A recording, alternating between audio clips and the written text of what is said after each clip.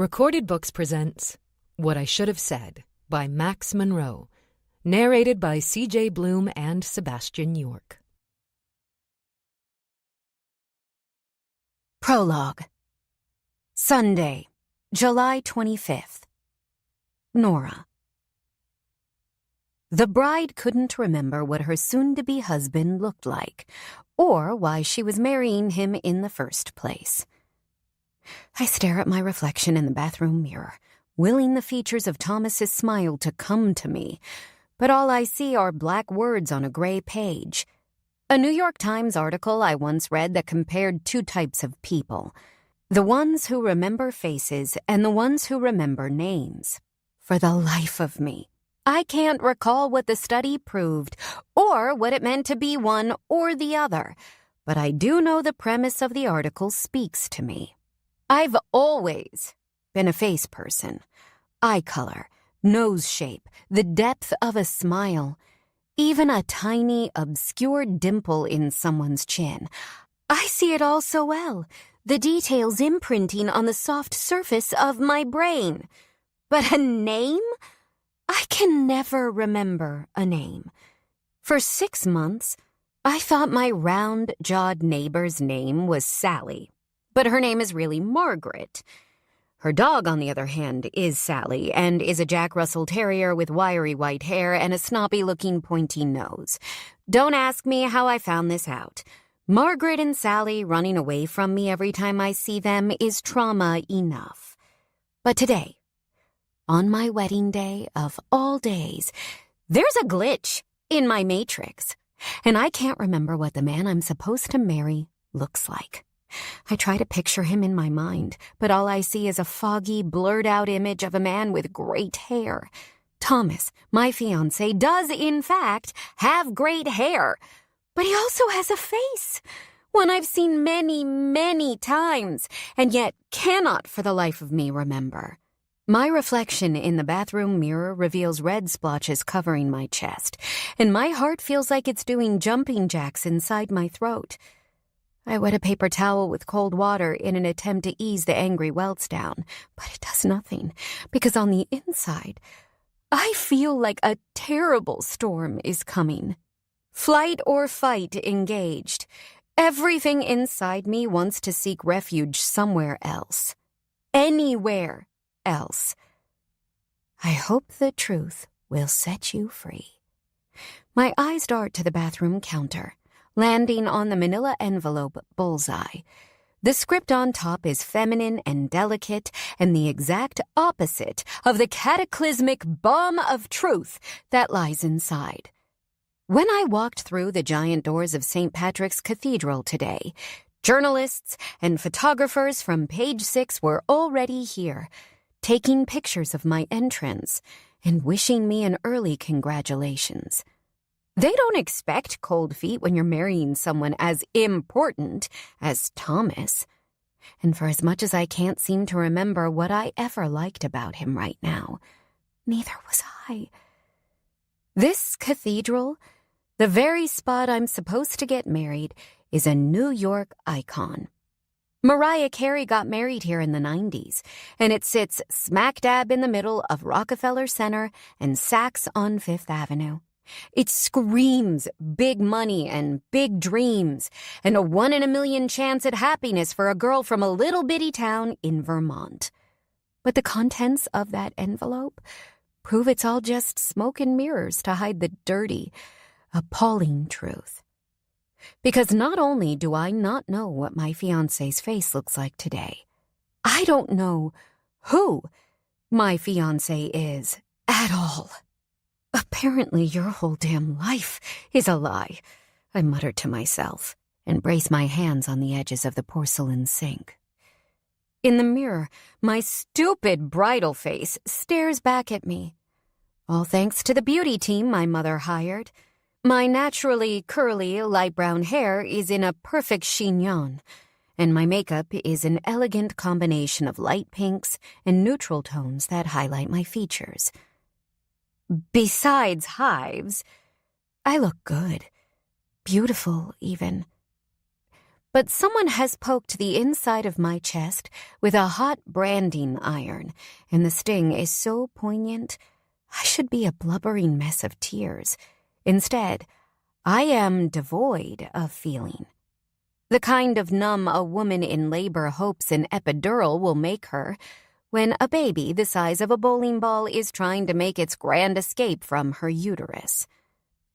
Between my mother and stepdad and Thomas's family's invitations, there are 300 people here to watch me commit myself to one man for the rest of my life, and instead of excitedly prepping myself to walk down the aisle, I'm staring at an envelope. There should have been red flags. I should have known. But I didn't know. And now I'm here with hundreds of people waiting, and I can't stop seeing her face, or the way her hands shook as she handed me the envelope. With clammy palms, I run my hands down the front of the $20,000 dress my mother's favorite designer custom made for me. It makes me remember the day I went with her and Thomas's mother to speak with the designer. I sat silently while they selected every detail. Story of your life. At 26 years old, I have a backbone of rubber, ready to bend to anyone's will. The dress, the location, the guest list. You know, all the details that brides usually get a say in have all been picked by someone else. And if I'm honest with myself, so is the groom. Thomas is born and bred of real money. Influential. Powerful. He's the kind of man my mother always envisioned, and naively longing for her approval, I agreed. I look down at the envelope again, and then back at myself in the mirror. I think about last night's rehearsal, and the vows the priest had us practice. Nora, will you take this man to be your husband for the rest of your life? Rest of your life. Those words stand out like a penis in a pair of gray sweatpants. And they're not even the right words. The right words would be more like, will you promise to make yourself blissfully unaware of the truth and fake your way through the life your mother and Thomas want you to live? I shut my eyes and take a deep breath, but when I open them again, the mirror might as well be one of those funhouse mirrors at a carnival, comically scrunching and twisting and turning my face up into all sorts of horrific expressions. I don't look like a blushing bride. I look like a woman who just had her entire world shattered with one sentence. I hope the truth will set you free. Quickly, I gather the envelope, my little bridal purse, and the extra fabric of my train, and I exit the bathroom without looking back. When I don't find anyone waiting for me in the hallway, I make my move. The bride-to-be couldn't remember the groom's face, so she ran away instead. 1. Saturday, July 31st. Nora. Some people say the best way to start over is to dive in head first. Though those people probably aren't doing it into the emotional equivalent of a brick wall like I am. The engine vibrates as the driver hits the brakes and brings the big old Greyhound bus to a stop with a less than gentle foot. "Red Bridge!" she shouts over her shoulder, and her voice is so raspy, I imagine smoke billowing out from between her parted lips. She grabs the crank handle to her right with a hard hand and yanks the bus door open with a bang. I hop up from my seat and gather my belongings as swiftly as I can. After being sandwiched on this creaky metal tube for the past 9 hours, only getting a handful of 15-minute breaks at gas stations so the driver could alternate between chain-smoking cigarettes and filling up the tank, sometimes dangerously at the same time, I'm more than ready to get the hell off. I glance out the window as I swing my backpack onto my shoulder, but stop in my tracks when I note the big yellow bridge that sits off in the distance. "Last call for Red Bridge," the driver shouts, and her blondish gray bob swishes from side to side with her movements. Are you sure this is Red Bridge?" I call out toward her, cautiously making my way up the aisle, and she stares at me in the rearview mirror. "Oh no, honey, you're right. I've only driven this same route for the past 20 years and make a point not to follow the bus navigation. It gives me a real thrill to drop people off at the wrong stops." I'm not questioning your bus driving skills, which are awesome, by the way. Just fantastic. Not scared at all, feel so safe. This is the best bus ride I've ever had. I punctuate that lie by holding up 2 thumbs. But the Red Bridge is, well, yellow. She doesn't offer any kind of response. Doesn't even bother looking at the very yellow bridge I'm referring to. Instead, she just sits there, continuing to bore holes into my skull with crinkly, crow's feet highlighted eyes. I think this is her silent, universal way of saying, "Get off my effing bus." But as you might suspect, Red Bridge has always had a red bridge. For the first 6 years of my life that I spent in this sleepy Vermont town, and again, 5 years ago when I came back from my grandmother's funeral. Red. As the driver glares, I speed up my crisis of reality and scoot my way down the rest of the aisle as carefully but quickly as I can. But cautious turns into clumsy, and before I know it, I've run over 3 people's shoes with my bag and elbowed another 2 in the backs of their heads. Each impact earns me more glares. "Sorry. I am so sorry," I mutter and flash apologies at as many people as I can. But the only real solution is to get the HE double hockey sticks off this bus, whether it's really my final destination or not. When I finally reach the exit, I lug my suitcase behind me, and it bounces erratically down the 4 big steps. Each time the wheels contact metal, a painful clanking echoes inside my ears. I cringe. This is definitely not the kind of care my best friend Lillian had in mind when she let me borrow her favorite Louis Vuitton suitcase. And I highly doubt Louis himself expected this kind of trauma to his luxury goods. Lil's poor bag. We'll probably need therapy after this. Clear of the bus door, I pause to get my bearings, but harsh Helga at the helm of the Greyhound is done waiting. In a cloud of dust and dirt, and through the scream of its engine, the bus takes off behind me, leaving me in a whirlpool of its wake. Just like that, I'm alone. Something I haven't been in years, and I'm in the middle of nowhere. I look at all the trees and the absolutely wrong color bridge. This has to be Red Bridge, right? I pull my cell out of my purse, hoping to get some confirmation from Google Maps, but I have 0 bars of service. No doubt my cell provider saw no reason for service out here because no one is out here.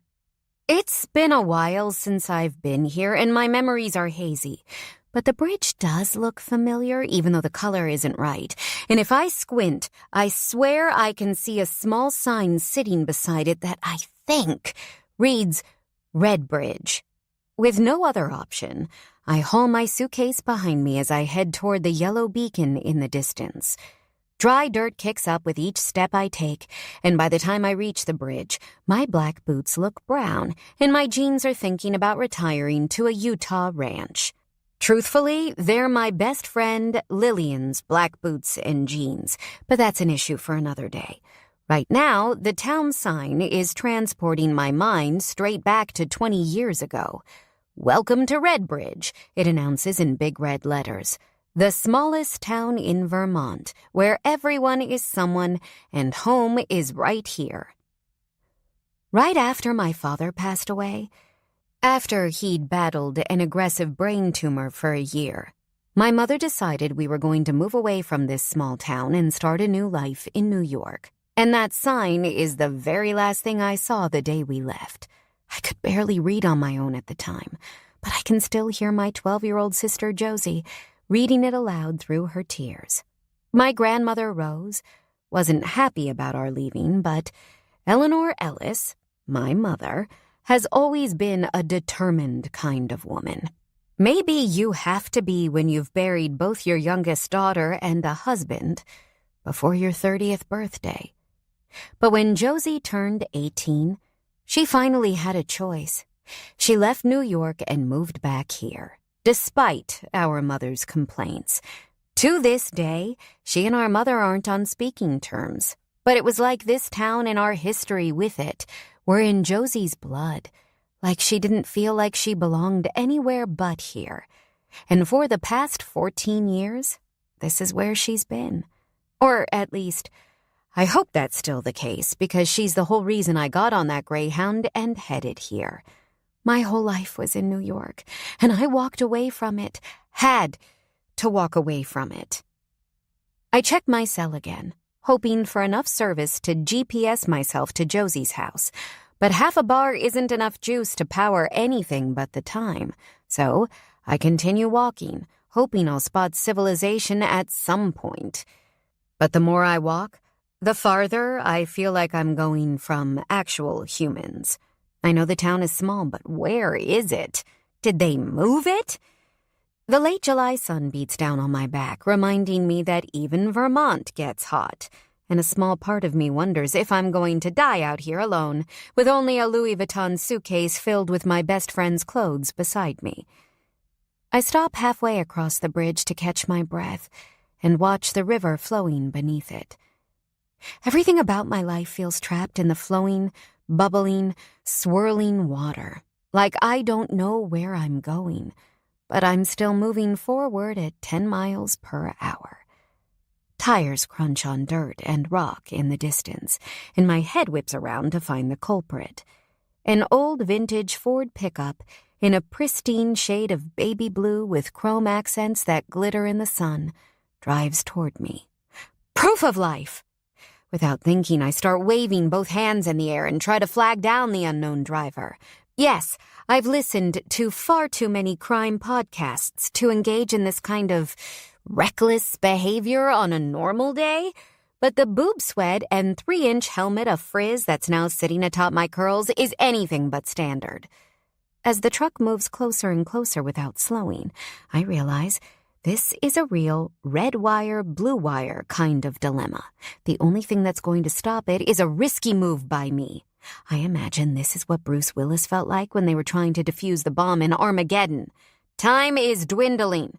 The truck is closing the distance, and I cut the proverbial wire and put myself in the road, directly in front of the moving truck. A beat of time lifts my heart into my throat before tires skid across the dirt, and the truck comes to a shaky stop about a foot away from my body. A cloud of dust rushes forward and swirls around me like a tornado. When we are finally close enough to see each other, the driver's eyes lock with mine, venom and disbelief within them. Guilt and shame form a friendship in my chest, shaking hands and sharing smiles and leaving me feeling like a buffoon. "I'm sorry," I exclaimed toward him, lifting my arms in apology at his huge, unmoving frame. His tanned knuckles tighten reflexively around the white steering wheel. Cautiously, I walk toward the driver's side door. His window is rolled down, and the soft sounds of an oldies 60s song my father loved to listen to when Josie, Jezzy, and I were just kids trills from the speakers. The man in the driver's seat, however, is soundless. I feel 70 shades of awkward, but I swallow past my discomfort and try to cut through the tension with an apologetic knife. "I'm really, really sorry. I was just trying to get your attention, and..." I stop mid-sentence when his blue eyes move across the dashboard to meet mine. The malevolence in them would silence anyone. "And you thought it was a good idea to throw your body in front of my truck?" he questions, with a deep, husky voice of honey and sandpaper, all at once. My stomach lurches and pitches to one side. I loathe upsetting people, even strangers. And yes, I imagine Freud would have something to say about that. Again, I'm sorry. I wince and swallow past the nausea that's migrating up my throat.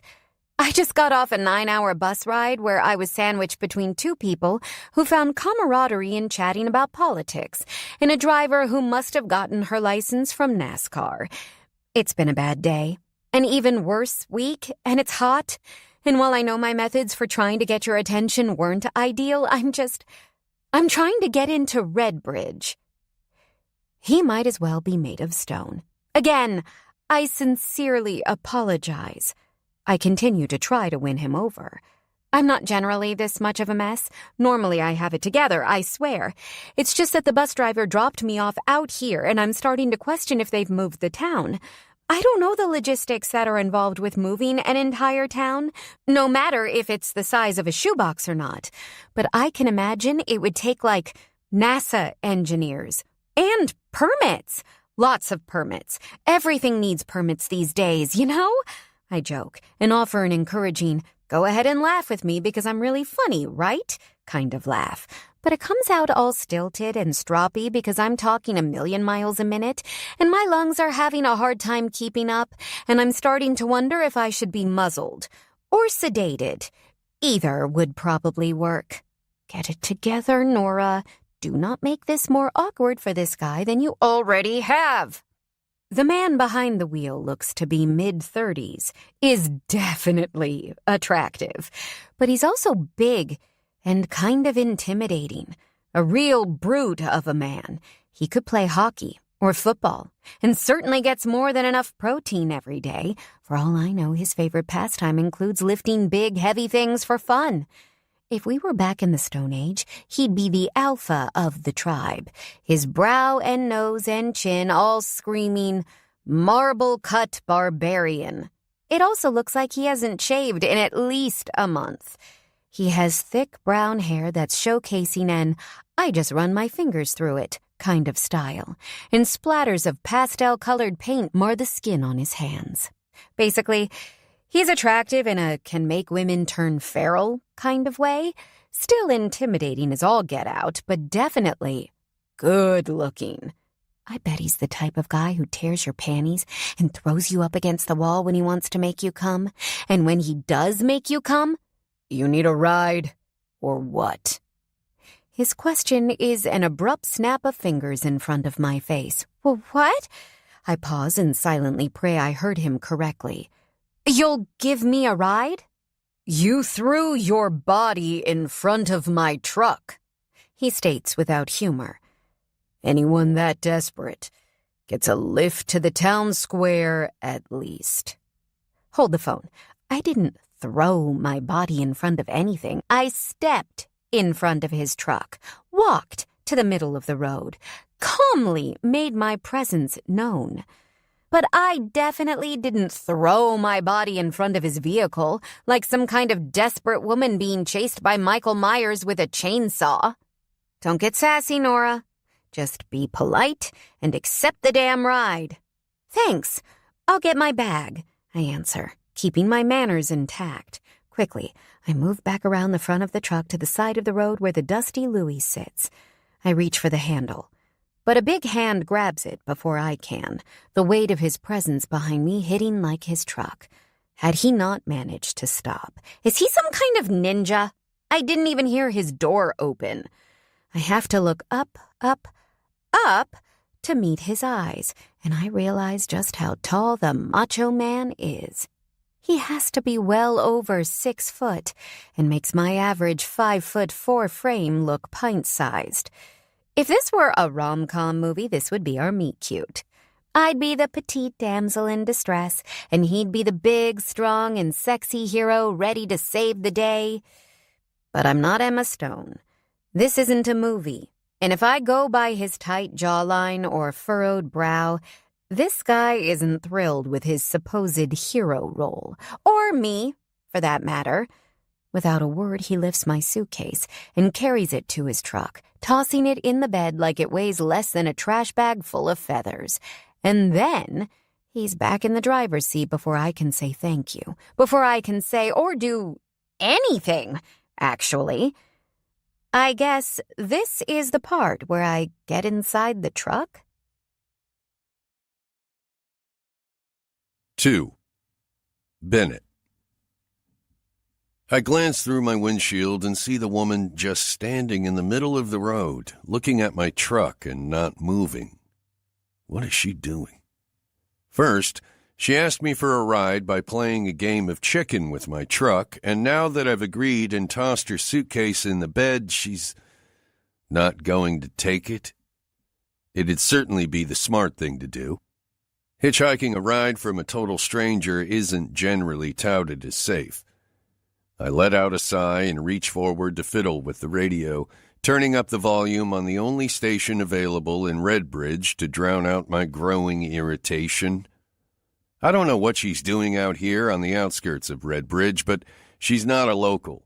Her expensive suitcase and designer boots and the t-shirt that molds tightly over her perky tits, and that probably costs more than most people's entire wardrobes, is proof of that.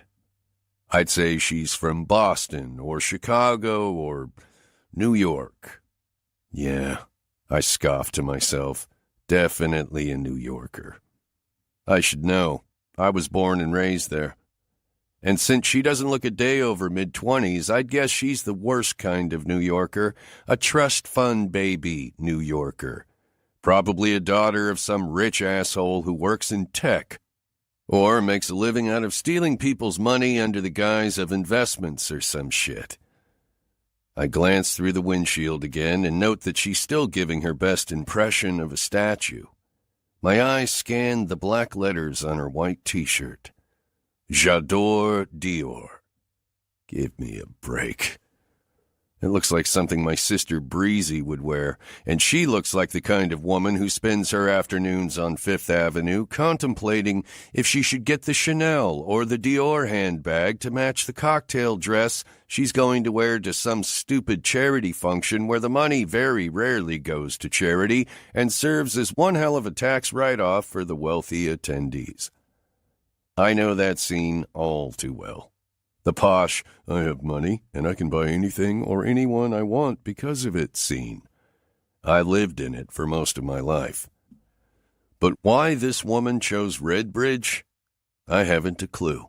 For all I know, she read Eat, Pray, Love or some shit, and this is the first leg of her big journey to find herself. I guarantee the sushi Earl carries in the only grocery store in town isn't going to provide any kind of spiritual awakening, but none of that matters to me. Make up your mind, sweetheart. The wind blows her wild mane of brunette curls around, and her big brown doe eyes stare back at me. I can't help myself from taking in the rest of her body again, painfully noting that she has the kind of curves that used to tempt a man like me. Used to being the operative words. I might have enjoyed the fun curves like that could bring me when I was still living the superficial high life, but that ship sailed a long-ass time ago. I'm no longer the kind of man who is easily distracted by shiny, pretty things. The only thing I'm busy with right now is that I have 3 full kegs of beer in the bed of my truck to drop off before I can get back home to my biggest priority of all. This girl is wasting my fucking time. I'm 5 seconds away from deciding for her and putting my truck in drive and leaving her here when she finally elects to move her ass and hop inside the passenger seat. She shuts the door with a gentle click, and the scent of jasmine mixed with vanilla assaults my nose. It's a kryptonite mix of shyness and seduction, innocence and sex. Years ago, this could have been my downfall. Now, though, I simply look toward the road and wait for her to put on her seatbelt. But the only thing she does is start rambling. Again, I'm really sorry about all this. Oh, where are my manners? Sheesh. I'm Nora, by the way. Nora Ellis. I keep my eyes forward. It's not that I'm unfriendly. I just don't need any fucking friends. Plus, the more I think about how she got into a complete stranger's truck without any concern for her well-being, the more irritated I become. I could be a psychopath for all she knows, and yet here she is, willingly sitting in my passenger seat. So, I need to go to my sister's house, Josie Ellis. I don't know if you know her. She's lived in Redbridge for a long time. She's past the center of town. Pretty sure the road is called Maple? Or is it Spruce? It's a tree name. I know that much. A tree name? This is Vermont. There are at least 15 streets in this town that are named after trees. Let me see if I'm getting any service, and I can Google it. She pulls her cell out of her purse and starts frantically tapping her fingers across the screen. Frankly, it's a useless endeavor. Cell service doesn't get good for another mile and a half. And I don't need Google because I know Josie Ellis. She runs Caffeine, the only coffee shop in town. Hell, everyone in this town knows who her sister is, but that's life in Redbridge for you. Everyone knows everyone because most of them are nosy as hell and love to socialize. Not to mention, she still hasn't put her seatbelt on so I can start driving. I know where Josie lives, I tell her, thinking that's explanation enough, but she proves me wrong by opening her chatty mouth again. You know my sister? She asks, turning her body in the passenger seat to face me. That's great news. Well, I hope it's great news. I mean, I hope you like her. Her laugh might as well be a woman named Uneasy who is trying to put on a cool, calm, and collected costume. Because it wouldn't be great if you, hated her and then had to drive her crazy-ass sister into town. Her crazy-ass sister who hitchhiked a ride from a damn stranger on a back country road like it's a completely normal and safe thing to do in this day and age. If any female in my life pulled this shit, I'd be furious. But that doesn't explain why you're furious for her, a woman you don't even know. Clearly, I need to get her out of my truck. The sooner, the better. 3. Nora. Put on your seatbelt so I can start driving. His voice is eerily quiet, and I swear his jaw ticks with each word. Oh, right. My cheeks heat with discomfort. Sorry. Sheesh. Tough crowd in here. Quickly, I buckle my seatbelt and he shifts the engine into drive and takes off toward town. The sound of the door lock engaging makes my eyes widen with a little bit of worry, but I don't say anything. This man has, against all odds, agreed to give me a ride, and I don't want to be rude, though he's not exactly rolling out the red carpet for me. Goodness knows I've apologized at least 50 times without him offering any sort of acceptance and introduced myself without any response in return. I don't even know his name. And yet you're sitting in his truck. Discreetly, I glance over toward my nameless driver and note the way his dominating, strong frame commands attention behind the wheel.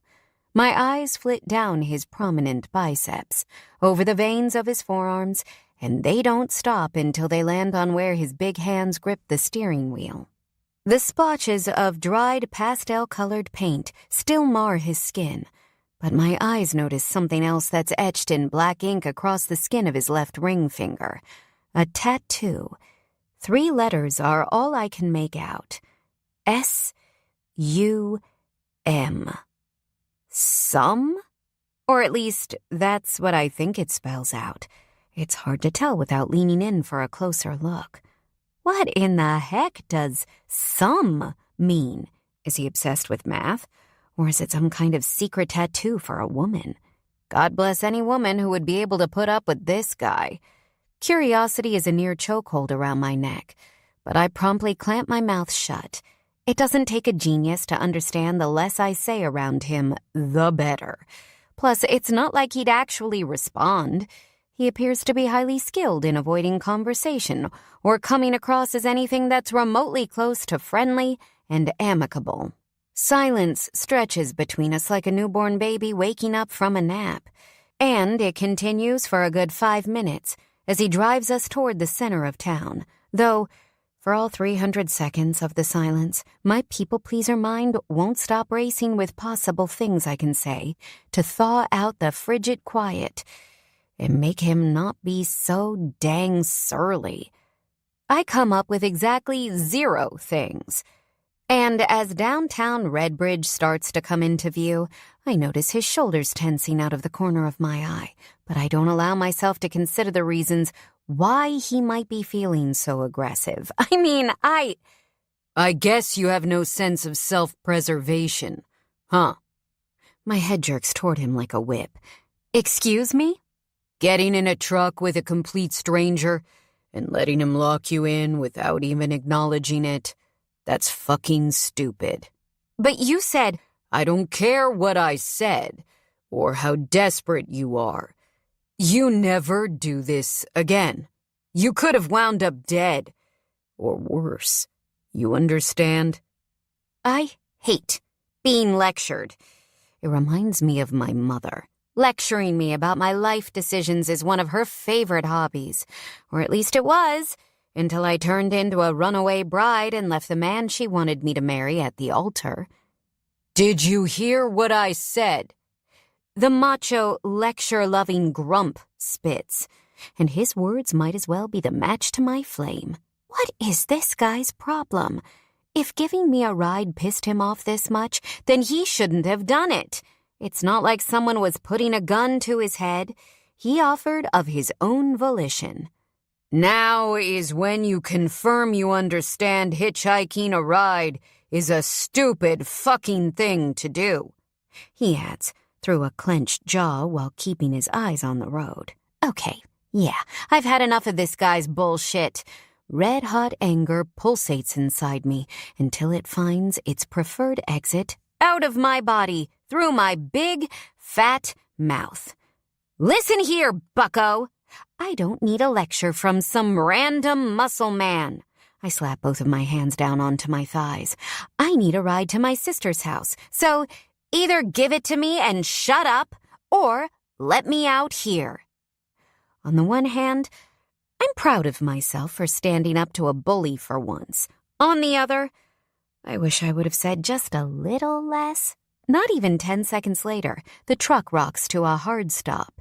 His door swings open and my suitcase hits the sidewalk before I can shove my foot any deeper into my mouth. And all I can do is climb out willingly, scared of what my lack of cooperation might cause, and watch as he drives off in a cloud of speedy dust. Way to go, Nora.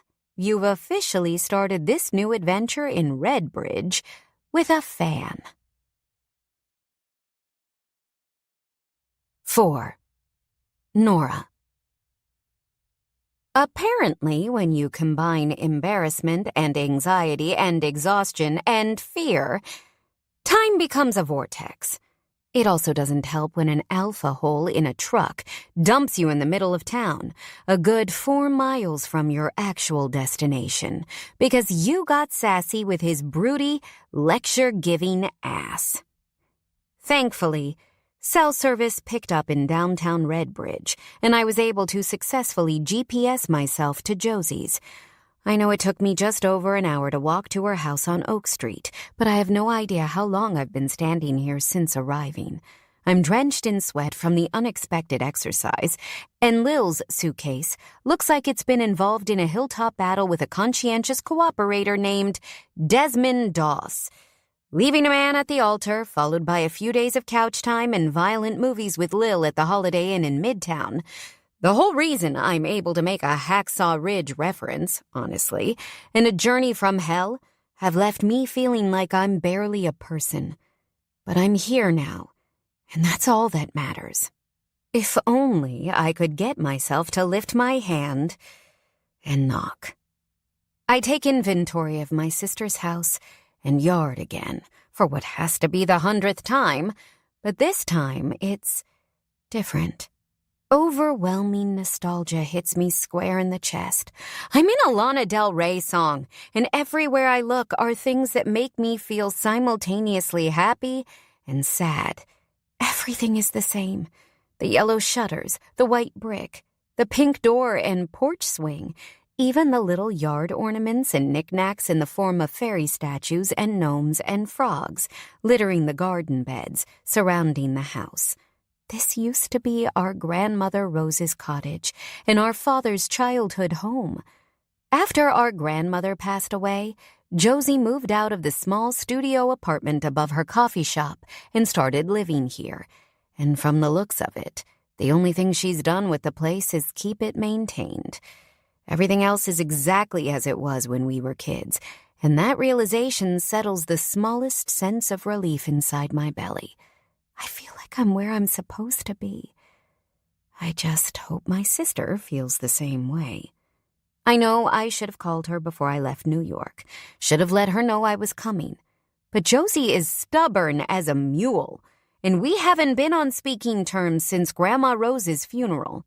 Truth be told, I have a 50-50 shot of her welcoming my presence versus pulling out a shotgun and firing it in my direction. It's time, Nora.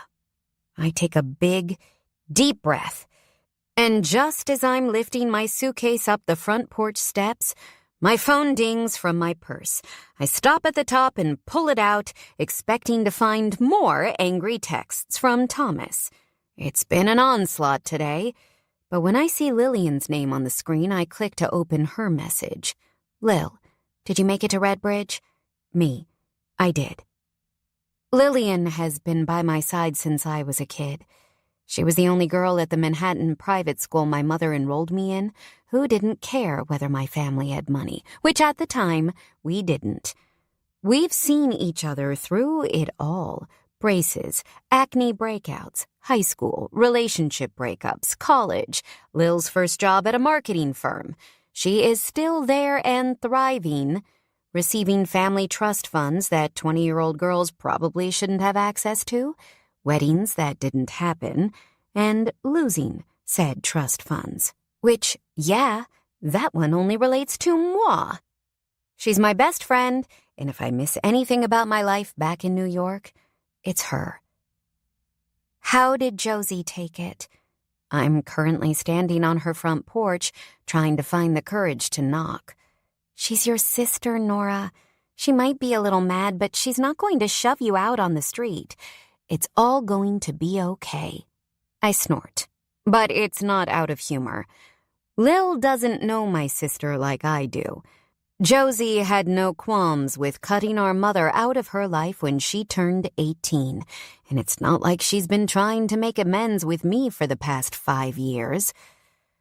Frankly, I have no idea how this is going to go down, and I start to question myself on whether I'm making the right decision.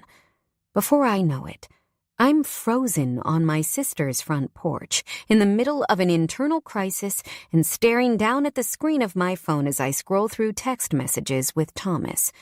What used to be a happy couple texting each other about random daily things quickly turns into a one-sided conversation that started the moment he realized I wasn't going to say, I do.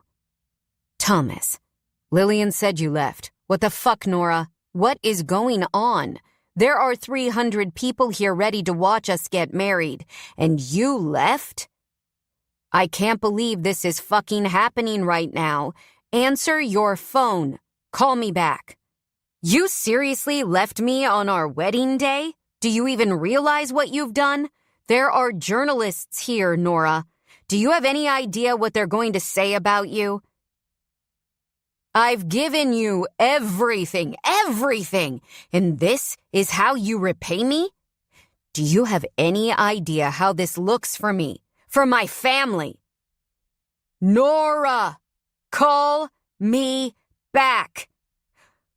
I hope you realize you are making the biggest mistake of your life. Your mother is devastated. I can't believe how selfish you are right now. It's like you don't even care what you're putting everyone else through. I don't even make it past our wedding day that didn't happen when the messages from him started to get really ugly.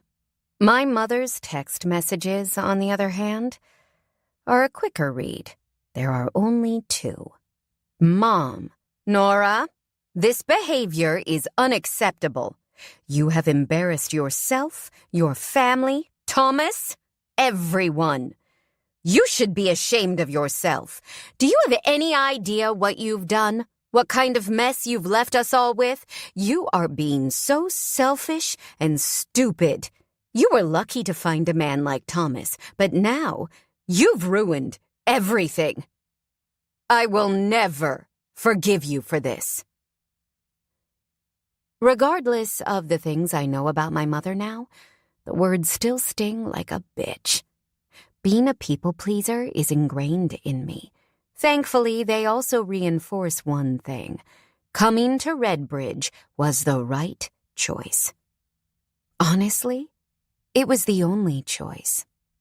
I shoved my phone back into my purse and returned my attention to Josie's front door. After the world's longest inhale and exhale, I lift my fist and sound off 3 good knocks against the pink wood. Instantly, I want to run away and hide in a bush, but the sounds of movement in the house are enough to tell me I wouldn't even make it off the porch in time. The door opens with a whoosh of air that brushes across my face, and Josie is right there, standing in front of me. She looks exactly the same as the last time I saw her. The same curls as mine, only platinum blonde instead of light brown, unchanged bright green eyes that curl into the most perfect cat eye with her makeup, and a cute button nose. Her colorful tattoo sleeve on her right arm that I saw for the first time at our grandmother's funeral is still there, and the same J necklace at her throat, a keepsake of our sister Jessie's that Josie's worn since the day she died. Hasn't changed either. She's even sporting a similar style to the one I've always known her for, sticking to a simple tank top and jean shorts. She looks like Josie, like my sister, and I'm both happy and terrified, knowing what that means I should expect for my reception. Nora? The surprise in her voice is evident. My smile is shaky. Hi, sis. A million emotions flit across Josie's face. First, shock, then confusion, then, what in the hell are you doing here? Oh, boy. I was in the neighborhood and thought I'd drop by and see how you're doing. In the neighborhood, she retorts with narrowed eyes. Redbridge is 9 hours away from New York. Okay, so I wasn't exactly in the neighborhood, but I wanted to see you. You came all the way to Redbridge because suddenly, after 5 years of no contact, you wanted to see me? Her brow furrows in skepticism. You really expect me to believe that? I did. I do want to see you. 5 years is too long for anyone, and it's definitely too long for us, I respond. But when she looks down at my suitcase with hard eyes and a fixed mouth, I know I'm going to have to hit the honesty a little harder if I have any chance of swaying her. And I sort of, need a place to stay for a little while. You want to stay here? With me? She looks down at my suitcase again. And you didn't think it was a good idea to give me a heads up? I tried to call you, I lie, and Josie's gaze jerks back to mine. Bullshit. Okay, so I didn't try to call you because I had a feeling you'd strongly discourage my presence? Not to mention emotionally, I've had a lot going on. A harsh laugh jumps from her lungs. Very perceptive of you. So, can I come in, or how about you tell me why you're here first, and then I'll decide? I push out a breath. It's a long story. I've got time. She crosses her arms over her chest and leans against the doorframe. She's settling in for the long haul, but I'm not ready to open Pandora's box of wedding day disaster. Though I'm going to have to find some manner of compromise with myself if I want in that door. I just needed a break. You left New York because you needed a break, she questions. And why do you need a break, exactly? Life getting a little hard in the penthouse? She laughs at me, which stings. Or maybe you're low on maids and overwhelmed at doing your own laundry? Or, I know, maybe you're distraught because Hermes won't let you buy the latest bag. Typically, I, Nora Ellis, am the peacekeeper, the person who doesn't give in to anger and who doesn't shout or let mean words flow off her tongue. But evidently, I am not that person today. The derision in her voice, mixed with everything I went through back in New York, burrows underneath my skin like a little parasite, and once it finds its way into my bloodstream, I can't hold back. I know it's probably bringing you great enjoyment to find me on your front porch like a stray cat, but I just took a 9-hour Greyhound bus ride and got dropped off in the middle of nowhere and had to hitchhike another ride from a complete stranger, who also happened to be the world's grouchiest man, which ended in me walking here from the center of town. And I'd really like to just sit down and maybe, drink some water to stave off a hospital stay for dehydration. My voice breaks on an almost cry, but I suck the urge back down into the depths of my throat.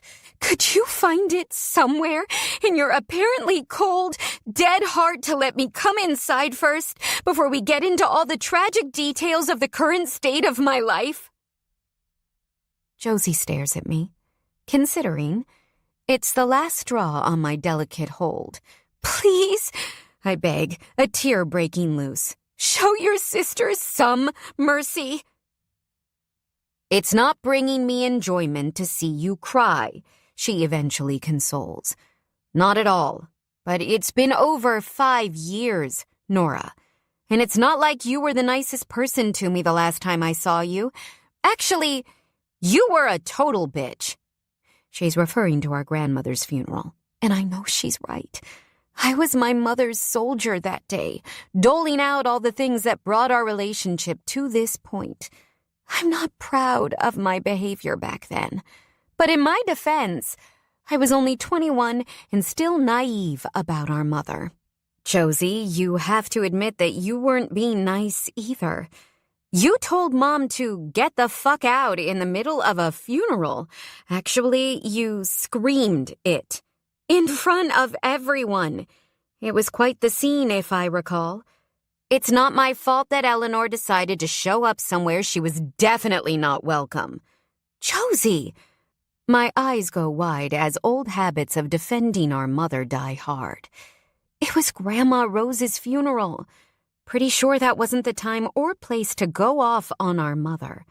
I think it was the perfect time, she refutes with 2 hands to her hips. After Dad died, Mom treated Grandma Rose like shit. For years. The last person she would have wanted at her funeral was Eleanor. You and I both know that, not to mention all the other evil shit she's done. The last person I want to continue to defend right now is our mother. But today, mentally, I am spent. I don't know how to restructure a lifetime way of thinking and keep myself upright and uncrying. Everything inside me breaks, and my whole body hiccups with tears. Josie, I know we have a lot to talk through. I know there are a lot of unsaid things that need to be said and apologies to be made. But I've just had the worst week of my life, and I have nowhere else to go. Do you think you could find it in you to show me some temporary compassion and let me come inside? When she doesn't respond or make any move to let me step into the cottage, I go for broke and use guilt as my tactic.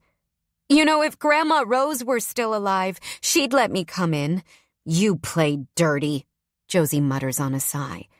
She looks me up and down one more time, but ultimately she steps out of the doorway and gestures for me to come inside. Fine. Hallelujah. I'd do a tap dance on her front porch if I had the energy, but instead, I settle for, thank you. Yeah, she mutters with a roll of her eyes. You can stay here, But don't think I'm agreeing to this being some kind of permanent roommate situation, she adds over her shoulder as she heads down the main hallway that leads into the kitchen.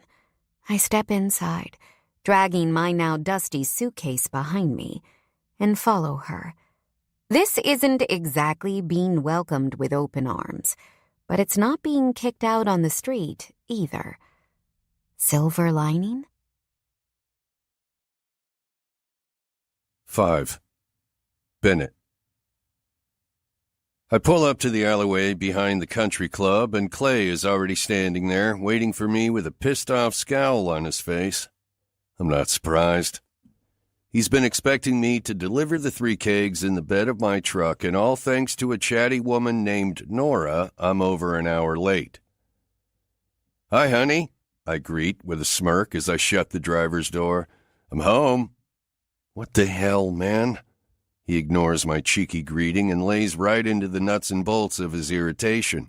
"What took you so long?" "Relax." I open the tailgate, and Clay helps me roll out the first keg from the bed. "I had to make a few pit stops."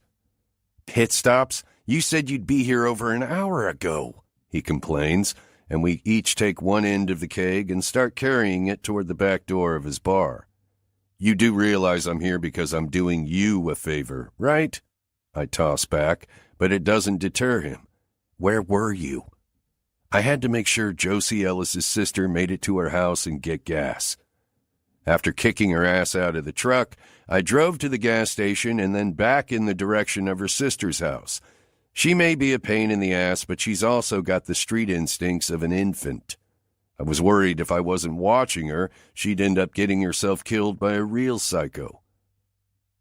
"What did you just say?"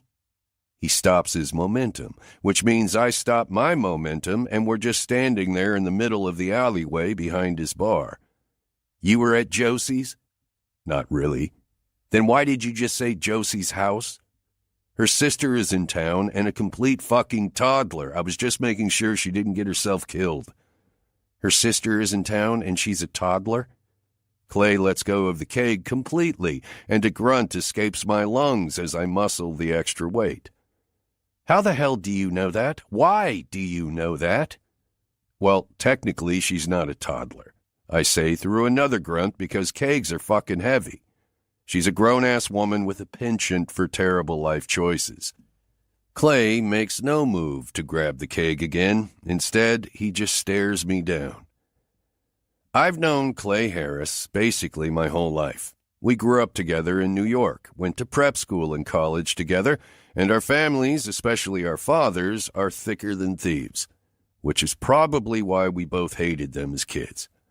When Clay was in his mid-20s and showing no real direction besides partying and enjoying living off his family's money, his successful CEO of a father told him to shit out a career path or get off the pot. So, Clay took a long drive, found this small-ass town, and decided to open a bar. Though he told his dear old dad he was opening a country club, and his father invested money thinking his son was going to run a prestigious golf course for the rich and privileged of Vermont. To this day, he still doesn't know the truth. But when I hit rock bottom in New York and needed a new life, a few years later, Clay and Redbridge welcomed me with open arms. We're as close as two grown assholes can be, but since I've known him since we were kids, I also know when the vein in the center of his forehead starts popping out to say hello, he's getting pissed. "You can take a breath," I say through a grimace because, again, kegs full of beer aren't light. "I didn't even see your ex." I adjust the keg in my arms so I don't drop it, and when I realize he's going to keep standing there and not help, I carry the fucker inside the back door of the country club myself.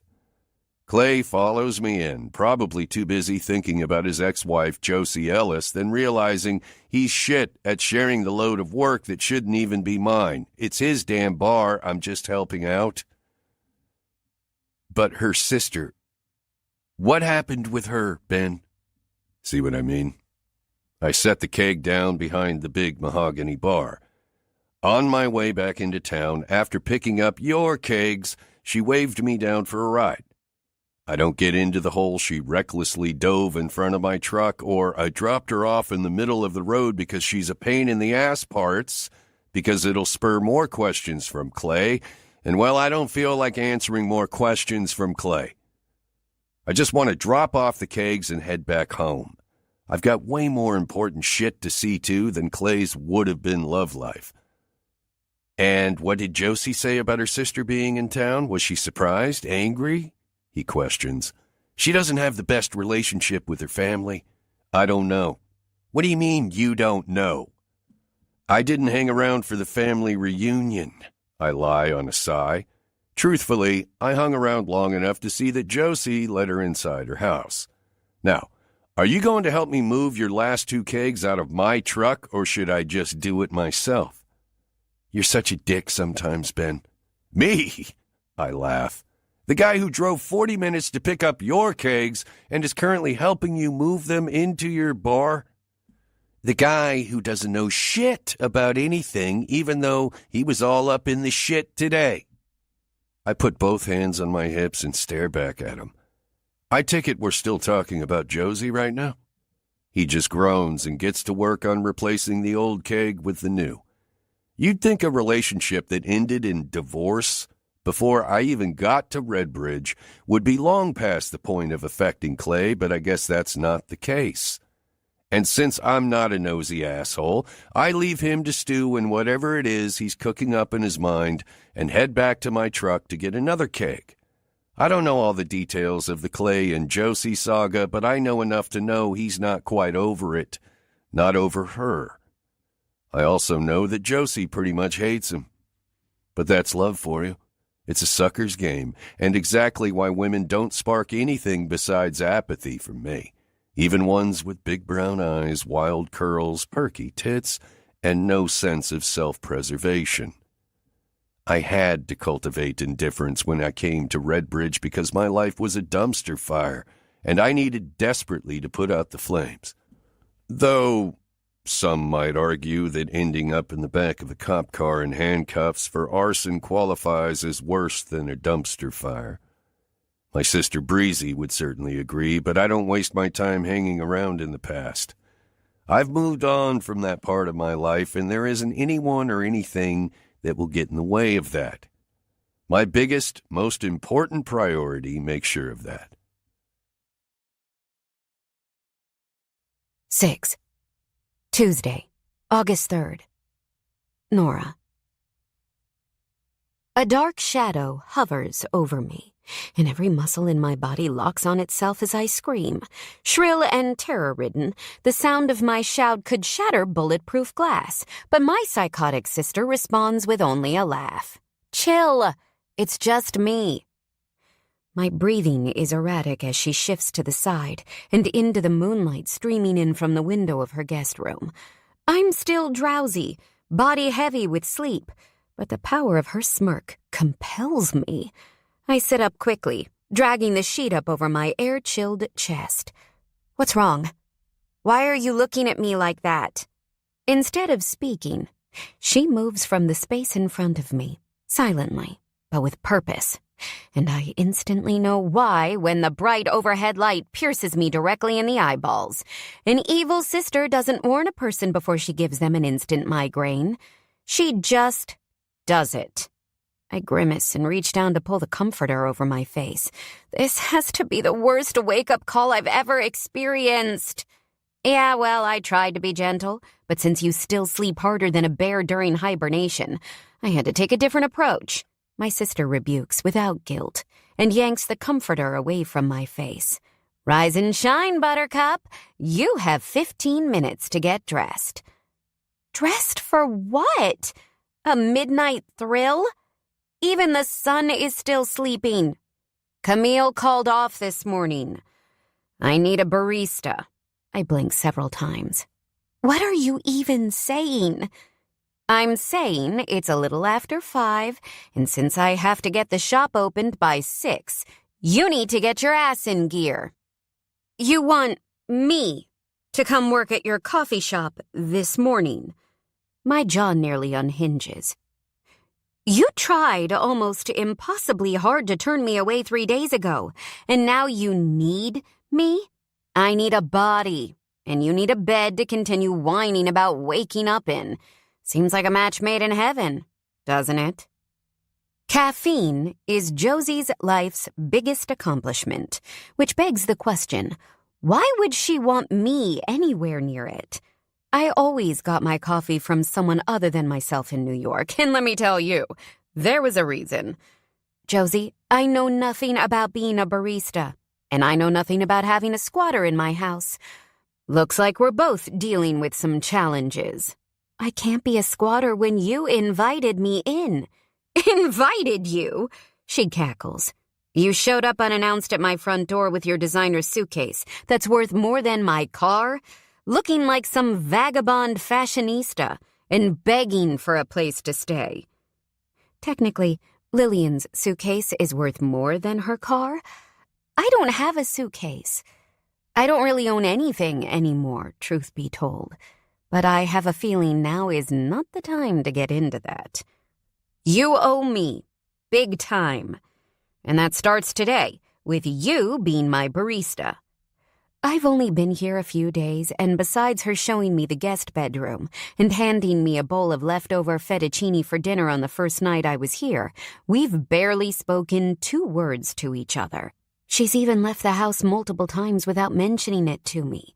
But before Josie's and my great divide, she was there for me more than anyone I've ever known. Jessie, my mom, my dad, and my grandmother included. She's right. I owe her. But taking this as payment is not in her best interest. Josie, seriously, I sit up enough to rest my back against the headboard. I'm all for helping you out since you're helping me out, but unless you have a Keurig at your coffee shop, I am not barista material. I don't even drink coffee that often. I've always been more of a hot tea or cocoa kind of gal. You are always a straight-A student. You'll figure it out, especially since your current place to stay is counting on it.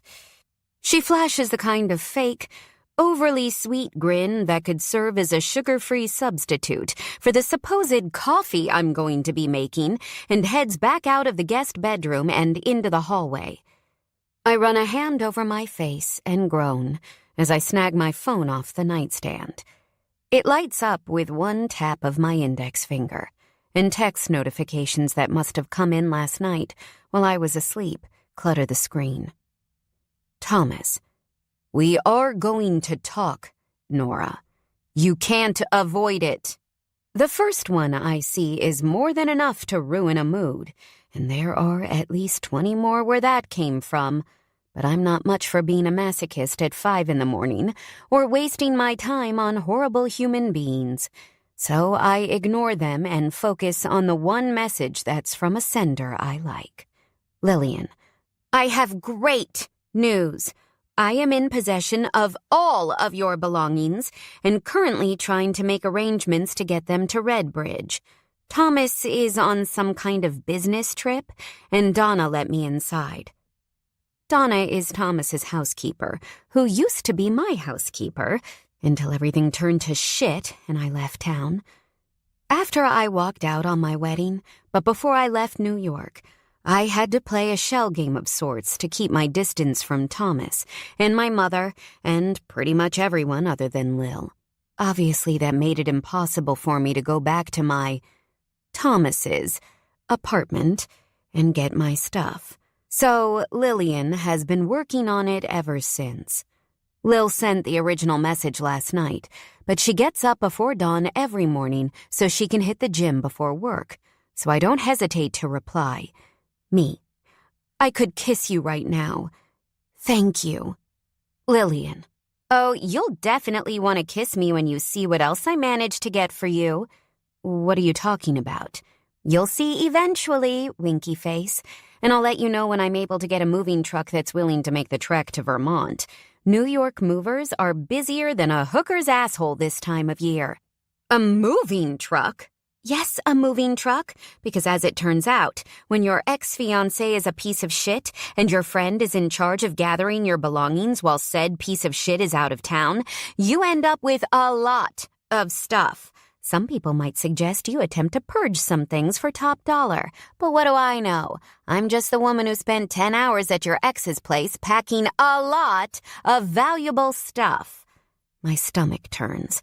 I am both grateful and terrified. Thomas is not going to take being essentially robbed very well. But I guess since I wouldn't take the money Lil offered directly, this is her way of forcing me to accept some help.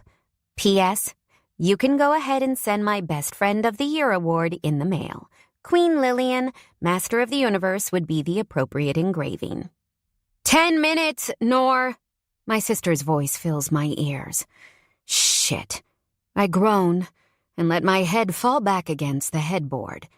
There's a huge, tired, psychologically drained part of me that wants to tell her to kiss my ass and go back to sleep. But when she adds, either meet me at the car or start packing up your suitcase, I bite my tongue. Josie doesn't mince words. If she says my current living situation relies on me learning how to be a barista, there's a high probability she means it. Plus, I'm 0 for 1 in the standing up for myself with stubborn mules department.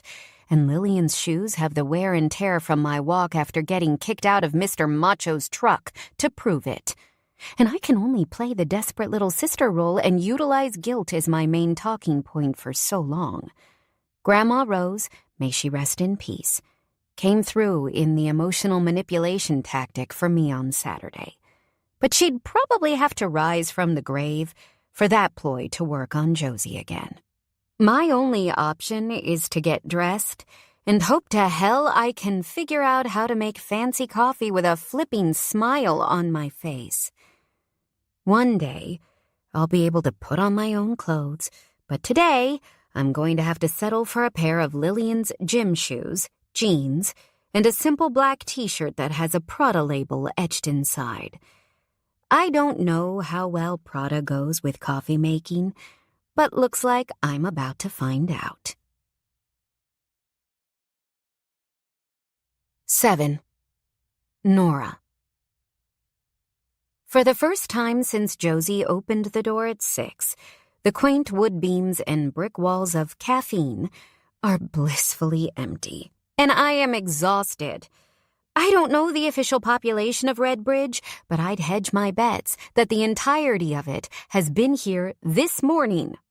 Josie had no issues keeping up with orders and chit-chatting at the same time, of course, but I was like a sinking ship in a raging storm as I tried to manage both the register and writing names on cups. A simple set of tasks, it would seem, but still, I managed to be inept. My feet hurt in Lil's half-size too small shoes, and all I want to do is sit down. But as Josie comes out of the back with another batch of cinnamon rolls, I make myself head over to the glass cabinet and help her put them on display. Despite the effort, both of my sister's shoulders still seem remarkably cold. Honestly, I'm not sure she's ever going to get over our rift enough to look at me like a human instead of a roach she just found in her kitchen. Josie closes the cabinet door and sets the empty baking sheet on the work table behind us, and I head back to the register to exist in silence. I'm nearly there when she startles me. Okay then, no customers. Nothing else pressing to do. I'd say it's time, wouldn't you, Nor? Time? I turn around to meet her persistent gaze. Time for what? Because I've got to tell you, sis, I don't know that I have the energy for more. Her brows lift. Time for you to tell me what's really going on. I have to stop myself from letting out my frustration via an ear-piercing scream at the top of my lungs. Out of all the things we could talk about right now, explaining the monster inside me is the thing I have the very least energy for. I already told you. I pretend to be interested in the big fancy espresso machine behind her. I needed a break. She scoffs. We both know Carlton has all sorts of houses you could go take a break in. I'm sure Mom was mad that you left the perfect man at the altar and all, but you've always had Stepdaddy Dearest wrapped around your finger. Carlton Prescott, our very rich stepdad that our mother married when I was 8 and Josie was 14. For all his faults, getting together with our mother while he was still married and having a torrid workplace affair that ended in a divorce and speedy remarriage, is a decent human being, a friendly ally in a sea of enemies. But he's still our mother's husband, and at the end of the day, I'm not ready to face him. The fancy penthouse on Central Park he put us up in, or any of the other houses he has across the globe. If he knew where I was, it'd only be a matter of time before our mother did, too. When I don't offer my sister any sort of explanation and start organizing all the cups and lids by the register that are most definitely already organized, she lets out a humorless laugh and grips my shoulders to turn me around to face her. You do realize you're going to have to tell me eventually, right? I'm not an idiot. No one takes a Greyhound bus when they have the kind of trust fund that could feed the world's impoverished kids for a lifetime if there isn't a reason. Plus, I'm pretty sure your boyfriend's bank account isn't hurting either. I should correct her and tell her that Thomas was my fiancé, or that I've been completely cut off and have about $800 to my name, but I'm not ready to get into the whole mess. I'm still trying to process it all myself. It's a long story, Josie. Yeah, they usually are, she comments and hitches a hip on the counter. But the only way it's going to get shorter is for you to start telling it. My vocal cords remain frozen. Josie lets out a sigh. Fine, don't tell me now. She takes off her caffeine-embroidered green apron and tosses it on the counter. Hold down the fort while I run over to Earl's. I'm low on whole milk. Excuse me? You hold down the fort while I run to the grocery store and... I heard you the first time. What I need clarification on is the fact that you're going to leave me here. By myself? You'll be fine.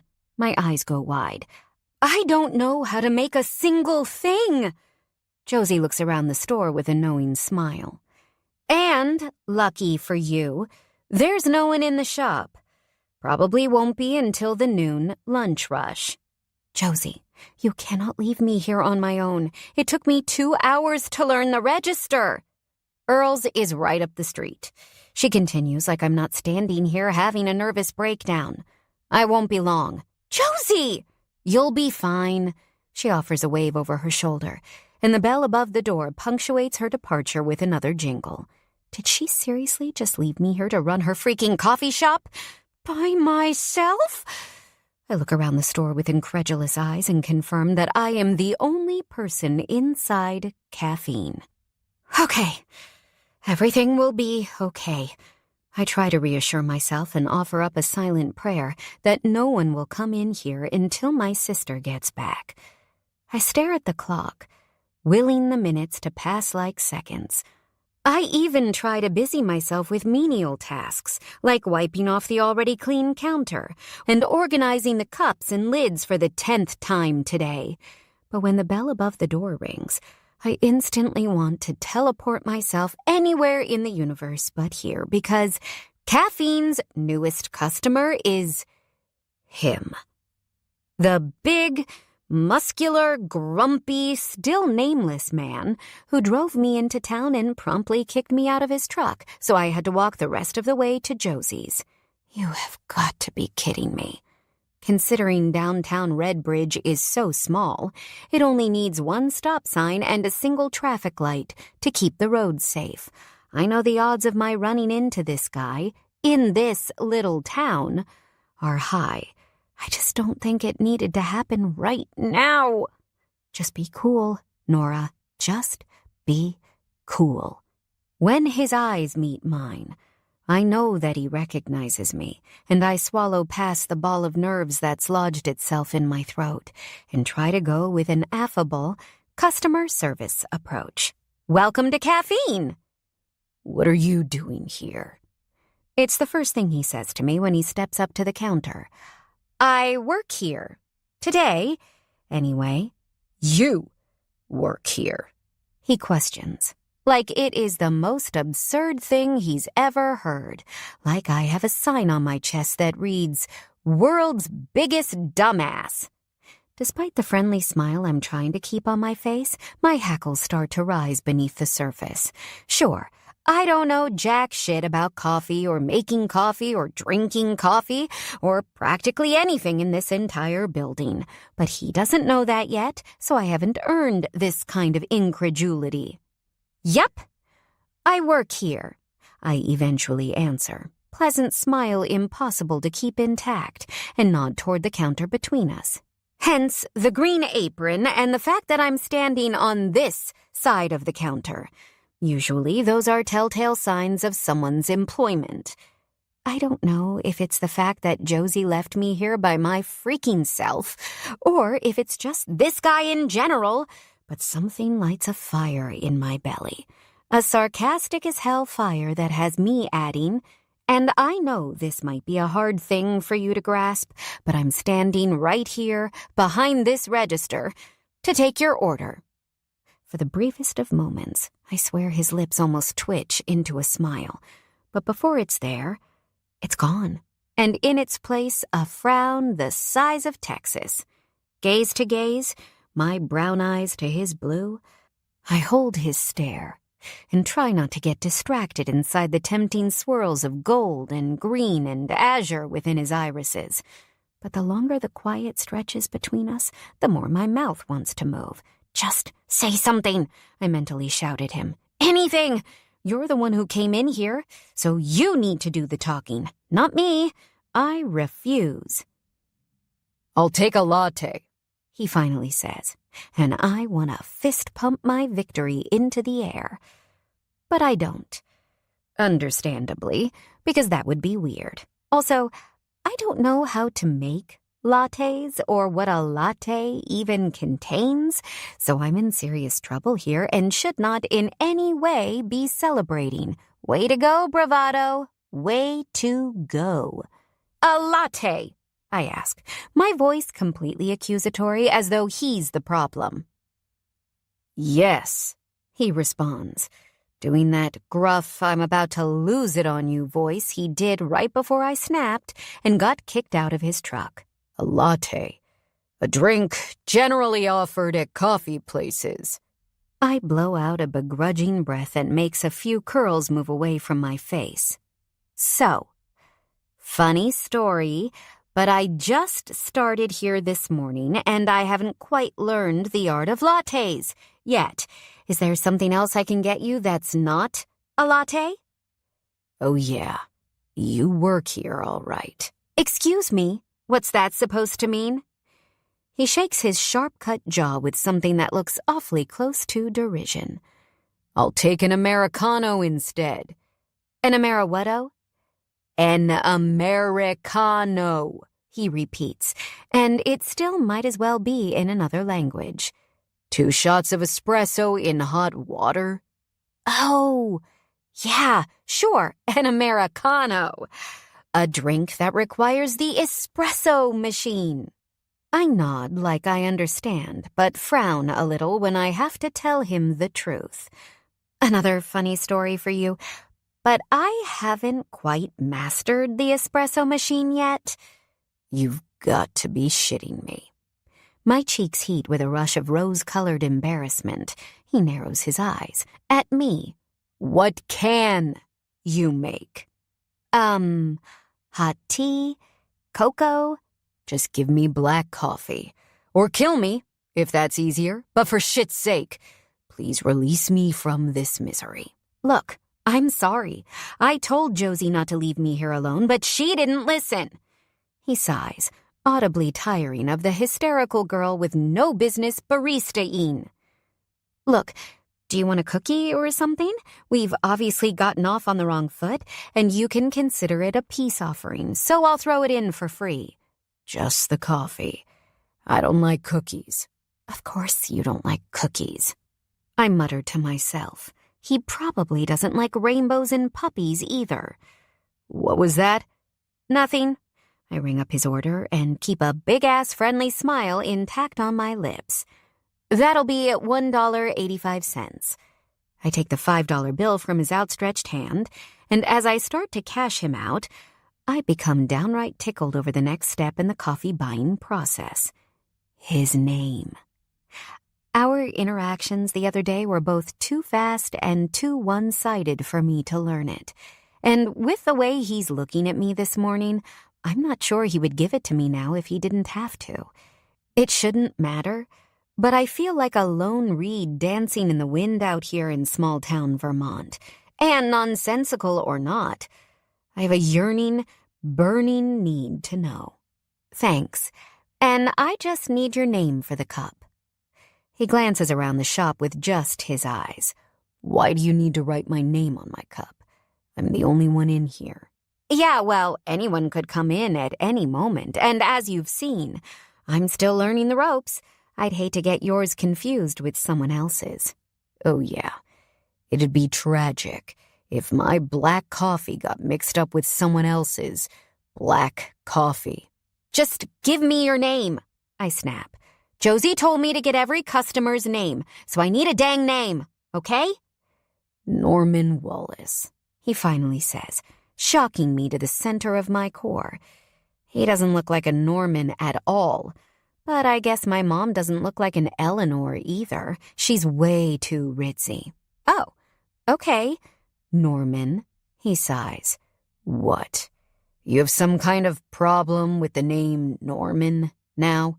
No, I force myself to say with a soft voice as I write Norman on his cup with a Sharpie. I just wasn't expecting it. He barks out a humorless laugh. Yeah, well, I wasn't expecting to see you here this morning either. Okay, I've had enough of this guy's crap. Seriously. Do you hate everyone, or is it just me? I blurt out, and don't regret a single word. I feel like it'd be really good for me to know for future reference. I don't know you enough to hate you. Wow. I was expecting some kind of apology, or, I don't know, outward chagrin for having treated me the way he has, and instead, I've been left with whatever this is. How heartwarming, I remark with a roll of my eyes and return to the coffee pot that's almost full of something that looks suspiciously like coffee. Wow, go me. I pour some in a cup and secure it with a lid before returning to the counter and handing it over to him. Our fingers brush for the briefest of seconds, and a trill of energy runs through my previously twisted stomach. Funny, I didn't think that's what touching pure evil would feel like. Have a nice life, Norman. The shake of his head is barely there, but visible nonetheless. Good luck, Nora. There they are, the first nice words he's said to me since the moment we met, being used as goodbye. 8. Nora. That'll be $1.85. I update the older suit-wearing gentleman as I tap the keys of the cash register. He hands me 2 $1 bills, and I make quick work of his 15-cent change. I don't know where in the hell Josie is at this point, but this is customer number 2 who slipped in the door while my MIA sister has left me to run her coffee shop all by my freaking self. Thankfully, his second order choice, the first being a cappuccino, is something I can handle. Coffee with 2 sugars and a little cream. So you're new in town, huh? He questions. I nod. I guess you could say that. Well, as the mayor of this town, I hope everyone is treating you well. Everyone besides Josie and the meathead who kicked me out of his truck halfway to my sister's house. Obviously, I don't tell him that. I force a smile to my lips. Everyone's been great. And it's nice to meet you. Mr. Mayor? Oh, please. We don't need to be that formal, darling. A hearty chuckle leaves his lips. The name's Norman Wallace, but you can call me Norman. My brain hits the brakes like it's 2 seconds away from causing a 50-car pileup on a busy interstate. I'm sorry, what did you say your name was? Norman Wallace. He flashes a proud smile. Better known as the man responsible for brightening up our bridge to the tune of Sunny Yellow. I can't focus on his bridge admission, or the reality that it makes 0 sense for a town called Red Bridge to have a yellow bridge, but that's probably because I'm too busy trying to understand why this is the second Norman Wallace I'm talking to today. Your name is Norman Wallace? Like, that's your whole name? Well, technically it's Norman Albert Wallace, but yes, that's my name. He searches my eyes like he's wondering why I'm one crayon short of a full box. I don't have to be born yesterday to figure out the odds of having 2 Norman Wallaces in a town this small are next to 0. Instantly, my eyes dart to the door, furiously seeking out the first Norman Wallace I met all of 10 minutes ago. But he's nowhere to be found. You okay, darling? The mayor asks, after I've managed to stand here for a good 10 seconds, just staring out the door, and I quickly clear my throat and push a half smile to my lips. Peachy! I grab an empty cup and write the name Norman on it for the 2nd time today. Just give me a minute and I'll have your coffee ready. His smile showcases a what is happening right now uncertainty, and it makes me kick my ass into gear. Cup in hand, I fill it 3/4 of the way with coffee, but the more I think about that muscly dickhead, the more I feel irritation vibrating under my skin. I cannot believe that rat bastard gave me a fake name, and not just any name, but the name of the freaking mayor of Redbridge. Who thinks I'm on glue? Because when he told me his name, I looked at him like he'd just told me his penis recorded a duet with Mariah Carey that'll be releasing next year. I let out a deep exhale and add sugar and cream to the mayor's coffee, stirring it with annoyed twirls of my hand. The coffee forms a liquid tornado, and I silently curse out fake Norman Wallace for setting me up to look like a moron. So, you're Josie's sister? I am. I force another fake smile to curl my lips and glance over my shoulder at the real Norman Wallace while I secure a lid over the steaming cup of coffee that's been doctored to his liking. And I apologize again for not being able to make the cappuccino. That's okay, he comments with a friendly smile. Maybe next time I come in? Fingers crossed. I smile hopefully, even though my only real hope is that this isn't a regular thing. When it comes to getting back on my feet, I didn't picture working in my sister's coffee shop and disappointing customers on a daily basis as my big comeback moment. So, there will be a next time? He questions as I slide the paper sleeve thingy over his cup so he doesn't burn his hands. As in, you'll be staying in Redbridge for a while? As I turn on my heel, the sound of the bell grabs my attention before I can answer his question or give him his order, and the person striding in shakes my equilibrium to the point that I have to reach out with my free hand to steady myself on the counter. The very last person I want to see here, there, or anywhere, is here. Thomas. What in the toxic Dr. Seuss is going on here? How did he find me this quickly? Nausea curdles in my stomach like sour milk as my ex-fiancé advances to the counter and stops right beside Mayor Wallace. "Hello, Nora," Thomas greets, his voice barely playing it pleasant. It's stiff and rigid and makes a shock of goosebumps roll up my spine. If we didn't have an audience, it wouldn't even have an edge of well-mannered, I'm sure. But, as always, Thomas is far too rehearsed not to perform the part of a politician. even when he's talking to the woman who left him at the altar. What are you doing here? My mouth stutters over my words, and my fingers dig deeper into the counter as I try like hell to keep myself standing. Something about how calm he is downright terrifies me. You gave me no choice, he says through a tight jaw. Since you won't answer my calls or texts, I had to resort to other methods. I didn't answer his calls or texts because I hoped I'd never have to face him again. Or my mother, for that matter. How did you know I was here? It's not hard to find you when Eleanor and Carlton are still footing your cell phone bill, he retorts. His smile is a non-verbal checkmate. The mayor glances between us awkwardly, and I feel as though my body has been cut open for the world to see. The invasion of privacy, the outright disregard for me. It makes me feel like I'm days-old trash that raccoons rummage around in. How could you have forgotten such a simple detail? Lillian was the only person who knew where I was and where I was going. She was the only person I wanted to know. But evidently I was too wrapped up in trying to pull myself together and keep my distance, and eventually get out of New York without having to face Thomas or my mother, that I forgot to cover all of my tracks. Rookie mistake. What in the hell is going on, Nora? He questions with a sharp tongue. I have a hard time believing you left me, left our perfect life together, to come slum it in this shit town. Our perfect life? The only thing perfect about our life was what we showed the rest of the world.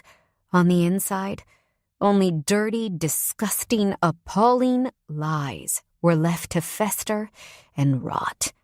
The mayor clears his throat, and I realize that I am in the middle of my sister's coffee shop, and what is happening right now is not even close to appropriate for a business. Thomas, I can't do this right now. This isn't the time or place, I tell him as calmly as I can. He laughs, but it's devoid of humor.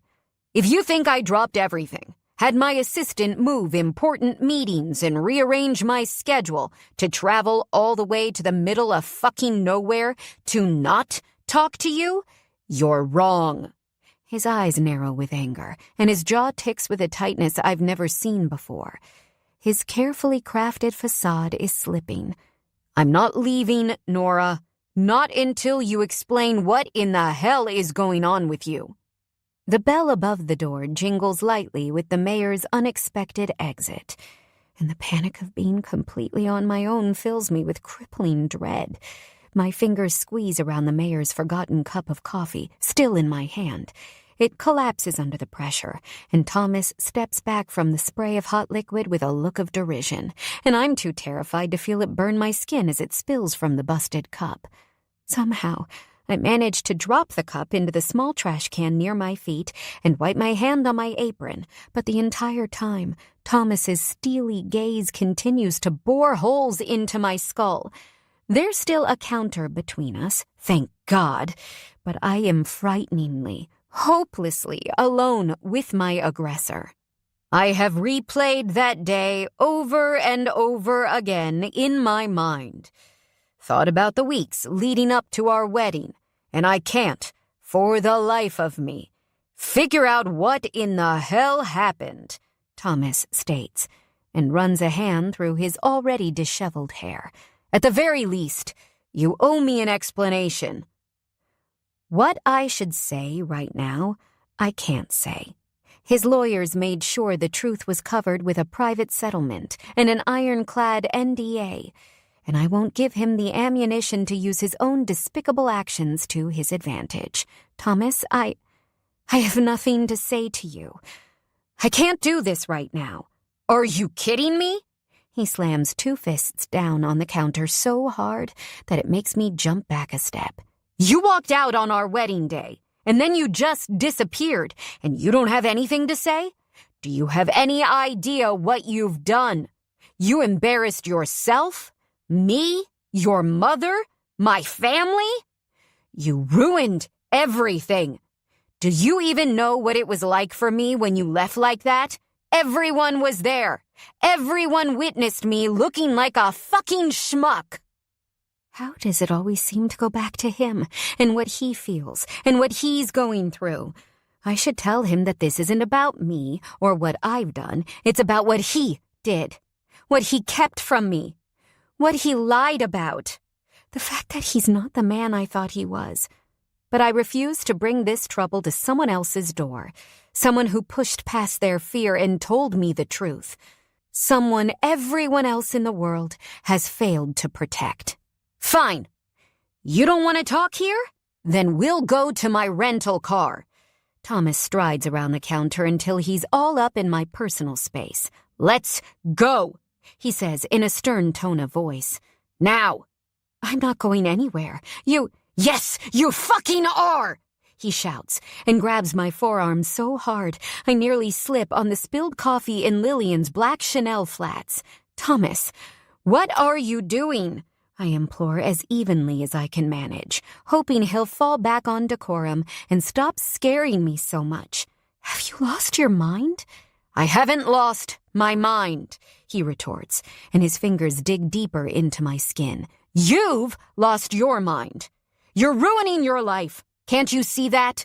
Do you even understand what your life is going to be like without me? I'm here because I care about you, Nora. I want what's best for you. And this, right here, working in a fucking coffee shop, isn't it. You need me. Memories crash into my head like a car accident. My mother, Thomas proposing, the wedding, the envelope, the fact that him saying I need him isn't the first time he's said that to me. I hope the truth will set you free. I should tell him I don't need him. I should tell him that I've never needed him, but something stops me from saying it. My chest feels like someone cracked open my heart with a crowbar.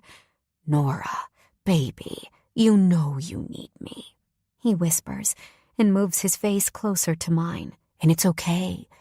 I can forgive you for all the embarrassment you've caused. I can move past that. But you need to talk to me.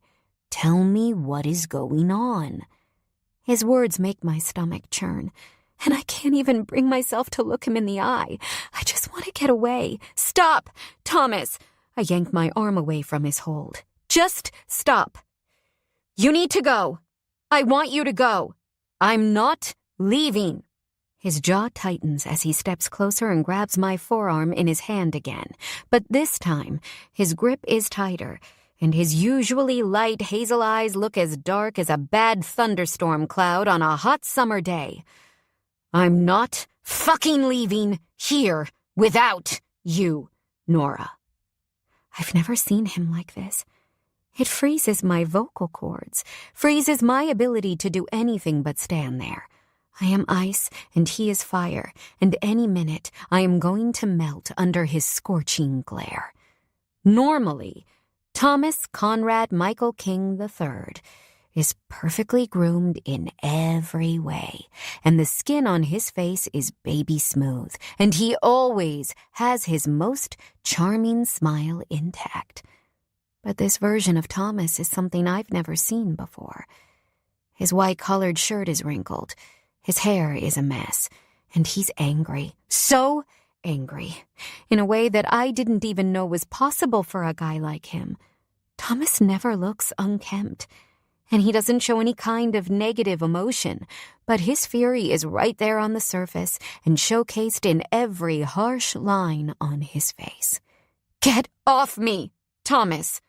I try to shake him free, but he doesn't let go. His grip is rock solid, and with a harsh yank, he forces my feet to follow him toward the door. The last thing I want to do is go anywhere with him, but my mind feels like it's underwater, and the shock of the situation is muffling everything around me. Thomas, let me go. Seriously, this isn't okay. He doesn't listen, and his strides are quick and long, and the awkward angle at which he's holding my forearm makes it hard for me to do anything else but focus on not tripping over my own 2 feet. You heard her. Let her go. A voice that is not mine or Thomas's fills the empty space of the coffee shop, and I look up to find fake Norman Wallace standing there blocking the door. I didn't even hear the tinkle of the bells. This isn't your business, Thomas spits. Get out of the way. Let go of her arm. It's a command, barren of any and all room for negotiation. Thomas doesn't, and apparently fake Norman Wallace doesn't demand respect more than twice without taking it for himself. With one lift of his fist, he lands one hell of a punch to Thomas's face, and a sickening crunch echoes off the walls. The grip on my arm is released, and my ex crumbles to the floor like a pile of broken bricks. Blood drips from a prostrate Thomas's nose and onto the pristine material of his white shirt and the tile floor of Josie's coffee shop, and all I can do is stand there, frozen in time, unable to move. Sheriff Peeler, a man I met during the morning rush early this morning, and the mayor come careening through the door, nearly running over me and fake Norman and Thomas and the whole sordid crime scene. Call the fucking cops, Nora! Thomas shouts from the floor, his vision clouded by the blood from his nose. No need, son. Cops are already here, Sheriff Peeler announces. What's going on, Ben? Ben only has one word to say. Fuck. Fuck indeed. Fuck for sure. In fact, I should have fucking said it myself. 9. Bennett. This shit right here is exactly what I shouldn't be doing in Redbridge. I back away from the asshole on the floor and cross my hands behind my head as the possible consequences of my actions spin through my mind. They're not good, but fuck. The consequences of not doing something weren't exactly good either. With the way he had his hands on her when I first saw them through the window, I doubt it would have ended there. Nora, are you okay? Josie fusses, having just arrived to the chaos a minute ago, holding 2 jugs of milk. Yeah, Nora answers, but her voice is weak and barely a whisper. I'm fine. I'm not fucking fine, the bastard on the floor shouts. He assaulted me! Bennett? Josie looks at me, and my chest tightens. Fuck, I shouldn't be involved in this shit. He punched me! The asshole holds his nose while blood drips from both nostrils. It's already made a path down the front of his white shirt, and his hands are coated from trying to wipe the excess from his face. I want to file a report, and I need someone to get a hold of my lawyer. Hold on. Let's all take a minute to calm down. What's your name, son? Sheriff Pete Peeler asks, and pulls a small notebook from the front pocket of his uniform shirt. Thomas Conrad Michael King III. Of course that's his fucking name. Okay, Mr. King. The sheriff jots something down on the first blank page in his notebook. Let's all talk this out, okay, Ben? Let's talk this out. Home health leaves in an hour, I remind Pete, and my words make guilt sit heavy in my stomach. Even though it felt like I had no choice, I shouldn't be involved in this. I should be heading home. I know, Ben. His answer is soft, and his face is full of contemplation before turning back to the douche with the bloodied nose and the name that sounds like he was born with a gold fucking spoon in his mouth. You got any witnesses to this alleged assault? Witnesses? Are you fucking kidding me? He scoffs. The fact that he broke my nose is all the proof you need. Yeah, but how do I know you didn't fall or something? Sheriff Peeler questions, and if I weren't so busy with the anger and guilt racing through my head, I'd take the time to be impressed with the way he manages to keep his face stone-cold neutral. People fall all the time and break their noses. Are you serious right now? The prick questions, his outrage evident in his widened eyes, but Pete ignores him and looks at Nora. Miss Nora, did you see what happened? I don't know, Nora says softly, the evidence of full-blown shock visible all over her petite body. Anger fires in the pit of my stomach, almost as though Nora Ellis is an arsonist herself. I swallow hard to smother the flames. "I wasn't here," Josie states and steps up beside her sister to wrap a comforting arm around her shoulders. "I have no idea what happened. I was at Earl's getting milk." "I came to get you," Mayor Wallace defers, his hands up innocently. Instead of questioning me, which I'm pretty sure he's supposed to do, the sheriff offers the man on the floor a shrug. "Sorry, son. I can't file a report if there are no witnesses." "What?" the asshole shouts and gets up from the floor on 2 shaky feet. "What kind of cop are you?" "I'm the sheriff of this town." "Tell him what happened, Nora." The douche's eyes are on her now, but she doesn't say anything. To be honest, I don't think she can as she takes a few steps back to get distance from him. She's a hollow shell of the talkative pain in the ass I've been suffocated by since she got here. I hate that it spurs an uncomfortable twinge inside my chest. "You're such a fucking bitch!" the dick shouts at a volume so violent, Nora flinches in Josie's arms. Instantly, the flames are back, expanding at a rapid-fire pace, and within a millisecond, I'm completely overtaken. I punch him. Again. The crack of my knuckles against his jawbone reverberates off the walls of the coffee shop, and Josie's voice is the next thing that fills my ears. "Holy shit! Bennett!" she shouts as the man named Thomas stumbles back to the floor. "Son of a nutcracker, Benny!" Sheriff Peeler laments and looks directly at me, but he doesn't need to say anything else because his eyes are doing all the talking for him.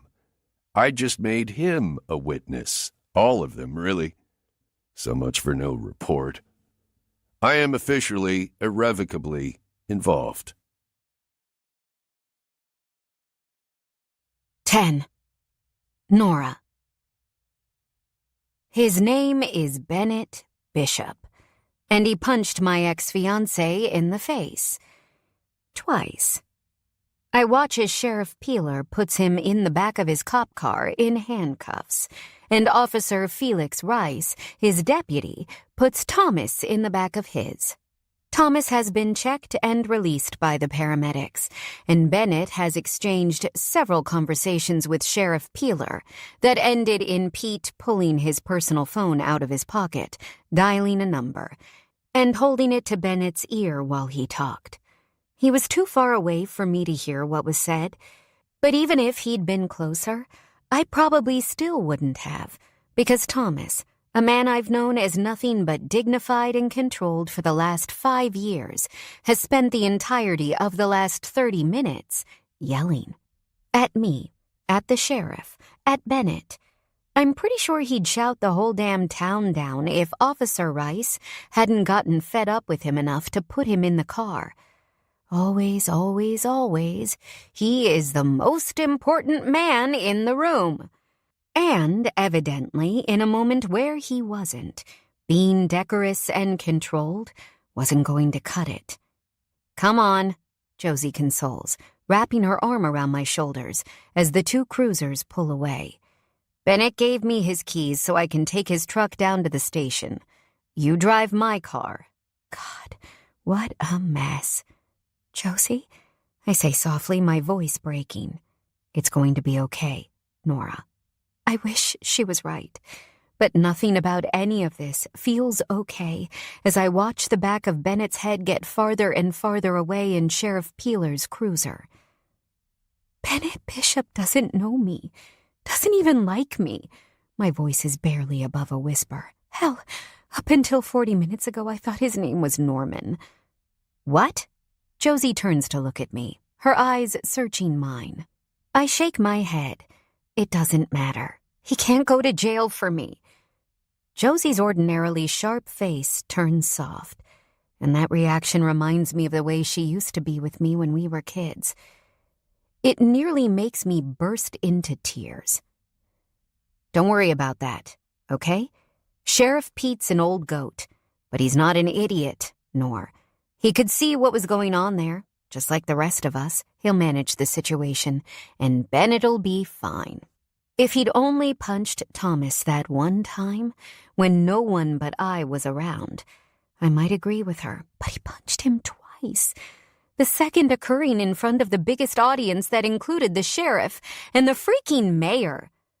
What do you mean, Josie? What did he see going on? I mean, Thomas definitely lost it, but it's not like he hit me or severely injured me. Oh, honey, that's not how domestic violence works. Her voice is warm, and she reaches out to run a gentle index finger over the faint bruise on my arm that I didn't even realize was there. It's not scaled or judged by injuries. He made you feel unsafe. He tried to force you to go to his car, even though you'd told him no. He shouted horrible things at you. Sheriff Peeler, me, Bennett, Officer Rice. We can all see what's going on. Tears threaten, and my nose burns with the intensity it takes to hold them back. Josie reaches up and wipes my face, and I take that as confirmation that one has escaped. Come on, honey. Let's go down to the station.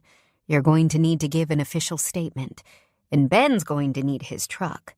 I suck my lips into my mouth, and Josie squeezes my hand before putting her keys in it. Drive my car, Nor.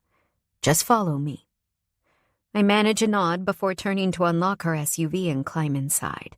My head is nothing but fog as I start the car and pull out of the space, following Bennett's truck through the square to the other side of town and down 2 blocks to the police station. I'm barely aware as we walk inside and get escorted by a deputy, and I can hardly see my own 2 feet as Josie guides me inside the sheriff's personal office. Sheriff Peeler sits across from us in his desk chair, and it's all I can do not to start shaking all over. The police station is small, and his office is even smaller. A tiny square box filled with a metal desk, a few chairs, an unhealthy amount of bright fluorescent tube lighting, and loads of papers and files scattered about on shelves and cabinets. Still, it's all very official, making the seriousness of the situation painfully obvious. I try to focus on Sheriff Pete as he talks, but it's hard. I've never been as scared as I was today. Lee is confident the assault charges Thomas King wants to put on Bennett Bishop will be dropped on account of self-defense, and he'll be able to use him as a witness in your case. He wants to criminally charge Thomas King with domestic violence, so you'll— Wait. I stop him before he can explain further. Who is Lee? Lee is the county prosecutor, Sheriff Peeler elucidates. Real good buddy of mine and a good man. You'll like him. He wants to criminally charge Thomas. Yes, Miss Nora. The sheriff nods. Lee has enough evidence for the case to proceed and take this to court, but he'd need you as a witness and for you to be willing to press charges. Take this to court? My brain feels like it's going to explode. How did I wake up this morning thinking the worst part of my day was going to involve being a barista and end the day talking about pressing charges? I stare down at my hands, pointedly avoiding the fresh bruise on my arm, and try to make sense of the situation. I came to Redbridge to move on, to put the past in the past and never see Thomas again. Not to end up facing him in court, of all places, for probably days or weeks on end. My chest burns with discomfort, and it's moments like this I wish my mom weren't an evil roach, so I could go to her for comfort. Josie sits beside me and reaches out with a soothing hand to place it on my knee. Do you want to press charges? I pause because my voice is all shaky and weird, and it sounds nothing like me. I clear my throat. I don't know. Sheriff Peeler's office grows silent while they wait for me to decide. But I don't know what I should do. I don't want Bennett to face charges for stepping in to protect me when he could very well have left me to deal with it on my own, in which case God knows what would have happened. But I don't want to go to court either. Pete, "Do you mind giving us a minute?" Josie asks, and the sheriff gets up from his desk chair without hesitation. "Take all the time you need." His door shuts with a soft click, confirming he's gone, and yet I still can't bring myself to look up from my feet. "Nora, are you okay?" It's the first question Josie asks me, and the last question I expect. Her eyes are reassuring and so patient. It's the opposite of the sister who almost told me to get the hell off her front porch 3 days ago. Honestly, I don't know what I am right now. "Do you think you can tell me what's really going on?" She squeezes my knee again, because I want to help you, but I'm really in the dark here. Why did Thomas show up here in the first place? I let out a deep exhale. "It's a big mess." "Well, obviously," she says through a soft laugh that ends up making me snort. "Yeah, a big fat fucking mess." Apparently, I didn't realize just how ugly of a person Thomas could be. I look up to meet her eyes again, and the softness that sits within their green depths only makes the burning sensation in my chest grow more intense. Josie was more of a mom to me and Jessie than Eleanor ever was, I'm reminded. Back then, I just didn't understand it. "So, Thomas is your ex-fiancé?" she asks, her voice like a feather, as in, "You were supposed to marry him." "We were supposed to get married, but I couldn't go through with it." "And that's why you came to Redbridge?" I nod. I didn't have anywhere else to go. "What about Mom?" All I can do is shake my head. Our mother is the last person I want to talk about. "Nora, what happened?" she asks, and there's an edge of desperation to her voice. "You can tell me anything. I promise," she adds quietly. "You're my sister, Nora. My only family that I care about." And I want to tell her. I really do. But the words just aren't there. "Josie?" "Yeah?" "I need a breather," I whisper. Her eyes turn glossy with emotion at my use of something our father used to say. It was his answer any time he saw either of us looking sad or feeling stressed or in the middle of a temper tantrum. "You need a breather?" he'd ask calmly. And for some reason it always worked. It was a silent lifeline of love. Back when she was still living in New York and hadn't left me for Redbridge, Josie and I used to use that with each other all the time. "Okay," she whispers, "but at least let me help you figure out what you want to do about this current situation. Do you want to press charges?" "I just want him gone, Josie," I say, pushing past the ball of emotion that sits heavy in my throat. "I don't want him here. I don't want him in Redbridge, but if the prosecutor charges him, they're going to hold him here until the case goes to court. And if he's here, that means his lawyer will be here, his family will be here, and our mother will be here." I don't know if I could mentally handle that. I came here to get away from all that, from them. But I definitely don't want someone to get in trouble because they were just trying to help me, I add, and she meets my eyes. I don't think Bennett should have to deal with consequences. He didn't ask for this. Thomas made it clear he wants to charge Bennett with assault. And his family, Josie, they aren't the kind of people who play nice. They can be so cruel. I don't think he should either, Josie agrees. Though, I have a hard time believing a judge is going to side with Thomas in a case like this. Even Pete said the assault charges would end up being dropped on account of self-defense, and the prosecutor plans to use him as a witness in court. In court. If word spread that Thomas King was in custody and awaiting trial for domestic violence, Redbridge would be covered in journalists. The King family owns one of the biggest investment firms in the country. His father is one of the most popular voices when it comes to the stock market. He has ties to the SEC and federal commissions, and Thomas has been following in his footsteps since before he could walk. There's no way a court case would occur without stirring up a scary amount of media. Everyone knows them.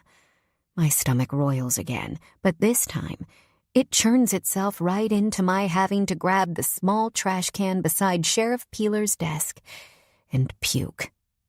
"Oh, Nor," Josie comments and reaches forward to hold my hair back. "It's going to be okay. I promise." It sure as shit doesn't feel okay. It feels like I took my trouble and doubled it, and then brought it right to the doorstep of a town that doesn't deserve it. When the ticket vendor at the bus station asked where to, I should have said anywhere else. Anywhere but here. 11. Bennett.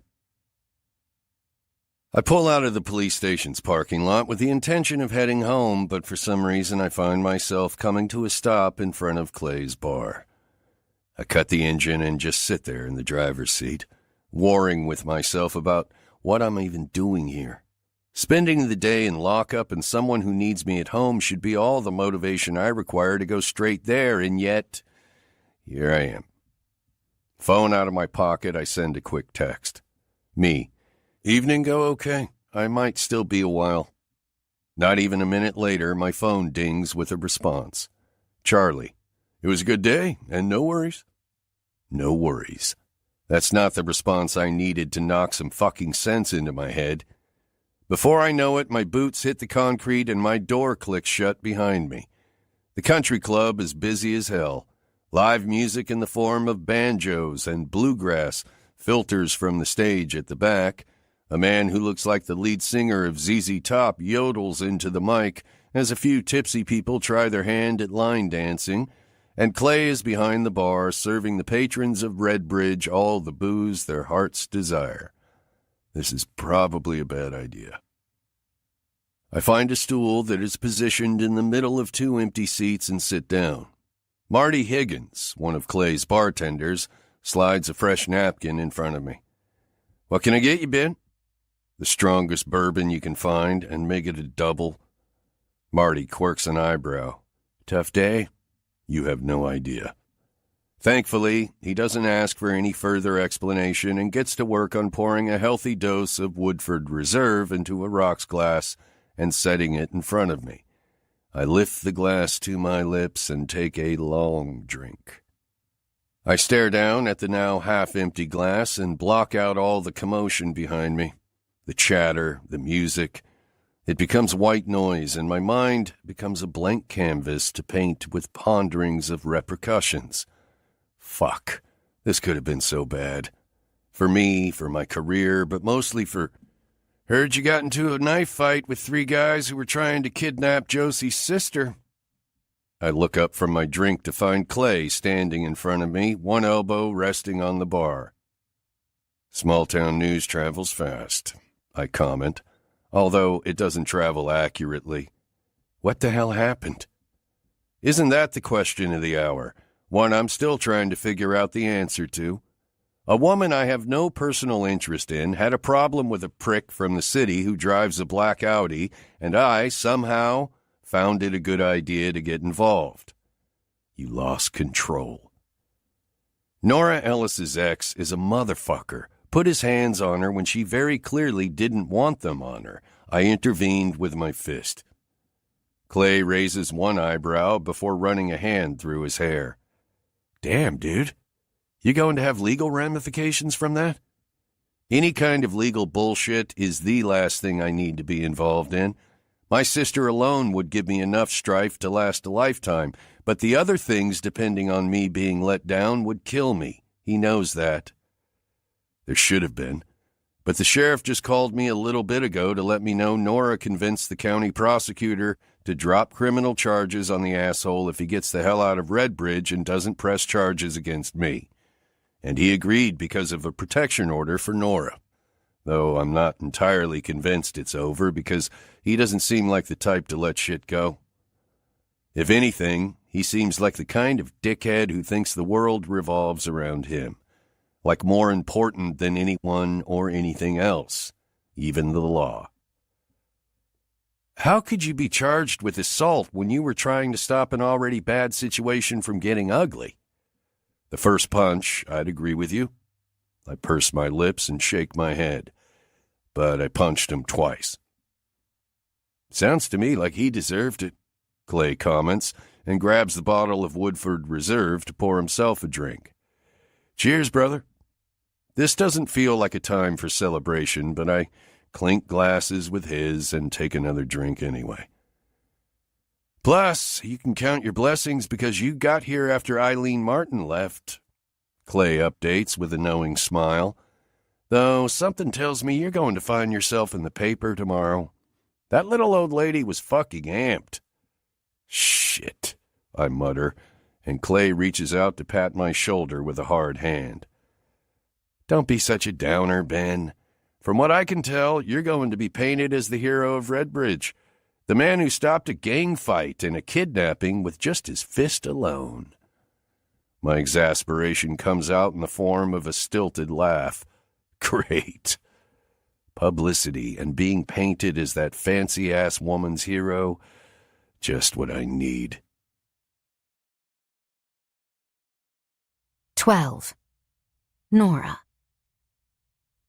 I stare out the window, my elbow resting on the door, and watch the brick buildings and street lamps pass by as Josie drives us home from caffeine in her SUV. Thomas's dried blood has been scrubbed from the floor, along with the spilled coffee and the now rotten jugs of milk we forgot to put away before going to the police station have found a home in the dumpster behind the building. Everything is as it was first thing this morning again, all except for my sanity. Downtown Redbridge is quiet, only the glimmer of the streetlights providing any action as we make our way through town. At this time of night, all the businesses are closed but one, a bar called the Country Club. A neon sign boasts the name above the door, and a soft vibration of music floats from inside the place. The lights are on, and business is altogether hopping for a Tuesday night. When I spot a familiar truck parked out front, I sit up straight in my seat. Pull over, I tell Josie. I want to go inside. But Josie isn't listening. Her hands stay firmly on the wheel, and her eyes are focused back on the road. Josie, please pull over. I turn in my seat to face her. I need to talk to Bennett. Apologize. Thank him. Something. I don't think that's a good idea. My head snaps toward her. What? Why not? She doesn't pull over, and instead, her grip tightens on the steering wheel almost imperceptibly. Almost. Josie, I got that man arrested today. I really need to go in there and talk to him. It's the right thing to do. She sighs, but she also makes a U-turn in the middle of the empty road and heads back toward the Country Club. She parks and cuts the engine, hopping out before I've even had a chance to undo my seatbelt. Come on, she complains through the open window on her door. Let's make this quick. I don't know why she's being so weird about it, but I get out of the car and follow her lead into the bar as swiftly as I can. My legs and feet are tired, my arm is sore, and my torso feels like it weighs nearly 1,000,000 pounds. I'm not convinced I wouldn't be better off if I were buried alive in actual mud. Live music bursts from the band playing bluegrass-style music on a small stage, and at least 50 people fill the space, drinking beer and chatting and dancing. Overall, the place has a good vibe. Colonial brick walls, hardwood floors, and a massive mahogany bar that has a shining display of liquor bottles behind it. It's eclectic, yet rustic, and somehow hovers on the line of feeling like the exact kind of charming bar that would be in a small town, but also has an edge of big city sophistication. Whoever designed this place knew what they were doing. And if I hadn't let Thomas and my mother talk me into quitting school just a year short of my interior design degree, I could be doing it too. Josie stands beside me, her arms firmly crossed over her chest, and I do my best to locate the man I came here for at a speed she'll find acceptable. Luckily, he's not hard to find, thanks to a larger-than-life presence you can't miss. Slouched slightly, he sits with his elbows resting on the bar, his forearms cradling a glass of half-empty amber liquid in front of him. I can see the bartender's mouth moving, his conversation directed at his brother in protein, Bennett. Forget going to church. These two must worship at the altar of 50-pound dumbbells. If I wasn't feeling the deadline that is my sister's patience, I might take a moment to admire the view. I found him, I tell Josie, grabbing at her elbow to pull her with me. He's at the bar. She resists. I'll wait here for you. You don't want to. Just go, Nora. I'll wait here. Too tired to fight her, I leave her be and head to the big wall of mahogany. I came here with the intention of speaking to Bennett Bishop, so speaking to Bennett Bishop is what I'm going to do. As for what I'm going to say, I'll have to figure that out when I get there. After a short shove through an imbibing crowd, I make it to my destination. From this close, it's apparent that while the bartender might have the same build as Bennett, he's shorter. Even while seated, Ben's head ends above his. The other man's hair is also darker, and instead of blue, his eyes are this interesting shade of golden brown that reminds me of honeycombs. He's handsome, devastatingly so. When I come to a stop right beside where Bennett sits, the good-looking bartender is the first to notice me.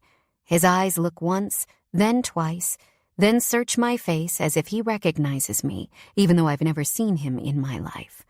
Something catches in his face, like a jolt of understanding just flew in and landed there, and he flicks out the towel in his hand to smack Bennett on the arm. I think someone's here to see you. Bennett meets my eyes, and immediately my heart starts to race, and my palms turn clammy. You'd think I had to tell him his dog was dead, or that I'd wrecked his truck or something with how intense I feel, and all I'm trying to do is apologize. Hi, I greet, but he doesn't do anything but reach out for the glass in front of him and take a long swallow. Clay, this is Josie's sister, Nora Ellis. Bennett acknowledges on a half mumble, almost like it's too much effort for him to speak in discernible sentences, like I'm some kind of pariah. Kinda figured that, Ben. Clay evidently replies with a sly smile. He reaches a hand over the bar after wiping it on his towel, and I offer mine in response. Nice to meet you, Nora. Heard you had a day. Glad to see you're okay. I smile lightly, hoping it looks less stilted than it feels, when Clay pauses in his release of my hand, studying the bruise on my arm. His jaw hardens. Should have made it 3, Ben. My eyebrows pull together, losing track of the conversation. Excuse me? Nothing, darling. Clay's smile is soft, tender, even. Just glad you're all right. Thanks. I appreciate that. I glance between Bennett and Clay, and suddenly, having an audience for this conversation feels akin to skinning myself alive. Do you mind giving me a minute with Bennett? Just the two of us? He nods. Of course. Thanks. I'll only be a minute, I swear. My sister is waiting for me anyway. Clay's olive face fades to stone white in a flash. Josie's here? Yeah, by the door. I don't even finish the sentence before he's on the move, throwing down his towel on the bar top and heading in my sister's direction, practically shoving patrons out of the way as he goes. That was weird, I find myself remarking aloud. History always repeats itself, Ben replies, taking another swig of amber from his glass. What? I ask, unsure if I heard him right. He turns to face me, and for the first time I see how bloodied and cut up the knuckles of his right hand are. Oh my God, I gasp, grabbing for the offending limb without permission. I'm so sorry. Tears threaten as I inspect the wounds, and I have to fight for my life not to break down in front of him. Instead, I take my mouth on a marathon run as fast and far in the opposite direction of tears as I can. This is why I came in here tonight, to apologize for the trouble and the knuckles and for... Thomas, I'm so sorry you ended up getting involved and hurt in the process. I don't need an apology from you, Nora, he says, as he pulls his hand away from mine. I don't need anything other than to be left alone. Okay. Ouch. I know my face falls. I can feel it, and he shocks the hell out of me by, well, caring. Shit. Don't take it personal, okay? I just need a breather.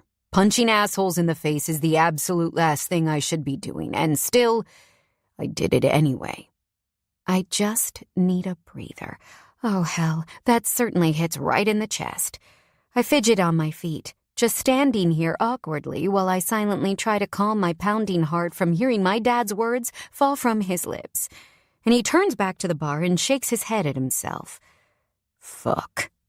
Silence stretches between us for several painfully long moments, and when he doesn't say anything or look back at me, I reach a point of climax.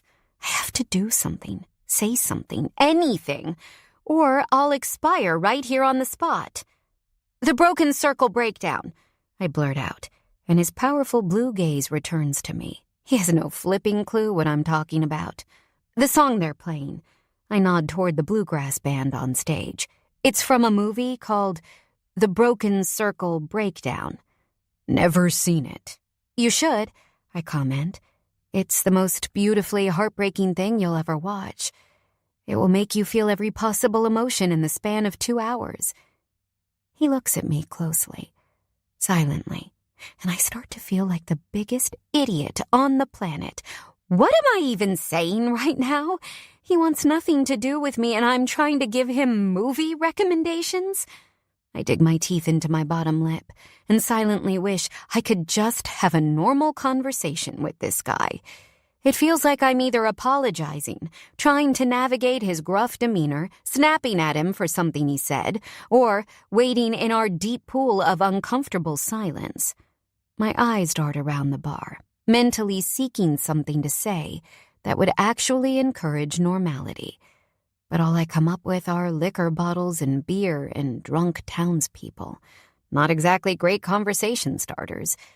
Eventually, my gaze makes its way back over to him where he sits at the bar, eyes forward and mouth set in a firm line.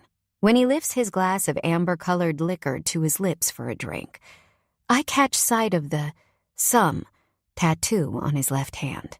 But this time, I spot an additional 3 letters that wrap around his finger. SUMMER. Summer. Summer?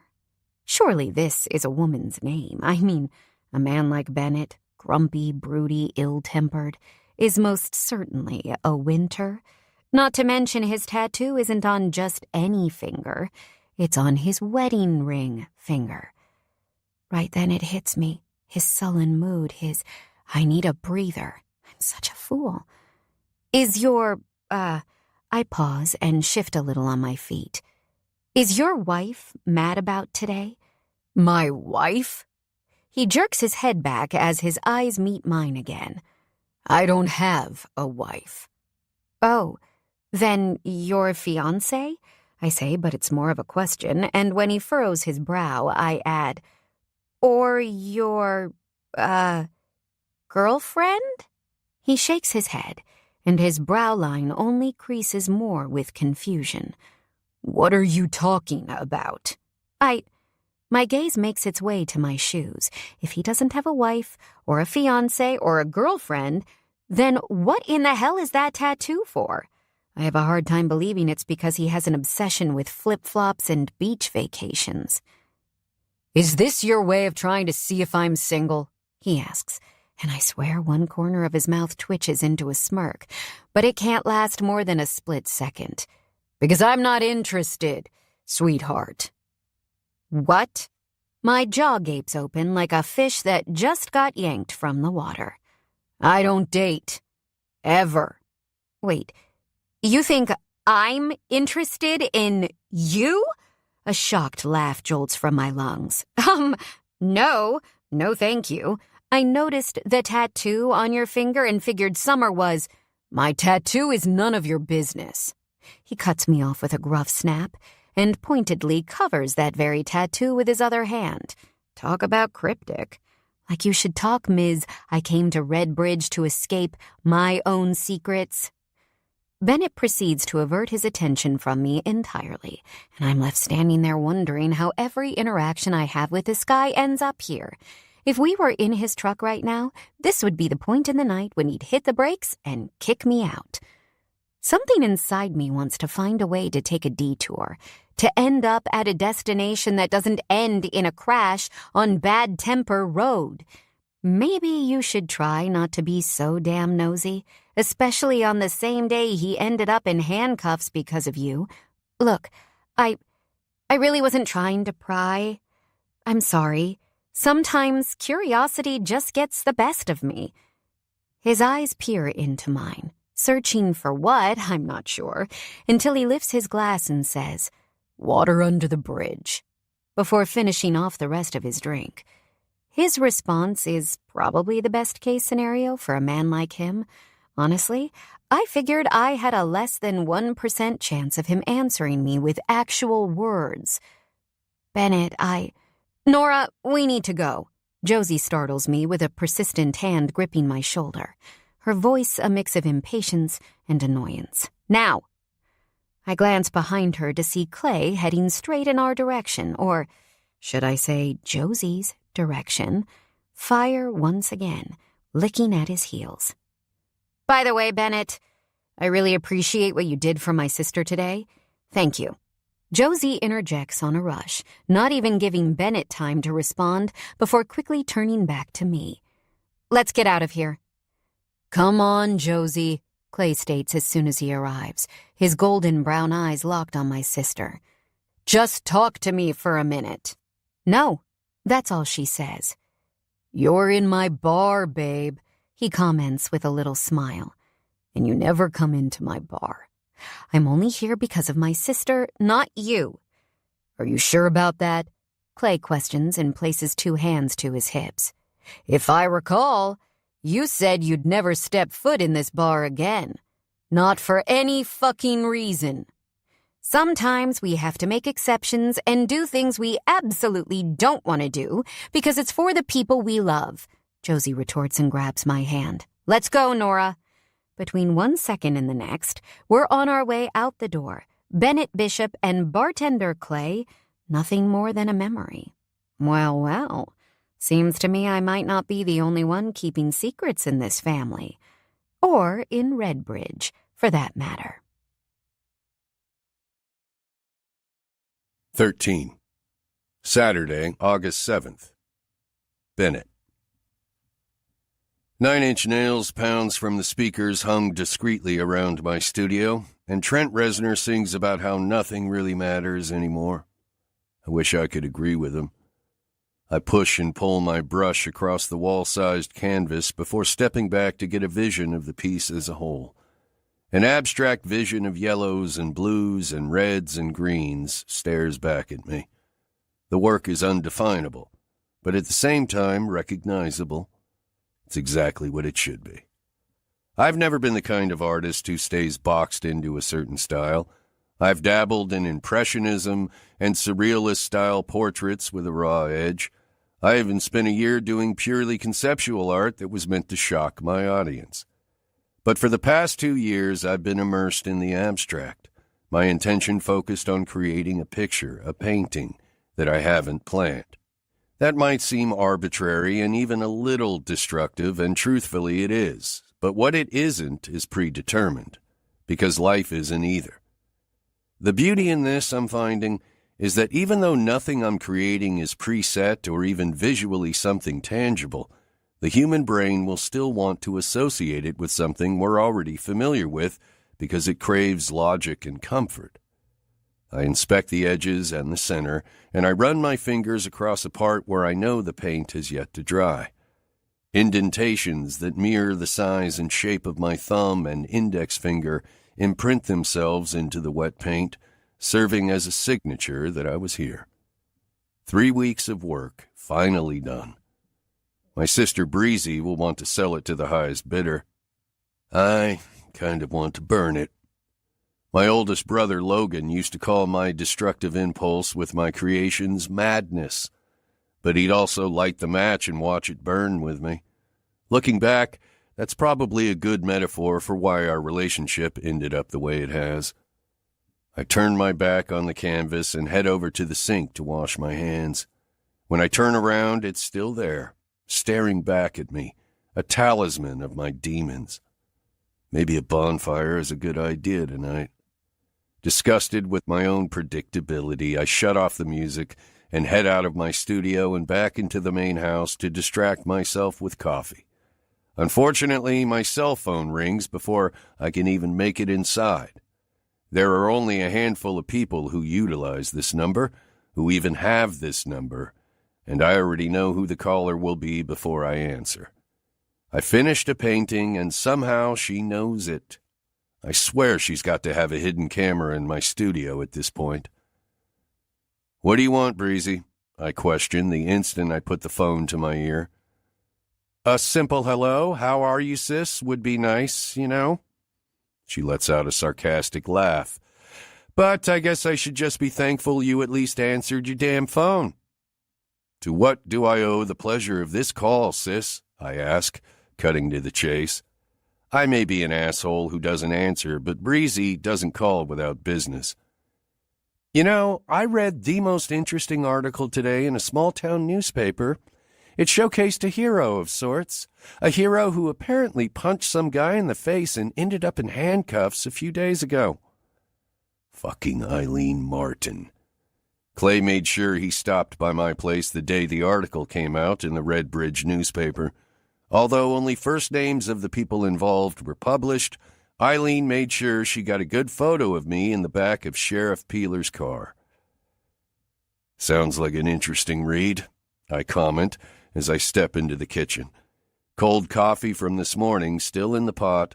I grab a mug from the cabinet beside the sink, fill it up, and pop it into the microwave while she's talking. "Oh, it was very interesting," she agrees, and the snippy tone of her voice does not hide her anger. "Bennett, what in the hell happened?" Beatrice Bishop, a.k.a. my sister Breezy, is 3 years older than me and a total shark when it comes to business. Nothing gets by her, and when I say nothing, I truly mean nothing. I think the bigger question here is, how did you get a Red Bridge newspaper? I know for a fact that Eileen Martin still hasn't managed to get it online. Apparently, it's something she's been working on for a few years now, with no success, and because the woman is a stubborn old mule, she refuses help from anyone, even if that means her precious newspaper is stuck in the stone ages of delivery. "Nope," she refutes. "That is definitely not the bigger question. Seriously, what happened, Ben?" "Don't stress," I tell her as the microwave beeps. "I'm not in any legal trouble, no criminal charges. My record is still squeaky clean in Redbridge. I'd like to remind you that you moved to Redbridge to stay out of trouble." And I am. Mostly. I've sworn myself away from caffeine and anything else that could have anything to do with Nora Ellis for the foreseeable future, so I don't see any reason why I'd find myself in trouble again. "You promise this isn't anything I should be concerned about?" "Breeze, I stepped in to help a woman out of an ugly situation. That's it." Anyone else, and I would tell them to fuck off. But Breezy was the one person I was able to count on during the roughest part of my life, and I know she doesn't want me to hit rock bottom again. Knows I can't afford to. For that, I'll be forever grateful to her, even though most days she is a total pain in my ass. "All right. But just know I get the paper mailed to me, so I'll know if there are any more crime-ridden heroics." I snort. "Now, for the real reason I called." Oh boy, here it comes. "You need to get an assistant." I roll my eyes. "I don't need an assistant, Breeze." "Yes, you do," she states firmly. "Trust me, Bennett, I love being your agent, and I'll always be your agent, but my real job is to run our family's galleries. And if you recall, that's quite a big task. So, I need you to get an assistant because I can no longer do all of your dirty work. Bishop Galleries has been our family's business since our grandfather founded it 65 years ago in uptown Manhattan. After starting as a single location, Bishop Galleries has since expanded to 2 other New York spots, one in Chelsea and one in Brooklyn, and has dabbled in the Chicago, Miami, and Paris markets as well. If my family's gallery chooses to represent you as an artist, it will undoubtedly certify your success. All things I should probably be thankful for, being an artist myself. 8 years ago, with our grandfather having passed away, our parents went through a nasty divorce and switched their priorities from business to one-upping each other with younger and younger spouses. Our mom is now on her 3rd marriage and currently living with some 28-year-old surfer in the Bahamas, and our father is still based in New York, but spends a lot of time jet-setting around the world with his 25-year-old supermodel trophy wife. Saying our family has turned into a dysfunctional mess would be the understatement of the century.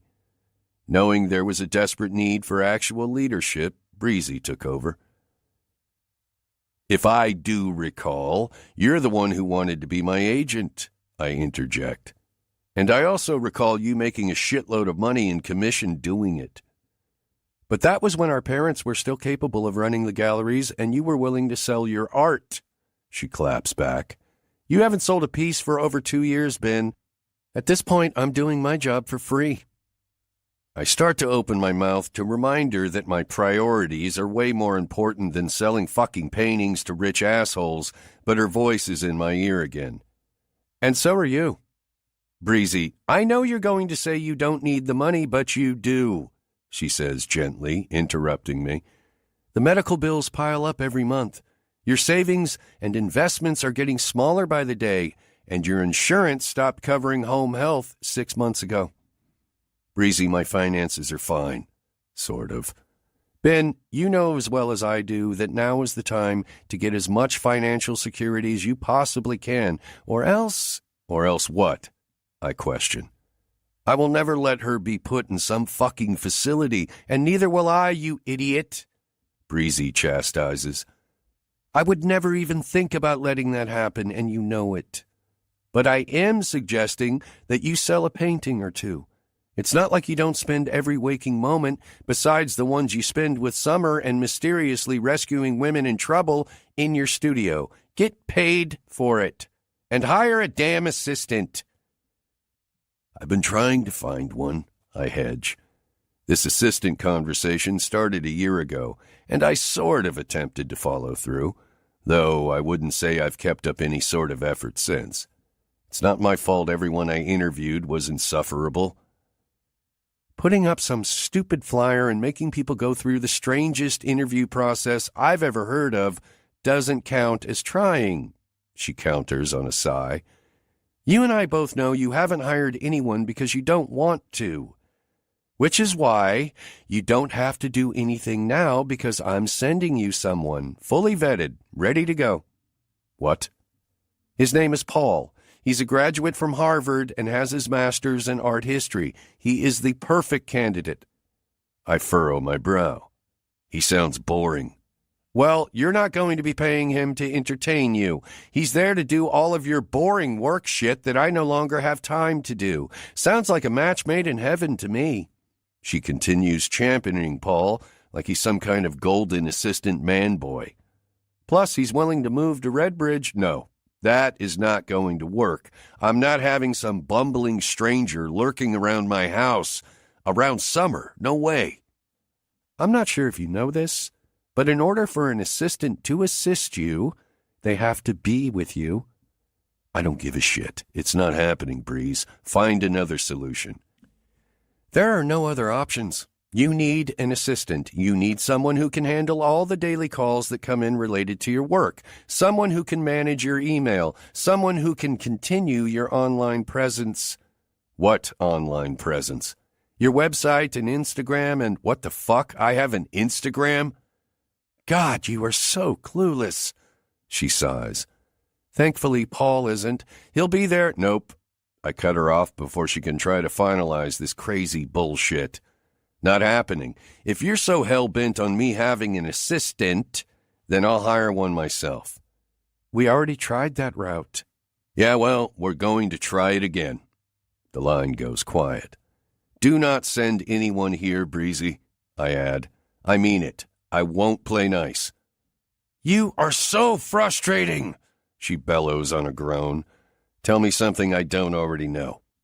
She huffs and puffs her irritation into the phone.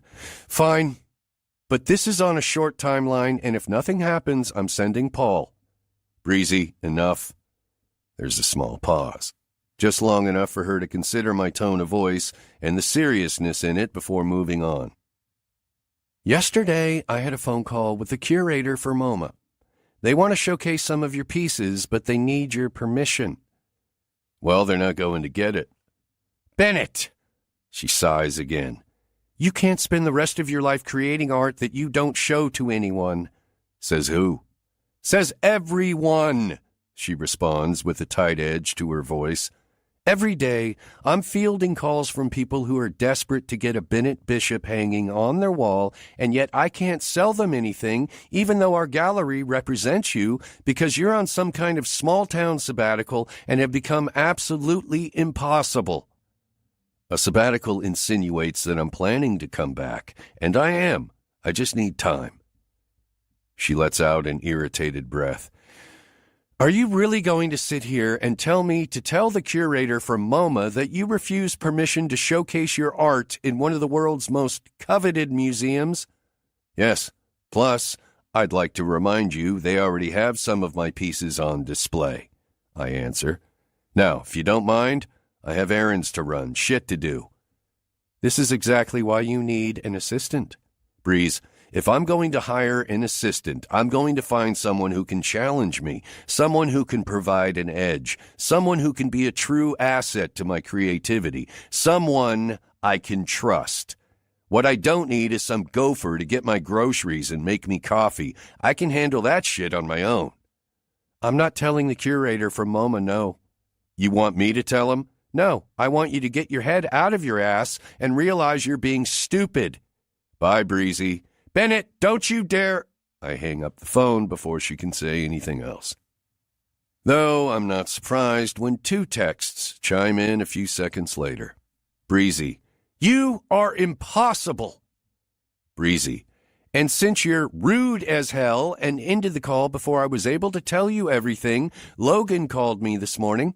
He was asking about you, wondering what you're up to and how you're doing. He's in New York for some kind of movie premiere. My response is instant. Me. You can tell Logan to fuck right off. Breezy. Yeah, that's pretty much how I expected you to respond. My older brother is a self-involved, narcissistic snake.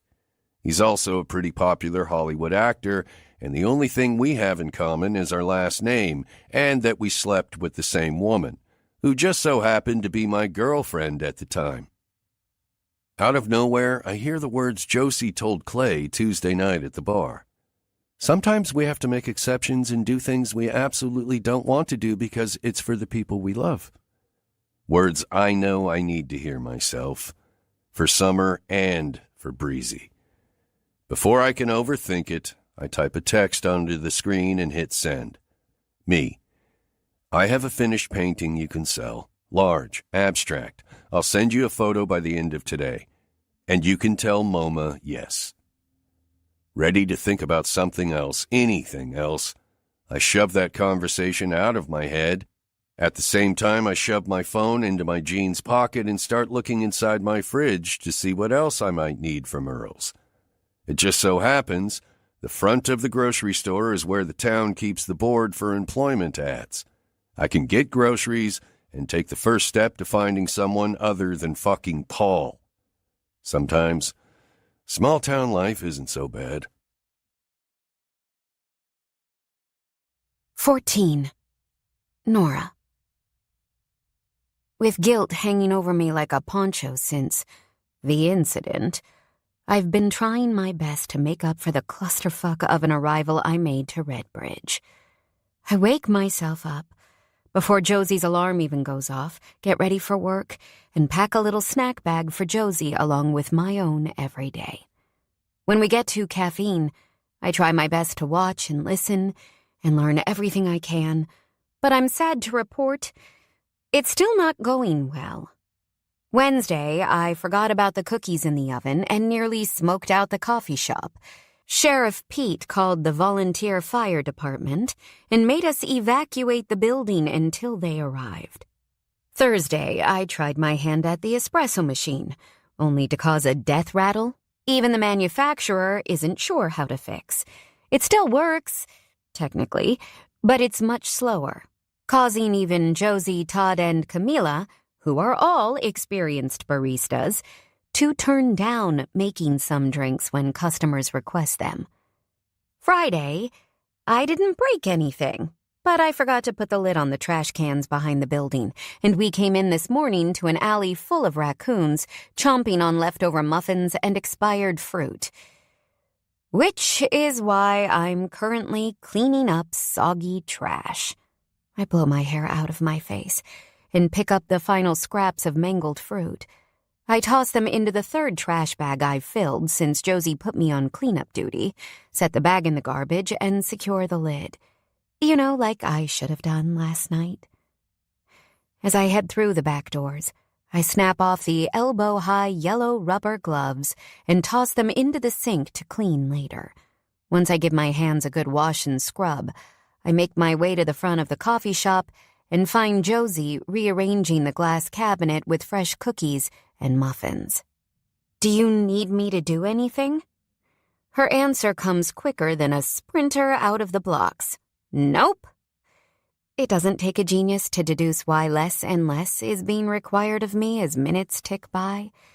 I've tried to make myself useful by placing small Gerbera daisy centerpieces on the tables and switching the light bulbs out to create a warmer glow.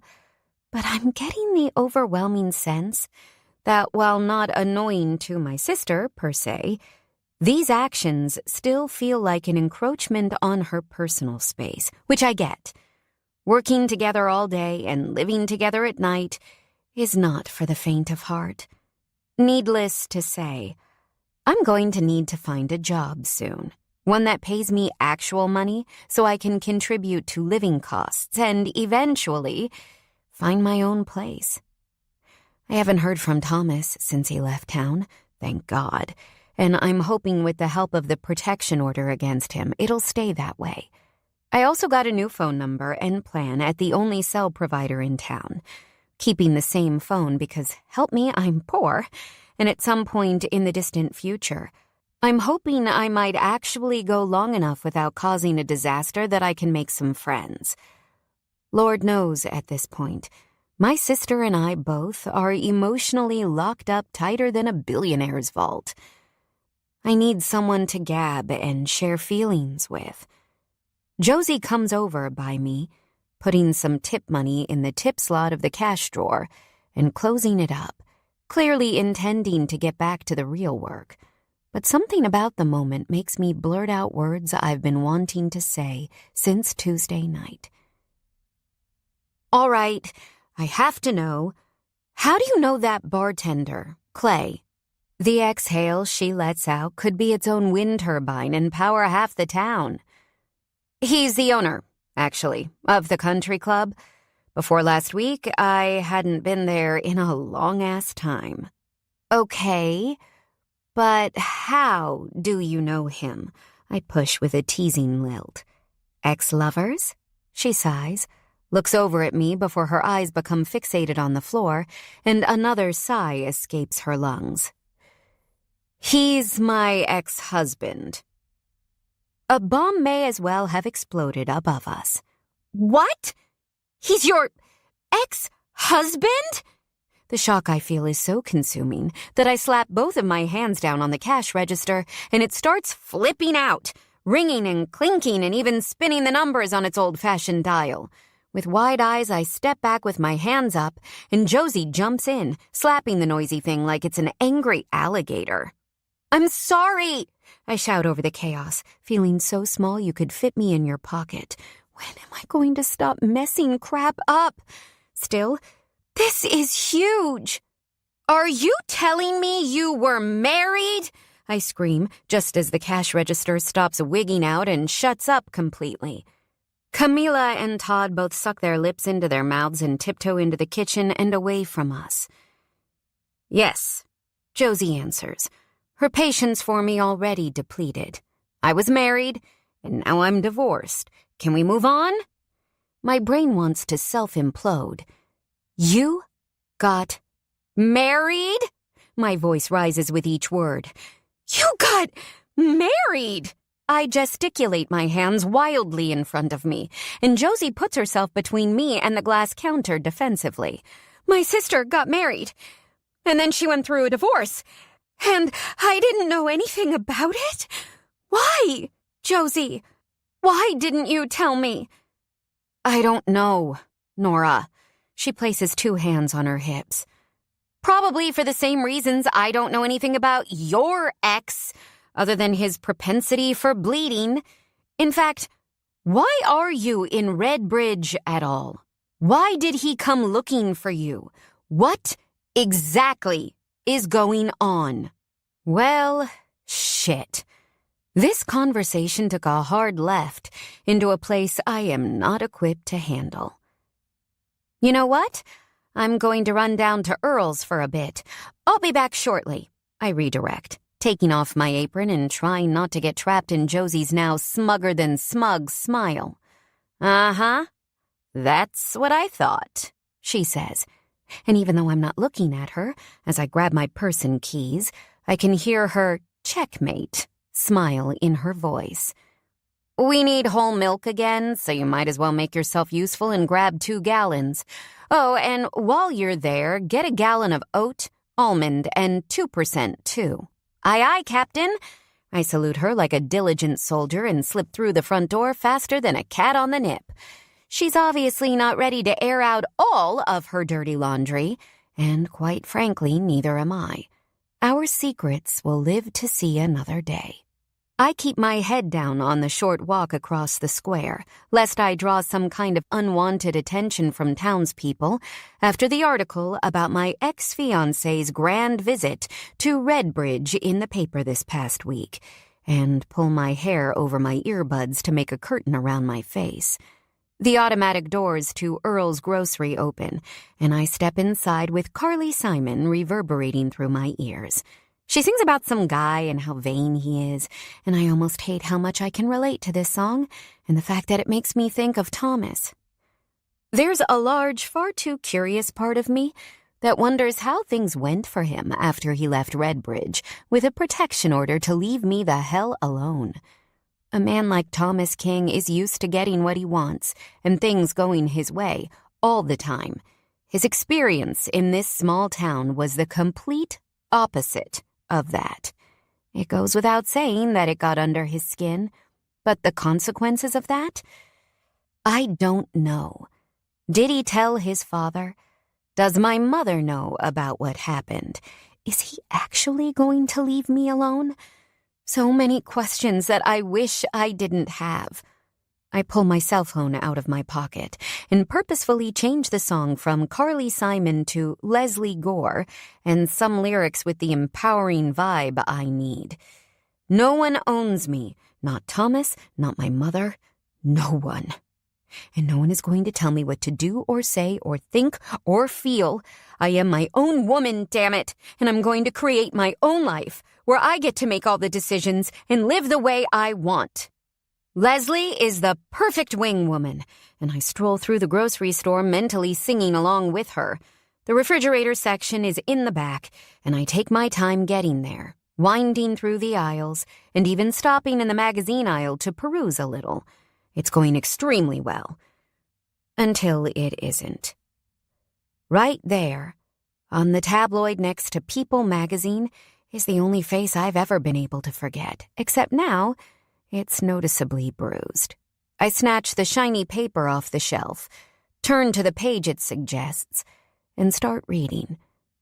Thomas King's Mysterious Black Eyes The young heir to King Financial was seen at Tavern on the Green last night, enjoying dinner and drinks with friends, though no one could miss the prominent black eyes and swollen nose on his face.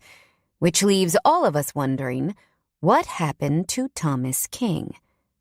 Ever since Nora Ellis left him at the altar, Thomas has been having a really rough time, one inside source revealed. And this just proves that nothing is right in his world. Honestly, I feel bad for the guy. First, the love of your life leaves you for another man, and then you get in some kind of fight? It's horrible. Left him for another man? What a boot-licking, ass-kissing, tail-telling asshole! Frustrated, I slam the tabloid back on the shelf and take off for the front of the store. I'm almost out the door when I see the want ads bulletin board for all the job postings in town. With an even hotter fire burning inside me to make something of myself on my own and leave Thomas and my mother and stupid New York in the past, I scan through the push-pinned papers with fast eyes. Shearing sheep on Tad Hansen's farm, a teller at the Redbridge Bank, and an assistant manager at Earl's. None of it is speaking to me. I frown and pick through the other papers on the board until I finally find one that stands out as interesting. A simple sheet of white paper with printed black letters. Artist's assistant needed. Open interviews every Tuesday at 12 p.m. No phone number, no name, just an address. Without hesitation, I pull my phone out of my back pocket and snap a quick picture of the flyer. I'll have to wait for Tuesday to check it out, but I'll be damned if I'm going to spend even another minute thinking about Thomas King. I turn to leave, but when I see a woman heading out the doors with a cart full of bagged groceries, I realize I've forgotten Josie's request for milk, of all kinds, and I can't go back there empty-handed. She'll kill me, or, at least try to interrogate me some more. Quickly, I snag a card from the row by the door and make a beeline for the back of the store. My music is still playing, Another Day in Paradise by Phil Collins. It's an oldie but a goodie, and I choose to embrace the vibe as I swing open the fridge door to grab the milk Josie requested. I even find myself shaking my hips a little when the chorus hits. I quickly check the expiration stamps on the whole milk and choose the two with the furthest out before swinging them off the fridge shelf and down at my side. I lift my foot to tap the door shut, but when I look up and see someone standing beside me, someone I definitely know, the balancing act of being on one leg with 2 gallons of milk hanging at my sides becomes impossible to juggle. I start to fall forward, and the only way to stop myself from crashing to the floor is to grab the cart with my hand and steady myself. Alas, 1 jug of milk doesn't make it in that scenario and hits the floor with a hard glug. White liquid splatters out of the now cracked plastic like a rushing wave on a flooded river and makes its way across the floor and right onto Bennett Bishop's shoes. Oy vey. 15. Bennett. Milky white liquid gushes across the tile floor of Earl's grocery store and surrounds my brown leather boots until the soles are no longer visible. I look at my boots and then back up at the horrified expression on Nora Ellis's face. "Oh, my God," she cries so loudly it makes my ears ring. "I'm so sorry." She keeps shouting while she puts the 1 jug of milk she managed to keep off the floor into her cart. Why on earth is she screaming? When I realize she has earbuds in, I point toward her ears. "How about you take those out, yeah?" Her cheeks turn an impressive shade of pink as she fumbles with the headphone cords until she has them removed from her ears and in her pocket. "Seriously, I'm so sorry. I think I ruined your boots." I almost want to laugh at how much time this woman has spent apologizing to me in the last week and a half. Someone better get Guinness on the line because she has to have reached a record by now. Since I don't have a cart of my own, I put my carton of eggs and Summer's Danimal smoothies in Nora's cart and head for the front of the store to find Earl. He's behind one of the registers, just like normal on Saturdays, since he's usually short-staffed. "Hey, Earl, I call out and successfully grab his attention. Where are the mops? Mops? He questions as he runs a loaf of bread over the scanner for an older gentleman named Harold Metcalf, the owner of the diner on Main Street. I'm pretty good at recognizing everyone after being in Redbridge for so long, but Harold with his distinct comb-over and handlebar mustache is hard to miss. I need to clean up a little spill. Where at? Refrigerator section, just some milk. Instead of telling me where the mops are, he grabs the microphone beside his register. Clean up on aisle 2. His voice screeches and crackles through the speakers of the grocery store. I repeat, clean up on aisle 2. For fuck's sake. I can do it, I urge, and he shakes his head. I don't pay Lance to sit around and play on his damn phone. He'll do it. Lance just turned 18 and has been working at Earl's for as long as I can remember. He's also lazy as fuck and rivals Houdini whenever there's work to be done. I once watched Earl shout for Lance to come help at checkout for a good 10 minutes while I stood in line behind 5 other customers, only to find out he'd excused himself to Bear Lake with some friends 20 minutes prior. As I head back toward the refrigerator section, I hear, Clean up on aisle 2, Lance, another 5 times before I make it to where Nora stands in front of the milk spill. Her cheeks are cherry red now, and there's a part of me that would find that level of embarrassment over spilled milk adorable if I thought about it too much. Earl is handling the mop situation. Yeah, I think everyone in the store is aware of that. Irritation dances around the edges of her voice. Did you really have to make such a thing of it? It's not a big thing. I tried to get a mop, but Earl insisted that one of his employees needed to do it. Damn it, Lance! Earl's voice is in the speakers again. Get off your butt and head to aisle 2. It's an emergency. Nora groans and rubs a hand down her face. Holy hell, this is not an emergency.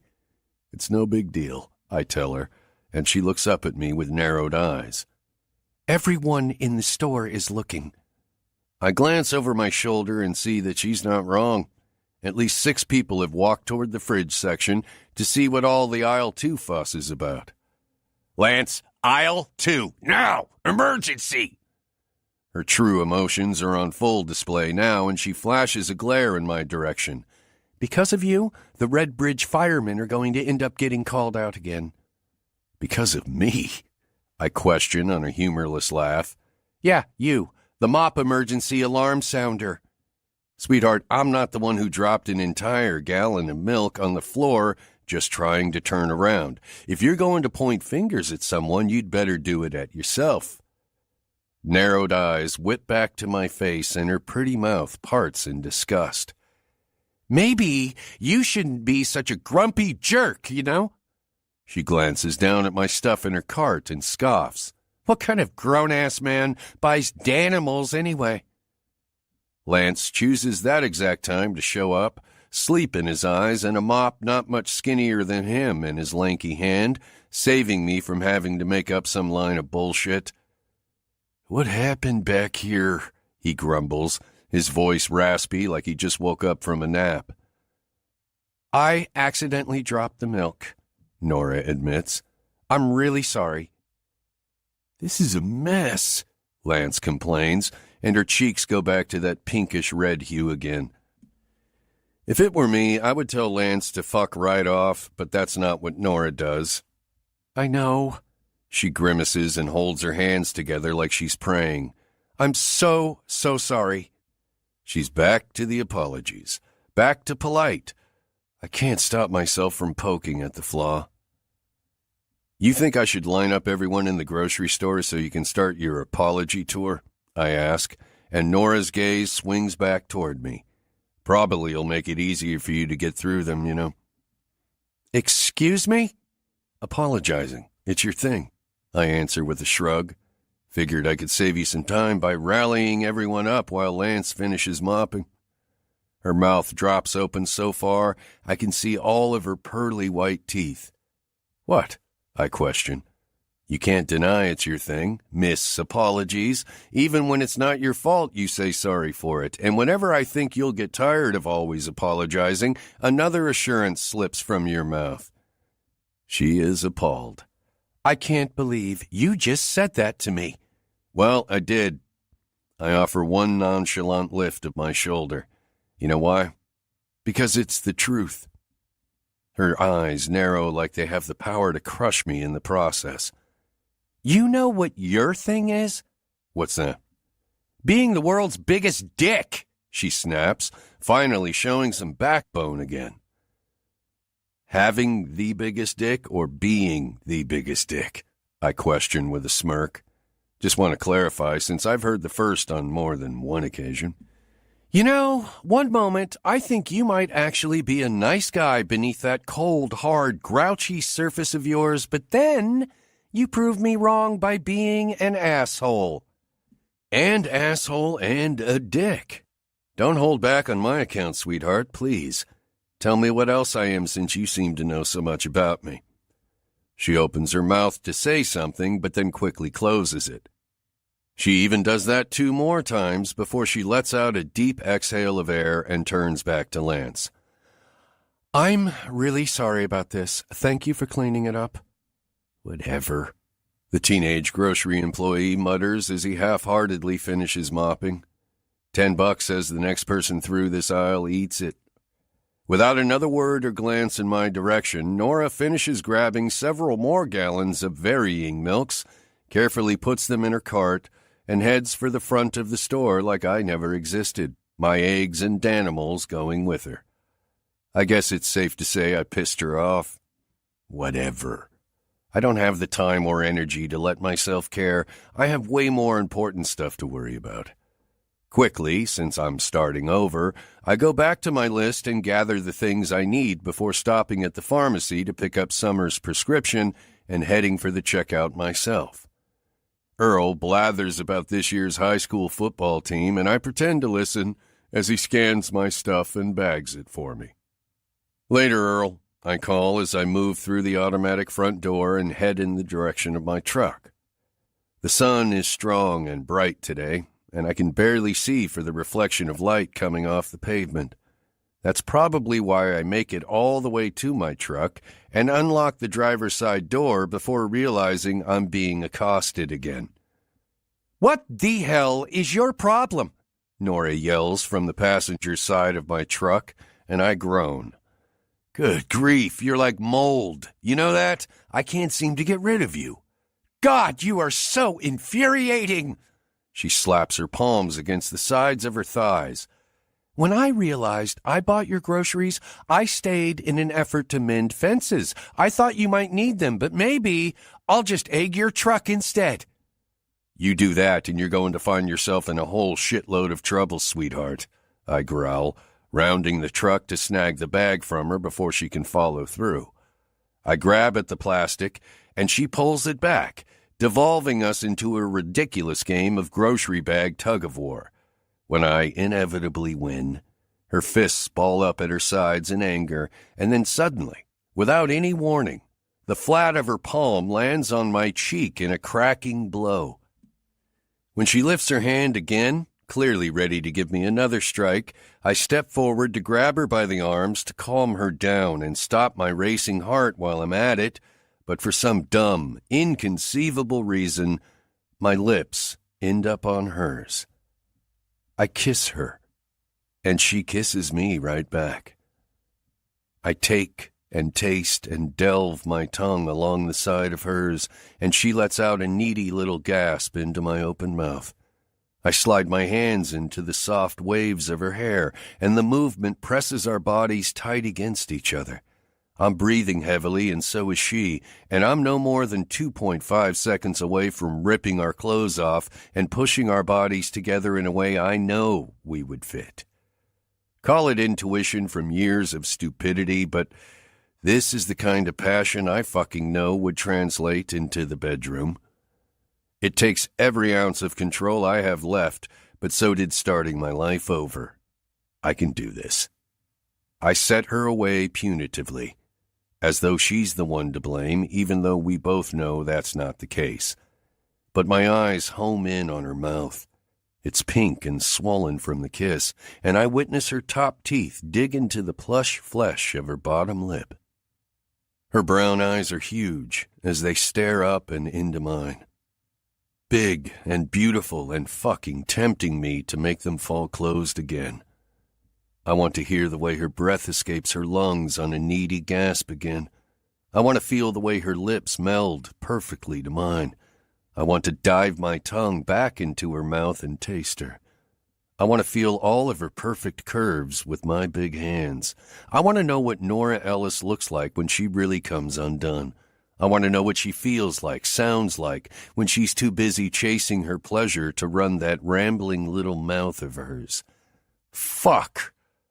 It takes everything inside me not to kiss her again. Get out of here, Nora. My words come out like a harsh demand, but deep down I'm begging her to get the hell out of here so I don't lose control. Bennett, leave, I snap, effectively sending her away to her pile of bagged milk and down the sidewalk in a hurry. A stupid kiss and even stupider reaction. I guess, no matter how hard I try, I'm never going to grow out of being a dumbass. 16. Tuesday, August 10th. Nora. For 3 days, I've thought of nothing but the kiss. The way it felt, the way I gave in to it so quickly despite my very complicated life, the way it ended, and how every part of all three of those is a recipe for devastation. I don't need some macho, grumpy man who hates me riling me up and stealing kisses in parking lots. I don't need to throw my life into another man and another disaster when I've not fully escaped the last. I don't need to be feeling the things I'm feeling or wondering how to decode Bennett Bishop's mystery. I need to focus on me. I need a job, I need a purpose, and I need all those things pronto. As such, begging Josie to have the morning off today so I could pursue other employment seemed like the most logical choice. And now, as I drive toward a random address outside of town in Josie's old Civic, I got started by some miracle. I'm starting to feel like I can breathe. An artist's assistant.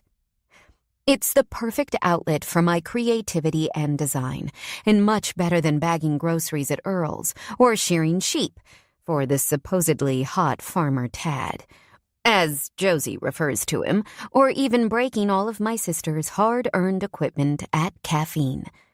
And I think Josie is coming to that realization, too. The gusto she used to agree to my morning off to job hunt, even though she had a meeting with Eileen Martin scheduled about running coupons in the paper that meant she wouldn't be working either, proves it. Dressed in the only pair of business casual clothes I have with me, all from Lillian, of course, I drive along a winding road that Google Maps is confident leads to 33 Maple Avenue. It's not long before I spot a mailbox holding court in front of a gravel driveway that verifies the right address. I take a right and head down the curvy path until the real-life vision of a large barn stares back at me through the windshield. In the distance, a big white house sits up on a hill. The brakes squeal like rusted metal, and the tires crunch over the gravel as I come to a stop at the edge of the driveway.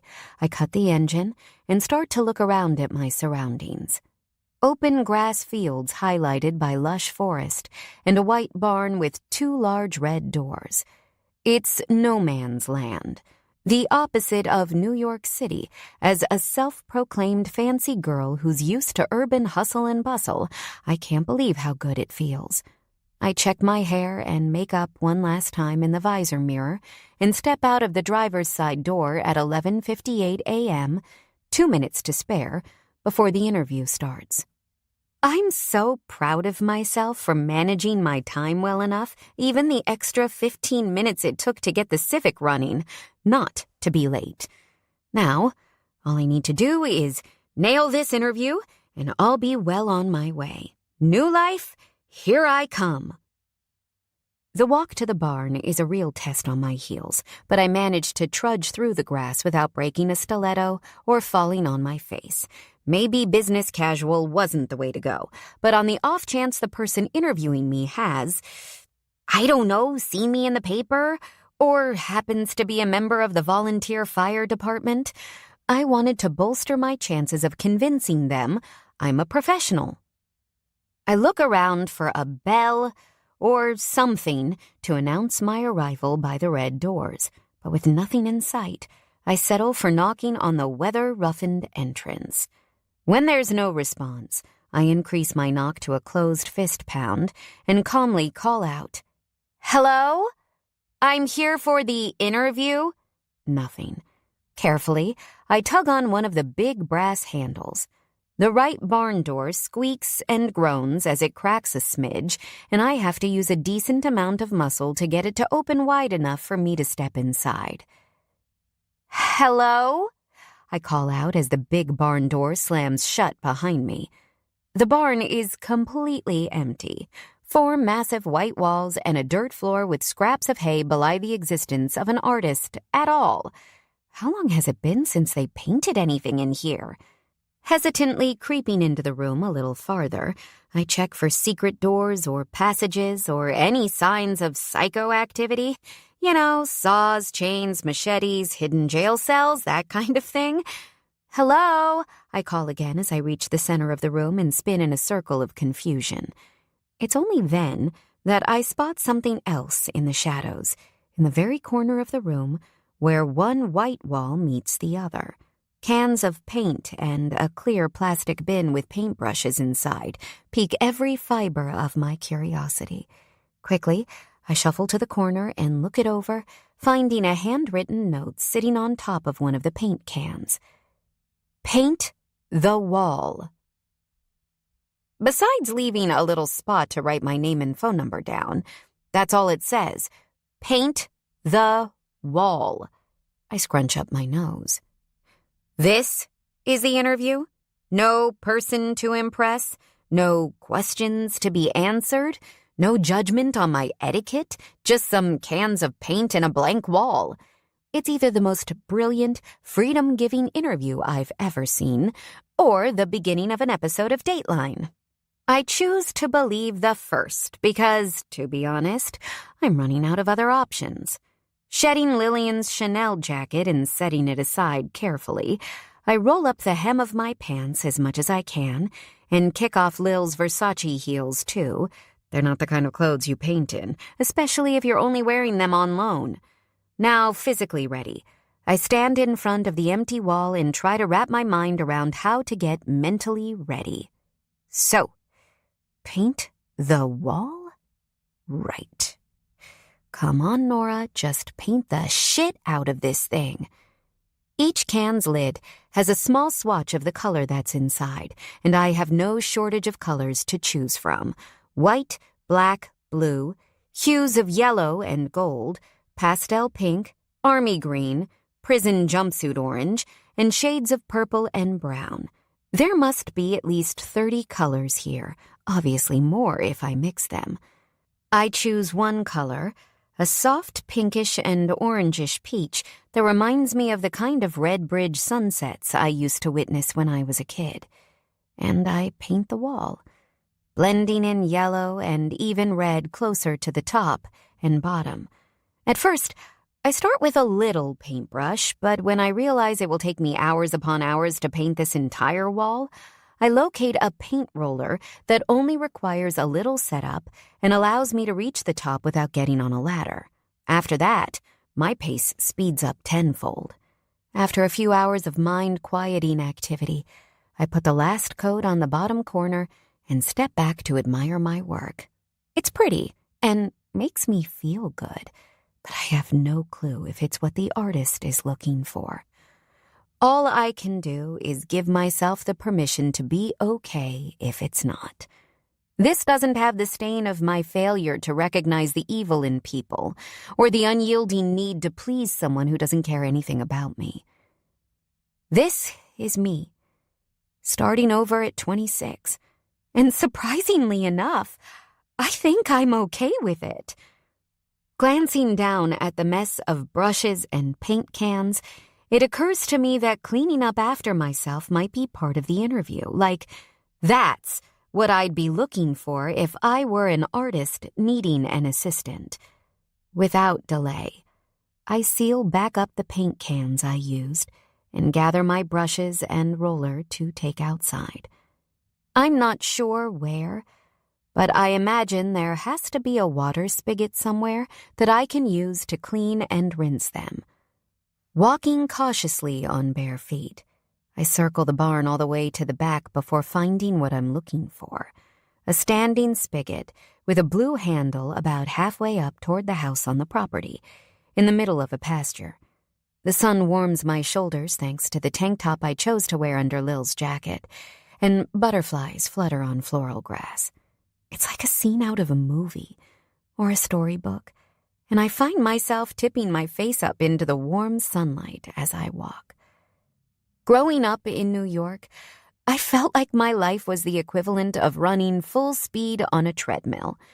My mother dragged me from one after-school activity to the next, and then to whatever social engagements she'd scheduled after that. We dined, and we mingled, and we bent ourselves over backward to find the right people. When I was in college, we met Thomas, and unfortunately I was naive enough to think that meant we'd succeeded. But the truth is, there is no finish line when you're obsessed with being the best.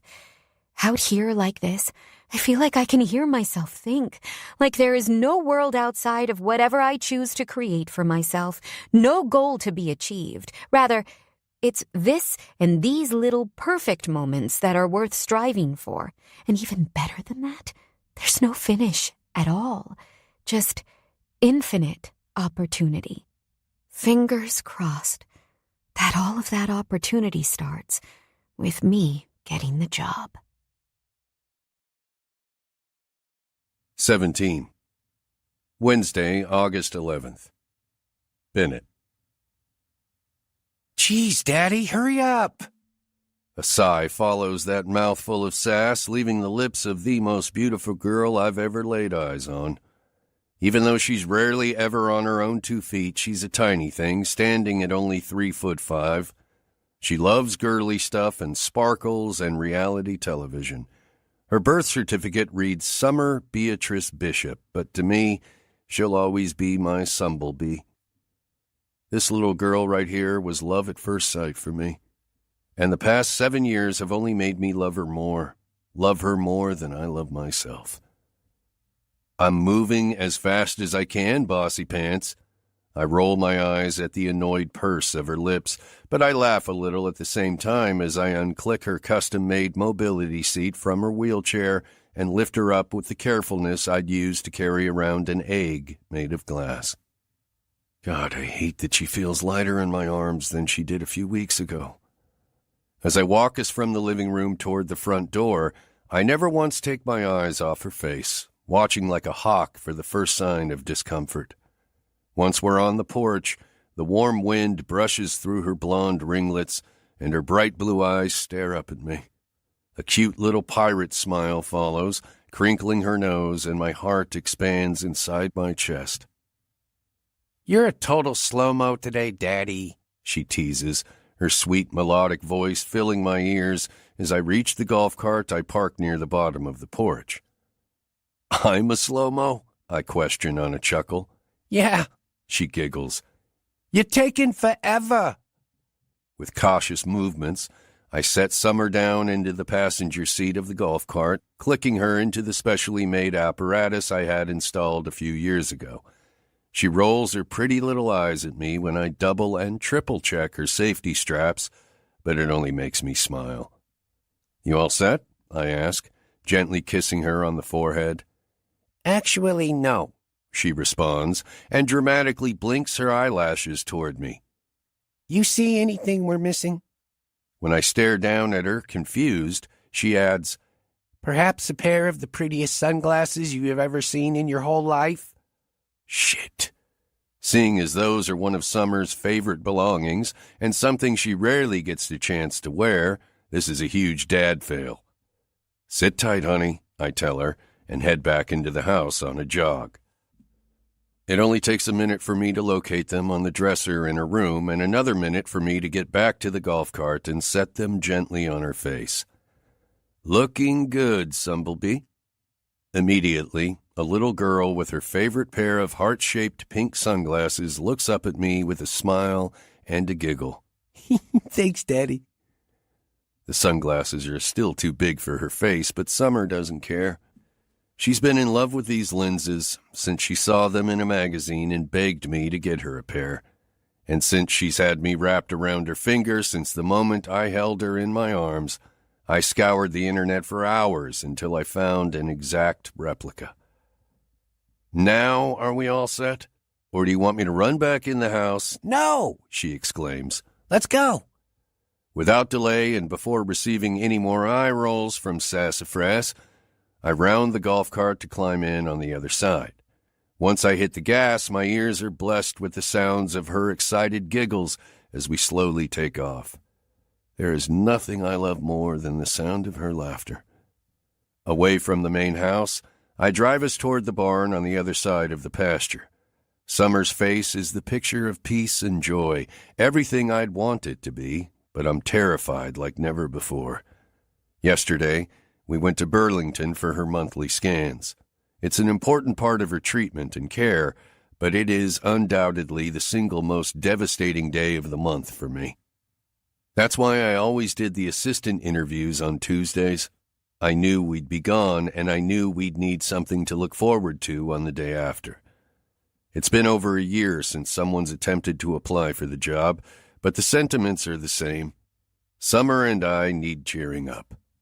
2 broken ribs, a fractured clavicle, and a severely deteriorating patella are just the tip of the iceberg and the latest complications of my miracle girl's battle with osteogenesis imperfecta type 3.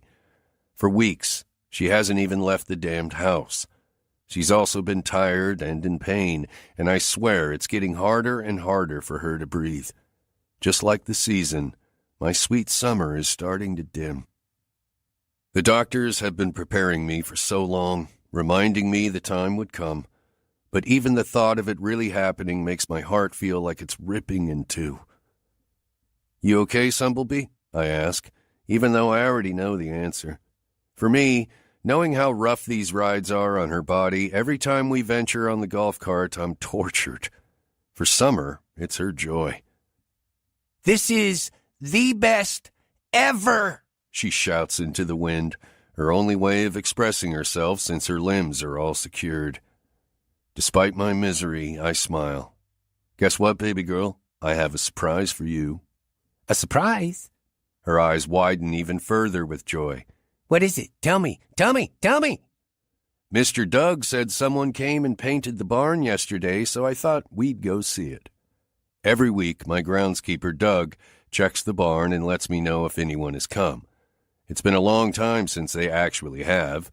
So long, in fact, that Doug was nearly out of breath with excitement when he told me this morning. Yay! She cheers. No one has painted in forever. I don't bother mentioning why they haven't, or that it's my fault since I only just bothered to repost the opening for the position on Earl's board when I know the other posting has been missing for a year. Instead, I focus on her and the way she lights up when she sees other people's creations, no matter their skill level. I thought you might be excited. Are you kidding? Paint days are my favorite. I wonder what colors they used. I hope it's pink. Pink is Summer's absolute favorite color. Truthfully, it's the only color in her eyes. All the other colors don't stand a chance or ever get selected if Summer has the choice. I shake my head with a small laugh. Why am I not surprised? Because who wouldn't hope for pink? Pink is the best. Okay, Sumble, you're right. I hope it's pink too. She giggles again, her eyes rolling back toward the sky. She's doing it so hard. We've always had to be careful since she was born with the worst and most progressive type of brittle bone that a baby can actually survive, But I can't imagine how she must feel these days, practically, purposely, paralyzed for her own good. When it comes to Summer's disease, even the simplest of movements can cause a bone fracture. Hell, sometimes, lately a lot of times, her bones fracture for no reason at all. She cheers as I pull to a stop right in front of the red barn doors and push the brake pedal to its locked position to keep the cart from rolling at all. I grab her mobility stroller from the back and gingerly lift her, while she's still strapped into her seat, out of the golf cart and secure her in place. Come on, Dad, she complains when I start doing my usual double and triple check thing. I want to see the wall. Hold your horses, I chastise with a chuckle. This isn't a race. It should be, she argues. For as long as I can remember, Summer's been in a hurry. She's eager and voracious and demanding of both excitement and affection, and because of all those things, she's impossible to placate. She wants what she wants, and if I'm completely honest, I've never even tried not to give any of it to her. 7 years ago, her mom skipped out as soon as she had her, too selfish to be weighed down by a daughter, especially one in need of extra care, and I did the only thing I could do, turn my life around in a hurry. I cut ties with everyone of questionable influence and moved the two of us to Redbridge, swearing to myself that nothing and no one would ever come between me and what my daughter needed. Even damsels in seeming distress like Nora Ellis. I slide open the big red doors and step inside the vacant barn, pushing Summer ahead of me. The sun shines through one of the upper windows and lands right on the wall that is no longer white. Instead, a beautiful shade of pastel pink with hues of orange and yellow and red is now front and center. I take off her sunglasses, and Summer's reaction is instantaneous. Mine lingers in my gut like it's been punched.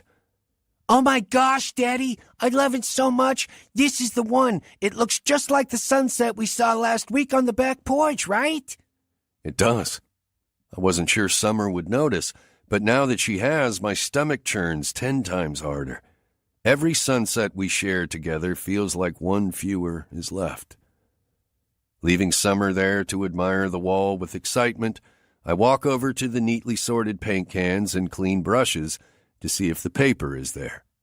I barely even glance at it before I'm shocked by a name. Nora Ellis. Her phone number sits right below it in the same delicate feminine handwriting. Holy shit! I have to blink several times before my brain can fully comprehend how to feel about the revelation. She's a pain in the ass, weighed down by complicated baggage, and she makes me do stupid things. In a week's time, her presence has had me both punching strangers and engaging in the best kiss I've ever had. Nora Ellis is the very last person I need working for me. Dad, you have to leave this one up, Summer continues, her exuberance temporarily knocking me out of my confused stupor. This way, we can come out here and see that sunset all the time. Even though I wish I could erase Nora Ellis and everything related to her from my life, there's no way in hell I can say no. Okay, baby, we'll leave it. Forever? She asks. Fuck. Forever. I feel slightly sick as we leave the barn to finish our ride around the property, and by the time we get back to the house for Summer's daily bathing and evening medications, I'm ready to come out of my skin. I don't know what to do. I don't know how to worry about hiring an assistant while I have so many bigger things to worry about, and how to reconcile that Nora Ellis is the assistant in question. I want to do right by my sister and my daughter, and I want to be able to afford the care Summer so desperately needs. And for the love of God, I want to stop thinking about that fucking kiss. In need of distraction, I grab my keys and give a heads up to Summer and her nurse before taking off for town in my truck. Less than 10 minutes later, gravel crunches beneath my tires as I park in front of the country club.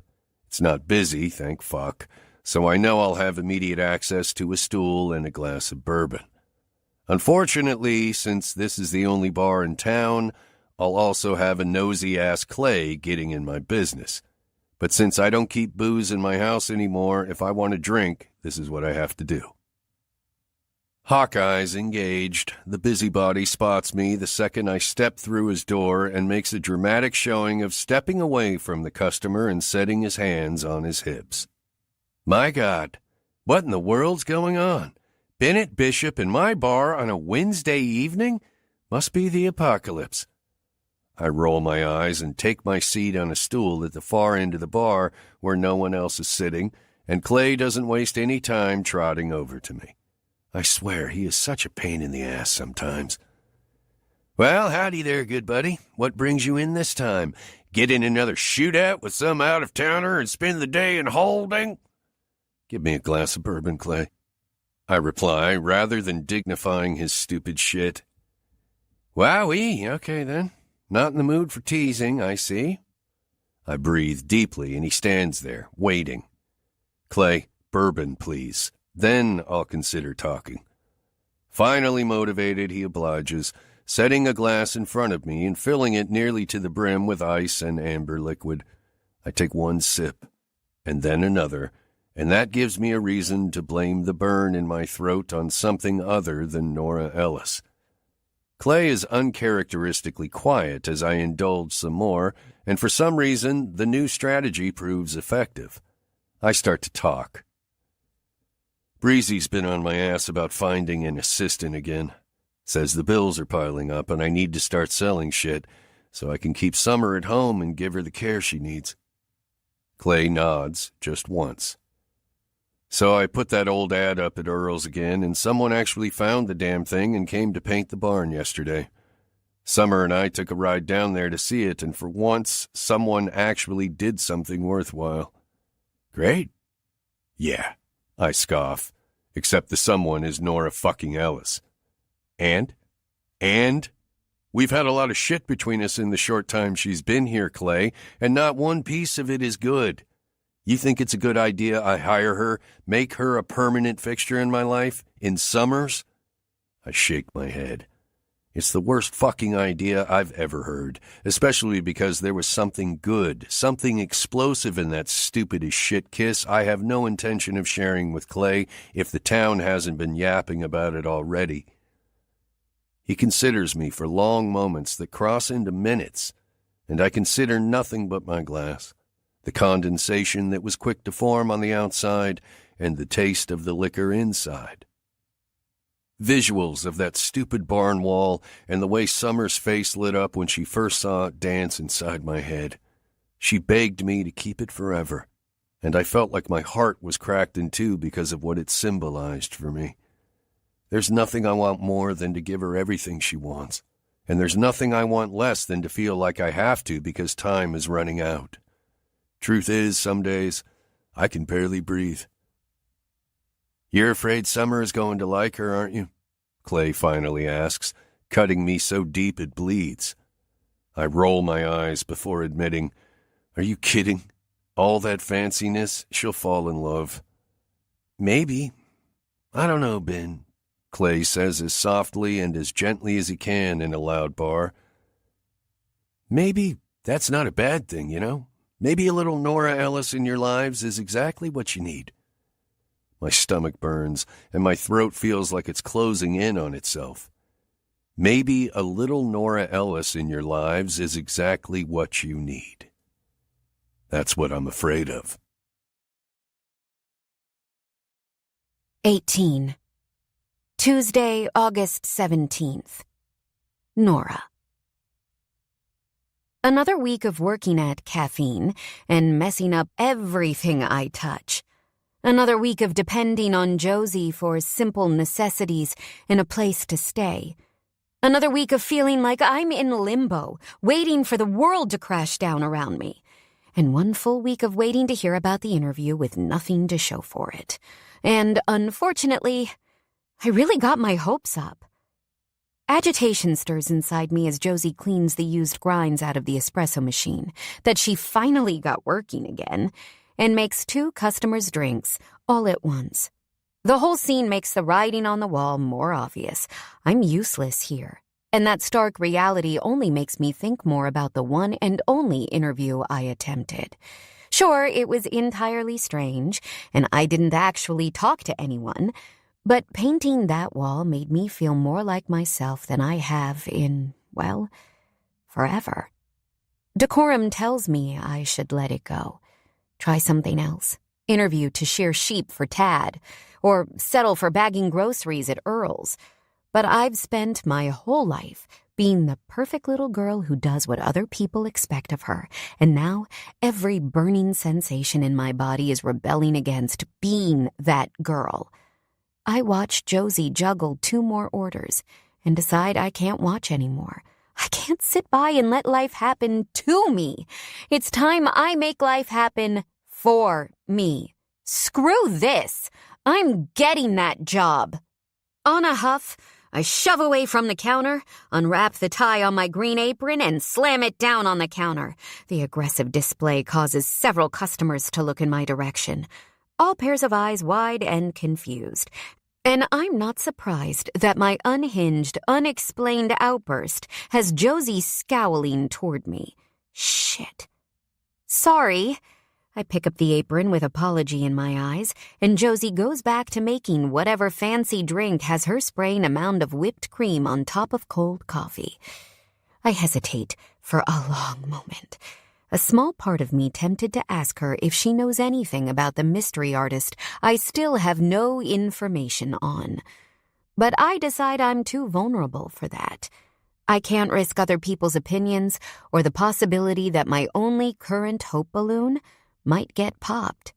I need this hope, and I need to see it all the way through on my own. Josie, I have to go somewhere. I can't stay here and be useless and... Okay, Josie agrees without a second thought, without even looking up to meet my eyes. Frankly, I'm shocked.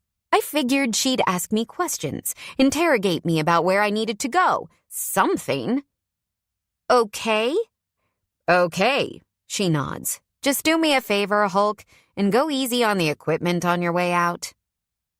Dramatically, I hang my apron on the hook by the door to the back kitchen and tiptoe my way around the counter. Josie has the decency to smile, and I'm almost laughing by the time I step out into the drizzle. It's a nasty day, one that makes me long for the hot stench of real summer, and I pull the hood of Lil's Prada hoodie over my head and run for Josie's old Civic like the water will melt me. By the time I plop down in the driver's seat, I'm breathing hard and silently cursing the mystery artist for making me go to so much trouble. Good. Lord knows I'm going to need a bit of seething anger to bolster my confidence. I need backbone and determination and a don't take no for an answer attitude, none of which are in my wheelhouse. I crank the engine, which thankfully fires on the first turn of the key, strap on my seatbelt, and take off down the road toward the outside of town. I don't need directions this time. The route is burned into my brain. When I turn onto Maple Avenue, which happens to be comprised of nothing more than dirt and gravel that's now slickened by rain, the Civic fishtails so hard I end up spinning and facing the other direction.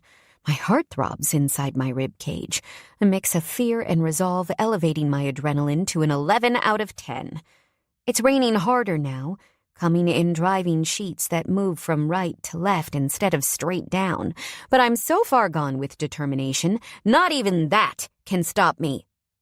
I lift the hood of Lil's hoodie back over my head and jump out of the car, abandoning it completely.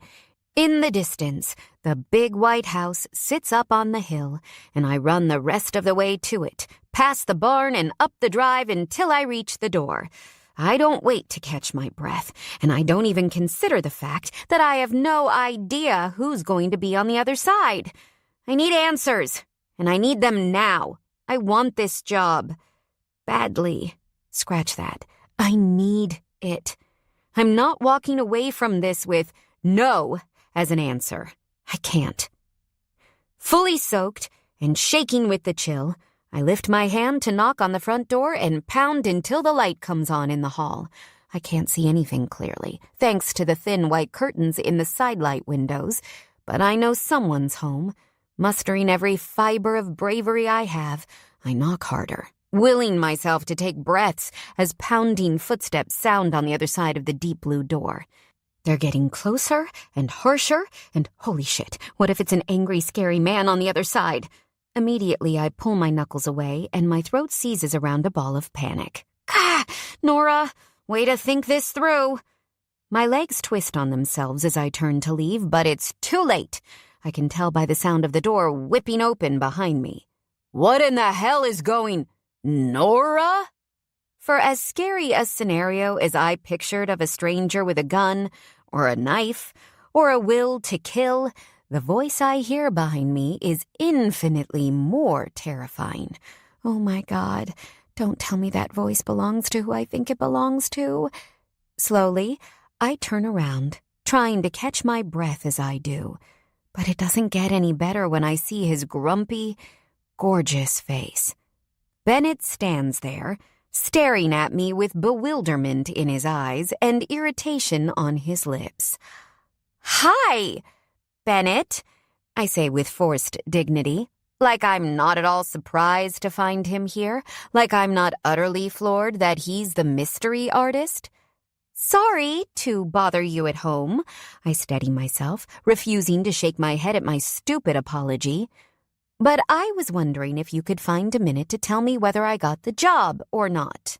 My skin feels clammy, and my heart may actually be seconds away from an explosion. But I steel my spine and roll my shoulders back like I'm not on the brink of demise from finding out that Bennett Bishop himself is the artist I interviewed to work for.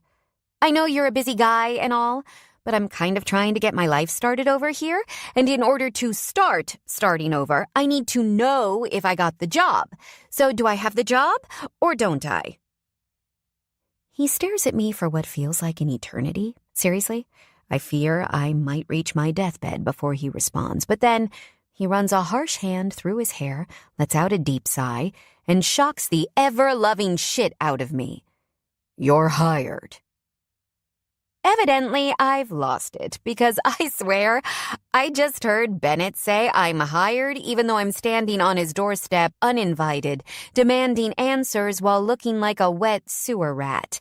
I'm pretty sure a psychologist would call these auditory hallucinations, and that would warrant an inpatient hospital stay. Excuse me? "I've answered your question, and this is the part where you tell me your decision," he states, his gaze locked with mine. "What?" It's all I can say. "I just offered you the job. Now you need..." "You want to hire me?" I question, completely ignoring that he had more to say. "You want to offer me the job?"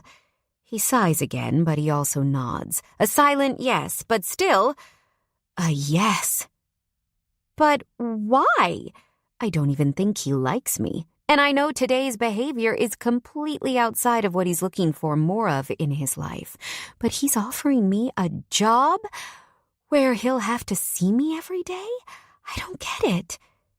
"You have an intuition with color, Nora," he answers, and his voice is matter-of-fact. "A tangible ability to connect reality with the abstract. The wall you painted, it was from memory of a sunset last week, right?" His words are a shock to my system.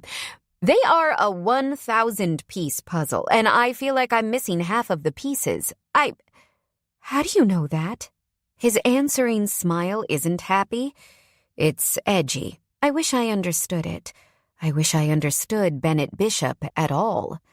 God, maybe this isn't such a good idea. I mean, I really want the job, need the job, but working for him sounds like one of the worst notions I've ever had. Look, I don't know if this is going to work, I say, my voice devoid of any and all confidence I had on my way over here. You and me together every day. Dad! A young but strong voice calls, completely interrupting not only my sentence, but my very ability to breathe. Daddy! Daddy? Bennett whips around quickly, just as the small girl appears at the mouth of the hallway. She's walking slowly in a long pink nightgown, seemingly holding onto the wall for support. She's a beautiful little thing, But she's also small and frail, and it seems like each of her movements takes a Herculean effort. Like the simple task of walking isn't a simple task at all. Summer! Bennett shouts, panic lining every single note of his words. What are you doing out of your chair? Where's Charlie? Who's that? The little girl asks, staring at me with familiar blue eyes, wild, curly blonde hair, and a megawatt smile. She ignores Bennett completely. Who are you? Summer. Tell me who she is, and I'll let you get my chair. Summer. Her name on his lips makes my eyes dart down to his left hand, noting the visible S-U-M on top of his ring finger. Holy hell. My jaw wants to go unhinged at the revelation, while something I don't know how to explain comes over me. All I know is that I step up and inside the door without invitation. Hi, I'm Nora, I call out. Nora Ellis. It's so not my place and breaches 1,000,001 boundaries. But the fragility of the little girl's body and Bennett's panic about her chair, whatever that means, is enough to make me trample over it all. And I guess you're Summer, right? What a pretty name. She smiles again, bigger this time, and the small features of what I know would be the same on Bennett if he ever bothered to smile hit me square in the gut. Bennett Bishop is someone's daddy. Bennett's voice is careful but forceful as he calls out, "Charlie!" into the back of the house. 10 seconds later, a petite woman with shoulder-length blonde hair and rugged facial features wearing deep purple medical scrubs appears. When she spots Summer, her eyes widen and quickly turn to terror, just like Bennett's. "Get her chair," Bennett orders, and Charlie takes off without so much as a nod. Tentatively, I move down the hallway toward them, inserting myself fully into a situation I know I have no business in.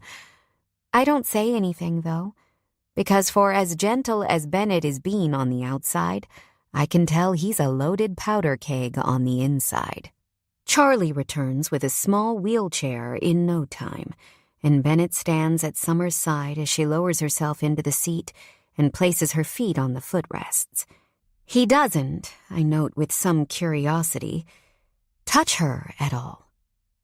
Crouching in front of her instead, he lowers his voice. "You can't scare me like that, Sumblebee."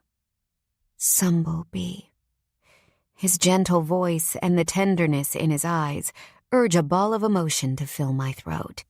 Tears sit just behind my eyes, but I claw against them with absolutely everything I have. "I know it's hard, so hard, being confined to your chair, but the doctors said the bones are too weak to handle your own weight now," he tells her with the kind of tenderness I didn't even know Bennett Bishop was capable of. "I don't want you to get hurt. I don't want you to hurt any more than you already are."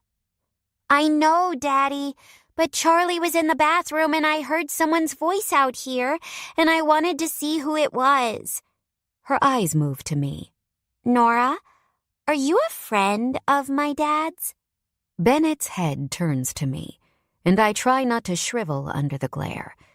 It's concern for his daughter, not ire with me, at least, I think. Am I a friend of her dad's? I might laugh at that question if this entire situation didn't feel so heavy. Actually, I think I'm going to be your dad's new assistant.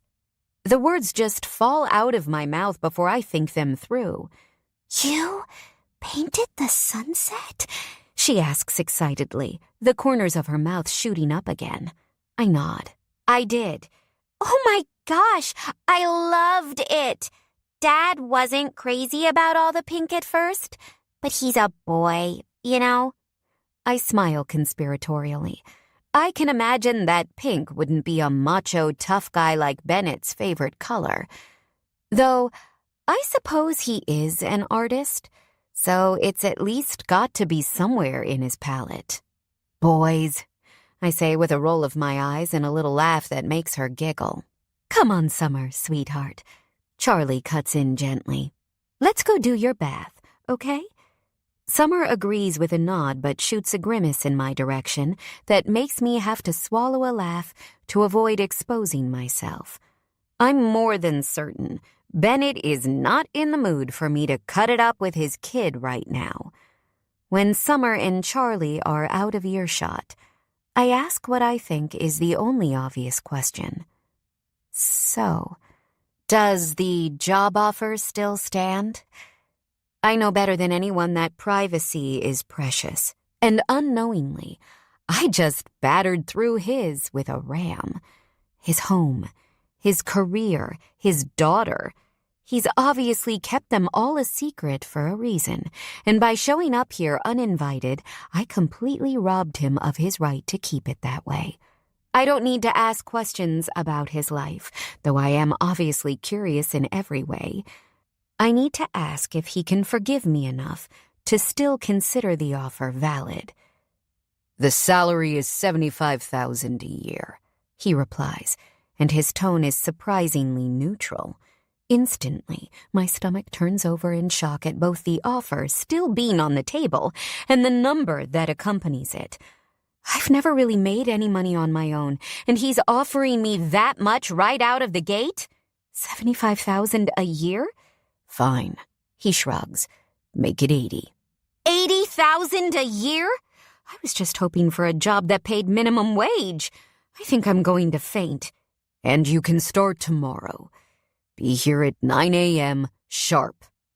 My heart is racing. My stomach is doing gymnastics, and my nerves threaten to make all my limbs shake like leaves on a branch in the middle of a windstorm. I don't know when it happens or how it happens, but I know that we shake on it, a non-verbal confirmation that I have accepted the job. Now, if you don't mind, I have other things to do. He walks me to the door and sees me out like none of the several life-changing things that just happened to me exist at all. I got the job with Bennett Bishop, and I start tomorrow. Holy shit. 19. Nora. I don't know how long I drive around Red Ridge, but when I loop downtown for the 6th time, and Sheriff Peeler starts to look a little too interested in what I'm doing, I decide to head back to Josie's house. To say I'm a little shocked that my confrontation with Bennett Bishop ended in my getting a job that pays $80,000 a year would be an understatement. To say that's the thing I'm thinking about most would be a lie. Bennett has a daughter who's obviously ailing and sick, and who turns Bennett's normally stony countenance into a puddle of goo. As I turn onto the street that leads to Josie's house, I try to concentrate on the pros of the situation. My bank account won't dwindle to zero. I don't have to disappoint customers at caffeine, clean up cow shit, or shear sheep, and I'm going to be doing something that genuinely fills the cup where I keep my soul. Sure, I don't know what my actual duties or schedule look like, and I'm going to be working with a giant grumpus every day. But for the sake of reality, beggars really can't be choosers.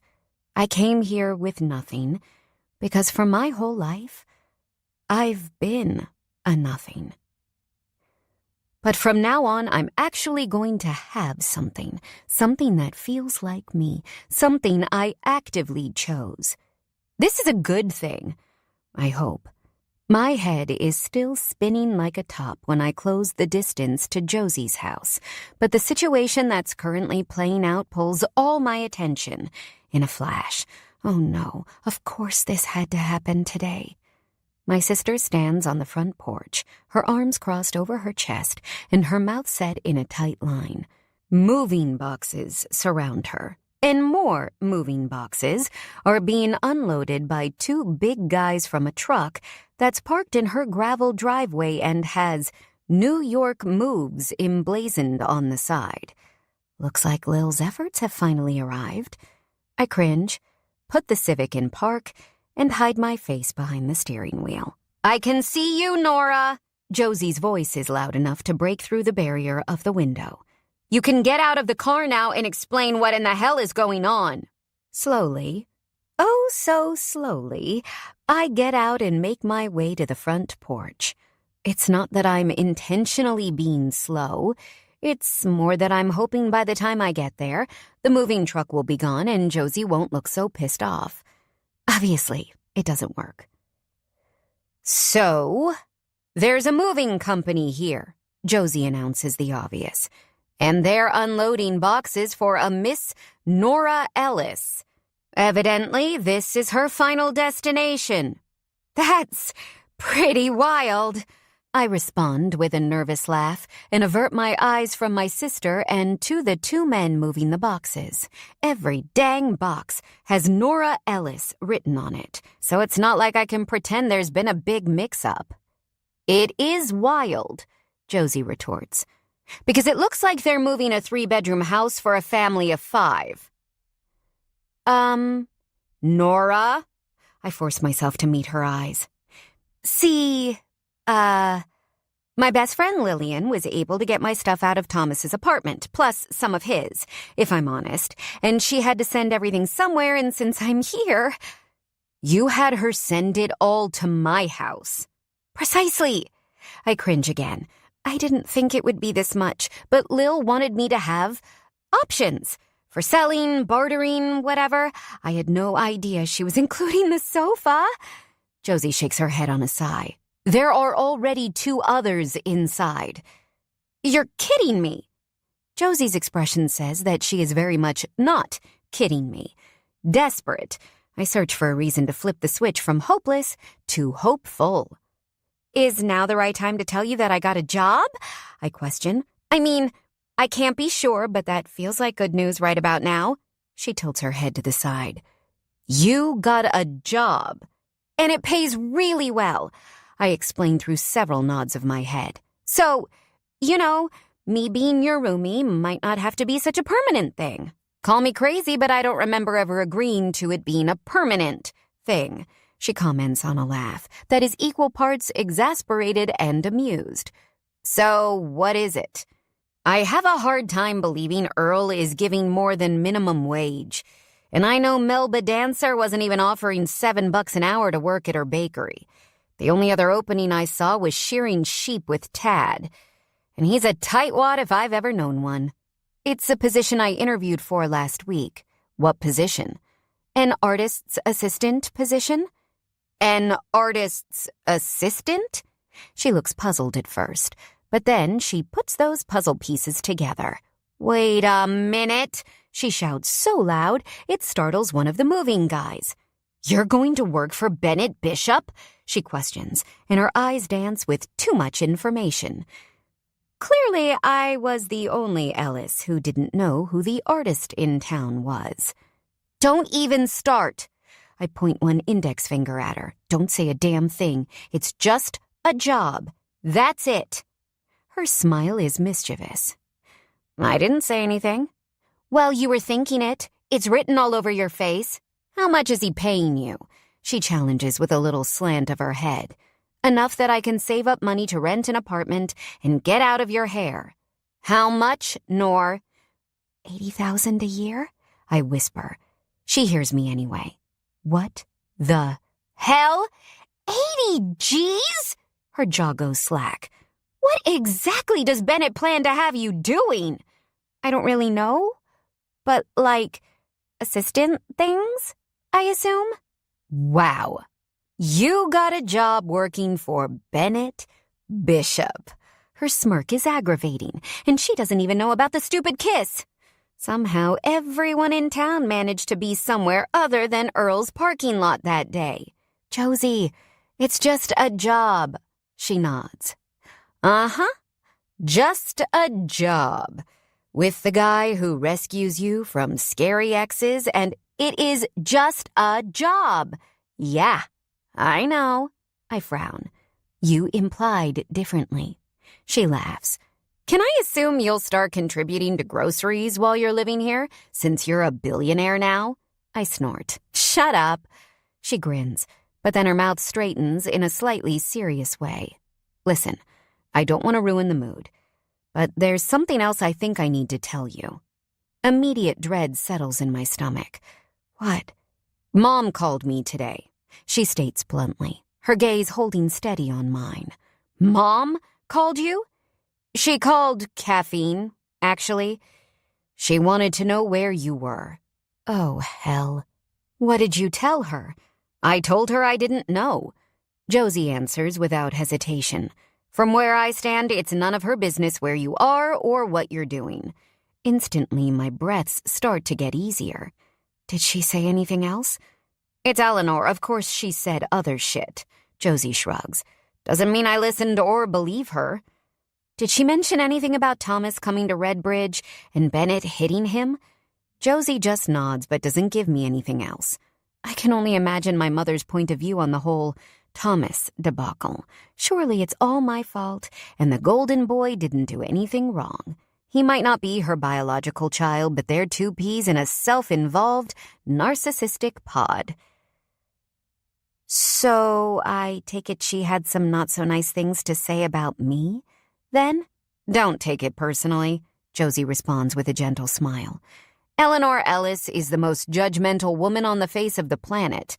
Amazing how everyone she encounters is the crazy one. Seems to me there's a common denominator she's excluding. She's not lying. Our mother never turns the harsh judgment on herself, even though she needs to. Nora, I'm hoping one day soon you'll tell me the whole story. I'm your sister, and I want to be there for you, Josie adds, and leans forward to pick up one of the moving boxes on her porch.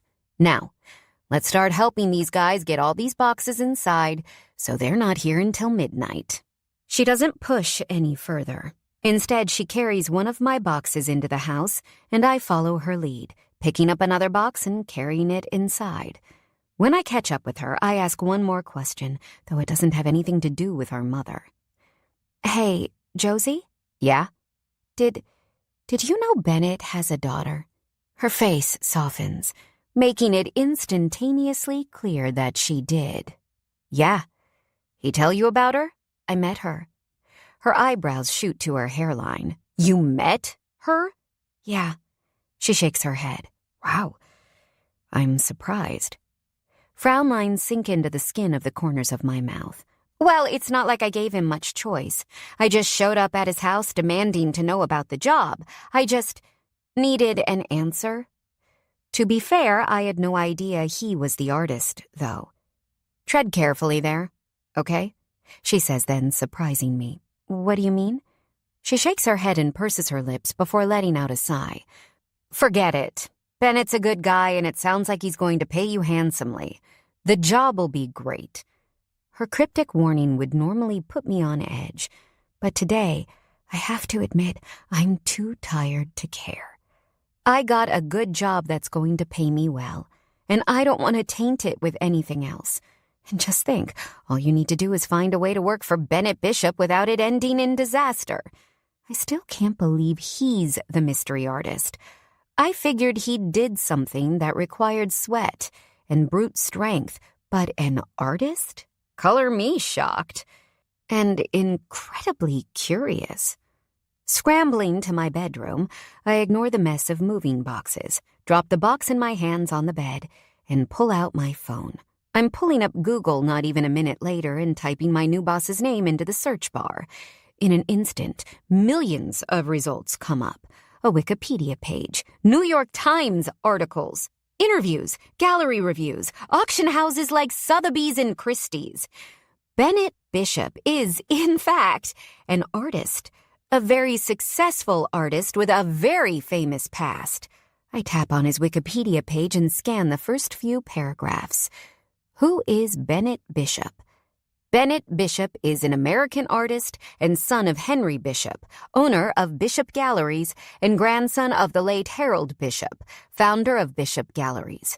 He is one of the young American artists, YAA, who dominated the art scene in the United States during his late teens and early 20s.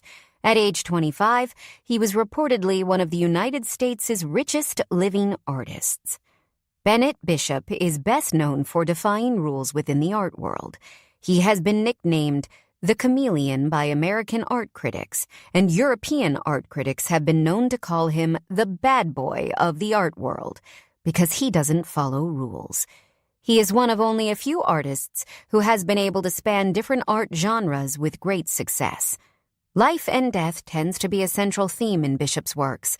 A constant push and pull of living and dying is what Bennett Bishop is most famous for. He received notoriety at the age of 18 after a series of impressionistic-style paintings showcased raw portraits that made distinguishing life from death impossible for the viewer.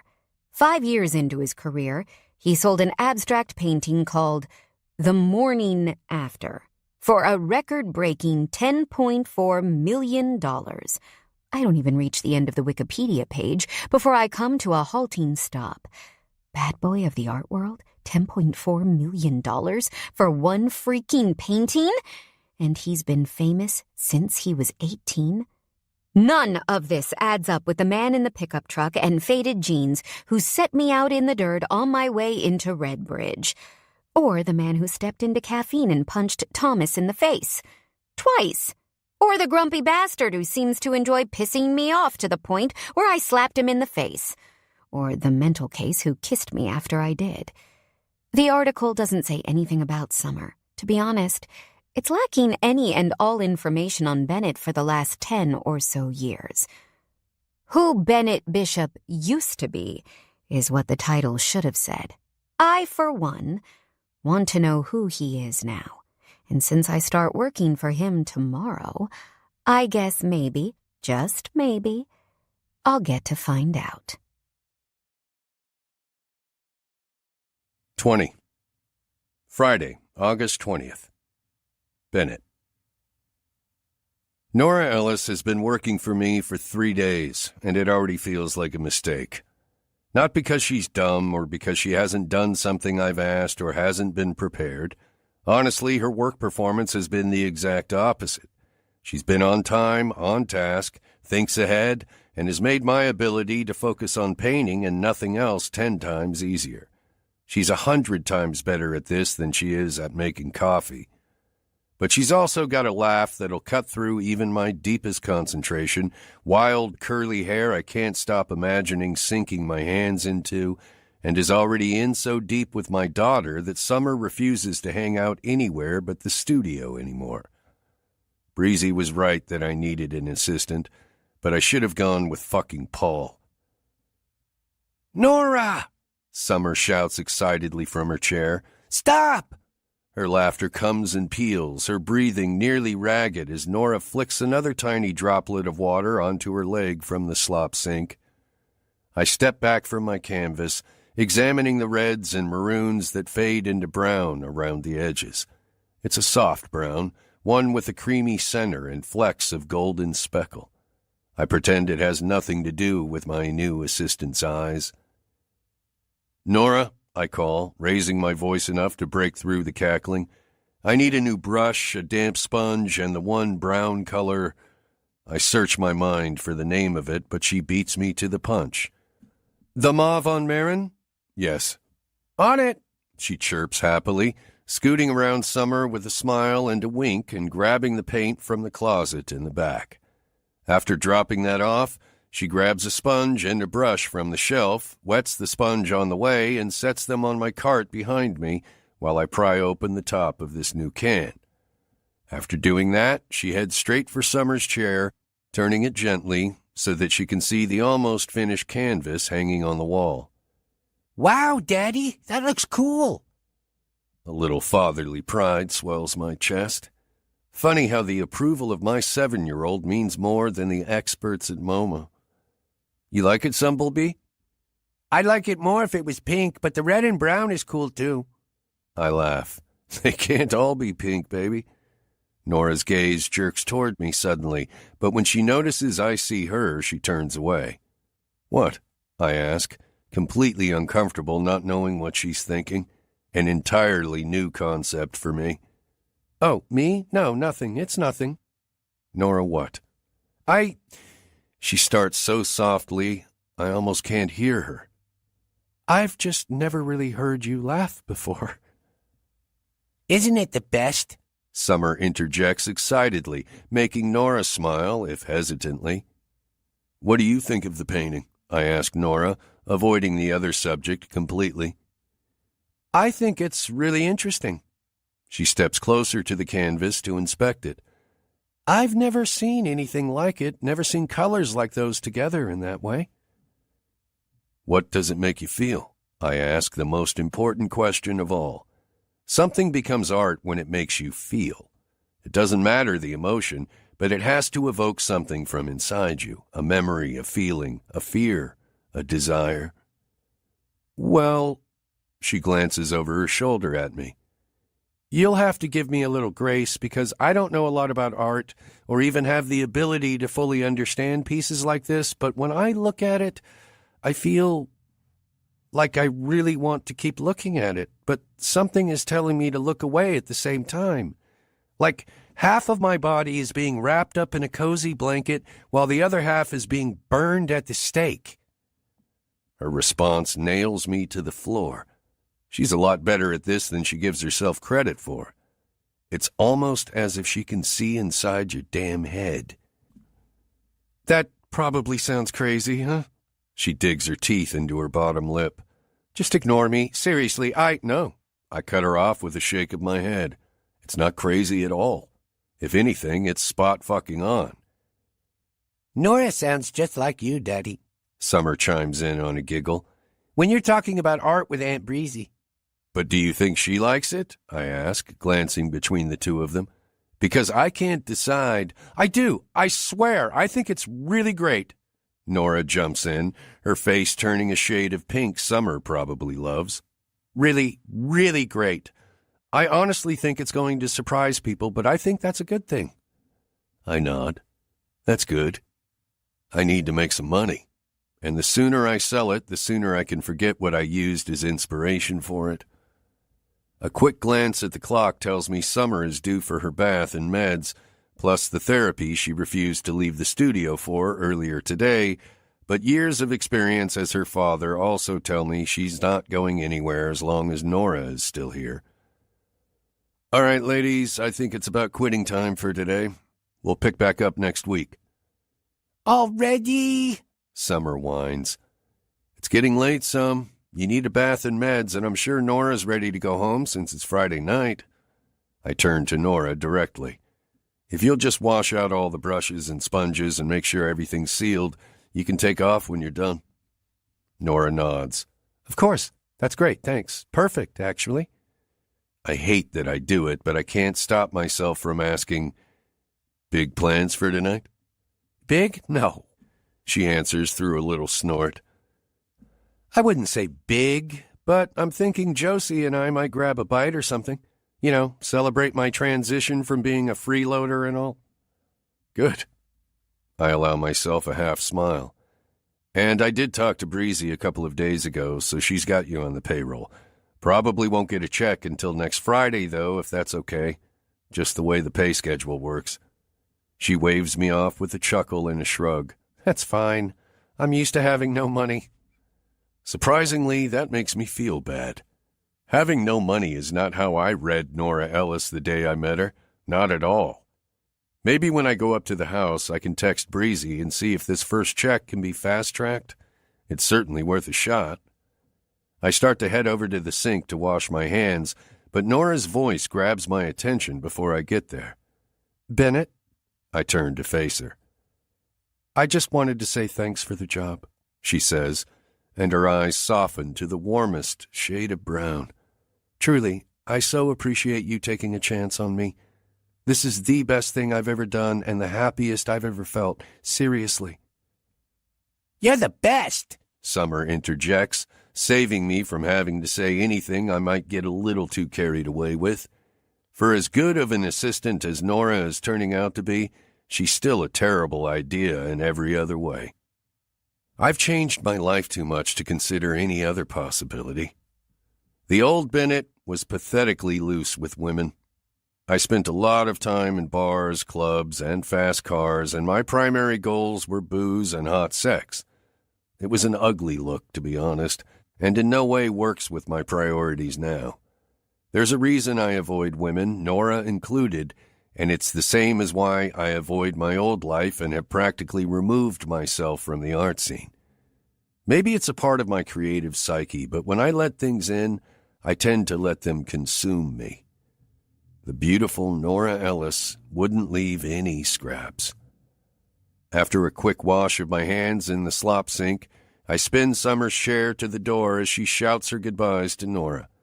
My skin tingles with electricity and worry and uncertainty as I make our way to the golf cart, get her and her special chair strapped in, and then head for the house. Summer talks my ear off the entire way. Nora is so cool. Nora is so fun. Nora is so pretty. Nora is so smart. My daughter is in love, just as I knew she would be, and I don't bother trying to correct her. If only I'd realized how much she wasn't the only one in danger. 21. Nora. Friday night, and I'm at the only bar in town. After we grabbed a bite to eat at the pizza joint on Main Street, I tried to convince Josie to have a drink with me, but she outright refused. It's safe to say the rejection has everything to do with the handsome bartender and owner of this joint who greeted me when I arrived a few minutes ago. How's the new job going? Clay asks as he sets a glass of Pinot Noir down in front of me. Hope Ben is treating you well? I'm not surprised Clay knows Bennett hired me for the assistant's position. Bennett Bishop is a very private person, but from what I've witnessed since I arrived in Redbridge, Clay Harris is one of his closest friends. And considering how my first interaction with Bennett went, it's a surprise that I don't even have to lie. The first 3 days were great. I honestly can't put into words how thankful I am for the opportunity. Good. That's good. He considers me for a few beats, and I hold my breath, waiting for him to move the subject to my sister. With the way he was hot on our heels that night we came into the bar, after Thomas showed up in town, I'd be naive not to expect it. I still have no idea what went down between them, but the fact that they were married and got divorced makes me think it was something big. Truthfully, it takes a huge effort for me not to start asking him questions that might give me some answers. I don't, though. I'd never go against Josie's trust like that. You know, I've known Bennett nearly my whole damn life, Clay states, and I'm floored Josie's name is absent from his lips. We grew up together. Got in a lot of trouble together when we were crazy teens. He winks. I know he can be a real dick sometimes, but there's a reason he's like a brother to me. I'd walk through hot fire for him and his daughter, and I know he'd do the same for me. I'm pretty sure I'd walk through hot fire for Bennett's daughter, too, I comment, and Clay's face brightens with a smile. I feel spoiled that I get to spend time with her while I'm working. That little girl is special, isn't she? I nod, like God put an angel here on earth. I've only known Summer for a short time, but for the past 3 days, every morning when I've woken up, I've felt excited to spend time with her. And Bennett, too. That little girl is his everything, Clay says, leaning his elbows on the bar. His voice is so quiet I almost don't hear him over the bar noise. Since the day she came into this world, everything he does, every decision he's made, it's all for her. There are so many unknowns about Bennett's past. I don't know how he ended up in Redbridge or why it appears he's been out of the art scene for the past 10 years. I don't know what happened with Summer's mother or why she isn't in the picture at all. Hell, I don't even know what disease has that little girl pretty much immobilized to a chair. Just be good to them, yeah? I will, I nod. And Clay stands to his feet when a patron at the other end of the bar gestures toward him.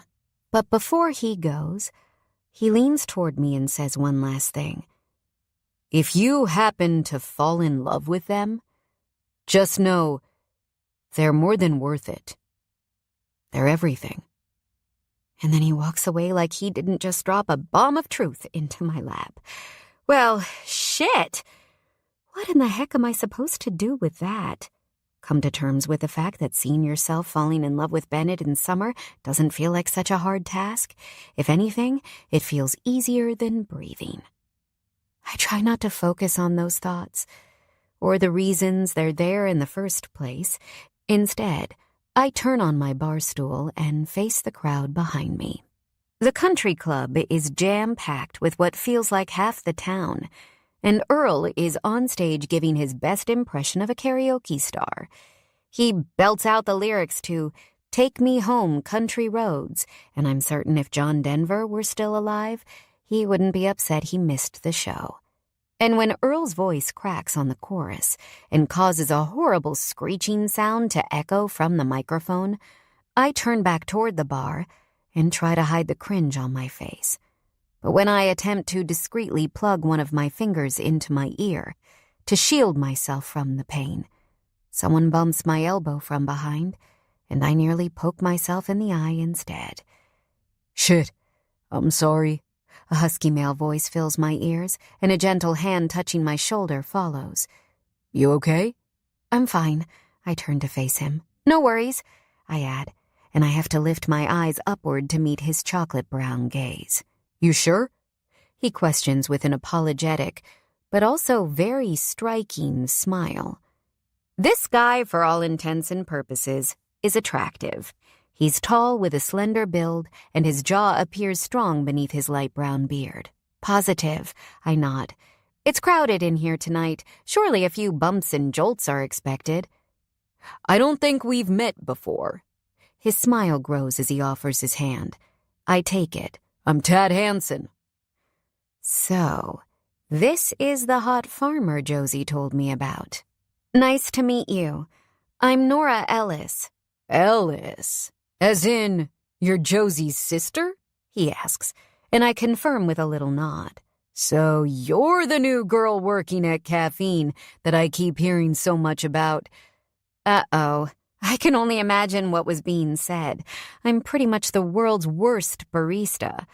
I snort and wince at the same time. Lucky for Josie, I recently got a new job, and her coffee shop is no longer at risk from me accidentally burning it down. A new job? He asks, and leans his hip against the bar. Sounds like congratulations are in order. Let me buy you another glass of wine to celebrate. Thank you, I say, waving him off with my hand, but that's not necessary. I insist. He smirks and proceeds to flag down a bartender named Marty, letting him know to refill my glass of Pinot when he gets a chance. So, Tad turns back to me. What's the job we're celebrating? I pause, suddenly feeling protective over Bennett's privacy. Sure, my sister and Clay know I'm working for him, but I don't know what the rest of the town knows. And while Tad Hansen might seem like a nice guy, I don't know him from Adam. It's just an assistant position, but pays pretty well. Nice, he grins. Who are you? You know, from what Josie has said, your sheep have quite a history with the town. I cut him off with a teasing smirk before he can ask me more questions I don't feel comfortable answering. Tad's responding smile is equal parts apologetic. Uh-oh. Is she still mad about last week? Last week, Josie had a little run-in with Tad's sheep. She was trying to get home from the coffee shop, and they were determined to stand in the middle of Main Street. Apparently, it took her a good 15 minutes in the rain to herd them back toward the pastures. She came home that night drenched, covered in mud, and madder than a hornet. I wouldn't say she's still mad, but she definitely wasn't happy with you when she got home that evening. I figured as much. Tad grimaces. Honestly, I've been trying to hire more help, but it's been difficult. It's just me and my brother Randy and far too much work. I actually saw your job ad at Earl's when I was on my employment search. Wait, he grins and tilts his head to the side. You saw my posting and you didn't try to apply for the job? No offense, but I'd be worse at shearing sheep than I was at barista-ing. I eye him with a knowing but tickled smile. Honestly, you should be thankful that I steered clear of your sheep. They're better off. Tad's responding laugh is infectious as bartender Marty sets down a fresh glass of wine and just opened bottle of beer in front of us. Appreciate it, man. Tad hands him a credit card, and you can keep it open. Marty just nods and heads over to the cash register, and I finish off the last few sips from my first glass of wine before setting it back on the bar. So, Nora, I have to ask you the most important question of the night. Okay. When do I get to hear you sing? Tad asks, and a giggle spills from my lips. Sing. As in, karaoke? He nods. Well, I guess that depends. His eyes are intrigued. On what? On how much liquid courage I manage. A secret smile etches Tad's lips, and he grabs bartender Marty's attention again with a wave of his hand. Nora's drinks are on my tab tonight. What?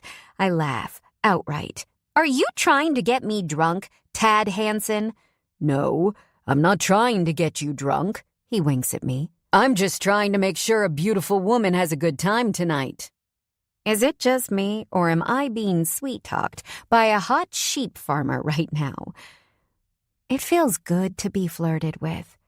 Too bad you're secretly wishing it was someone else doing the talking. 22. Bennett.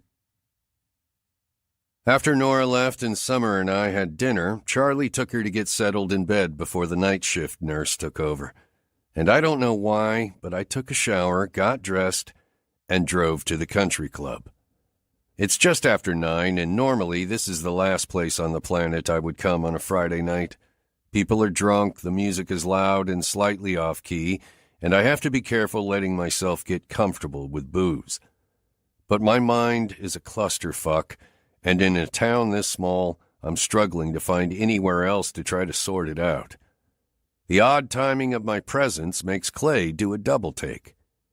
"Well, I'll be damned," he comments as I take a seat across from him. "Look what the devil dragged in on a Friday night." "Get me a bourbon, Clay." "On the rocks?" I nod. Tonight isn't about downing a bottle in an attempt to drown myself. It's about sipping. And thinking, I guess, even though that sounds miserable. "You're never going to believe this, but—" He waggles his brows as he reaches down beneath the bar and pulls out a bottle. "I have your favorite on hand tonight." I read the label and look up at him with wide, amused eyes. "Tell me that's a bottle of Pappy's and I'll tongue-kiss you." "Open wide, baby." He winks and sets 2 glasses on the bar. "I just opened it last night."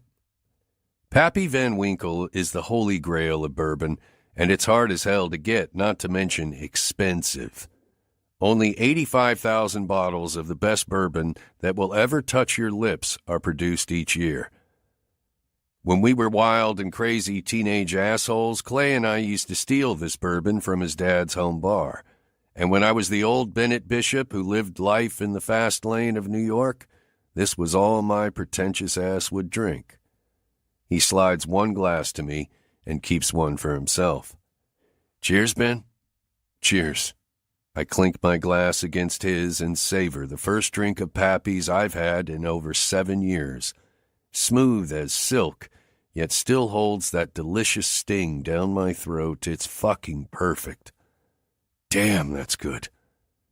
"I had a feeling you'd enjoy it." Clay grins. "Though I really thought I'd have to bring it to your house since you're generally a fucking hermit. What gives, man? What are you doing here tonight?" "Figured I'd come in and enjoy open mic night." Clay stares at me like I've grown 2 heads. "In about 3 songs, Sheriff Peeler is going to be up there with his banjo, breaking bluegrass's heart. You can't tell me you don't hate that shit." I shrug. I needed to get out, think. Clay snorts. "Well, good luck doing that here, especially since part of what I reckon you're planning to think about is climbing on the stage." I turn quickly, looking over my shoulder, as Nora gets a hand up from Mikey, the country club's resident DJ, and takes her spot at the mic. What the fuck is she doing here? She said she was going to dinner with Josie. Her hair is up in some kind of fancy bun that allows a few ringlets to frame her face, and her lips are painted red.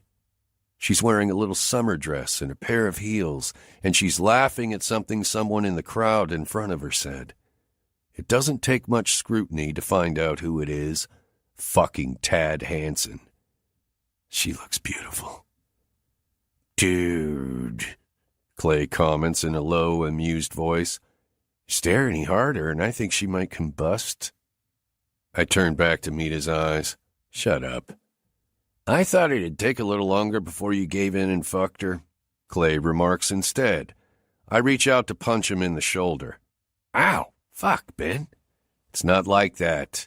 I haven't fucked her. She's working for me. He rolls his eyes. Come on, Ben. Both of you are magically here on a Friday night. I run a hand through my hair. I don't know why I'm here, but I didn't know she was coming either. All right. Consider the white flag raised. Clay raises both hands in the air. But I will say I had a nice little convo with her when she first got here. She had nothing but good things to say about her new job as Bennett Bishop's assistant. Didn't even call you a dickhead or asshole once. She was talking to you about working for me? Yeah, but it's only because I asked her about it. Of course he did. You're such a nosy prick. He just laughs, but then his eyes take on a tenderness. She also seems pretty damn smitten with your daughter.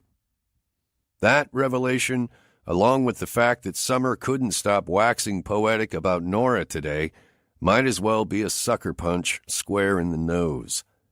Only a few days of working for me, and my daughter wants to keep her forever. What will Summer feel for her after a few weeks, months? When I start thinking about timelines, I feel like someone just rammed a rusty knife into my heart. Clay reaches out to squeeze my shoulder. Don't sweat it, Ben. Don't sweat it. That's cute. I might as well be standing inside a sauna with hot coals under my fucking feet. I sigh and take another hearty drink of bourbon. But just so you know, if you end up trying to kick Tad Hansen's ass in the middle of my bar, I'm sending you the bill for any damages that occur in the process. Relax. I roll my eyes. I'm not going to start a fight. Before Clay can offer some kind of sarcastic retort, he's called to the other side of the bar. I stay in my seat, looking up at the random baseball game that's playing on the television screens. The Cleveland Guardians and the Atlanta Braves. Safe to say I don't have a dog in that fight. But it gives me something to think about other than the sound of Nora's voice as she sings about having friends in low places. She's not bad, considering what I know the rest of Redbridge sounds like on karaoke night, but I'd be remiss to suggest she quit her day job. Though her quitting her day job would sure make my life easier. I fight against looking back at her as she finishes the song and focus instead on the TV screens with avid fascination. More people sing, and I sip my bourbon some more. Until the glass of bourbon I've consumed means I need to take a piss, so I get up from my seat and head to the bathroom. Unfortunately, I have to pass the pool tables on my way there, and evidently that's where Nora is now. Farmer Tad is still chatting her ear off, and she has her back against the wall, sipping on a glass of wine. He says something, and she offers a little smile, and I force myself to keep walking, even though a vivid fantasy of breaking Tad's sheepy fingers plays out in my mind. Fuck, I'm losing it. 23. Nora. Tad grins at me as he drops a binder onto the edge of the pool table that has the words karaoke songs labeled on the front. I chortle at the sight. That was your secret mission? I've spent the past hour or so hanging out with Redbridge's hottest sheep farmer, and I can't deny that I'm enjoying myself. Tad is cute, friendly, and quite the talker. Maybe a little too good at talking, if I'm being honest. I've learned way more about sheep farming than I've ever wanted to know. Hey, you don't know how difficult it is to get this binder on a Friday night? Karaoke is Redbridge's most popular pastime. He nudges me playfully with his elbow. So, what's it going to be, Nora? I'd like to remind you that I already did a song, and I don't think Garth Brooks would appreciate if I do another. After I managed to drink half of my second glass of wine, and Tad started getting a little too detailed about the difficulties of shearing wool, I let him convince me to get up on stage and sing Friends in Low Places. Poorly, I might add, because a singer I am not. The only thing I can and should do related to music is listen to it. And I'd like to remind you that you had fun up there on stage. But I don't want to be the only one having fun, Tad, I tell him with a cheeky smile, which is why it's time for you to pick a song and get your ass up there. Okay, fine, I'll take the bait, but only if you'll agree to a duet. I'm not duetting with you. I roll my eyes and laugh at the same time. But I will get up there one more time if you do the same and go first. You have a deal, Nora Ellis. A big smile covers his lips. Already know which song I'll sing.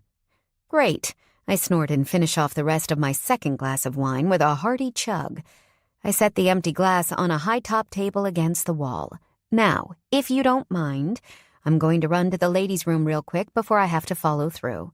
What song should I tell Mikey to play for you? Tad calls toward my now retreating back. Mikey, the man he's referring to, is Red Bridge's hottest DJ, or, a 20-something dude with a black mullet and some old DJ equipment. You just worry about your performance. I'll tell Mikey when I get back. I call back over my shoulder as I make a beeline for the restrooms. A light flickers in the middle of the long hallway, signaling a bulb that probably needs to be changed, and I squint to adjust my vision as I seek out which of the two doors is labeled ladies. But I don't get very far in my search, because the person walking out of one of the doors is someone I know, someone I just saw mere hours ago. Bennett. He's changed his clothes from earlier today, wearing a simple pair of jeans and a clean white t-shirt with his usual brown boots. His hair looks like he's run his fingers through it 1,000 times, and his blue eyes appear 10 shades darker under the bad lighting. Though the bad lighting doesn't make him look bad. Not at all, actually. It simply highlights the hard edges of his muscular arms and chest and cloaks his face in something I can only describe as mystery. Sexy as hell mystery. It's confusing that God made a guy this difficult, so damn good-looking. He stops a mere foot away from me, and I have to look up, up, up to meet his eyes. Good Lord, he really is a big guy, tall and well-built. If he were a tree, he'd be a damn redwood. Did you just get here? I ask, and my heart bounces around in my chest as if I'm happy to see him. Like he was the exact person I was hoping I'd run into tonight, which is nuts.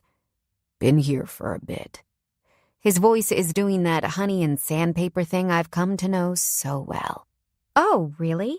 I scrunch up my nose in surprise. I didn't see you come in. Not surprised about that. He mutters through a tight jaw. You looked pretty occupied. Huh?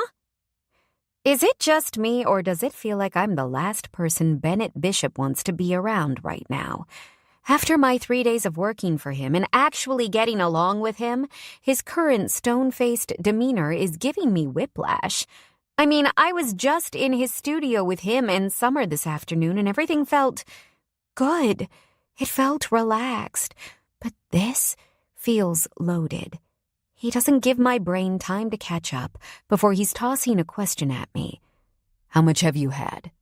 How much have I had? I repeat, my mouth full of bewilderment. What are you... To drink. He steps closer to me, leaning down to meet my eyes. How much have you had to drink, Nora? Not much. How much is not much? He continues. And someone slather butter on me because I'm a kebab being grilled. I sure as shit hope you're not planning on driving home tonight. Jeez Louise, what's his problem? Relax, Dad, I tease, trying to lighten his mood. I'm being a good girl. Only had 2 glasses of wine. It doesn't work. I think it's time you cut yourself off, He comments, and his smile isn't really a smile at all. It's an accusation. Otherwise, you might give that sheep farmer exactly what he wants. Sheep farmer? Is he talking about talkative Tad? You know who I'm talking about. You've been up his ass since I got here. My jaw might as well hit the floor. Up his ass? I question on a scoff, stepping back to lean against the wall and cross my arms over my chest. I don't think so. Sweetheart, you don't have to pretend on my account. Bennett steps even closer to me and surprises me by reaching forward to tuck a piece of hair behind my ear. His fingers are gentle, tender, even, but his eyes are the exact opposite. They hold an edge of silent interrogation. Farmer Ted is working hard to get into your panties tonight, and by the looks of it, you don't mind one bit. If my eyes get any wider right now, they'll consume my whole face. Seriously. I'd just be a head with 2 eyeballs. His name is Tad, not Ted, and he's not trying to get into my panties. Frankly, he's too busy trying to get me to sing karaoke and talking about his sheep. Bennett smirks and rests one hand on the wall beside my head. He leans closer and drops his voice to a whisper. Yeah, sweetheart. That's exactly what he's trying to do. He's so close. I can make out the flecks of gold in his blue eyes, and the smell of his cologne invades my nostrils, filling my head with cedar and cinnamon and soft vanilla all at once. I hate how good he smells. Technically, you hate how much you love it. He's just being friendly. I attempt to redirect my thoughts in this insane conversation. I don't know what crawled up Bennett's ass tonight, but I'm starting to get pretty ticked off that I'm on the receiving end of his ire when I know I don't deserve to be. I've done nothing wrong besides exist and butcher one of Garth Brooks's most popular songs. Friendly. His laugh is devoid of comedy. Is that a newfangled word for trying to fuck you? 1 second, I'm standing there, listening to Bennett spout bullshit in my direction, and the next, my palm finds its way to his cheek with a loud smack. Holy shit, what are you doing? You just smacked Bennett, your new boss, in the face. Deja vu hits me like a truck. This isn't the first time I've done this, but the biggest difference is that now he's my employer. The man whose assistant job has finally made me feel like I am really turning my life around. You idiot. Oh my God, I open and close my mouth several times, unsure of what to say or do. 1,000 apologies sit on my lips. But when I see that Bennett is just standing there, smirking down at me, I clamp my lips closed. And when he says, "Did I strike a nerve, sweetheart? You wanna fuck the sheep farmer?" my hand finds its way to his face for a second time. 24. Bennett. My cheek stings from the shock of her palm, and Nora stares up at me with those big brown eyes of hers, the ones I've managed to memorize every facet of like the back of my hand. And when the realization of what I just instigated settles inside the logical part of my mind, my heart takes off at a run, pounding inside my chest. Way to go, you dick. I'm not even mad that she slapped me. I'm mad that I acted like I cared so much about that dumbass sheep farmer flirting with her and spouted a mouthful of bullshit at her because of it. Being cruel isn't something I want to be, nor will I ever be proud of it. Nora, What the hell? I thought we were getting along, she shouts over me. I thought things were gravy between us. I actually love working for you, and I want to keep working for you, but you just had to prove me wrong by doing what you always do. And now you're probably going to fire me, even though I wasn't the one acting like a total asshole. Fire her? Summer would be devastated, and she wouldn't be the only one missing Nora's presence. Nora, I'm not going to fire you. A deep sigh escapes her lungs, and I'm not even sure if she heard what I said because she dives right back into yelling at me. Why, Bennett? Why do you always do that? How do you always do that? Up until I met you, I'd never slapped anyone. But you? You managed to get me so pissed off that I've now slapped you who even knows how many times at this point. The irony of what she's saying isn't lost on me. I'm not the only one making other people do crazy shit. Join the club, sweetheart. I don't make a point of getting arrested for punching people's ex-lovers. Before you came barreling into Redbridge, my life was a hell of a lot less dramatic. Shut up! She shoves a hand into my chest. Just shut up, okay? Shut up. When I don't say anything, she closes her eyes and leans her head back against the wall. And why do you even care? She eventually asks, her voice quiet. Excuse me? Her eyes open again and lock with mine. Why do you even care that I was talking to Tad Hansen? Why do you care what I do or who I do it with? I don't, liar. Nora stares at me. I stare right back at her. I don't, I repeat, but find myself stepping closer to her. I don't care, I say, leaning down to meet her gaze at eye level. Not one fucking bit. But the instant those words leave my throat, my mouth follows their path, and before I know it, before I can even make sense of it, we're kissing. I don't know who started it, but I know that I'm not stopping it, and I know that her hands grip the material of my shirt as she pulls my body closer to hers. A moan escapes her throat, and I feel it all the way to my cock. Son of a bitch.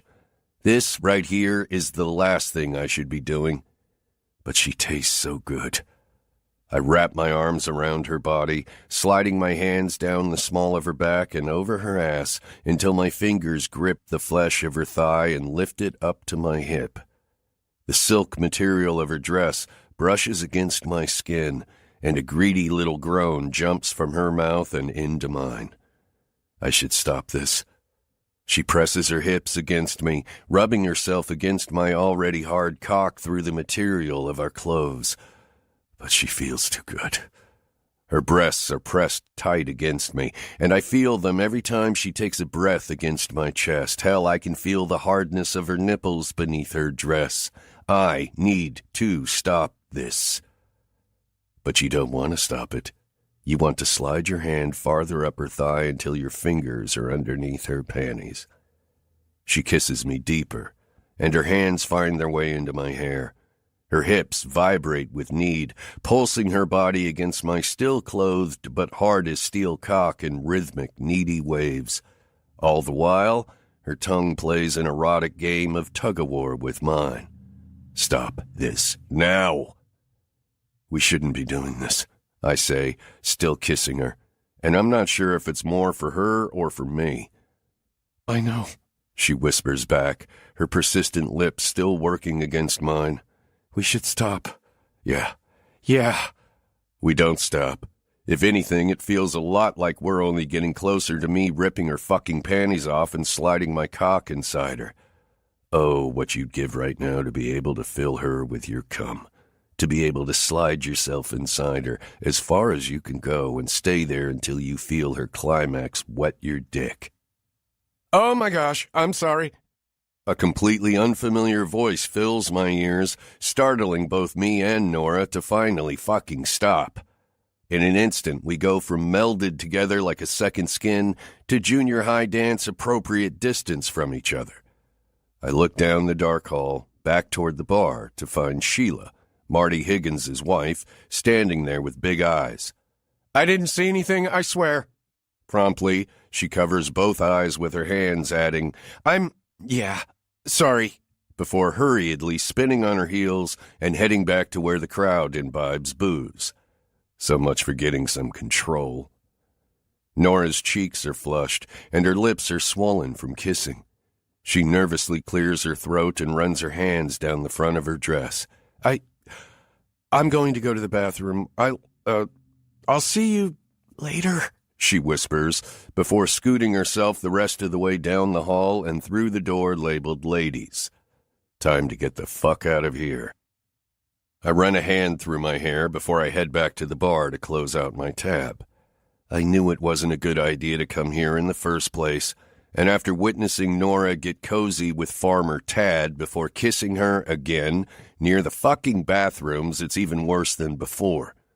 Clearly, I can't be trusted around her right now, and there's no way I can get her warm brown eyes and wild hair out of my mind if I'm staring at them. Clay approaches from the other side of the bar and stops directly in front of me. So, quick question. He pauses, and I don't like the sly smile on his lips one bit. Anything interesting happen back there? On a sigh, I look down the bar and find Sheila standing by Marty. The instant we make eye contact, her eyes snap away from me like a kid who just got caught with her hand in the cookie jar. I should have known. Eyes back to Clay, I see him offer one amused shrug of his shoulder. Small-town news travels faster than diarrhea leaving a clenched asshole. Ain't that the truth? So, he continues, waggling his eyebrows like a fucking fool, is small-town news correct? Don't start with me, man, I say, refusing to have the conversation the nosy prick would love to have right now. I'm heading out. I lay $100 bill down on the bar to cover my tab. Nope. He shakes his head and pushes it back toward me. This one's on me. I got this bottle just for us, and I owe you for 1,000,001 favors anyway. Thanks, Clay. I turned to leave, but the sound of his voice and his hand on my elbow stopped me. Have you ever heard anyone talk about Jesse? Who? I ask, wondering what the fuck Clay is on about and why he feels the need to get it off his chest now, when I very clearly need to get the hell out of here.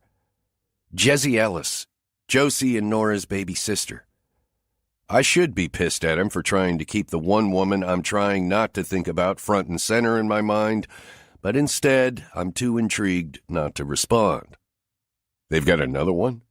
Nah, she died when they were kids. Clay shakes his head and purses his lips. Legend is their mama left her in the bathtub by herself while their daddy was out of town.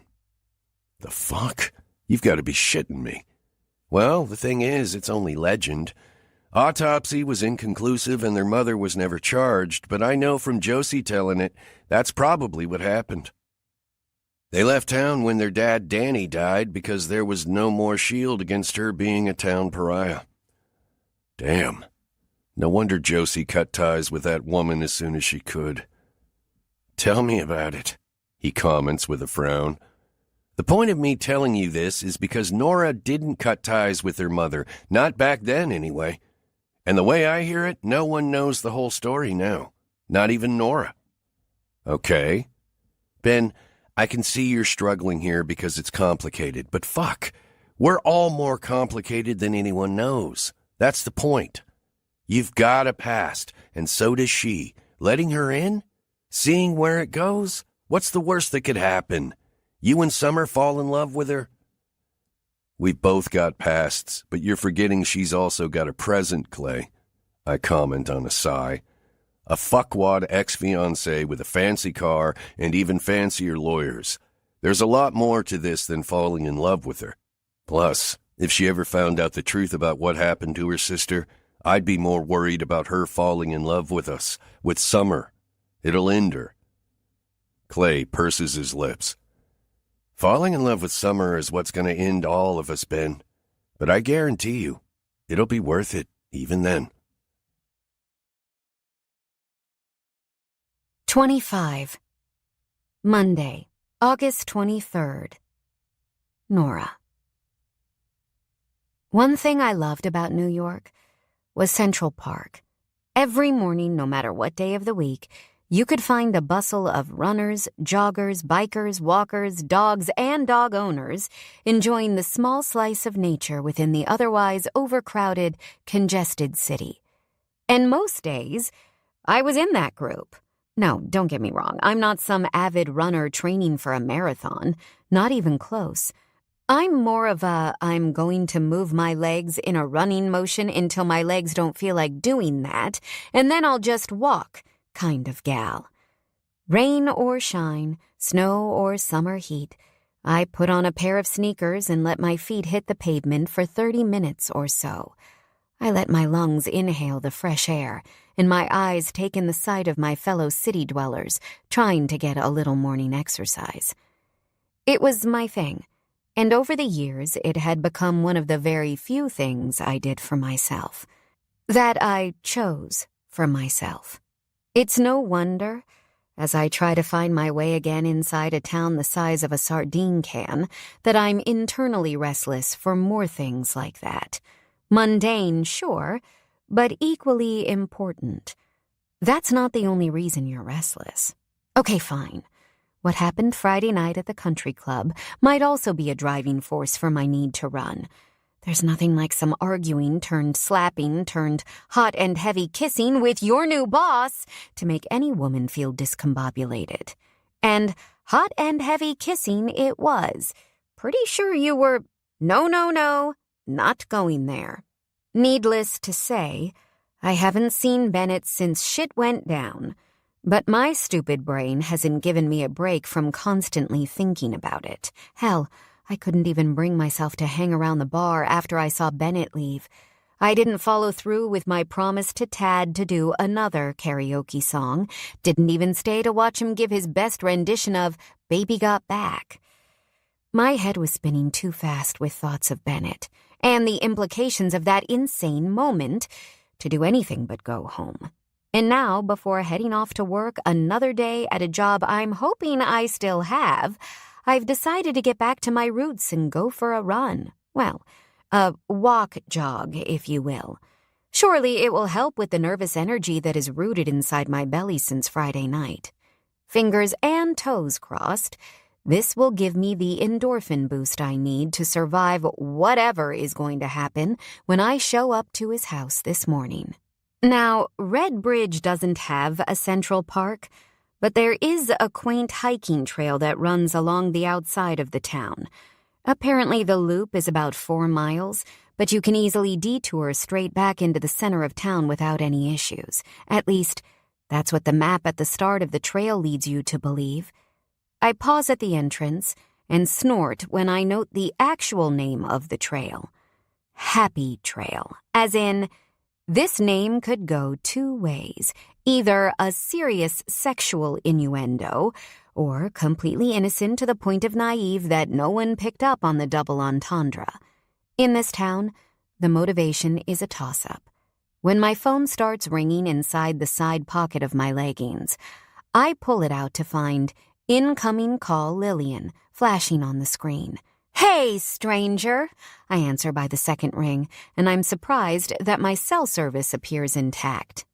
"I feel like it's been forever since I've talked to you," Lillian's voice accuses gently, and I instantly miss her. I don't miss my life in New York.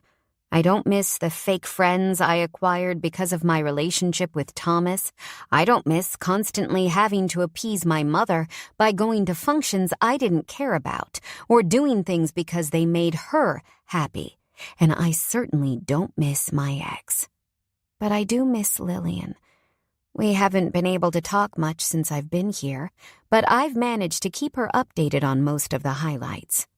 "I know," I reply, and decide to utilize the time to stretch out my muscles. "I'm sorry I've been so busy lately, but I got a job." The first stretch I attempt is a hamstring stretch on my right thigh. It burns as much as my fear of losing said job because I acted like a violent, horny fool Friday night. "A job, huh?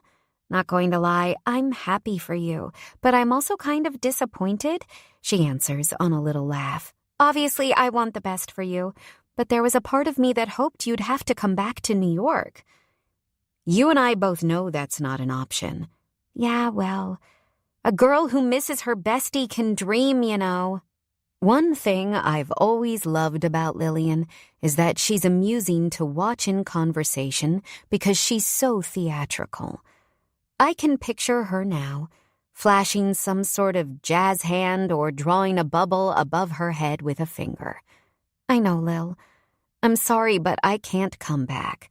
Eleanor already called my sister's coffee shop looking for me, and that freaked me out enough. I can't believe she has the balls she does, but she's been trying to track me down, too.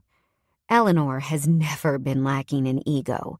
I spread my legs and lean forward to touch my toes. And she knows about Thomas coming to Redbridge, so she's going to be a dog with a bone until she gets what she wants. Oh, shit. Now the demon dials are making more sense. Yeah. A sad exhale of air leaves my lungs as I stand upright again. Have you talked to her? Hell no, Lillian replies, like I just asked the most ridiculous question in the world. I don't care if she shows up at my office with one of those singing telegrams. I don't owe her anything, and you don't owe her anything either. Have you, heard anything about Thomas? I saw an article about him in the paper a few days ago, just some boring coverage of that charity his family owns. They hosted some kind of event at the Met, and I honestly can't even tell you the details because who cares about that asshole? She rambles. I mean, screw that guy. I still can't believe he showed up in Vermont and tried to physically force you to talk to him. Like, he manhandled you, Nora. He was abusive. I wish you'd put him in the clink. He deserves to have a shiver too rammed up his ass by strangers. Obviously, Lillian knows all about the Redbridge scuffle. She didn't take it too well the first time I told her. It was a day or two after it happened, and it took some effort to convince her that showing up at his apartment with a baseball bat was a really bad idea. Let's not get too worked up over this again, okay? Yeah, I know, she groans. I know why you didn't press charges, sort of, but that asshole should be sitting in a cell, rotting. She isn't the only one who feels that way. For as gentle as she's been with me, Josie's made her opinion abundantly clear. Oh, Lillian exclaims. But one thing that's kind of good news is that in that dumb article I read, he had a date with him at that event. She's a French supermodel or something. She barely looked 18, but that probably shouldn't be a surprise, you know? Thomas King has a thing for barely legal. But maybe that means he's moving on and won't be bothered with you anymore. A thing for barely legal. Ugh. It's moments like this that make me wonder how in the hell I could have been so naive about that man. Anyway, enough about your asshole ex. Tell me more about this job. I'm an artist's assistant, I tell her. And it actually pays really well. Thank God. The arrival of your moving truck really ramped up my sister's impatience with my squatting. I need to find a place of my own soon. Wait, she pauses.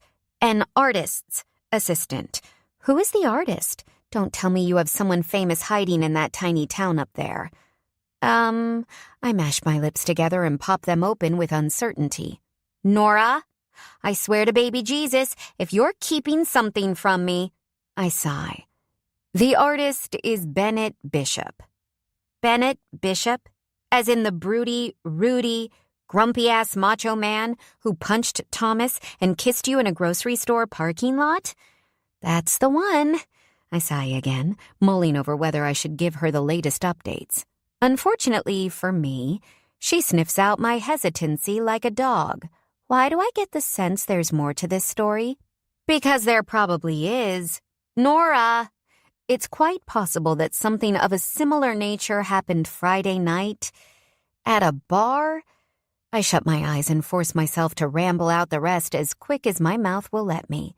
I might have slapped him again for being a jerk again, and that led to more kissing, and now I'm on edge about going to work today because I haven't seen him since then, and I have no idea how things are going to go. Nora Rose Ellis! Lillian shouts into the receiver so loud, my AirPods vibrate inside my ears. Oh my God! I cannot believe this. With as much as the two of you fight and kiss, you might as well be horny UFC members. It's not a big deal. And it's not going to happen again. Not a big deal, she retorts. Nora, get real. This feels like a really big freaking deal. It's no big deal, I repeat. Seriously, From here on out, I'm solely his employee, and everything is going to stay professional. That is, if he doesn't change his mind and give me the axe. She laughs, and laughs some more, and when it feels like she isn't going to stop, I mutter, "You're kind of a bitch right now, you know that?" "Sorry," Moore laughs. "But I honestly thought your life in Redbridge would be so damn boring, but it's like the opposite of boring. Hell, it's more exciting than mine, and I'm in the city that doesn't sleep, not surrounded by farms and cow shit." "There's not that much cow shit in Redbridge." "Whatever you say, friend," Lil responds, but her amusement is evident in the rasp of her voice. "Anyway, I have to get going or else I'm going to be late for my early meeting. But now you have to promise to tell me more about your job with Mr. Hot and Broody. You think you'll kiss him again today?" "Lil, stop it!" I whine, but Lil just giggles. "Gotta run. Bye, Nor. Love you." Her laugh fills my ears until the line clicks dead, though she can't stop herself from following it up with a text message. "Lillian, just FYI, all the best books start with banging the boss. Me. You're a psycho." My phone vibrates in my hands again, but I ignore it, shoving it back into the side pocket of my leggings. My best friend is a highly intelligent girl, but she doesn't have a clue when it comes to Bennett Bishop. I'm more likely to strangle him than have sex with him. That is fact. I give myself another 5 minutes to do a few stretches, and once I hit the timer on my smartphone and put on my favorite workout playlist, I give my AirPods one last adjustment and get moving. My pace is slow as shit, more walking than jogging, but it doesn't matter. It feels good. The air is crisp like an apple, and the sun shining down through the trees provides just enough warmth on my face to take the edge off. And the view is something special. The leaves are showing the first early signs of change. Some are still a vibrant green, but others are already highlighted with tiny dots of red and orange and yellow. It makes me excited to see what Redbridge looks like when the season really shifts from summer to fall. Before I know it, I'm 10 minutes into my walk jog, and Leo Sayer has taken my ears back to 1976, telling me he feels like dancing the night away. Another 5 minutes and my leg muscles decide to remind me that the last time I ran was when I pulled a Julia Roberts and left my wedding. But 2 minutes after that, all thoughts of getting tired fly out the window when something catches my attention in my periphery. I glance over my shoulder, and the sight brings me to a dead stop in the middle of the trail.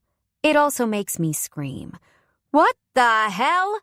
The fluffy, four-legged creatures behind me also come to a stop, and when I pull my AirPods out of my ears, I note the faint sound of a few small bells ringing from the crowd. Yes, the crowd, a fluffy white sheep, staring at me. Are these Farmer Tad's sheep? If not, how many freaking sheep farmers are in this small town? It feels like an overpopulation. The crazy thing is, the longer I stand here, the bigger the crowd gets as more sheep come around the bend and stop with the group. How many are there? I try to count, but I get to 40 and have to start recounting because I lose track and more keep coming. But they all stop and wait and look ahead. At me. Hello? Hi, can I help you with something? They don't respond. You know, because they're sheep. Just keep going. Maybe this is like a thing, a Redbridge thing. Maybe these sheep come here in the mornings too, to get a little fresh air. I'm going to keep on running. You guys have a great day, okay? Maybe, head back home? Yeah.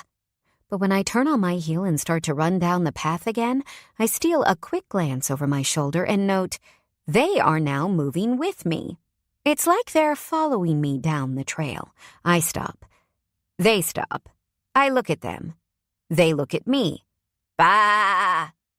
I offer another wave goodbye, point toward the other side of the trail, and start to run again. But they just do what I do. If I'm moving, they're following. If I stop, they're waiting for me.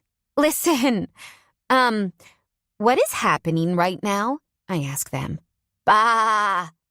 Are you guys lost? Bah! Do you realize that I have no idea how to take care of sheep? I can barely take care of myself. I mean, I'm a 26-year-old woman who has about $100 to her name and is living with her sister. If you need guidance, I'm not your gal. Unfortunately, my speech doesn't achieve anything, and before I know it, another 25 minutes of playing red light, green light with a bunch of sheep on the freaking happy trail have passed by, which means if I want to be on time for work, this is now starting to cut into my shower time.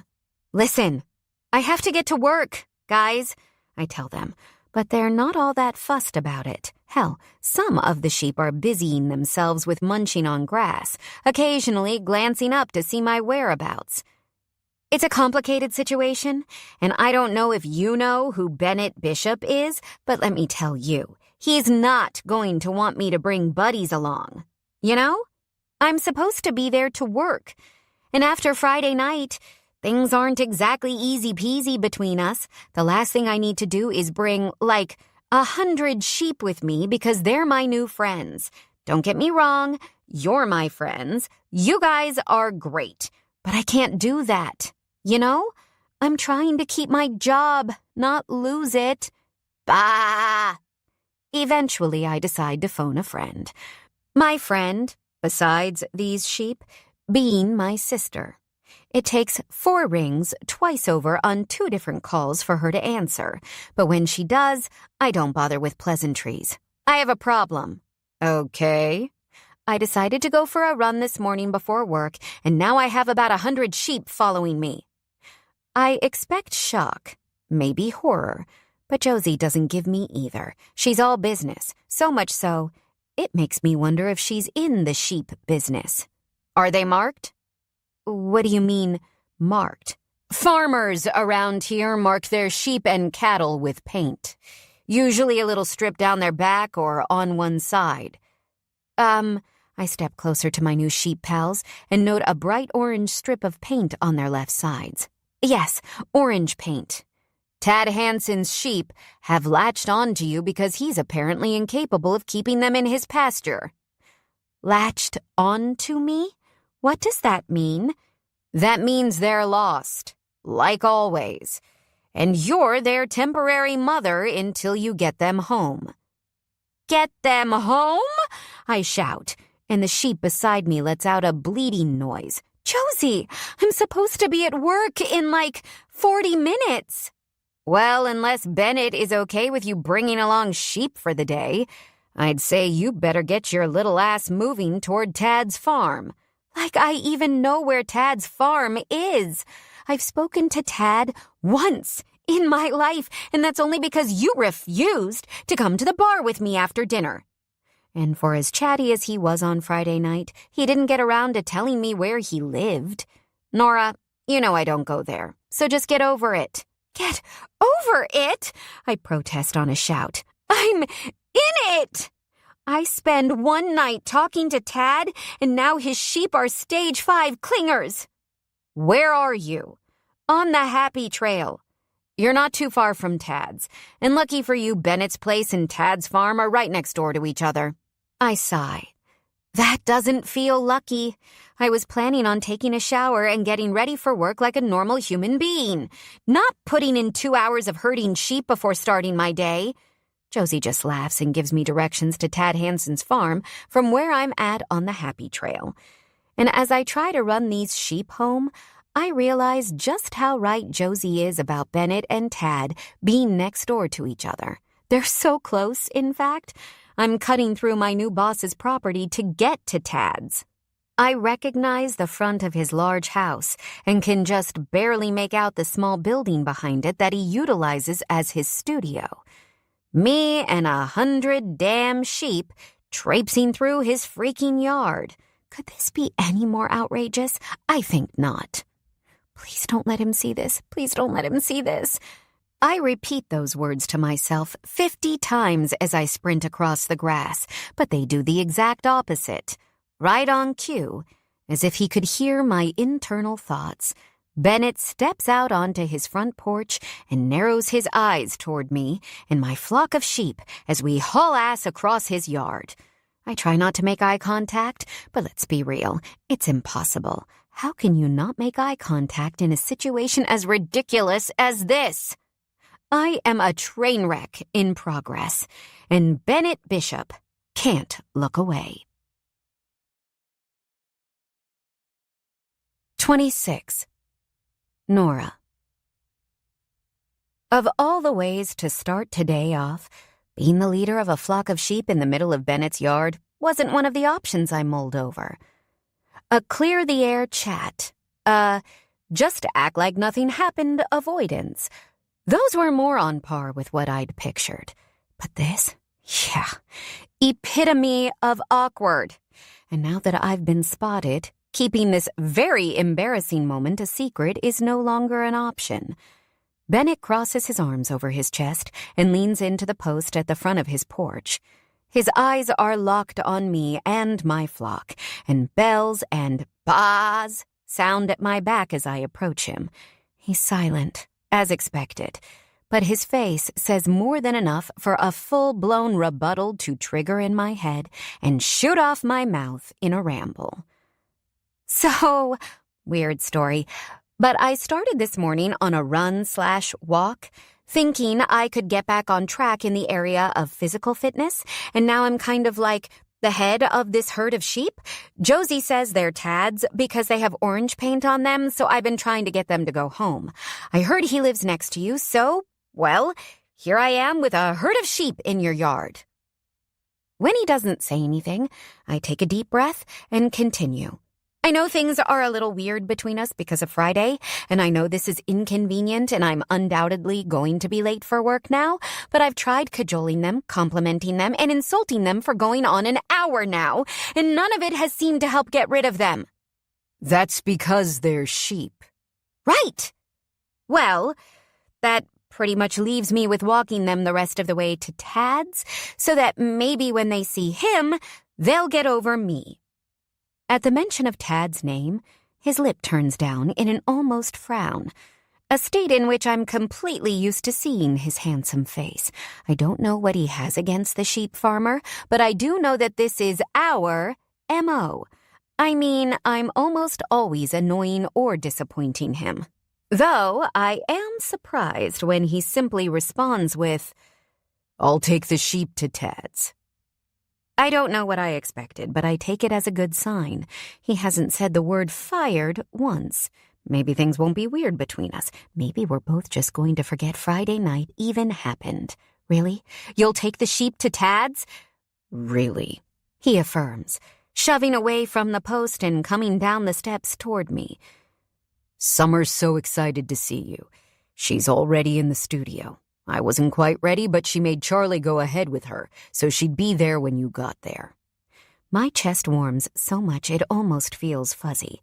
I haven't known Bennett's daughter long, but her spirit is the kind that infects you immediately. Her positivity, her radiance, her eagerness to learn about anything she can. It all defies the body she's been given like space defies gravity.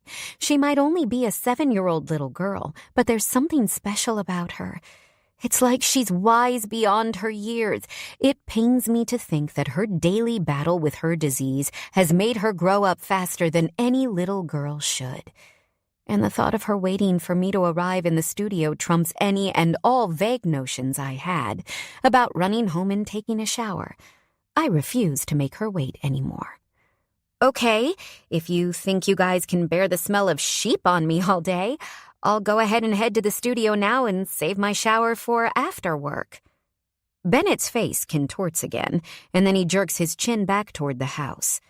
You can shower here, if you want. Won't have any of your girly shit, but at least you won't smell like livestock all day. Take a shower in Bennett Bishop's bathroom, as in, I'll be naked in his house? A shiver passes over my whole body at the thought. Still, with one secret sniff to the collar of my sweat-drenched t-shirt, it quickly becomes a viable option. I don't have any clothes or anything. He rolls his eyes. I'm sure you can find a shirt and some sweats in my closet. Now he wants me to wear his clothes? Clearly tiring of me, he sighs and walks down from the porch with a directness I'm not ready for, stopping right in front of me. I have to look up to meet his eyes. Take a shower or not, okay? Neither will bother me. Just make a decision before snow covers the ground, would you? Without another word, he grabs one of the big sheep by the fluff on its neck, making a bah in a way that gets the rest of their attention. As Bennett turns toward Tad's, so do the sheep, and just like that, he's off with the flock, leaving me in their wake. Funny how they were so attached and all it took was one strong hand from the scary macho man to change their minds. Can't say I blame you, I mutter in the direction of the sheep. For as much bad blood as Bennett and I have had, I'm still pretty sure I would crumble at the first sign of sexy manhandling. I have 2 unexpected but all-consuming kisses to thank for that. He is your boss, you know. I sigh. Maybe a shower is a good idea, and maybe I should make it a cold one. I scramble toward the front door and open it carefully, calling inside for extra people I don't know about, or, I don't know, monsters or something. Hello? No one answers, which is good, since Bennett is gone and Summer and Charlie are already in the studio. I've had just about as many Bennett-related surprises as I can take for a while. It's weird being in his house alone when I've never really been inside it before. Sure, the day I demanded this job and met Summer, I breached the front door and found my way into the hallway. But there's so much more beyond that I couldn't possibly have imagined. I see tons of pictures of Bennett and Summer throughout the years. Some of them feature other familiar faces from town, and some of just the 2 of them, but in almost all, Bennett showcases a huge and handsome smile. He looks more carefree, not entirely, of course, he is a grump after all, but there's a happiness behind his eyes that you can't miss. That little girl is his everything. Clay's words ring out in my head.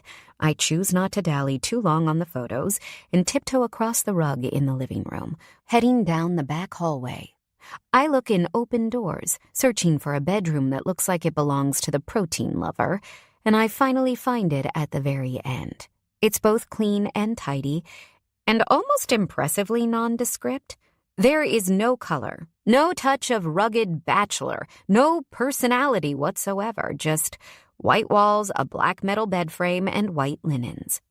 As an almost interior designer, I think it's as close to a blank canvas as I can imagine an artist having, especially him. Since I started working for him last week, I've been studying all of his previous works rigorously. The internet is a vast source of knowledge, and what it's taught me is very much at odds with Bennett's bedroom. Artistically, he works conscientiously with color, mixing hues that are unexpected and oftentimes vibrant. I'm not surprised my wall painting made him consider hiring me, because while it wasn't even in the same country of skill level he has, it was on point for the way he mixes colors. Him having an all-white bedroom is just weird. Quickly, I move on from being judgmental and head for the attached bathroom. There's still a little girl in the studio waiting for me, and I need to get my shit together. I close the door and lock it, and then turn on the shower to let it heat up while I strip down. The air feels eerily chilly on my bare skin, and I know without having to think too hard that it's more because of the owner of this bathroom than the temperature. To be honest, I'm still kind of sweating. The spray feels good when I climb under it and close the glass door behind me. I wet my whole body down and soak my hair before grabbing the first product I find to start the process of cleansing the aura of sweat and sheep. It's a 3-in-1 shampoo, conditioner, and body wash, and I am objectively horrified at the level of unbothered men can get away with. Still, I lather it up and put it in my hair before using the remainder to soap up my body. Unfortunately for me, it doesn't take long before I'm overwhelmed by the scent of Bennett. I try to ignore it as I scrub, but this annoying, arousing ache starts in the lowest part of my belly, and the more I inhale through my nose, the more I'm reminded that I'm naked in Bennett's shower, that I'm scrubbing myself with his soap, and that 3 nights ago, while he was kissing me, I came undeniably close to experiencing an orgasm at his hands. My fingers linger a little on my clit. Come on, Nora, move it along. Okay, but really, what would it hurt? It's not like it's going to take a while. I haven't come in I don't know how long. Thomas tried, or at least made it seem like he did, but he could never hit the spot just right. Plus, it'd probably relieve a lot of the tension I'm feeling toward my new boss. And man, that wouldn't be a bad thing, right? Carefully, tentatively, I swirl my finger around my clit, swiping at it at the end of each circle. At first, I'm just considering it, just testing, just teasing. But it ultimately feels so good, too good, that my toes curl against the tile and I have to steady myself with a hand to the wall. Yeah, this isn't going to take long at all. Decorum out the fucking window while the scent of my boss's cleansing trio fills my head. I touch myself until my spine feels like a single puff of air could snap it. My mind loses itself in thoughts of Friday night. The way he kissed me, the way it felt to have his hands on my body, how hard his cock felt beneath his jeans. Heat runs through my cheeks and my belly at once, the apex of my climax, just a millimeter away. Spine bowed, I let my head fall back into the warm water as all the tension in my body releases in a crashing wave of pleasure. And the entire time, I can't help but visualize Bennett's body over mine, his cock inside me, and his finger at my clit instead of mine. I have to cover my mouth with my free hand to stop myself from screaming. My body shakes and my heart races as I come down from the highest peak I've hit in years, maybe ever. Oh man, talk about crossing an intimate line. Not only have I been naked in my boss's shower, but now I've also made myself come. I don't think he had this in mind when he offered to let me use it. Holy hell, what have you done, you freak? A rush of shame makes me hurry to finish, and I turn off the water without even considering doing a second wash on my hair. Sure, it's my normal, but I doubt this kind of shampoo and conditioner is going to turn my hair into anything but straw anyway.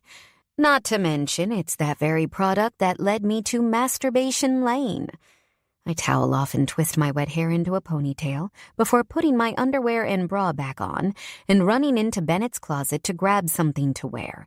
Typically, I'd be careful with my choice, but the embarrassment and need to vacate the premises as soon as possible really cut into my overthinking.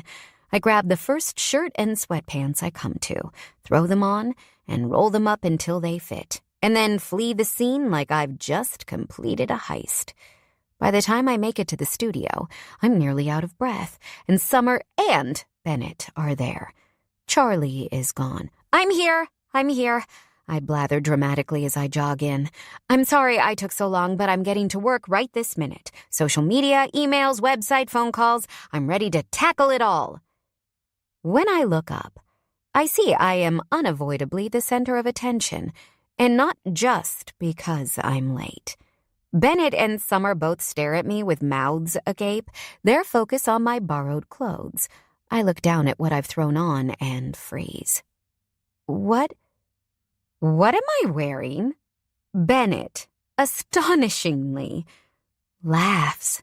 Whole body, face transforming, bent over at the waist. He looks like a movie star and a rock star and the king of an entire country.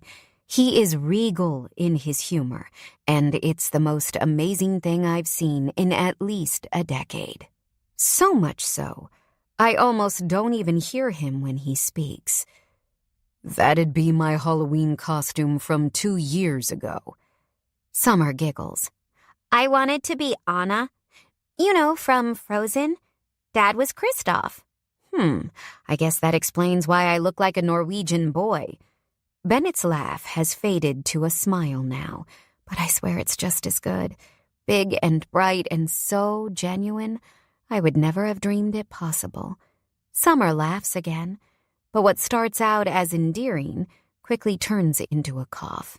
My eyebrows draw together in concern, and Bennett pauses for only the briefest of moments before jumping into action. I've never seen him move so fast as he runs to Summer's stroller chair and flips it up to elevator. She struggles to catch her breath, and a sharp cry of pain is the only thing that breaks the sound of her fighting for air. I join them, panic roiling a nausea in my stomach I've never felt in my life. What can I do? I ask desperately, my chest seizing as Summer's sweet face begins to turn blue.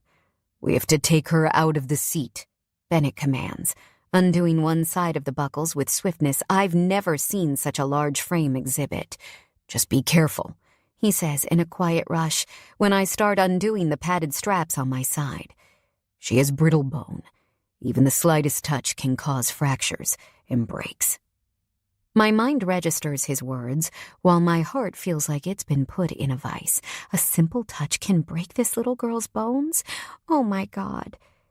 Inside, I'm tortured.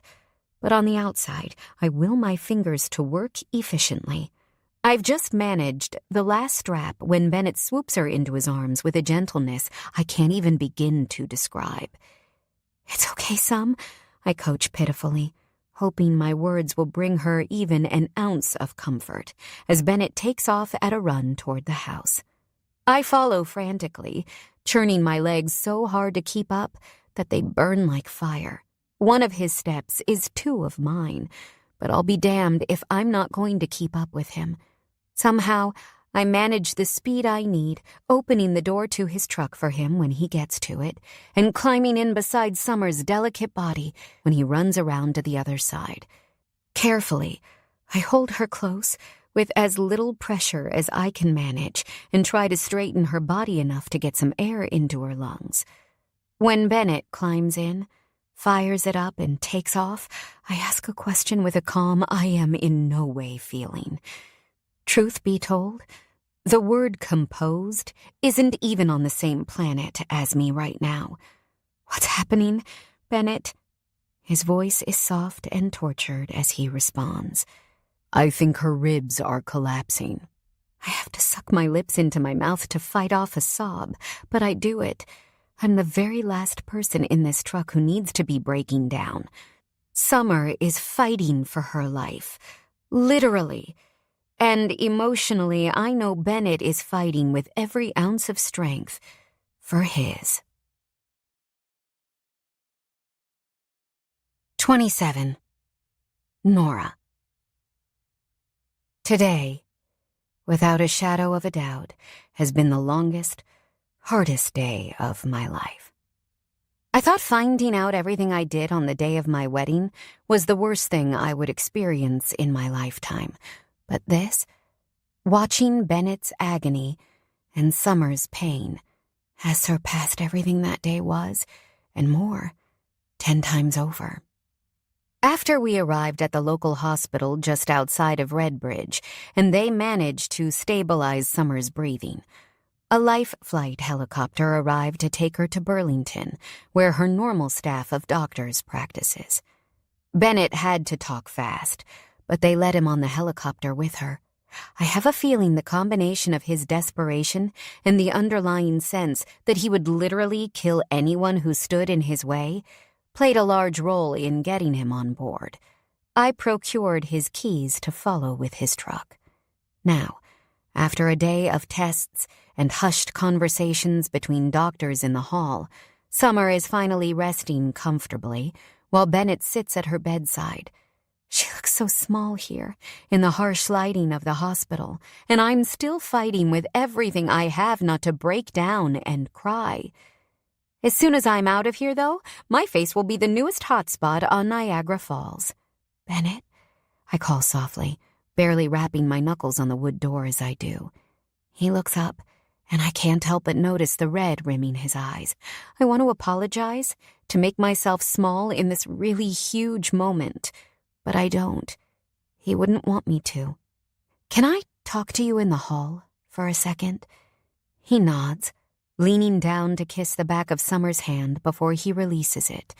I turn and head for the hallway, knowing that the biting hold my teeth have on the inside of my cheek isn't going to stave off my tears much longer. I wait patiently in the fluorescent light, leaning my back against the wall for support. Bennett comes out a minute later, and I do my best not to falter when I see him. I just wanted to take a minute to see if you need anything before I head out. The emotion in my voice makes my words come out all choppy. I clear my throat and force the tears to stay behind my eyes. I can get you food or clothes or call someone for you. Anything at all, I'd be happy to do it. You're leaving? Temporarily stunned, I open my mouth and close it again before finding some semblance of words. Only when you're ready for me to. But I don't want to intrude, so I thought I could take an Uber home for the night and come back in the morning if you need. An Uber? Where's your car? I take no offense that he's discombobulated right now. Frankly, I'd be shattered pieces of hysteria if I were him. At the entrance to the Happy Trail, actually, the start of my sheepish adventure. My anecdote should be funny, but nothing feels funny right now. I'll take you to it. No, Bennett, it's okay, really. I'll find a way home. Take a cab or an Uber or something. You can stay with Summer, and I'm not letting you ride all the way home from Burlington with some stranger in a cab, Nora. Summer's sleeping, and with the meds they gave her, the doctors think she will be for a while. I'll take you to your car, and then come back. I nod instead of fighting it, for just tonight I refuse to be a pain in this man's ass. After letting the nurse know he's leaving and stopping in to give Summer one last kiss from each of us, we weave our way through the hospital to the parking garage, climb into his truck, and head off for Redbridge in comfortable silence. It's not until we're completely out of Burlington that Bennett says something that renders me speechless. I was happy you were there today. For Summer. Wow. Just wow. My heart races and it takes me a hot minute to get my bearings. I have so many questions I want to ask him about Summer and her well-being and how often emergent situations like that happen. But I know now isn't the right time. So I simply go with honesty when I get my tongue to work. I was happy I was there too. Besides Charlie and the other nurses who help take care of Summer, Bennett is usually doing it alone. Being a single parent is hard enough, but being a single parent with a daughter as sick as Summer, I can't even imagine. I hate that that's his reality. And I owe you an apology, he declares, and I look toward him while trying to hide the disbelief that wants to make itself known on my face. I was out of line on Friday night, and I owe you an apology for it. I'm sorry. First, he thanks me, and now he's apologizing? What in the hell has gotten into Bennett Bishop tonight? I appreciate that, Bennett. I really do, but I wouldn't say Friday night showcased my best self. I wasn't exactly in line either, I admit. I'm sorry for slapping you. I deserved it, he admits, and half of his mouth quirks up. Well, at least the first one. The second might have been a little overkill. Yeah, I cringe, and one puff of humor escapes my nose. I'd have to agree with you on that. How late did you end up staying at the bar and hanging out with that farmer? Who? Tad? I nearly laugh. Lord, I thought I was chatty. But that man just about talked my ear off. And I didn't stay long, left right after you did, actually. You're not interested in him, he questions then. Almost reshaping my spine, it snaps so straight. No. This time I do laugh. I mean, Josie was right to call him hot and all, but No, I am not interested in him. Plus, I've got a whole cargo ship of relationship drama. I don't need to be jumping into anything right now. Ah, yes. Thomas Conrad Michael King III. How in the hell did you end up with a pretentious prick like him anyway? Bennett takes the ramp onto the bypass around the only small town between us and Redbridge, and I shuffle in my seat to find the words. Put simply, my mother. She's been orchestrating every detail of my life since the day my dad died, and Thomas was a means to an end. The success, the wealth, being in the right circle of people. And what? You just woke up one day and got tired of the whole deal? I shake my head as tears sting my eyes, my whole body feeling instantly like I'm standing at the bathroom sink of St. Patrick's Cathedral all over again. No. I woke up on my wedding day and got ready to marry the man I thought I loved, and then a woman handed me a letter that changed everything. A letter. The truth will set you free. A letter. Turns out Thomas Conrad Michael King III isn't just a self-important asshole. He's way, way worse. I've been trying to figure out what to do with the information ever since. When I realize I've just told him more than I've told my own sister, I wait for the shock to fill my gut. But it never comes. For some reason, it just feels right. It feels like I can trust him. Is it illegal? Bennett asks, eyeing me out of his periphery. Because if it is, you should turn that shit over to the cops. Let him rot. I shake my head. It's so much more complicated than that. I can't believe I ever thought he was a good person. The car is silent for a minute as I gather my thoughts. Surprisingly, Bennett is the one to break it. I used to burn shit down for fun when I was younger. Did you know that? You mean, like, arson? He nods, his face illuminated by a warm mix of moon and streetlight.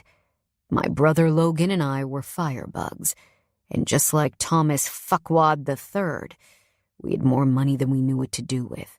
We spent every night drunk or high, tangled in women, and partying until we couldn't stand up. Previously, we'd only burned shit our father owned, which was twisted in itself, but at least legally loopholed. But one night, after some rich asshole had been hammering me to get one of my paintings on his wall because he was obsessed with buying and selling art, I decided I wanted to fuck him over, and Logan was more than happy to join in. We ended up burning his car. Oh, shit. Yeah. He actually chuckles. A Lamborghini, of all things. I gasp. Oh my God, Bennett. I know. How the hell did you get out of that? Out of going to jail? My brother Logan took the fall, and Breezy told me to get the fuck out of New York and keep my shit out of trouble. Wow. Your brother Logan sounds... No. Whatever you're about to say, don't say it.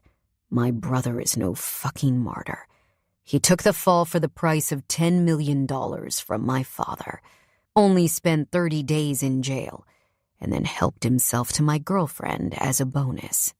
What? Why the hell would your dad pay him to take the fall instead of both of you? You said you did it together. His laugh is bitter. Because I'm a commodity for Bishop Galleries, Nora.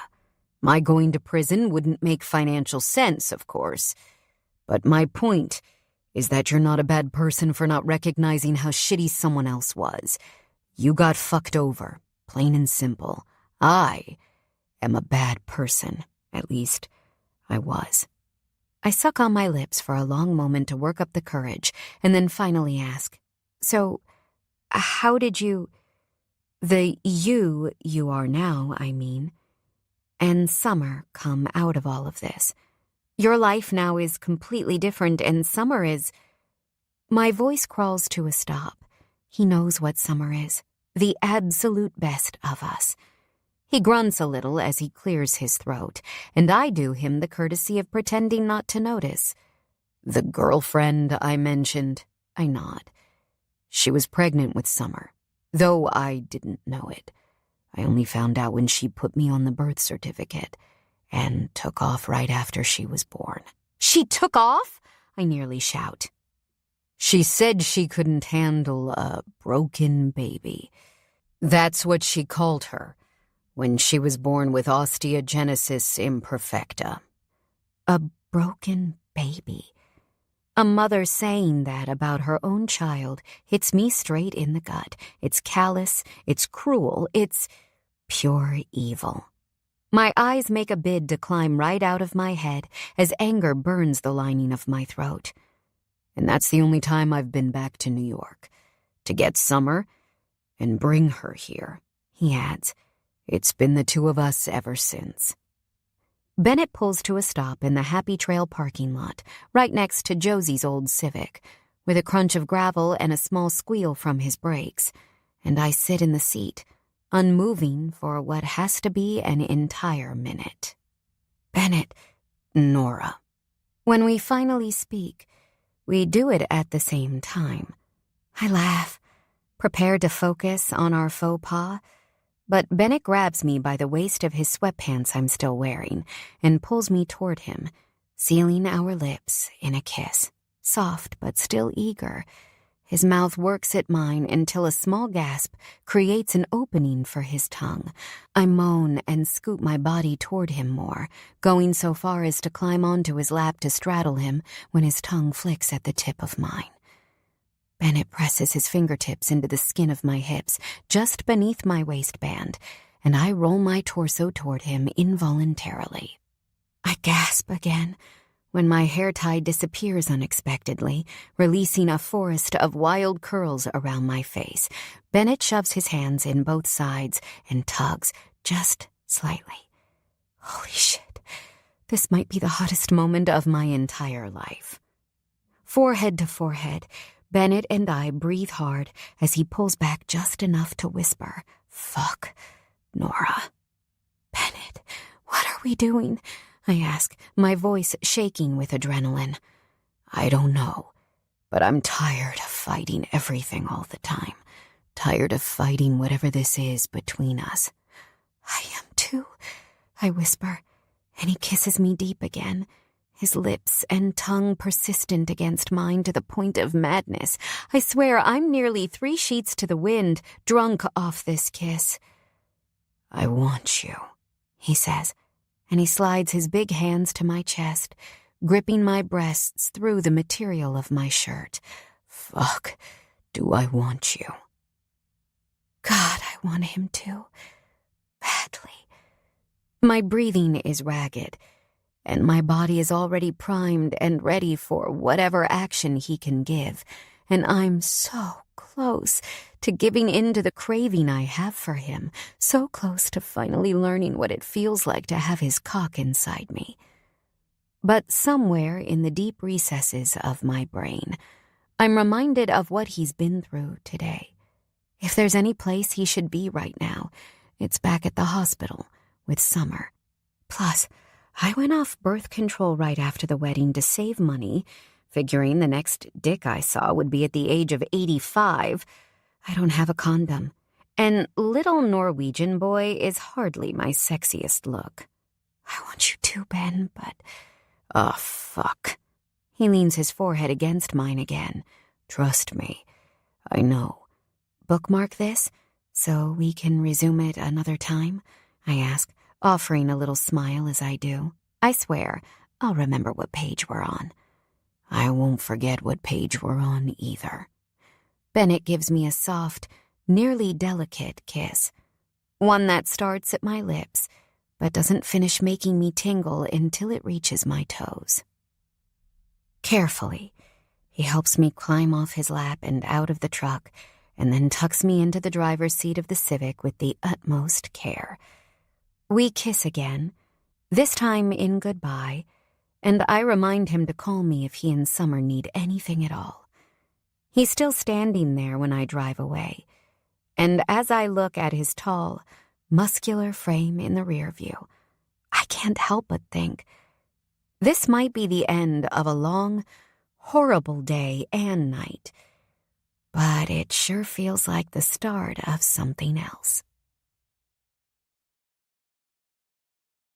28. Nora. I take a right turn onto the gravel driveway that leads to Josie's, and it's not long before I'm parked and dragging my exhausted carcass into the house. But as soon as I step through the door, I can tell something is off.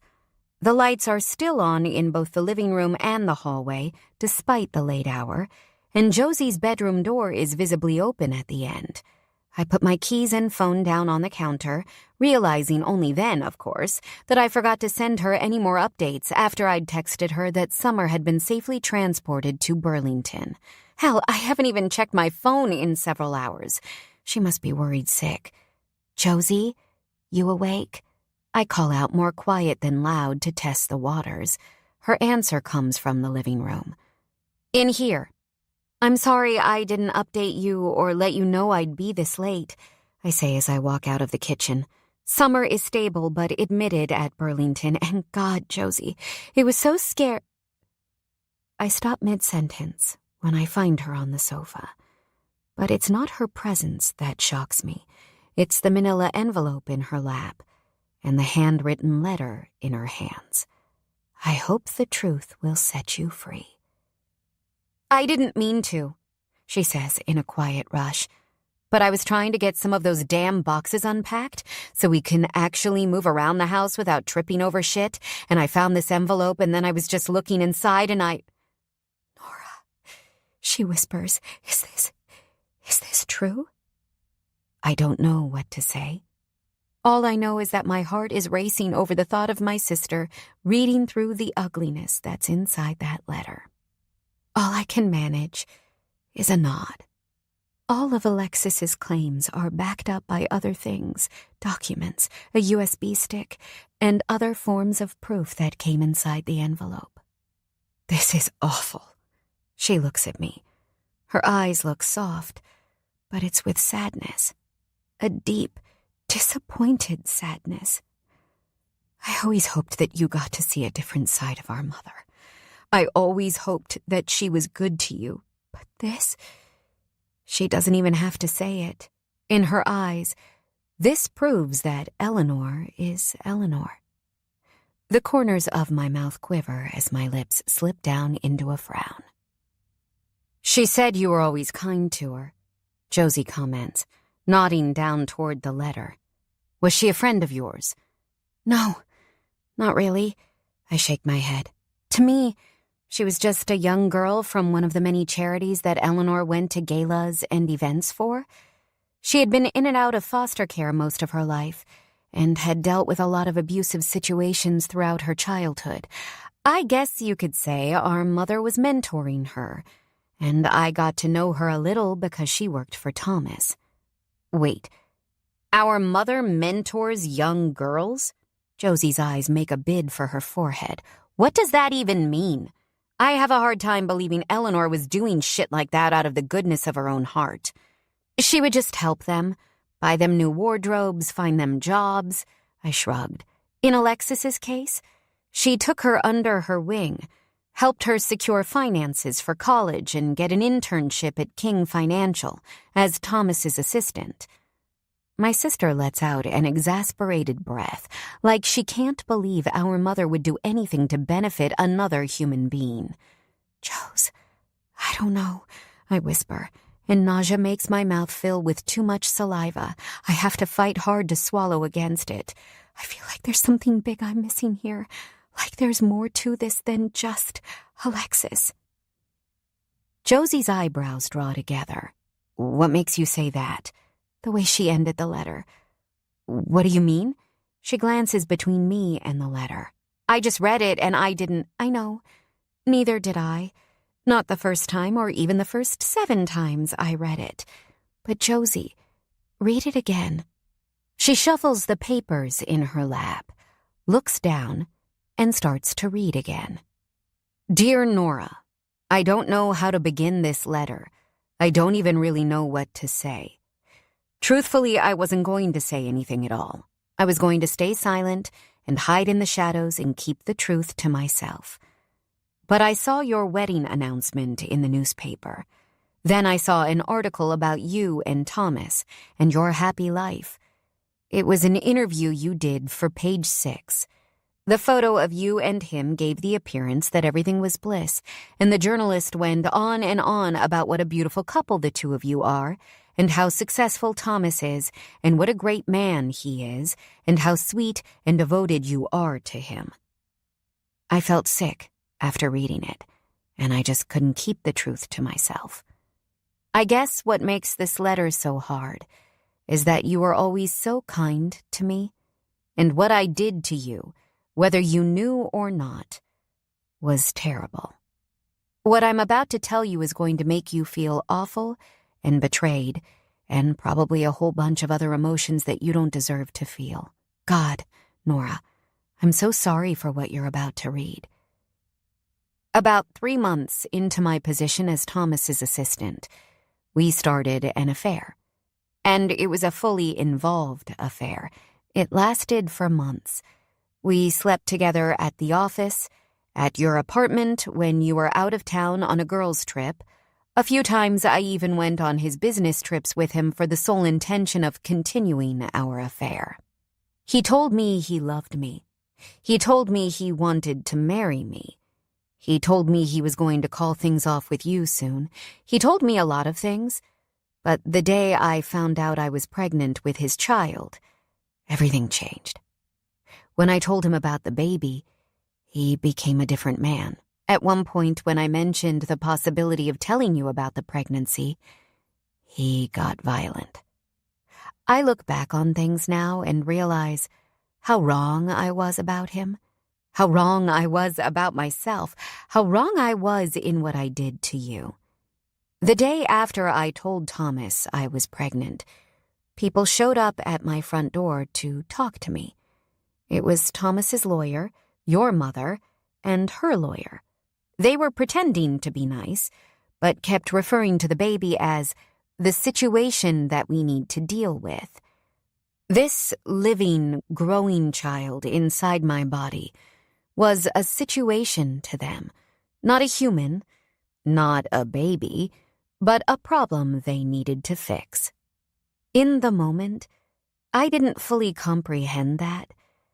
I was mostly just in shock, and their manipulative words were clever in their delivery.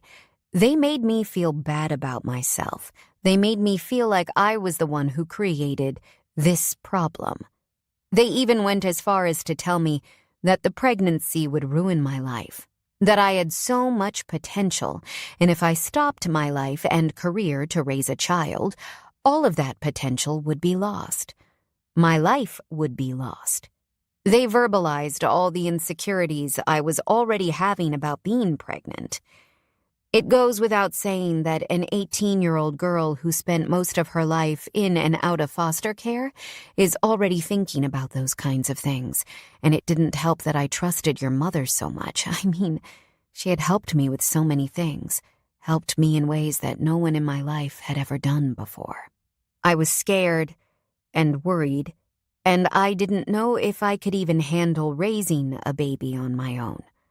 I was barely making rent as it was on the small internship wage I was getting from King Financial, and I wanted to keep going to college. The next parts of this story are painful. Painful for a lot of reasons, but mostly because I let them talk me into something I should have never considered. They told me an abortion was the best way to handle the situation. Your mother ensured they would make sure all my medical bills were handled and that only the best doctor in the city would do the procedure, one she knew well personally. She said she'd make sure I'd be in the best hands and that I was doing the right thing for my future. The two lawyers insisted I sign an NDA. They told me if I signed it, I would receive financial compensation that would give me a generous start in life. They dangled the golden ticket in front of my face. But there was only one stipulation. I had to have an abortion and sign an NDA that prevented me from ever talking about Thomas King or the situation again. I don't know why I did it, but I signed the NDA. I agreed to abort the child inside me. I guess in that moment, I did it because what they were saying felt like it made sense. Once I signed the NDA, your mother scheduled my appointment. She even made sure that a fancy black town car with tinted windows and a driver came to pick me up that day. The driver was going to take me to the clinic and take me home after. It was the full 5-star treatment for an abortion. I got in the car, and I let him drive me all the way to the private clinic your mother had chosen and said was the best in the city. I got out of the car and I went inside. I let the nurses prep me for my procedure. I was there to go through with it. I was there to deal with the situation. And I realized I couldn't do it. This baby wasn't a situation to me. It was a baby, my baby. I left the clinic that day still pregnant. And because the medical staff are bound by patient privacy laws, they could not discuss my case with anyone but me. I let the driver take me back home, and when your mother called me the next day to check up on me, I told her everything went fine with the procedure. The next day, an envelope was delivered to me, and it contained the hush money that had been promised. I used that money to move out of the city, and 8 months later, I had a boy. A beautiful, healthy baby boy I named William. It's funny how when a child comes into your life, your perspective on everything changes.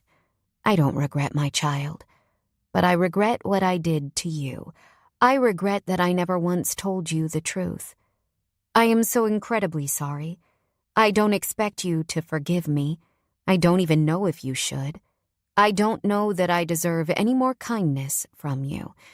But I do know that you deserve the truth. You deserve to know who you are marrying. You deserve to know what your mother was a part of. You deserve to have a choice. I hope the truth will set you free, and I hope what you do with it will change more lives than just yours. I'll forever be sorry. Alexis. I'm not getting it, Nor. Josie looks up at me, the letter still in her hand. What is it you're seeing other than our snake of a mother and your ex-fiancé forced a young girl into an impossible situation, which is bad enough, by the way? The part about what I do with the truth changing more lives than just mine, I say with a frown. Do you think that means there were other girls they did this to? Josie's face melts in consolation. Oh my God, I cover my hand with my mouth. You do. You think this wasn't the first. You think it was just the first time someone was brave enough to speak up. Nora, I don't know much about Thomas besides him being an abusive asshole, but I know our mom, and I wouldn't put anything past her. For as long as I can remember, Josie has hated our mother. I truly can't remember a time when she had something nice to say about her. Why, Josie? What did she do when we were kids that makes you so sure? You are always so sure, Nora. What? Just say it. Mom killed Jessie, Nora. She left her in the tub when she was too little and she drowned. Everything inside me comes crashing down, and my ears feel like they're filled with the ocean. No, you were too young. I knew you probably didn't realize, and the investigation never proved it. But I knew. I saw the aftermath. Her voice chokes, and one tear slips down her cheek. She swipes it away with an angry hand. Eleanor knows what she did. And Nora, she doesn't care. Because she never, ever cares about anything but herself. Tears burst the dam in my eyes and start streaming down my face, unchecked. Josie jumps up from the couch and throws her arms around me, pulling me into a hug. I'm sorry, Nora. She hugs me tighter.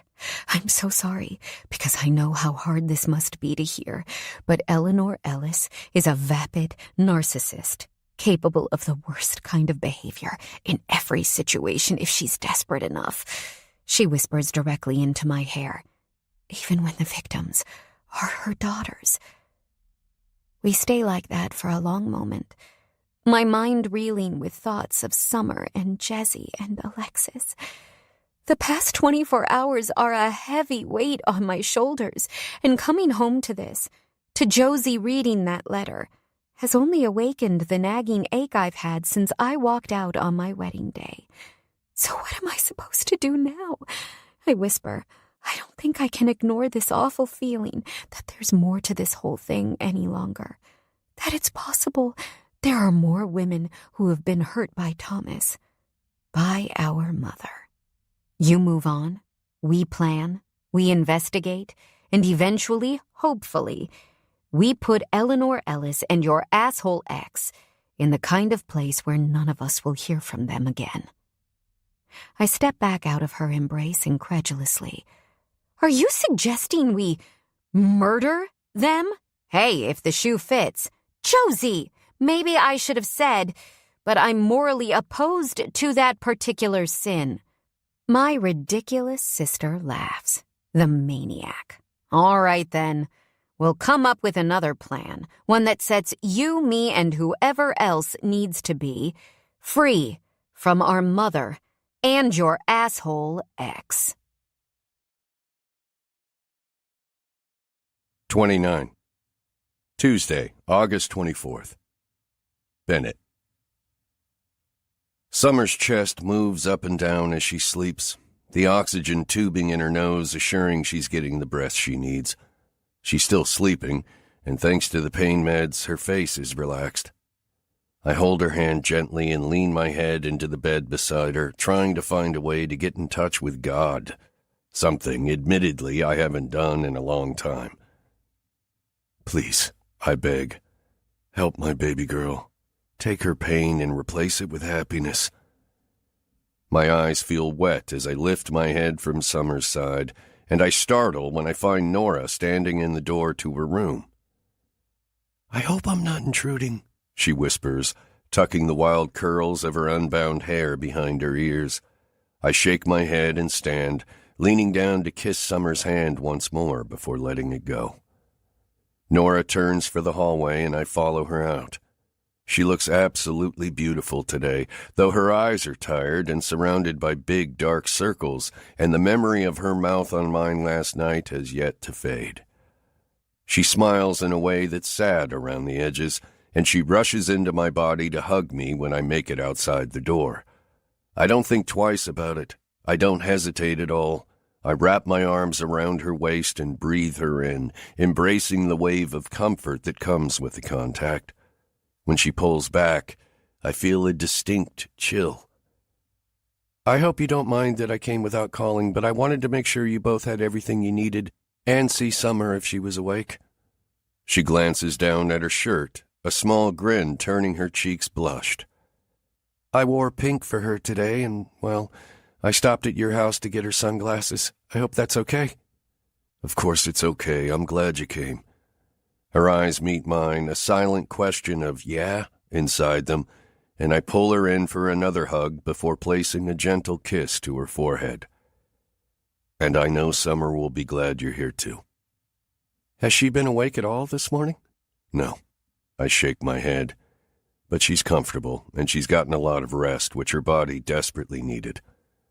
That's good. Is there anything I can do for you, Bennett? I almost tell her no, but decide to tell her the truth instead. It'd be great if you hung around. I'm sure Summer will be waking up soon. I'm here as long as you need me. As long as I need her. I try not to think too hard on the fact that I can't picture a deadline to that promise and pull my phone from my pocket, handing it to her. And maybe you can field some of these calls. It's been ringing all damn night. When Clay called late last night to check on Summer, he updated me that Eileen Martin had gotten a hold of my number.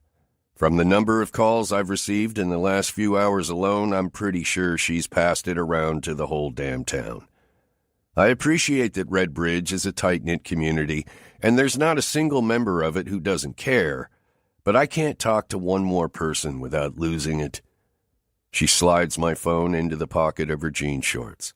You got it. I also tried to call my sister Breezy last night, but she sets her shit to do not disturb at night. Can you let me know if she calls? Of course I can, Ben. I nod, trying to find the words, but I'll admit, I don't have a whole lot of organized crap in my head at the moment. Daddy? I hear called faintly, jolting me into awareness. I move back into the room without delay, finding Summer awake and blinking hard in her bed. Hey, Sumblebee, I greet, trying to keep my voice from shaking and failing miserably. How are you feeling? You gave us a big scare yesterday. A little sick. There's a small pause, and then her eyes flicker with a tiny light. Does that mean we can get ice cream? I chuckle, but a deep pain is rooted in the base of it. They usually do the ice cream thing for getting tonsils out, but yeah, I don't see why we can't get some ice cream. Yay! She cries, with half the strength she normally does. Her gaze lifts slightly, and then she cheers at full strength. Nora, you're here! I turn to look over my shoulder, and Nora steps closer, looking to me for permission before coming all the way. I nod, a dark cloud settling over my conscience for the way I've treated her since she arrived in Redbridge. All her apologies and consideration and treading lightly, even after everything she's been through, that's what makes her special. And all I did was mock her for it. I have no fucking clue how she can stand me. I love your shirt, Summer tells her excitedly as Nora sits down on the bed beside her. I hoped you would. I wore it just for you. You did? Uh-huh. And I also brought the new People magazine for us to flip through. You're never going to believe the newest drama with the housewives. Summer laughs. Beverly Hills or Atlanta? Nora scoffs. Psh, what do you think? My phone starts ringing in Nora's pocket, and she pulls it out to check the screen. When she turns to me, I know who it is immediately. I reach for the phone from her and signal that I'm going to step out into the hall as I answer, Hey, Breezy. Dear brother, I sure hope you have a good reason for calling me in the middle of the night. Breeze, it's Summer. I cut her off, stopping her before she can say something she'll regret. Her tone changes in an instant. What happened, Ben? She asks, her voice a ghost of its usual domineering tone. She had a respiratory episode yesterday. She turned blue, Breeze, because of the deterioration around her lungs. There's no support there anymore, and it's getting harder and harder for her to breathe. We're in Burlington now. Dr. Brock is supposed to be here shortly to go over where we are. Oh, Ben, I'm so sorry. I choke on emotion and have to clear my throat to continue talking. What am I going to do, Breezy? How am I going to... You're going to take it one thing at a time, Ben. Spend time with your little girl and soak her in while you can. I'm going to get everything sorted here in the next few days, and then I'm going to come up there and help you in any way I can. You don't have to do that. I know I don't have to, but it's what family does. Not our family because they're all fucked up, but you and I, Ben, we're real family, and I'll be there. I just need a few days to get things covered here. Thanks, Breeze, I say, and start to head back towards Summer's hospital room. Do you feel like hearing some good news? She asks, and I can tell by the firm tone of her voice she switched the conversation to business. Normally, I'd tell her to fuck off with the shop talk, but when I peek open Summer's hospital room door and find her and Nora looking at a magazine, I decide a little good of anything right now wouldn't hurt. Sure. I have 20 buyers for your painting, she updates, as I gently close Summer's door again and lean my back against the wall of the hallway. And it's only 20 because I've only told 20 clients about it. I guess Breezy wasn't lying when she said she was fielding daily calls from people wanting a painting of mine. I should probably consider myself lucky my sabbatical hasn't hurt my reputation. The highest offer I have right now is $5 million, she continues. But I'm going to let this baby go to a bidding war, make them work for it. Still a shark, I see. In business, always. Her voice lightens with humor. Add in the fact that profits help my brother and niece, I'm out for blood. Okay, well, keep me updated then, and let me know when you're heading our way. I will, but before you go, I need you to do one thing for me. Yeah? Look at the list of potential buyers and make sure you're okay with them. Afraid I'm going to burn another Lambo if you sell it to some prick the old Bennett Bishop hates? All she does is laugh. I'm emailing it to your phone. Can you look at it now and call me back? I almost tell her to fuck off with the demands of now, but when I look around at my surroundings, I'm reminded of Summer's current situation. Fine. Anything I can do to help my daughter, I'll do it. 30. Nora. Once Bennett excused himself from the room to talk to his sister, I set up Summer's bedside table in front of her so he could browse the People magazine I brought together and put her favorite sunglasses in a place she'd be able to see them. Wearing them inside while hooked up to all these machines isn't ideal, but I hope just having them around will brighten her day a little. I flipped to a 2-page spread talking about Taylor Swift's wardrobe. They highlight how her street style is simple yet sophisticated, and that she utilizes anything from feminine skirt sets to cozy crew necks to create a very wearable aesthetic. Oh, I love that. Summer is entranced as she points to a photo of Taylor wearing a flowy white blouse and faded light blue jean skirt. Do you like her? Do I like Taylor Swift? Girl, I love her. Me too, Summer exclaims excitedly. I love all of her songs. My favorite is... She's cut off by a deep, rattling cough that barrels from her weak lungs. Instantly, her face goes from happy and relaxed to scrunched up in pain. Memories of yesterday alarm inside my head, and it takes everything within me to stay calm. You okay, sweet girl? I ask, as I gently rub my hand over her hair. Through another cough, she offers me a little nod. The scared part of me wants to run out of the room to get Bennett or a nurse, but the logical part of me knows that would be too much dramatics for Summer. The last thing she needs is for me to act like an emotional lunatic and push my anxiety onto her. So I stay rooted to my spot, rubbing my hand whisper-light through her hair as she works her way through the coughing fit. The entire time, my gaze stays fixated on her face, watching for any signs of respiratory difficulty to arise. Thankfully, her lips stay pink. Her breaths don't appear to be any more labored than they have been since I got here, and the coughs subside within a minute or two. Nora? She asks, her voice still faint and raspy from the strain. Yeah, baby. I'm so tired, she whispers. Oh, okay, I tell her, and lean down to kiss her forehead. You should let yourself get some sleep then. We can finish the rest of People later. That's not what I mean, she says, and her voice is this painfully fragile sound that urges a deep ache to spur inside my chest. I'm tired of this stuff, Nora. Her face is missing the smile that was there when we were browsing the latest celebrity gossip, and her eyes are no longer on the magazine.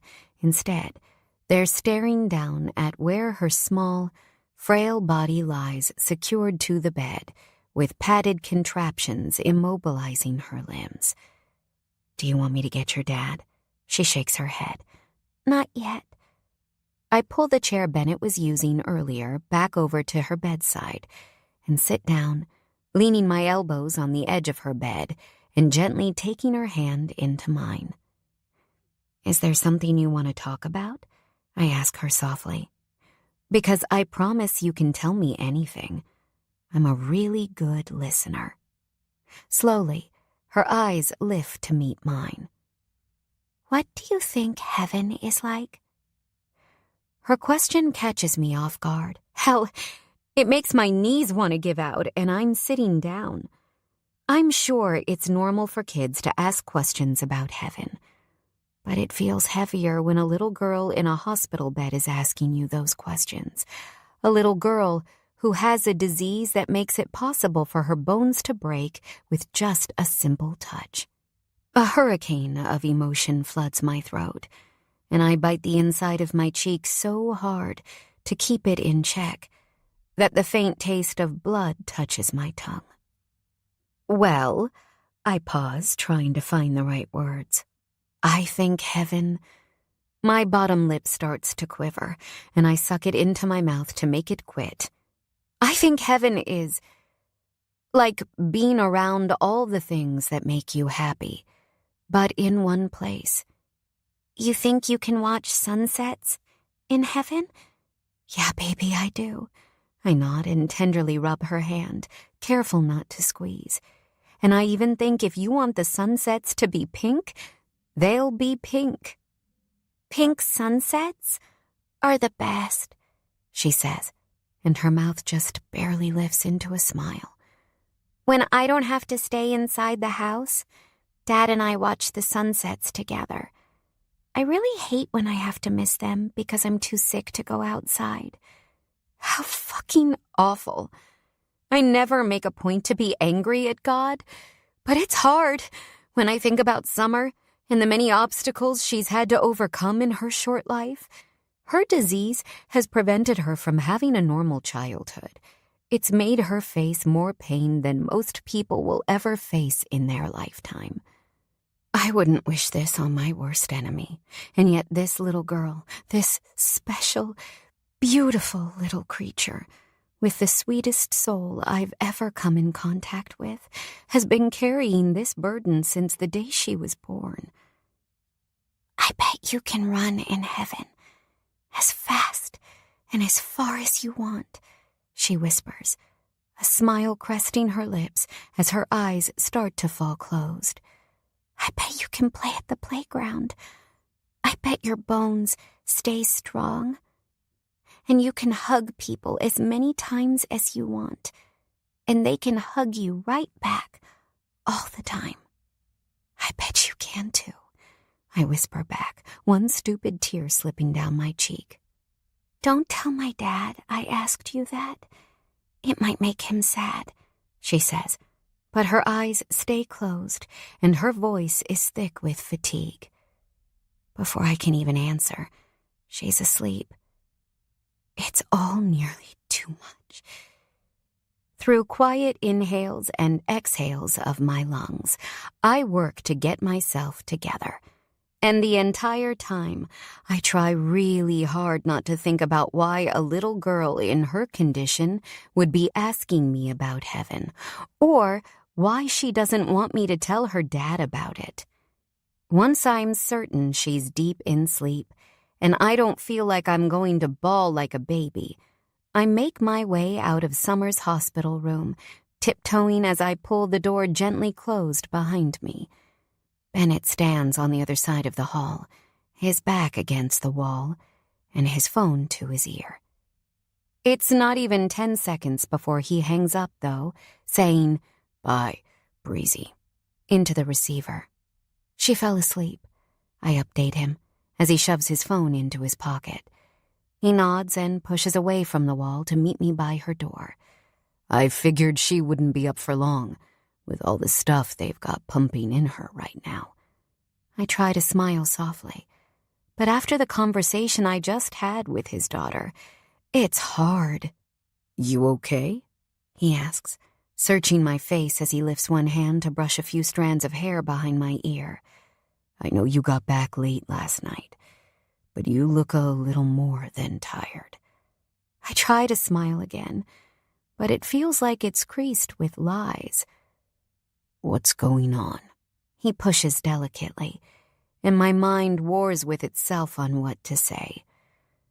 Between Summer and Josie finding the letter, and me finding out the truth about Jessie, I feel like my brain is a pinball machine. But when I note the dark circles underneath his blue eyes and the pain that sits right behind them, it doesn't feel like the right moment to tell him about the conversation I just had with Summer. Or that she asked me not to tell him. Bennett has enough to deal with as it is. Nora. He places a gentle hand to my shoulder. Did something happen? Did something happen? Sigh. It feels like too many somethings have happened. My night didn't end when I left the Happy Trail parking lot, I reveal. When I got home last night, Josie was still up. She found the letter I got on my wedding day. She read it. So, she knows the whole story now. She knows the whole story. And I guess, so do I. Tears fill my eyes. Bennett, she thinks my mom killed my baby sister, Jessie. Bennett pulls me into his arms, holding me in a tight embrace. And I don't think I've ever felt safer than I do in his arms. 31. Bennett. Clay already put a bug in my ear about Jessie Ellis, but hearing it come out of Nora's mouth hits like I'm hearing it for the first time. I hug her tighter, holding her small frame within the safety of my arms, as if I have the power to protect her from everything bad in the world. If only I had that power, for Nora and for Summer. Fuck, Nora. I breathe into her hair. I'm so sorry. Hey, look at that, she whispers through a weak laugh. This is the second time I've got you apologizing to me. It's like we switched places. A half smile quirks up one corner of my lips. That's good. I could stand to be less of an asshole. The sound of a man clearing his throat beside us pulls me out of the hug in the moment. Dr. Brock looks contrite. But for as much as I'd like to stay hugging Nora, this is the man I've been waiting to talk to since the moment we arrived in Burlington last night. He's been in charge of Summer's care from nearly the beginning, and I know he'll have the answers everyone else seems to have been dancing around all night. I reach out a hand for his and shake it as he says his hellos to Nora. When they're finished, I don't mince words. All right, Doc, give it to me straight. What are we looking at here? How bad is it? And what do we need to do? He glances between me and Nora, just a flit of his eyes that says so much more. Dr. Brock isn't the kind of man to balk at eye contact. Bennett, it's only a matter of time now. Summer's respiratory function is greatly deteriorating every day. There's also a concern for brain bleeds and other complications, as well as a great deal of pain she'll be facing in the coming days. Days? I don't even recognize my own voice. Nora's hand grabs mine and squeezes, tight. Dr. Brock's face is written persuasively in anguish. Weeks, maybe. But yes, we're running out of time. She's running out of time. I'm sorry, Bennett. We're at the end of our road. But how can that?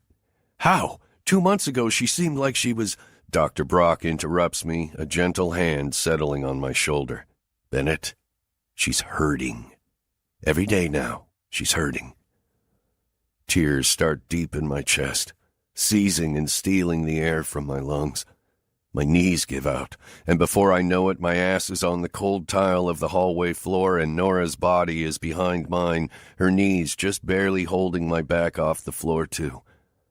Dr. Brock is squatting in front of me, and other hospital employees rush around behind him, yelling to grab any manner of things I don't give a shit about.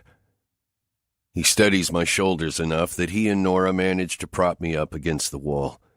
Deep in my face, he finds my eyes and forces me to hold his.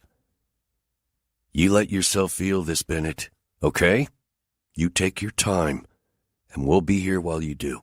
We've got you. Everything Summer spent 7 years building in my soul shakes and rocks along with the surface of the earth. A world without her isn't one I'm comfortable with knowing because it isn't right. She deserves to grow old and happy way more than a troubled, fucked-up bastard like me. I reach for Nora, who settles into my arms with ease, and I cry like a baby. I can't stop myself. What do I do, Nora? I breathe into her hair. What am I going to do? She wipes at my face with shaking hands, locking her warm brown eyes onto mine so hard I can feel her soul. We're going to love summer with all that we have until we can't anymore. That's what we're going to do. I nod, but she steadies my head with the clamp of her hands, and I look back into the deep comfort of her sparkling eyes. And Bennett, we're going to let that little girl live. She's dying, she says, her voice cracking so hard on the word I feel it in my feet. But right now, we're going to let that little girl live. My whole being hurts, but I hear the words Nora says as if they're written on my soul. The time for protection is over. Time management is over. These next few days, or weeks, they deserve to be the absolute brightest days of a dwindling summer. Dr. Brock, I manage. I think it's time to take my girl home. He nods. I'll get it set up, Bennett. Nora's right. With what little time we have left, summer is going to goddamn live. 32. Saturday, August 28th. Nora. Nora! Nora! What the... I open my eyes to find my sister hovering over my bed, her bright green gaze meeting my sleepy one as she uses 2 hands to shake the ever-loving shit out of my shoulders. It only takes a few beats for the slightest sense of panic to seize my chest. Is everything okay? Oh my God, Everything and everyone are fine. She cuts me off before adrenaline has the chance to kick in. But you're going to have to move your ass, or else we're going to be late. What are you talking about? I groan and rub at my eyes. When my vision unfogs and I can make out the window, I see the morning light coming in through the dusty blinds looks terribly early for my taste. Like the sun is also just waking up from her slumber. What time is it? A little after 7. 7? I nearly shout. I thought you said the coffee shop was closed today. It is, but it's the first day of the fall farmer's market. She says the words like they actually make sense. Like a farmer's market is a good reason for this horrendously early wake-up call. Fall? I question as I sit up and grab my phone from the nightstand. It's August. Joe's. I tap the screen and find 3 missed message notifications from Summer. I'm already smiling as I read the first message that reads, "We should get pink purses." After we left the hospital Tuesday, during the drive home, Summer mentioned that she's always wanted to have her own iPhone with a glittery pink case. Bennett reminded her that she had an iPad with a glittery pink case because it's easier for her to use, but she wasn't having it. "Everyone has an iPhone," she said. "It's way cooler than an iPad because it fits in your pocket." It shouldn't be a surprise that once we got her settled at the house, Bennett handed me his credit card, and I was more than happy to run up to the only cell phone store in Redbridge to make her iPhone and glittery pink case wish come true. Ever since then, whenever I'm not with her and Bennett, she's been sending me messages. "Hello, Earth to Nora. Did you hear anything I just said?" I look up to find Josie staring at me and realize I, in fact, haven't heard a thing she said. "Mind running that last thing by me again?" She huffs out a bothered breath. "I said, Redbridge always starts their fall market the last Saturday in August." It takes my brain a hot second to recall what we were even talking about, but it only takes one yawn from my lips to remember. That still doesn't explain why I'm getting woken up at 7 in the morning on a day I was going to try to sleep in, I say. But it's to her back as she walks out of my bedroom and down the hall. "What the hell? Where are you going?" I call toward her just as my ears register that her phone is ringing from somewhere in the front of the house. Be right back. Truthfully, she can take all the time she needs. My tired ass is more than happy to go back to bed for another hour or two. Since leaving the hospital Tuesday, besides sleeping in my bed at night, I've spent all my time with Bennett and Summer, and boy, have we been busy. Busy taking Summer to see practically everywhere and everyone in town, and busy soaking her in. Wednesday, we went to Earl's for Danimals, but this time, Summer got to come. Bennett rolled his eyes at me, but smiled too, when I had a moment of nostalgia in front of both the milk refrigerators and in the parking lot. We also got ice cream at Joe's Frosty Freeze and made a bonfire in Bennett's backyard when we got home. Summer was tired after that much activity, so we didn't get back after it until Thursday, when we went to Town Square Park, the police station, to get an honorary badge from Sheriff Pete, and even to see that busybody Eileen at the paper. Yesterday, Breezy arrived to find us in Bennett's studio, a request from Summer herself. We grilled ribeyes and talked and laughed in the backyard for hours. And Summer and I finished the night by making some Taylor Swift-style friendship bracelets because, duh, why wouldn't we? Okay, where were we? Josie announces as she walks back into my bedroom.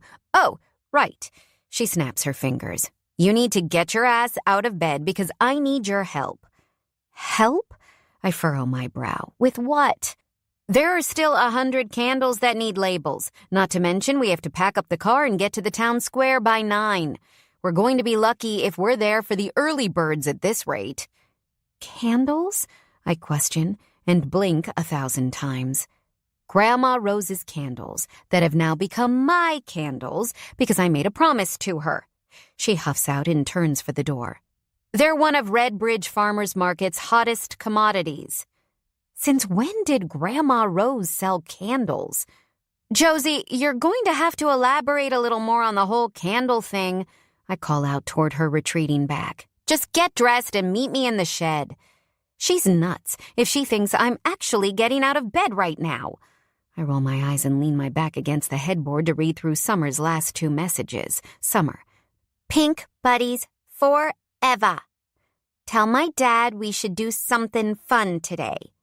I type out a quick response and hit send. Me. You got it, girl. To the pink purse and the something fun. Smiley face. Hey, Josie? Yeah? I'll go, I yell, realizing what a good idea this actually is. But only on one condition. Her head pops into the bedroom, making me jump with surprise. Jesus. I thought she was in the kitchen already. What's the condition? I grin. That I can bring along a few of my friends. The sun is shining, the summer heat is rising, and the Red Bridge Farmers Market is unlike anything I've ever seen. Booths with crafts and fake homemade candles and all sorts of things fill up the town square. And more people than I even realized lived in this small town are here, walking around and shopping like it's December 23rd, and they still have their entire Christmas list to buy for. It's wild and busy, and everyone appears hell-bent on grabbing a homemade Grandma Rose candle. I'm still reeling over the fact that Josie told me Grandma used to order all these candles off Amazon, relabel them, and sell them as though she made them herself when we were gathering supplies in the shed this morning.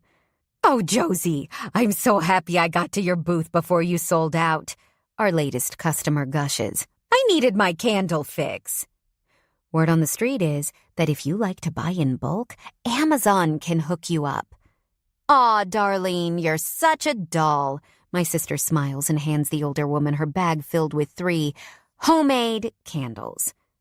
You know, the only thing that would make this better is if Rose were here to sell them to me herself, Darlene says with a wistful smile on her lips.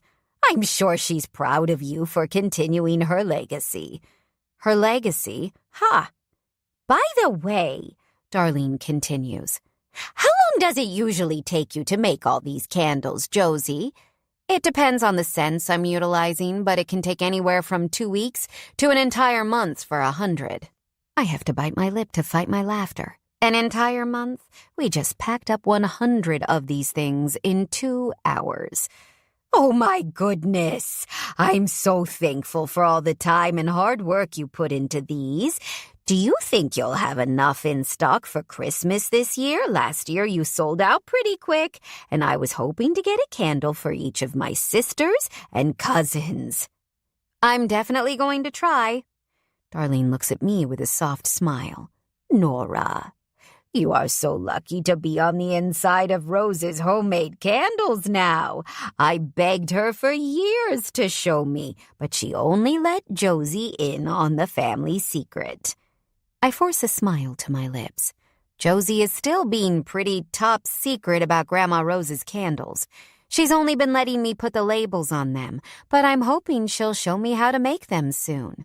So is it a one-click checkout? Do we get prime shipping with the bulk orders? So many difficult questions my sister has yet to answer. Darlene smiles at both of us, like a woman who really thinks my sister is making homemade candles. Bless her. Well, I better head over to Kelly's booth before she sells out. You girls have a wonderful day. You too, Darlene, I answer with a big, fat, phony grin on my lips. Enjoy those homemade candles. I know my sister really worked hard on them. Josie discreetly elbows me in the side, a smile still intact on her face, and offers Darlene a friendly wave as the older woman carries her bag of fake-ass candles toward another booth that sells knitted scarves. Now, does Kelly actually make the scarves, or buy them off Amazon too? I have no idea. Maybe she has to utilize Etsy or eBay. I didn't know our grandmother was a little con artist. Josie just grins. She always said it was a dog-eat-dog world, and you have to capitalize on every opportunity you can find. I laugh. She has an entire town believing she could make candles. She was a swindler. Josie's eyes turn wistful, and a little grin lifts the corners of her lips. Grandma Rose was the best. Yeah, she definitely was. And there's a large part of me that wishes I would have been able to spend as much time with her as Josie did. That I would have realized that my life wasn't my life at all and moved here when I was 18, like my sister. But there's no use living in the past. All I can do is move forward and try to savor the memories I do have with my grandmother. I spot a tall, towering, familiar head through the crowd, and my smile grows by a mile. My favorite people have just arrived. Bennett weaves his way over to us, and I wave my arms in big theatrical dramatics at my girl Summer when she spots me from her chair in front of him. She's wearing her usual heart-shaped pink sunglasses and smiling so big, it turns my heart to butter. Bennett's sister, Breezy, trails the two of them slightly, getting distracted by every booth she walks by. My eyes probably linger on Bennett a little too long, taking in his handsome face and his larger-than-life presence as he wheels Summer toward me. Goodness, that man. I'd sure love to climb him like a tree. We haven't gone back to our bookmarked page since the night we bookmarked it in his truck. Both of us have had our energy entirely focused on Summer, and with so many people always around now, I've also felt like we've been living under a microscope. Even though we have managed a few stolen kisses when saying goodbye, I can't deny my desire for him hasn't waned. If anything, it's only growing by the day. The more I get to know him, the more time I spend with him, the more I know letting myself have this connection with him isn't a mistake. It doesn't matter where either of us came from. It only matters where we're going. He wheels Summer straight to me, and I greet her with a smile and an air bump of my hip. She giggles, and I wish for not the first time that I could scoop her up in my arms and hug her tight. You guys are here just in the nick of time, I tell her cheerfully. We've been so busy all morning, and I really need help figuring out which scents are going to be our best sellers so I can get organized. I want to smell. Summer volunteers immediately, her eyebrows shooting up over her sunglasses. Perfect! I shuffle through the boxes at our feet, pulling out samples of every scent Grandma Rose got on Scam from Amazon. We work our way through them all, Summer giving me the verbal thumbs up or down each time. Bennett dives right into helping Josie as we're once again overwhelmed with customers, and Breezy, when she arrives, starts shopping. I hold up another scent of candle for Summer to smell, and she makes an immediate face of disgust. Betty Bagley, the little old lady on our side of the crowd, snaps her fingers. "I'll take that one." I'm confused as to why Betty Bagley would want one of the grossest candles, but I pack it up for her anyway, letting Bennett's sister, Breezy, who's now rounded the table to our side, ring it up on our iPad. As soon as Betty walks away, Josie starts dancing, and the rest of us look at her like she's grown 2 heads. "What are you doing?" "Celebrating for Grandma Rose.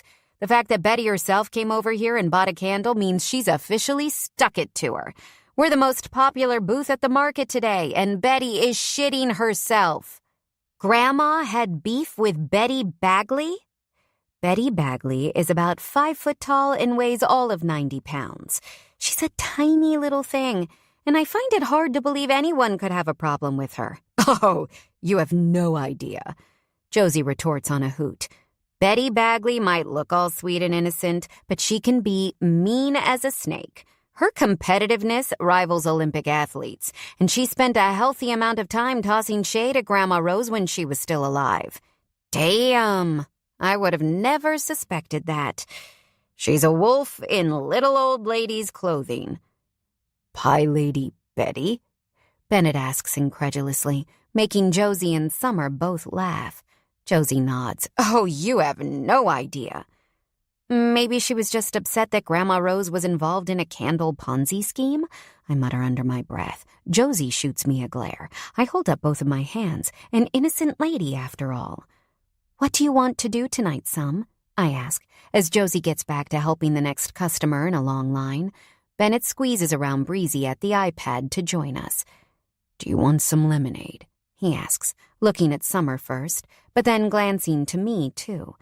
Summer squeals her excited yes, and I settle for a nod and a smile. Lemonade sounds great. Summer's face falls as he leaves, and it makes me think about the heaven conversation I had with her in the hospital and how she told me not to tell Bennett about it. She's trying to be strong for her dad.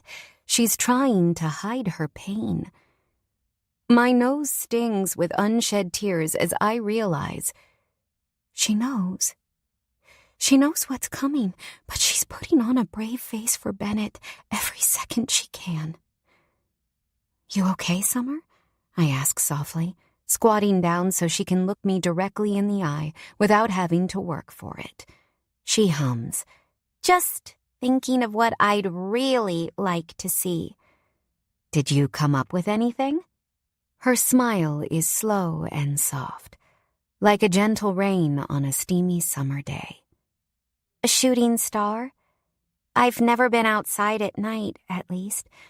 Not that I can remember, and I'd really like to see a shooting star." My head is jerky as I move it up and down. "And a wedding. I've always wanted to go to a wedding." That request pulls me up a little short. I mean, the shooting star is possible, but a wedding? I don't know if I can manage a freaking wedding. It goes without saying that weddings and I haven't mixed very well thus far. Plus, I'd need to find a bride and a groom, and I want to wear a really fancy dress and get my nails painted and my hair fixed and watch a pretty bride walk down the aisle to her groom. She lets out a dreamy sigh. "I've only seen weddings in movies or on TV, and I just know they have to be so much fun." My chest nearly convulses. Forget the complications. Come hell or high water, I'm going to figure out a way to get this sweet girl to a wedding. 33. Sunday, August 29th. Bennett.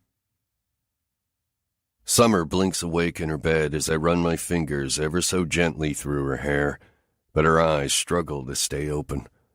"Summer, baby," I whisper. "Come on, we have somewhere to go." "Now?" she questions, once again fighting hard to focus enough to stay awake. "But it's dark outside." "I know, but a little bird told me you wanted to see a shooting star." "A shooting star?" Her eyes fly open. "Really?" "Yeah, baby."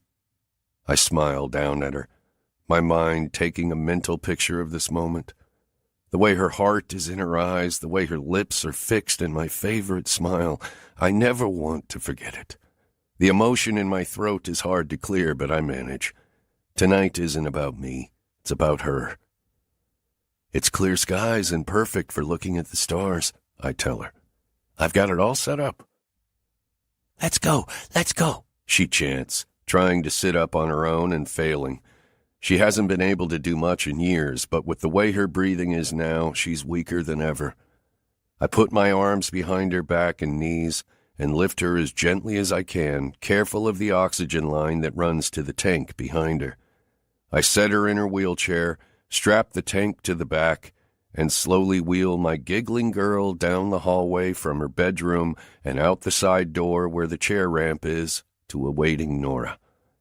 Pink blankets are spread out over the grass with the picnic basket I packed earlier, as well as a telescope Nora borrowed from Eileen Martin.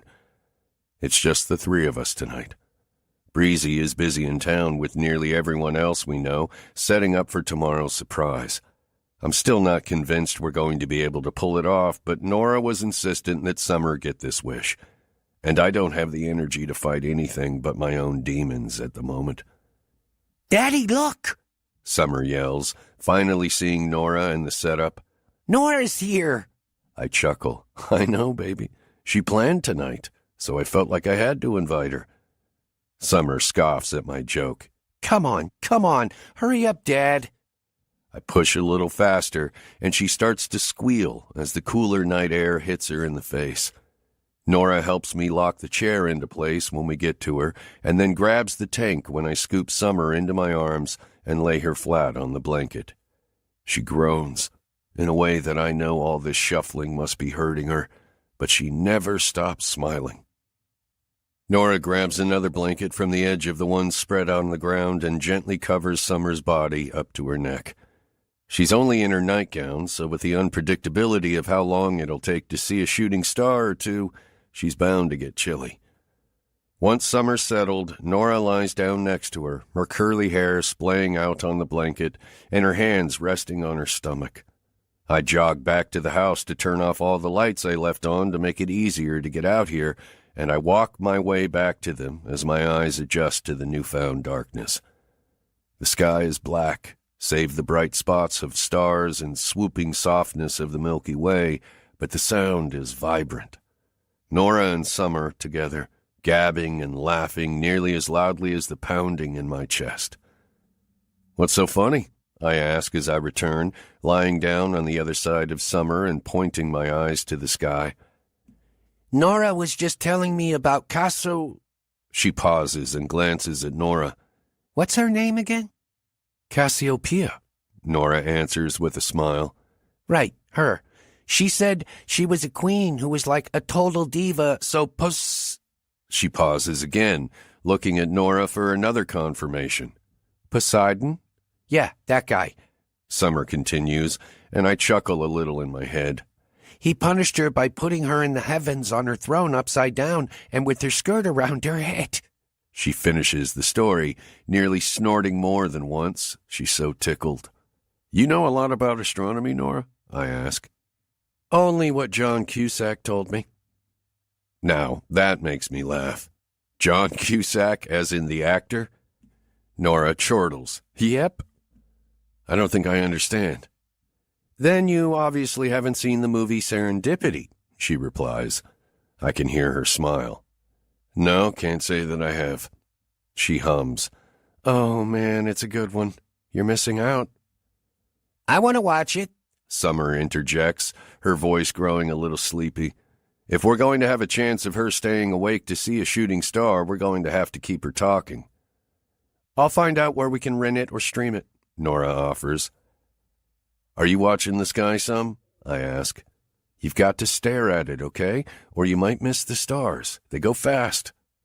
I'm looking, Daddy. There's a short pause, and then she continues. Do you think that's really what heaven is like, up there with the stars? Like, if someone goes to heaven, what do you think it's like for them? A sheen of tears coats my eyes, and my throat threatens to close. I have to blink several times to keep the emotion at bay.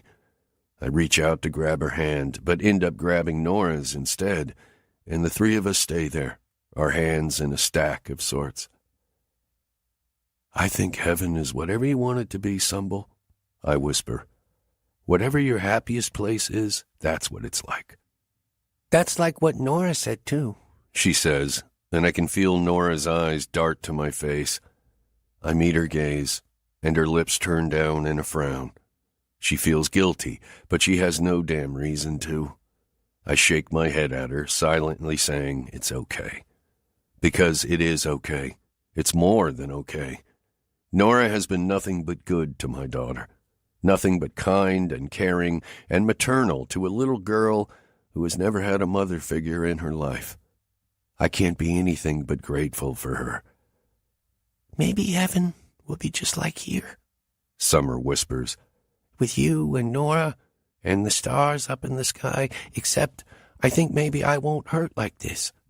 Right, Dad? I know my sweet girl tries hard to put on a brave face. I've witnessed her do this for years, and I've always tried to make her feel like she didn't have to. But that's not my Summer. Her soul is pure, and her heart never wants anyone else to feel bad. And right now, this is her way of telling me she knows what's coming. She knows she doesn't have much time left here on Earth. My eyes sting and my throat burns, and I mash my lips together, willing myself to put on a brave face like Summer always does. Right, baby. My voice is ragged. When you're in heaven, you won't hurt at all. Me, on the other hand, I'm going to hurt like hell. Dad! Summer shouts then, her sweet voice the only thing that could break the barrier of my thoughts' misery. A shooting star! I saw it! It went streaking by so fast! I can't believe it's so fast! I saw it too! Nora cheers from the other side. That was so cool! I want to see another one. Keep looking at the sky then, I cajole. They'll come. The three of us lie there for who knows how long, staring at the sky, waiting for falling stars to shoot by. Summer gabs and Nora laughs, and I listen to the two of them like there'll be a test on their every word. And I take a million mental pictures of my baby's face as she giggles and smiles up at the sky. It's a long time before their conversation slows, and Summer's labored breathing eases to a steady rhythm with sleep. Nora and I stay there for several minutes even after that, willing the silence and the sky and the heavens to bring us a miracle both of us know won't come. I swipe a hand down my face, removing the remnants of the few tears I've allowed to slip from my lids. I know my heart is breaking, but surprisingly, I know Nora's is too. Just as I expected, she and Summer fell in love with each other hard and fast. And I'm not in the least bit confused about why. They're both bright and bubbly and special, and they both make me feel like I could bench press the entire world if they needed me to. I climb to my feet slowly, stopping only to give Summer a gentle kiss on the cheek on the way up. I've spent so long avoiding touching her that each precious touch and kiss I get now is priceless. Nora follows suit, soundlessly grabbing Summer's oxygen tank for me as I scoop her into my arms and carry her toward the house.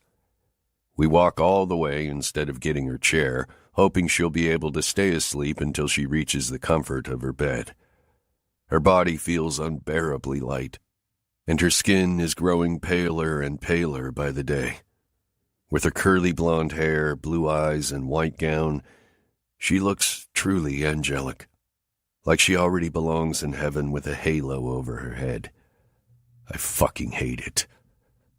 Nora attaches the oxygen tank to the stand behind the bed, and I settle Summer into the soft center of her mattress, adjusting the tubes in her nose. She moans slightly but settles when I step back. Nora's soft hand rubs at my back comfortingly as we leave Summer's room, shutting the door behind us and taking what now feels like a long walk out to the grass to collect all the blankets. It's only then that I notice the basket of food, untouched as of yet. "Do you want to sit for a minute?" I ask, placing a gentle hand on Nora's elbow to stop her frantic gathering. Her shoulders sink an inch, and then two more as they fall away from her ears. "Yeah, let's sit for a minute." Reaching out purposely, I give her a steady hand as she sinks down to the blanket, and I follow her down, sitting beside her and stretching my legs out in front of me. I lean back to grab the picnic basket, and Nora's eyes light up when I open it, revealing the pack of cupcakes I picked up from Earl's when we were there a couple days ago. "Oh my God, yes, chocolate. I'm in desperate need of chocolate." "The way to your heart," I laugh as I open the plastic packaging and hand her a cupcake with pink icing. I take a blue one for myself. "It definitely helps," she says on a snort and takes a huge bite of her cupcake, painting the tip of her nose with a smear of pink. "You have a little something?" I'm smiling at her like a loon when she meets my eyes. "Just right here," I say as I reach out to wipe it away with my thumb. But her next move surprises the hell out of me. With her eyes still locked on mine, she grabs my hand and slowly, intentionally, licks the icing off my finger. "Fuck, Nora," I breathe at the wordlessly erotic sight, and I punctuate that statement by leaning forward to kiss her. Her lips part under mine, and I sink my hands into her hair and my tongue into her mouth.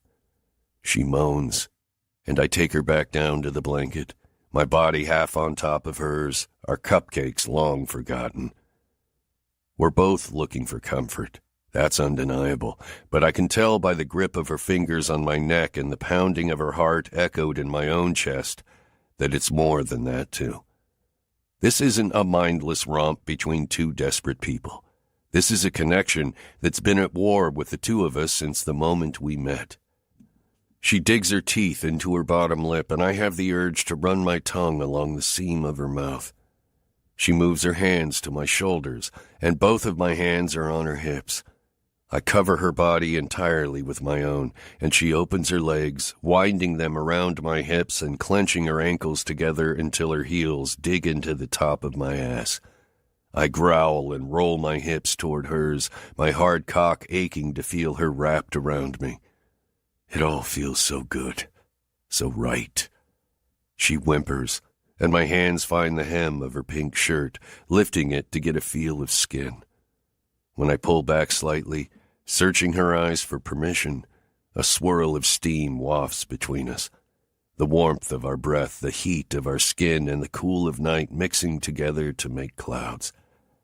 "Nora," my hands shake with need as I slide my hands back into her hair. "I want you." It's simple and to the point, but for me, for the me I am now, after the guy I used to be, it's not enough. "Nora, I want to be inside you." "I want that too," she says firmly. My grip on her hips is strong as I lift her toward me and slam my mouth down on hers. Her hands grab at my face and my neck and dive into my hair as our kiss turns wild, burning and building with each tangle of our tongues. I reach down with one hand to undo the buckle on my belt, and then her hand joins in, ripping at the leather until it releases from the metal that holds it. I kiss her neck and her chest and rub a hand over her breast as she arches into me, moaning loudly as I skim my other hand down her hip and into her pants to feel between her legs. She's wet and hot and smooth, and a fiery rod inserts itself in my spine. God, I need her so badly.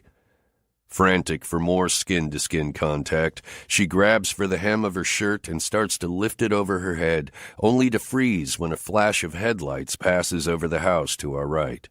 Fuck. Breezy is home, I manage raggedly. Oh, my God. Nora groans, and her head falls to the blanket-covered ground with a thud. I know exactly how she feels. Sad, anxious, and completely unsatisfied.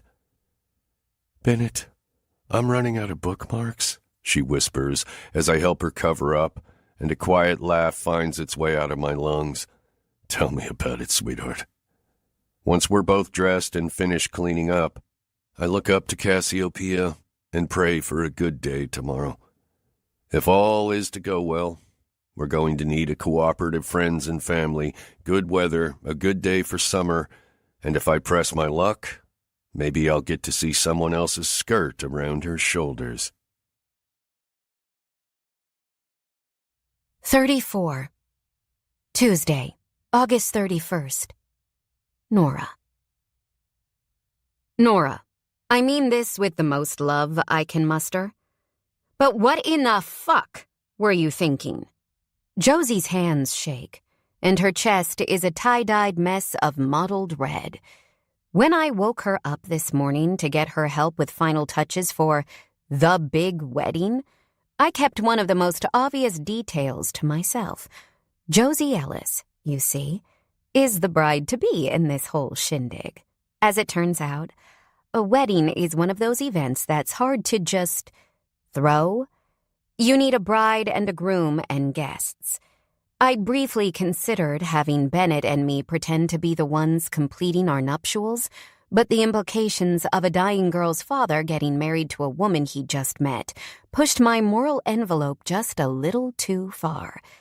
Josie looks down at the New York thrifted dress I snagged from one of the boxes I hadn't unpacked and fast-talked her into wearing. A white silk A-line with bright pink flowers stitched into the hemline, and glares lasers at me.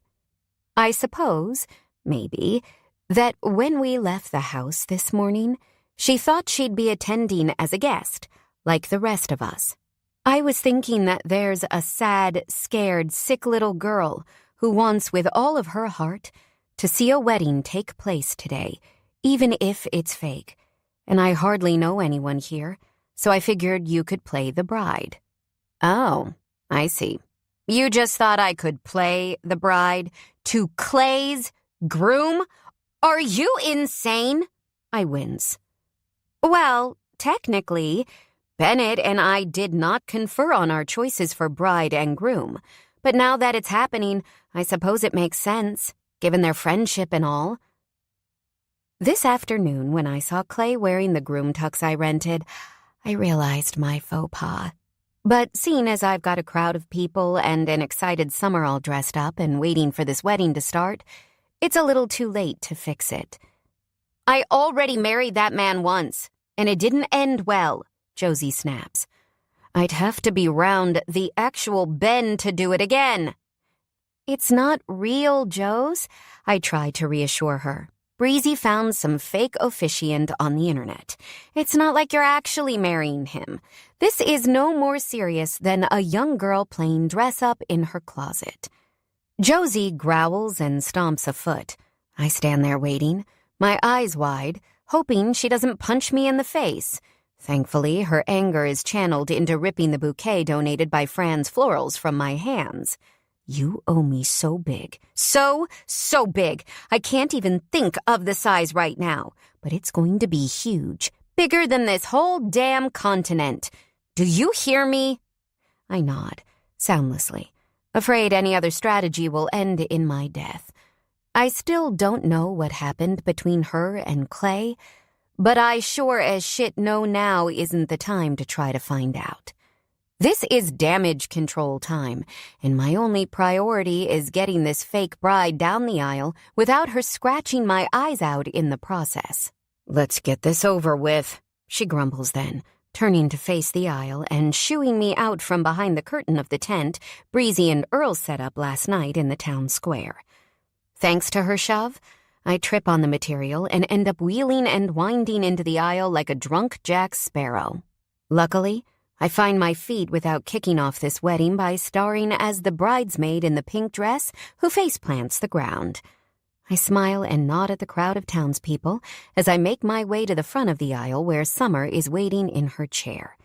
She's wearing a fancy pink dress, just like mine, with a matching pink purse hanging from the arm of her wheelchair as she waits to be the other bridesmaid in this little soiree. Bennett stands beside Clay, the pretend groom who, I'll note, looks a hell of a lot more excited about this than my sister. His eyes are crinkled with a smile as he looks toward the aisle like a man excitedly waiting for his bride. Despite all that, it's not long before it's all worth it. Every call, every favor I asked for, every single danger to my life Josie proposed. Summer's smile is bigger than my sister's threats as the bridal chorus starts, and a happy tear glistens in her perfect blue eyes.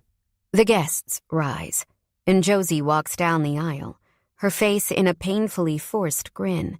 Sheriff Peeler is escorting her, a happy surprise I didn't know about coming from the old goat. And Clay is rocking back and forth from his heels to his toes. Summer stares at the bride, but I can't help but look at the groom. Frighteningly, he doesn't look like a man playing pretend at all. I start to worry that I've made a mistake and glance toward Bennett for some type of indication if I'm going to need to intervene.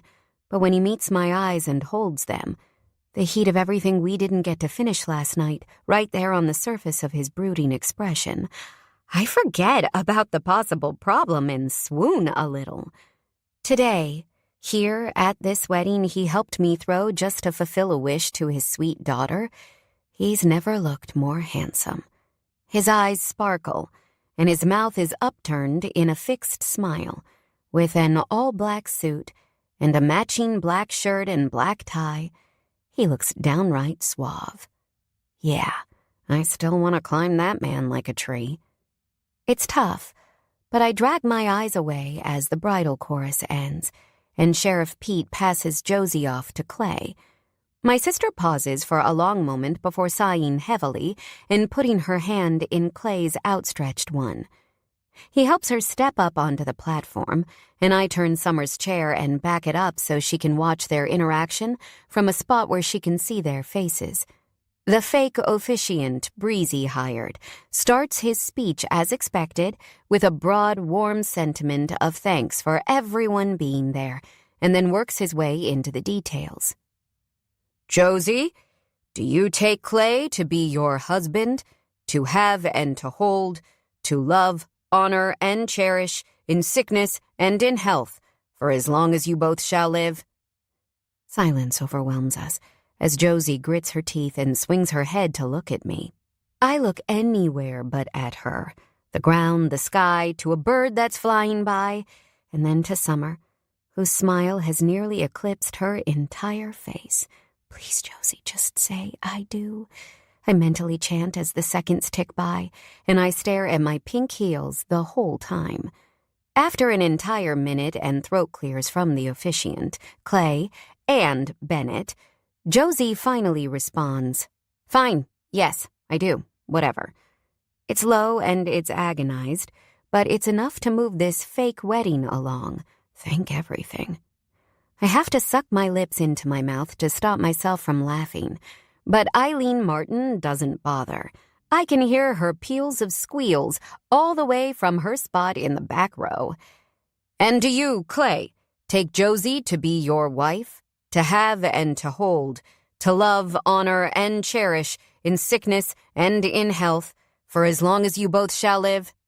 I do, he declares, his voice strong and steady and way louder than my sister's. I've done it before and I'd do it again every damn day of my life. Uh-oh. Great. The officiant's smile is nervous, but it's there. Surely he's also starting to worry about the waves of anger emanating from Josie's stern face. Then how about the rings? Do we have rings? Bennett pulls the rings we got from Peggy Samuel's pawn shop out of his pocket and hands them to Clay. Fantastic, the officiant remarks. We'll do the rings with the exchanging of vows. Clay, why don't you go first this time? Clay grabs Josie's hand and squeezes it, ignoring completely her efforts to pull it away. Josie Ellis, my heart, my soul, my life. I'll always love you. I know we've been through a mountain range of ups and downs, and that I've made a mess of mistakes at every turn, but you are, unequivocally, the only woman for me. Okay. Yikes. This isn't a good start to the fake vows that aren't supposed to be making waves. This is a freaking tsunami of a start, if I've ever seen one. I always knew we'd renew our vows one day, but I also imagined you'd like me a little more than you do now while we were doing it. Renew our vows? Clay, we're divorced. There's nothing to renew, Josie interjects, the last inklings of her facade slipping. The wheels are coming off a little here, so I step up and to the side, ready to pull the secret knife my sister might be carrying out of her hand if I have to. One good thing, Summer's glee is still written brightly across her tiny face, her eyes bouncing back and forth between Josie and Clay like a ping-pong ball that doesn't want to miss a thing. Actually, Josie, we're not divorced. Not officially. A resounding gasp from the crowd is the only thing that keeps me from hearing my own. What? Josie yells. What do you mean we're not officially divorced? I never signed the final paperwork, Clay says, and I start to fear for his life. You and I are still married. And you know what? I don't regret it. You didn't sign the paperwork? Josie's voice is a dangerous screech that goes up in pitch to a level only dogs can hear at the end. No, woman, because despite your constant yelling, I still love you. So I'd do it again. In the blink of an eye, Josie lunges, her hands going for Clay's throat, her touch not loving. I jump toward her, wrapping my arms around hers as they scrap for purchase on Clay's vital organs. Bennett grabs him and pulls him back too, and Sheriff Pete and Breezy come running to help me when I start to lose control. Half the town stays in their seats to laugh and watch the shit show, and the other half files out, confident their obligation in this little favor is done. Josie wriggles free from my hold with the strength of something superhuman and takes off at a run for caffeine. I start to follow her, obviously, even though it likely means walking straight into my own homicide. But Breezy stops me with a soft and kind hand on my elbow. Why don't you stay here? I'll go make sure she's okay and, cool her down a little. I bite my lip, at war with myself over what the best option is. Sure, I don't want to die, but not going myself to check that she's okay seems like the kind of cold shoulder she might not forgive. I promise I'll tell her you want to know she's okay, Breezy adds, correctly reading my dilemma. I swear she's one of the smartest women I've ever met, and she's shown it from the second she arrived last week. Okay, but please come get me if... Breezy nods before I can even finish and squeezes my hand affectionately. You take care of my brother and niece. I'll take care of your sister. One small smile later, she's off like a flash, out of the square and down the road toward my sister's coffee shop. Bennett and Clay are arguing heatedly about Clay's over-the-top behavior, and Summer looks on from her spot as people funnel in and out, all around her.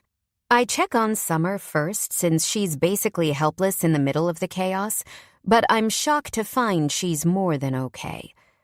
Her eyes are alight, and her cheeks are flushed as she rushes a ramble worthy of one of my own. Oh my gosh, Nora, that was the best thing I've ever seen, and it was even better than I thought. So much drama, so much excitement. Are all weddings like this? I snort through a chortle. No, baby, no. Weddings are not usually like this. Well, they should be, she asserts. That was awesome. Her excitement pauses then, her words spilling into a cough that won't stop and won't let her catch her breath. I grab the oxygen mask from her tank and switch it with the tubing in her nose, encouraging her to take deep breaths to get herself back under control. Bennett and Clay appear immediately, their arguing no longer the priority. Bennett squats down to check Summer's pulse, his eyes tearing the air between us as they jerk to mine. I nod. It's time to take Summer home. Let's go home, Sumble, Bennett says gently, brushing a loose strand of hair from her watering eyes. She nods slowly, and everything about the strength she seemed to have just a minute ago disappears. Clay, the bastard, at least recognizes what's going on, offering, "I'll take care of all the cleanup here. You all just go on and head for the house." I serve him a glower as I rearrange the bottom of my dress and follow behind Bennett and Summer on the way to his truck. Once she's loaded safely, I offer Bennett the option of my company. The thing is, I really don't want to assume he wants me there every minute if he'd rather have time alone with Summer. Do you want me to come with you?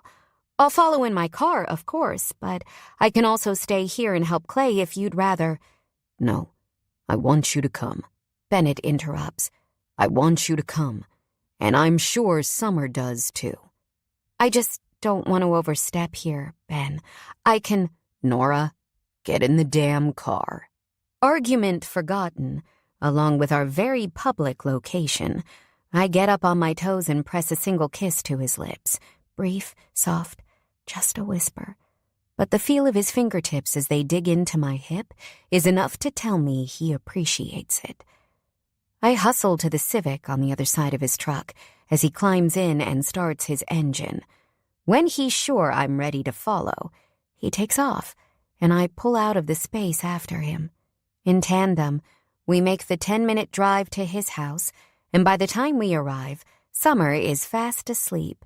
He scoops her delicate body into his arms, and I grab the oxygen tank without a word, following him into the house. Charlie is already there, waiting in the kitchen when we arrive. Her rugged face is soft with compassion as she gets her first good look at Summer. Was it everything she hoped for? "And so much more," Bennett huffs as we walk into Summer's bedroom. Sounds like there's a story there. Charlie smiles at me as I secure the oxygen tank behind the bed. I can't wait to hear about it. It was certainly something. "Yeah," Bennett grumbles. "I could stand to wait a day or two before reliving it." I have to bite my lip to hide my amusement. Charlie, though, outright laughs. Man, now I really can't wait to hear about it. "I'm sure Summer will talk your ear off about it when she wakes up," Bennett says as he sits down on the edge of her bed. She's deep in sleep, and he takes her small, lax hand into his. With his free hand, he fusses with her sheets and comforter, making sure they're tucked around her just right. I use the quiet moment to step back into the corner of the room and text the one person I haven't stopped thinking about since I got in her Civic and drove here. Guilt sits heavy in my stomach as I hit send. Me. Are you okay? I know I'm the last person on earth you want to talk to you right now. Well, besides the idiot whom I won't name. But I just wanted to say, I'm sorry, Josie. I'm so sorry for what happened out there. I swear to you, I had no idea that Clay was the chosen groom until this afternoon, or that he was going to be a total asshat. Please don't hate me. I love you. I nearly drop my phone when an incoming text makes it vibrate in my hands. Josie, I don't hate you. You promise? Because I feel like a real asshole for putting you in that situation. Promise. Breezy still with you? Yeah, she brought some wine to distract me from killing Clay. Thank goodness for Breezy. I can tell by Josie's short answers that she's nowhere near ready to talk about what Clay revealed today. No doubt, she needs time to work through the myriad of emotions she's probably feeling right now.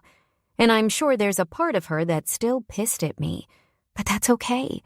I can handle it as long as she hasn't shut me out completely.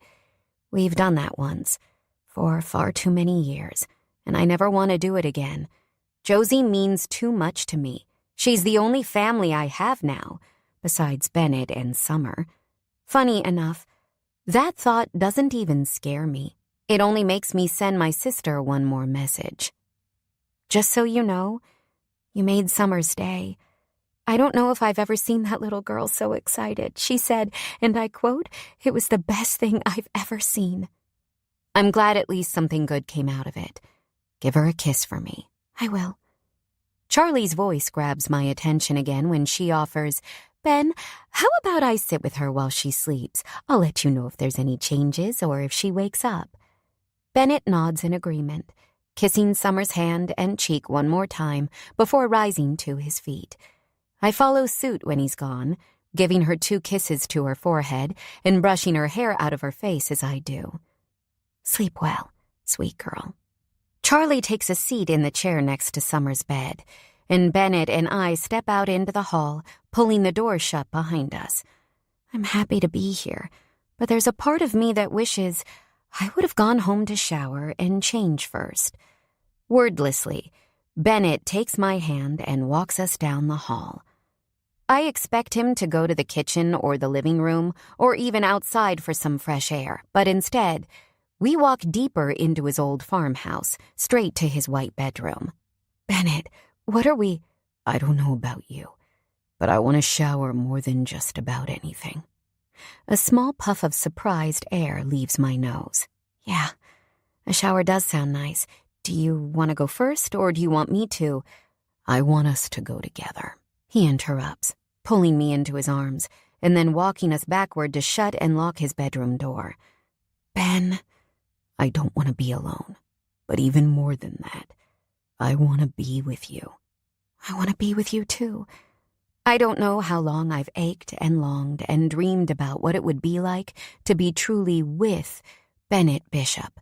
But hell, I'm out of patience, out of willpower, out of everything but the acute throbbing need I have for him. The sound of my dress zipper sliding down my back is the only audible answer I get, the only answer I need. Bennett walks me gently backward, thumbing the straps of my dress off my shoulders until it falls to the floor at my shuffling feet. We walk over it, his body heat directly engaged with mine as he guides me into the bathroom, and my lace bra rubs against his tanned, hair-sprinkled chest, now that he has the top 4 buttons of his shirt undone. The silence makes it all the more erotic, my heaving breaths and our racing hearts creating a soundtrack to the moment. Bennett's mouth finds mine just outside the shower, and it's not long before his tongue finds mine too. I don't bother to withhold access, and I don't stop my back when it arches my stomach into his. He feels good and real, and so fucking manly I can hardly stand it. His hands are gentle, but the skin is rough with work and life and experience. He's confident, but he's not cocky, and the word rush isn't in his vocabulary. I feel like the most amazing creature in the world as he cherishes the skin of my chest and neck, along the lines of where flesh meets bone. He pauses briefly to reach in and turn on the water in the shower, but as he comes back to me, he cups the sides of my face in his hands with reverence. His movements are poised and measured as he kisses the skin of my cheek and my nose, and then both of my closed eyelids, too. A gasp takes all the rigidity out of my neck, and my head falls back at once. Bennett unclasps my bra with ease, his artist's fingers nimble in every way they need to be, as it slides down my shoulders and the cold air of the open bathroom hits my breasts. My nipples peek into points and brush directly against his chest. "You are so perfect," Bennett says then, his voice filled with awe.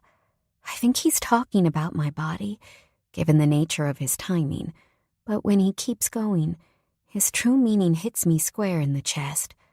"I'm sorry it took me so long to realize. I'm sorry I treated you so poorly. But most of all, I'm so sorry I ever thought it would be a bad idea to know you, to let you in." My next breath shakes so badly. I know it's only a matter of time before I can't find air at all.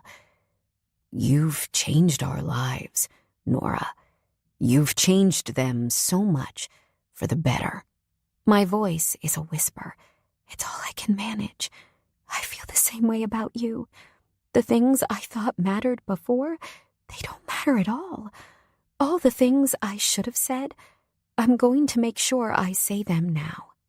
Bennett grabs my hip with one hand and my face with the other, sealing our lips in a kiss I'll remember for the rest of my life. It's passion and pain and every raw emotion this life has to offer. We're intertwined in each other as he steps us under the spray of the water, and my underwear comes off in a rip. My chest moves up and down in huge heaves, the feel of Bennett's every muscle against me reminding me of the first and only other time I used this shower. Last time I showered in here, I murmur softly. I got so lost in thoughts of you that I made myself come. Bennett's grunt of approval runs through my entire body as he lifts me into his arms and I wrap my legs around his waist. I'm not entirely sure when he got rid of his pants, but I know for sure they're long gone when his cock presses at my entrance. Firmly but slowly, he pushes himself until he's seated inside, and my whole body quakes with the perfectness of our fit, with the perfectness of it all. Determined to leave no words behind, I say the thing that scares a million men into hibernation on a daily basis. I say the thing I realize now I should have said all along. Once, we were enemies, but at the root of that was this. I love you, Bennett. Him and Summer. I love them both. He doesn't balk at my words, doesn't stop touching me, caressing me, moving his cock inside me. I love you too, Nora. I love you, in spite of trying my best not to. I understand on an intrinsic level in a way that I never understood before.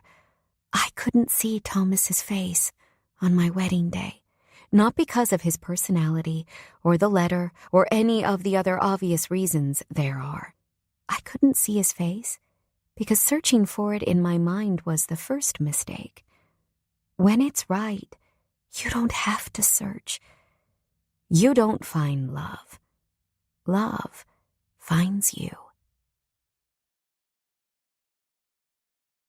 35. Wednesday, September 1st. Bennett. Nora sleeps soundly in my t-shirt as I kiss her on the shoulder, leave the bedroom, and close the door behind me.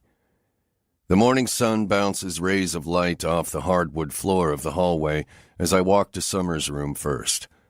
I crack open her door, and my presence pulls Charlie to her feet. She leaves my daughter's side and comes to me, her face a mask of news I know I'm not prepared to hear. My throat feels clogged as I ask, "She still sleeping?" Charlie nods. "Straight through since yesterday afternoon when she woke up to see your sister." After we came back from the wedding, and after Nora and I made love, Breezy came home and we cooked some chicken on the grill. Summer woke up just as we were getting done, though she had no appetite for food and only stayed awake long enough to talk with Breezy for 10 minutes. I thought she would have woken up at some point during the night, but evidently her small body is much more tired than I realized. I nod, the motion rough. "I'm just going to make some coffee, and then I'm going to come sit with her. You can run home if you need to or get some rest in the guest room, whatever you'd like." "I'll stay." "Thank you, Charlie." Ever since we got back from Summer's hospital admission in Burlington, Charlie has taken over almost all of the nursing shifts. Even the evening and night shifts we used to have agency nurses fill, so Charlie had time off. She's made a point to stay by Summer's side as much as she can, even sleeping in the guest bedroom most nights. And selfishly, I'm grateful for it.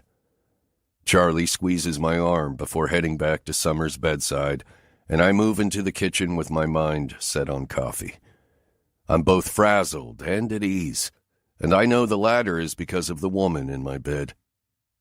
I startle a little when the kitchen talks back to me upon my entrance. Well, hello there. A newspaper ruffles and folds on the table to reveal my smirking sister sitting there with a cup of coffee already in hand. In typical breezy fashion, she's dressed for the day in what I can only assume is expensive as shit designer jeans and a white button-down shirt. Even her jet black bob is perfectly set. Morning. I didn't think you were up. Had a hard time sleeping. She eyes me knowingly, a teeny smile hinting at the corners of her mouth. There's a pot already made if you're looking for caffeine. I figured I wouldn't be the only one who didn't sleep much. I roll my eyes. Easy, Breeze. She chuckles. Oh, come on, Ben. I'm not blind, and even if I were, I have ears. My accommodations you've so kindly given me are right next to your bedroom. I suppose you're going to give me shit now then, huh? She shakes her head, surprising me, and then purses her lips. No, actually. I like her. She's smart, funny, nicer than you or I will ever be, and she treats your daughter like the sun rises and sets with her. I have to look down at the floor to stop the rush of emotion from making it to my eyes. She's a pretty good assistant, too, as it turns out, and has all your shit in order. I didn't expect it, I admit quietly. But I love her. I know, Breezy says with a bob of her head. I can tell. We few girls lucky enough to know what it means to have Bennett Bishop love you know the look. I pause briefly. My sister really is the best kind of person. Breeze, I'm sorry for all the... A knock on the front door stops me mid-sentence, and my eyebrows draw together. Who the fuck? Breezy stands too, moving toward the door with me as I go. Maybe it's Josie looking for Nora? She was doing okay when I left her yesterday, but damn, does that woman have some history with the fella you all tried to make her fake marry. But when I open the door, it's not Josie. It's Sheriff Peeler, and his face looks as forlorn as I've ever seen it. Bennett, he greets before shifting his gaze to Breezy. Ma'am? What's going on, Pete? My stomach sinks with the feeling that he's not here for a friendly chat. I think it's best if you come down to the station, Ben. There's quite a bit we need to talk about. Rather not leave, Pete. Summers... I shake my head and swallow. I'd rather not leave. Pete's face turns tortured. I'm sorry, Ben, I really am. But the part about you coming down to the station, well, it's not really an option. What the fuck is going on? Breezy asks then, the angry New York side of her coming out on my behalf. Is my brother under arrest? Yes, ma'am. I'm afraid he is. Seems someone in New York wasn't satisfied without ruffling some more feathers. That motherfucker, Thomas Conrad Michael King III. I knew he wasn't going to stand there and piss into the wind. Fuck. Can I go get dressed at least? Pete frowns. Sorry, Ben, really sorry, but I barely held him off from coming to your house with me. The sooner we get down there, the better. Don't say anything, Bennett, Breezy commands, a finger in my face as I slip on the closest pair of shoes. Not a damn thing. I'll get our lawyer here on the next plane. What else can I do at this point? Take care of Summer and Nora, I say as I walk over toward Pete. Charlie's still here in the guest bedroom if you need her. Breezy nods. Don't worry, Ben. I'm going to take care of everything. For far from the first time in my life, I'm thankful for my big sister and her even bigger metaphorical balls. Sheriff Peeler walks behind me to the cop car and puts me into the back seat, his gentle hand on the top of my head. He climbs inside and starts the car, and then, before we really get moving, tosses a set of handcuffs through the small hole in the cage between us. Just put these on yourself when we get close. It'll be easier if they don't make a fuss. Jesus, Pete, who the hell did that fucker get involved in this? Pete winces, and I sit back in the seat with a thud of disbelieving proportions. As we pull down the driveway, I look back just in time to see Nora rushing out the front door, my T-shirt the only thing on her body. Breezy holds her close with an arm around her shoulders, and for the second time since we met, I drive away in the back of a police car while she looks on. The only difference is that this time, I know she's worth the trouble. 36. Bennett. With my handcuffs locked in place in front of me, I make the walk from the parking lot of the sheriff's department into the building with Pete's hand on my shoulder. I don't ponder and I don't look around, instead using my time to figuratively stoke the fire now burning inside me. I'd be pissed about all this shit on a good day, but today is not a good day. Summer's time is dwindling by the minute, and Nora and I have hardly had a chance to breathe in the exchange of I love yous. I want to be at my house with my girls, making sure I'm doing everything in my power to make them feel loved. But I'm not. And it's all because of that motherfucker who dared to think he was good enough for someone like Nora Ellis.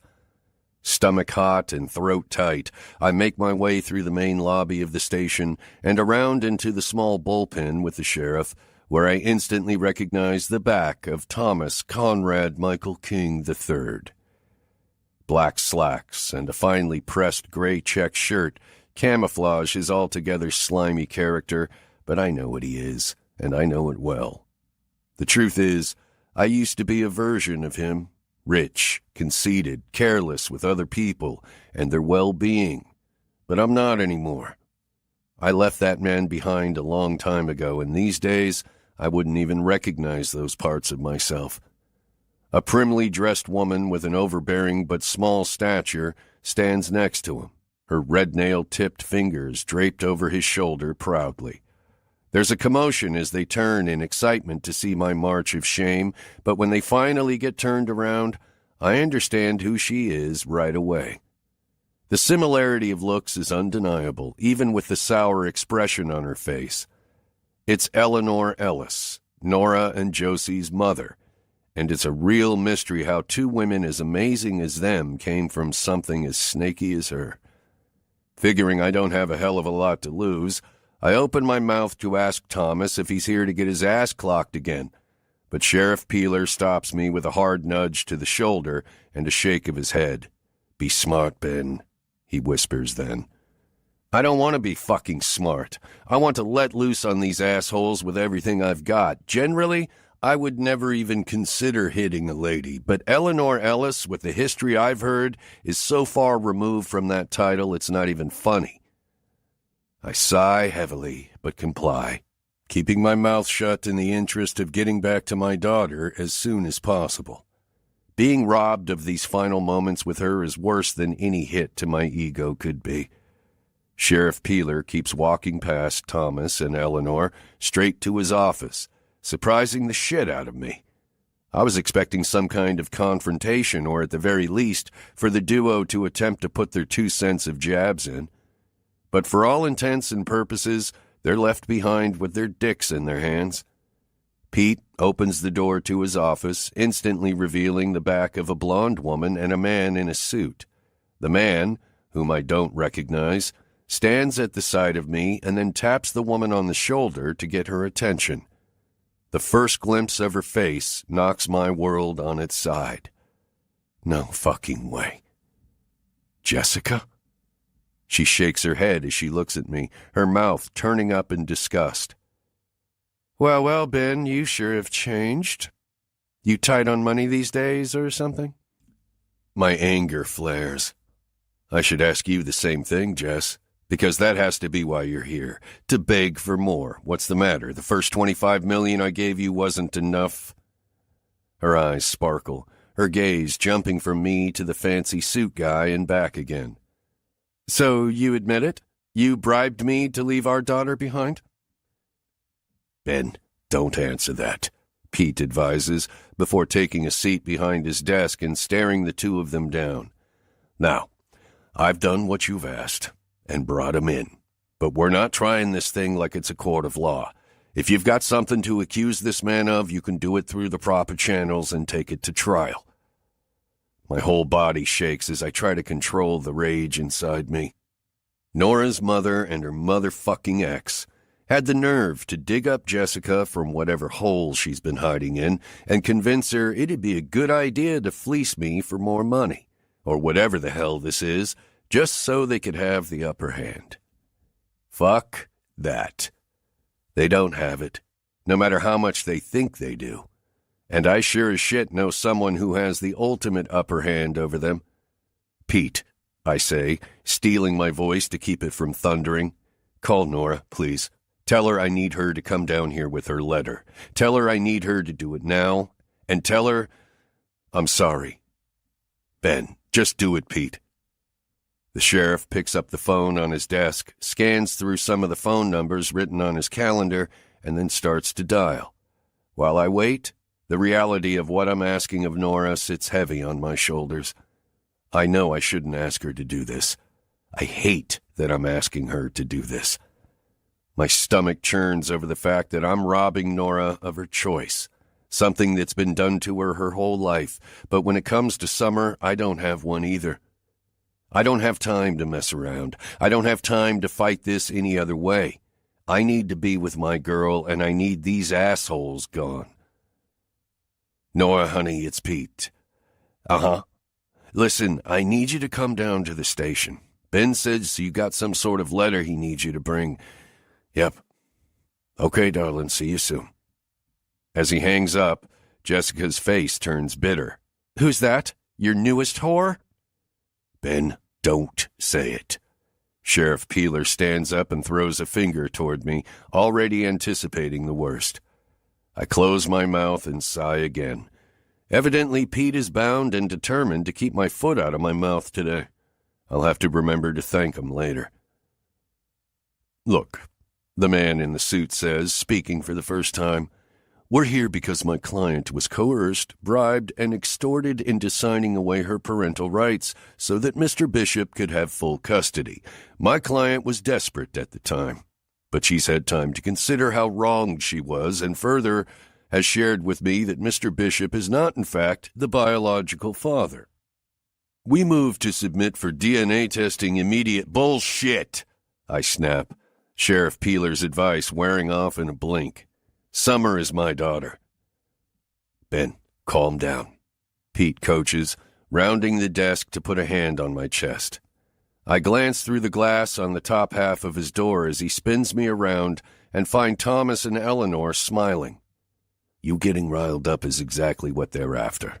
Now, Miss Nora says she's coming with the letter, whatever that means, and she says your sister is on her way too. Evidently, she's spoken to your lawyer. So just stay calm, all right? I'm not calm, I reply instantly. I'm not calm at all, Pete. Summer's time is running out and I'm here. Do you understand me? Pete nods, the motion jerkier than usual. I understand, Ben. Gently, he urges me out the door of his office and over to the other side of the empty bullpen. He pulls out a chair and I sit in it, facing out the window rather than wasting any of my precious sight on the clowns and their puppet Jessica. Time feels like it takes forever, but in reality, the clock on the wall only moves forward 20 minutes before I see them coming, dust kicking up from the gravel lot as they slide into a space in Breezy's rental. Clay's truck is right behind them and pulls into a spot with a skid of his brakes. Nora jumps out of Breezy's passenger seat, still wearing my T-shirt, but having added a pair of pants. My sister folds out of the driver's seat, and Josie climbs out of the back. When Clay is out of his truck, he and Josie walk into the police station right beside each other without their usual anger-fueled tension.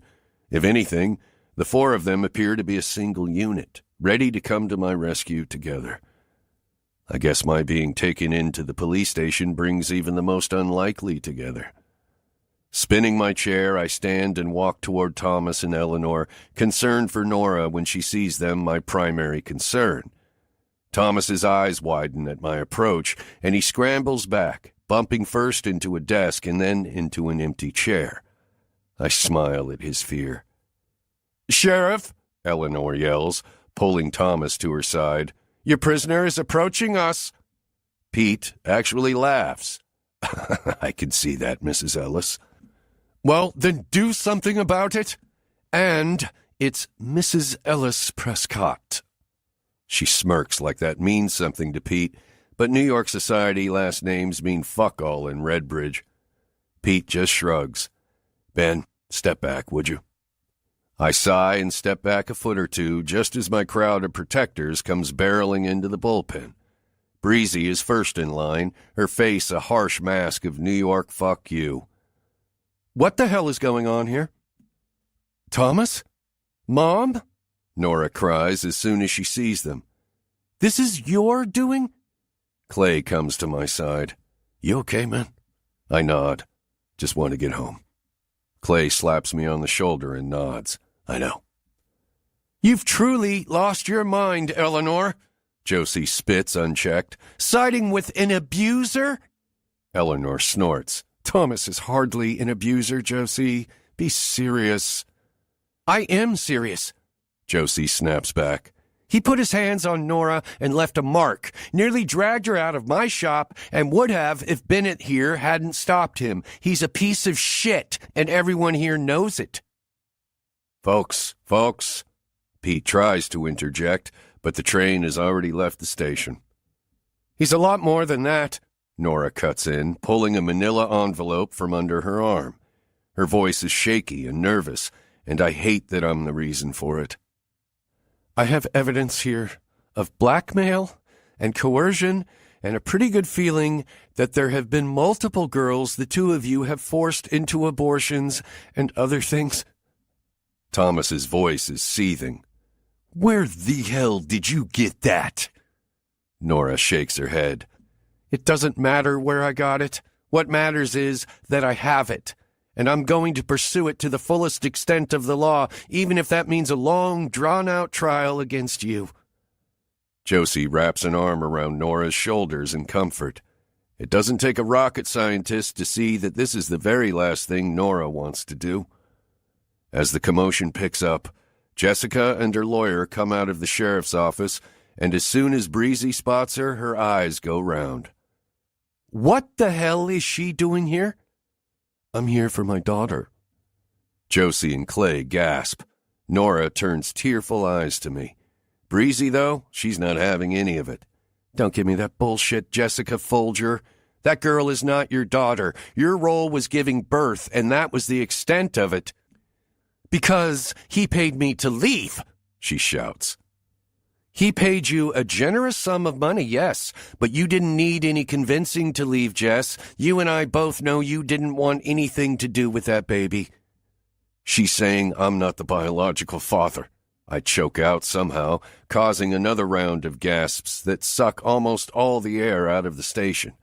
Breezy, though, she doesn't even blink. Is that right? Well, I guess it's a good thing we did a DNA test before Bennett ever left the state with her then. You have DNA?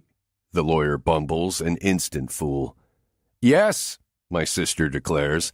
We have DNA, a signed affidavit swearing the money was not a bribe, and a signed transfer of full rights to Bennett for summer. I don't know what you think you have, but you don't have jack shit. You signed an affidavit? The lawyer questions Jessica, his eyes widening in incredulity. I signed a lot of things, but I was coerced, Jessica wails at the top of her lungs. Exactly, Thomas shouts, and Breezy turns on him like a mama bear. You, stay out of this! I chuckle without humor. He's having a hard time staying out of it because he's the one who convinced Jess to come, right? Thomas and Jess are both silent for a long moment, and Eleanor sees fit to fill it. This is preposterous. Sheriff, this is all lies, every bit of it. Josie guffaws. Don't act like you're innocent, Mother. You've had your hand in all of it. Listen, folks, from what I'm hearing, Bennett is free to go. Sheriff Pete interjects, coming toward me to take the cuffs off. If there's anything else to be settled, I suggest you file suit with the appropriate court. This is bullshit, Jessica cries, pointing at Thomas. You said I could get more money. That's the whole damn reason I even came. Her lawyer, mind you, is already packing up his briefcase. I shake my head at her antics and run my tongue against my teeth as Sheriff Peeler frees me. I rub at my sore wrists slightly. The only thing that keeps me from regretting ever knowing Jessica is the daughter I got out of it. The money's gone, Jess, I say as simply as I can manage. All that's left is the daughter you never wanted. The daughter I would give anything to keep.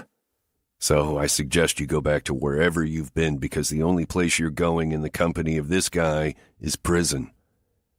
The entire time she's been here, not once has she asked to see Summer. Not one single fucking time. She has no idea what her daughter has been through. She has no idea that Summer's life is hanging by a thread. She doesn't know and she doesn't care. And the tragedy of that scenario makes me thankful my daughter has lived a life without this woman. Thankful that the only maternal figure she's experienced in her life is Nora. I seek out Nora, ignoring the bullshit Eleanor and Thomas are still spewing into the air. She's standing there, her shoulders sagging, her mouth set in a firm line of discomfort. She looks destroyed, and I hate myself for it. Hate myself for what I pulled her into, for what I asked her to do. But I can't change any of it. The only thing I can do is get the hell out of here and go to the one place I need to be. The one place I should have never been forced to leave, Summer's bedside. I step through the crowd. Pete, I'm leaving. He doesn't stop me. Okay, Ben, I'll drive you, Clay offers, already pulling his keys out of his pocket and heading toward the exit door. Nora can't look me in the eye as I approach, and my chest burns with the loss of her trust. I stop in front of her, lowering my voice to a whisper. I knew it wasn't fair, what I was asking you to do. I knew it would damn near ruin you. Her eyes shoot up to mine. But I did it anyway. I know. God, I don't deserve her. I never did. Nora watches me silently as I leave with Clay, but I don't look back. Because time is a thief, and the chunk of it I've spent here at the station has already taken more than enough that I won't get back. 37. Thursday, September 2nd. Bennett. Music comes softly from the radio in the corner, the sounds of Summer's favorite station playing the oldies of the 50s, 60s, and 70s. Her hand is limp in mine, but I hold it securely enough for the both of us. She hasn't stirred at all since before I left for the police station yesterday, and I know that means it's almost time. Her sweet body is tired, and I have to let it rest, no matter how desperate I am for more days, weeks, years. I love you so much, my little Sumblebee. I lean my head to her hand and squeeze my tired red eyes shut against the overwhelming pain the sound her labored breathing brings. I don't want to be without you. Her voice is small, but the effect is like a gunshot. I'm so surprised to hear it. You're gonna be okay, Daddy. Summer, baby, you're awake? I ask frantically, kissing her hand and her cheek and her forehead. She coughs and her eyes struggle to make the effort to blink, but the corners of her mouth still lift a little into her beautiful, amazing smile. Why are you yelling? I laugh. I'm sorry, Sum. I just thought. I'm sleepy, Daddy, she says, every word a struggle. I know, baby. I know you're tired. My face crumples, tears falling as silently as I can manage down my face. You've been so strong. My throat feels like it's closing, but it's okay now. You don't have to be strong anymore. I'll be okay. I know, Daddy. I swipe at the tears with the back of my hand and try to smile down at her. You do? You have Nora, she says, and then coughs again, just barely catching her breath. She makes everything okay. I nod. Yeah, my girl and I fell hard, just as I suspected we would. The only problem is that I don't make everything okay for Nora. She deserves to be happy and safe and with someone she can trust. Yeah, baby, she does. I want to see her. Okay, I agree without hesitation, knowing Nora would want to see her too. Charlie, I call out, and it's only 5 seconds before she's popping her head into the room and coming to take my place. I don't know how she knows, but I don't even have to ask her to sit with Summer for her to understand that's what I want. With another kiss or 2 or 3 to my daughter's precious face, I leave the bedroom and head for the kitchen to find my phone. Breezy is there again, and I'm almost delirious enough to believe the whole police station thing was a fever dream and Nora is still asleep in my bed. You okay, Ben? Breezy asks, jumping up from her chair when I turn from side to side, trying to figure out what the hell I was doing. I shake my head. Summer wants to see Nora. I was looking for my phone, but I don't know where it is. I'll call her. I have her number, Breezy offers straight away. That's good. I nod. Nod again. Probably better anyway. I don't even know if Nora wants to talk to me at this point. Tell her if she needs me to leave, I can. Bennett, Breezy replies, her intonation meant to chastise me with just my name. I wave her off. No, Breeze, I just let her know whatever she wants, but she should come soon. Breezy's mouth is a firm line of everything I'm feeling inside. The seasons are changing, and our beautiful summer is almost gone. 38. Nora. Breezy's call was simple and to the point. I should come now. Josie is the only reason I'm even wearing shoes. I rushed out the door so fast. Truth be told, I've been sick to my stomach since Bennett walked out of the police station yesterday afternoon. The look in his eyes as he professed his supposed sins was a window into the bleak depths of his suffering soul. Not only with Summer, but with the way he views himself and all the things he's worthy of. I don't mind that he called on me at the station, and I don't mind that he did it at the expense of my free will. It felt like the least I could do with all the strife I've brought on him since arriving, and beyond that, it was for the very best of reasons. How, I wonder, would he expect me to love a man who could put a woman he's known for a short time over the daughter he's spent her whole life fighting for? Because for as much as I was the victim of his actions, I was also the victor. Bennett Bishop is the kind of man you search your whole life for, the kind of man most women never find. I can't tell you how many times over the past 24 hours I've stopped myself from going to him, from showing up at his house and telling him all the things he needs to hear. And I've cried to Josie about 1,000,000 times since yesterday, warring with myself over what to do. But I know now isn't the time to invalidate Bennett's feelings. He feels he committed a transgression against me. To forgive him while he's in the throes of his daughter's last moments on this earth would be written off as an act of pity or mercy, and I refuse to have him believe it's either. So I'm here, silently, wishing I could reach out and hug him and find a way to make it okay. But losing a child is the kind of thing you can't fix. Bennett's bedroom door is closed as I walk carefully down the hallway toward his daughter's room. And when I enter the room, only Charlie and Summer are inside. Charlie's smile is sad when she meets my eyes from across the room, and I don't have to ask why. Summer's small chest moves up and down in big, shaking puffs, the space in between them alarmingly long. Her face is pale, and her lips are the faintest hint of blue. The oxygen tubing is still in her nose, but as she struggles to find the air for every breath, I can only imagine it's no longer helping.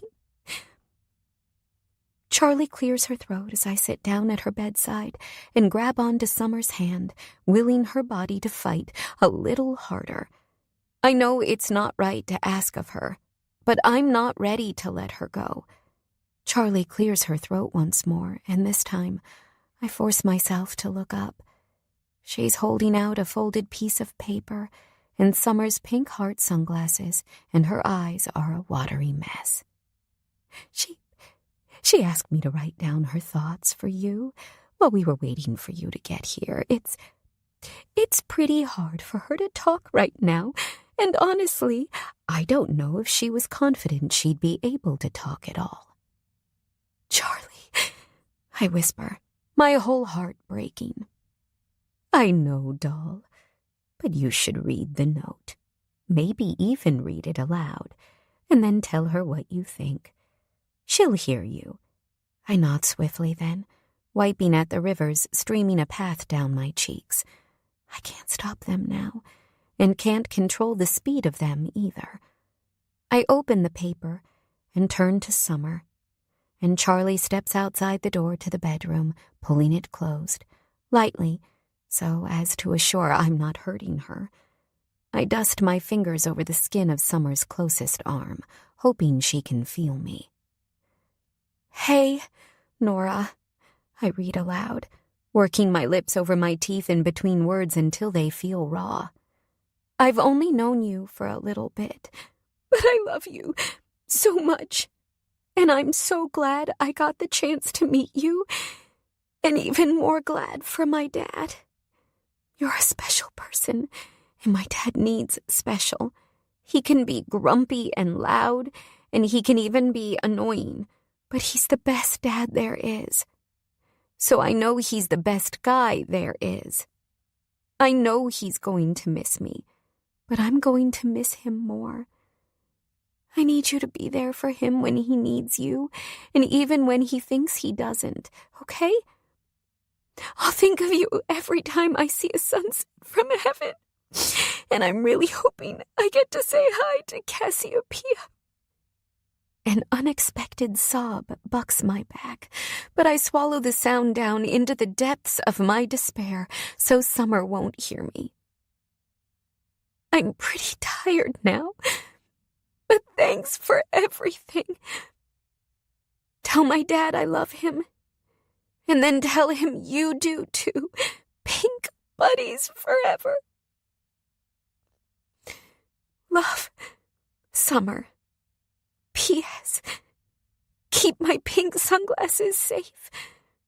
Wear them for me when it's sunny outside. I shake my head and wipe at the wetness on my face with the back of my hand before using it to grab Summer's and hold. I love you too, Summer, and you're the special one. Sweet girl, you've changed my life forever. I promise to take care of your dad and think of you every single day. I promise you that pink is and always will be my favorite color. I promise I'll wear your sunglasses when the sun is out and think of you. And I promise that we'll see each other again one day in heaven. And I'm going to hug you so tight, so tight. I want to stay here forever, to hold her hand until I can't hold it anymore. But I know with everything inside me that if I do, Bennett won't be able to. So, even though it takes every fiber of strength inside me, I stand, kiss Summer's cheek, and walk away for what I know will be the last time. When my phone rings in the middle of the night, Josie jumps up from her spot next to me, having come into the tiny full-size bed with me so that I wouldn't be alone, and grabs it. I don't have to ask who it is, and I don't bother to stop my tears.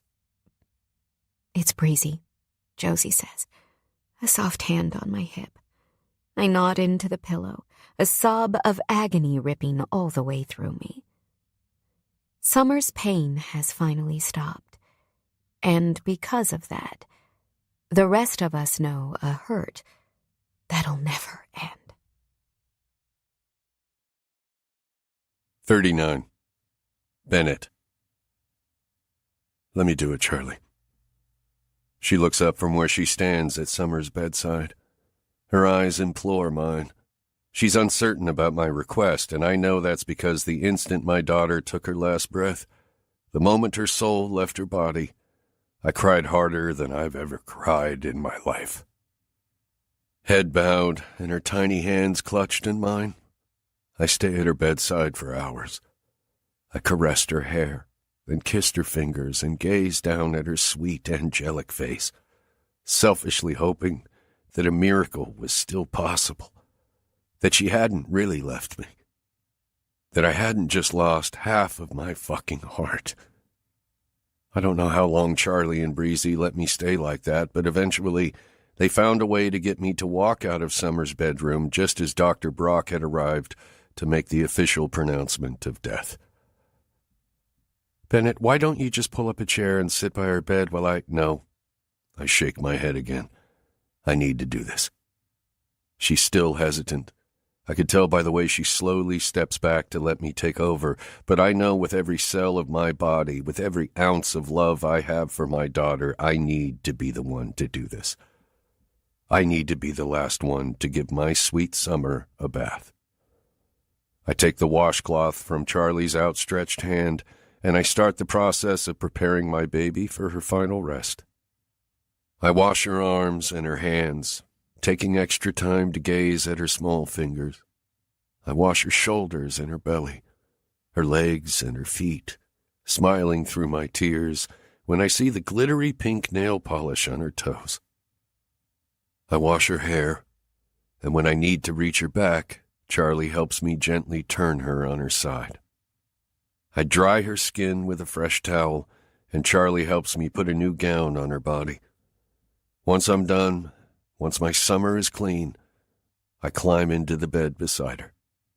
You are the greatest gift I have ever been given, and the one thing that I will always be most proud of is being your dad. I whisper into her hair, kissing the top of her head as I stifle the sob that wants to vibrate out of my chest. I hate that you had to leave me so soon, but I'm so happy you're no longer in pain. I'm so happy that you're free from the constraints of a disease you didn't deserve. I take one of her tiny hands in mine, admiring how small it looks within my big one, before I hold it against my lips. Oh, how I'm going to miss your smiles and your giggles and the way you roll your eyes at me when you think I'm being annoying. I'm going to miss you being in the studio, telling me to use the color pink and taking rides in the golf cart. I'm going to miss the way the room brightened the instant you were in it, and how the sound of your sweet voice was always music to my ears. I can barely breathe, but I keep talking. I'm going to miss you so much, Sumblebee.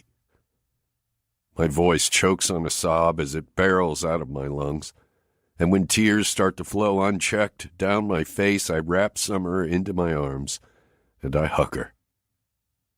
I hug her in the way I've always craved to hug her but couldn't.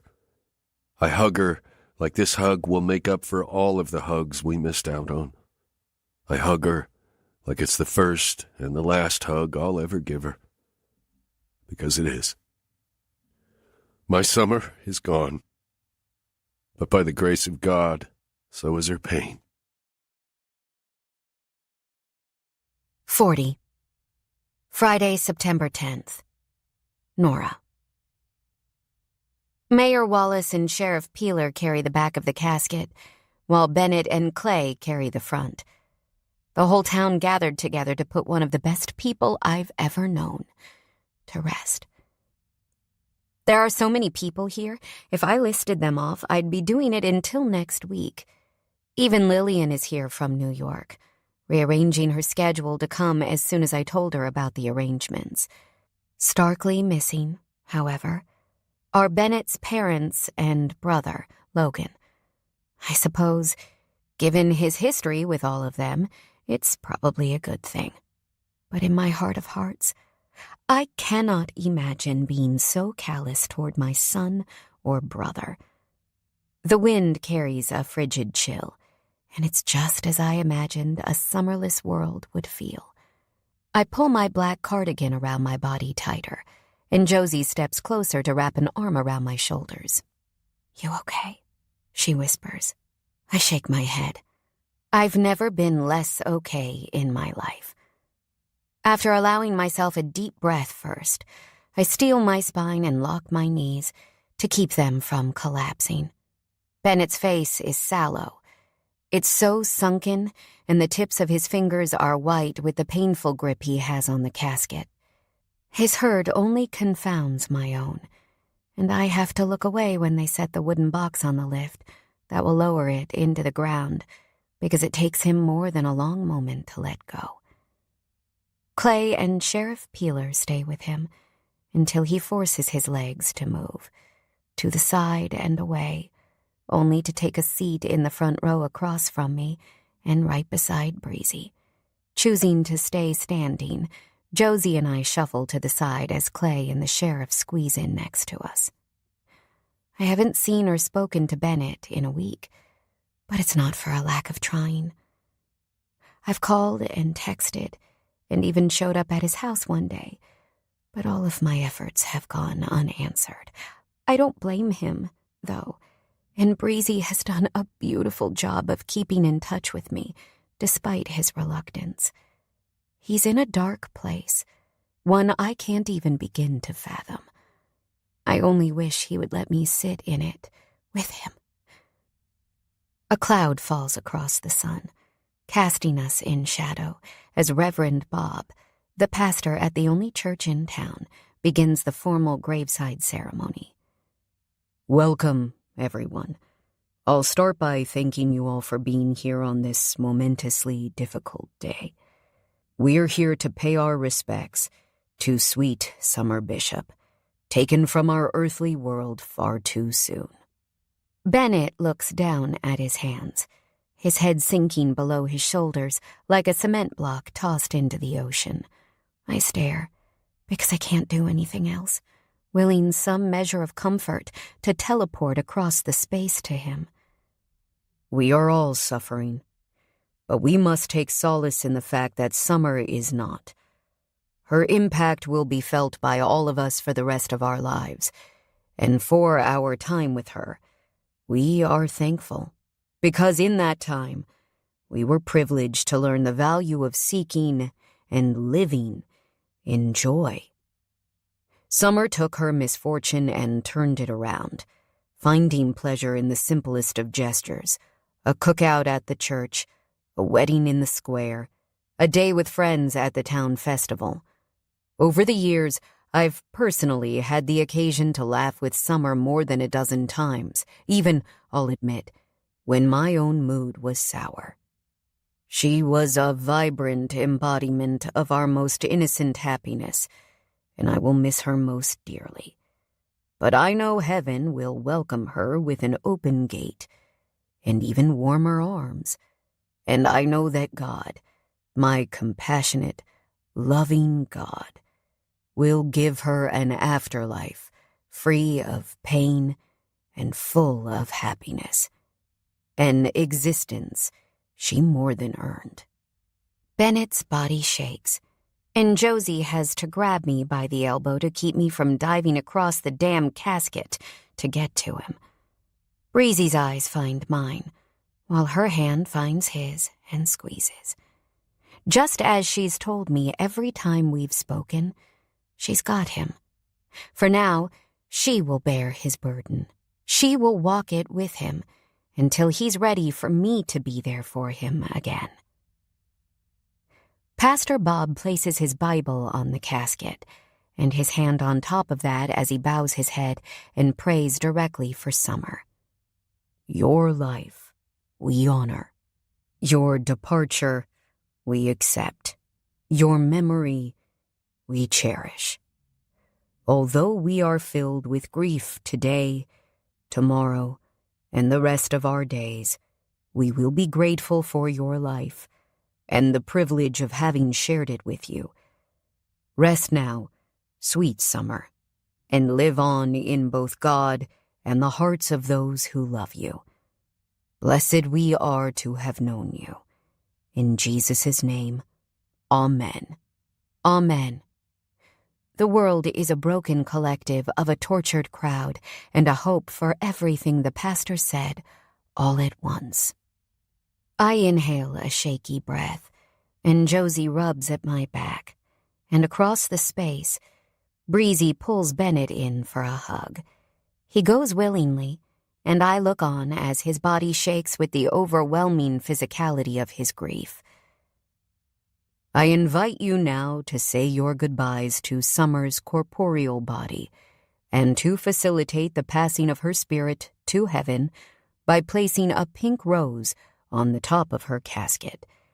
We will start with the back row and work our way forward, and Hank here will be passing out flowers as you approach.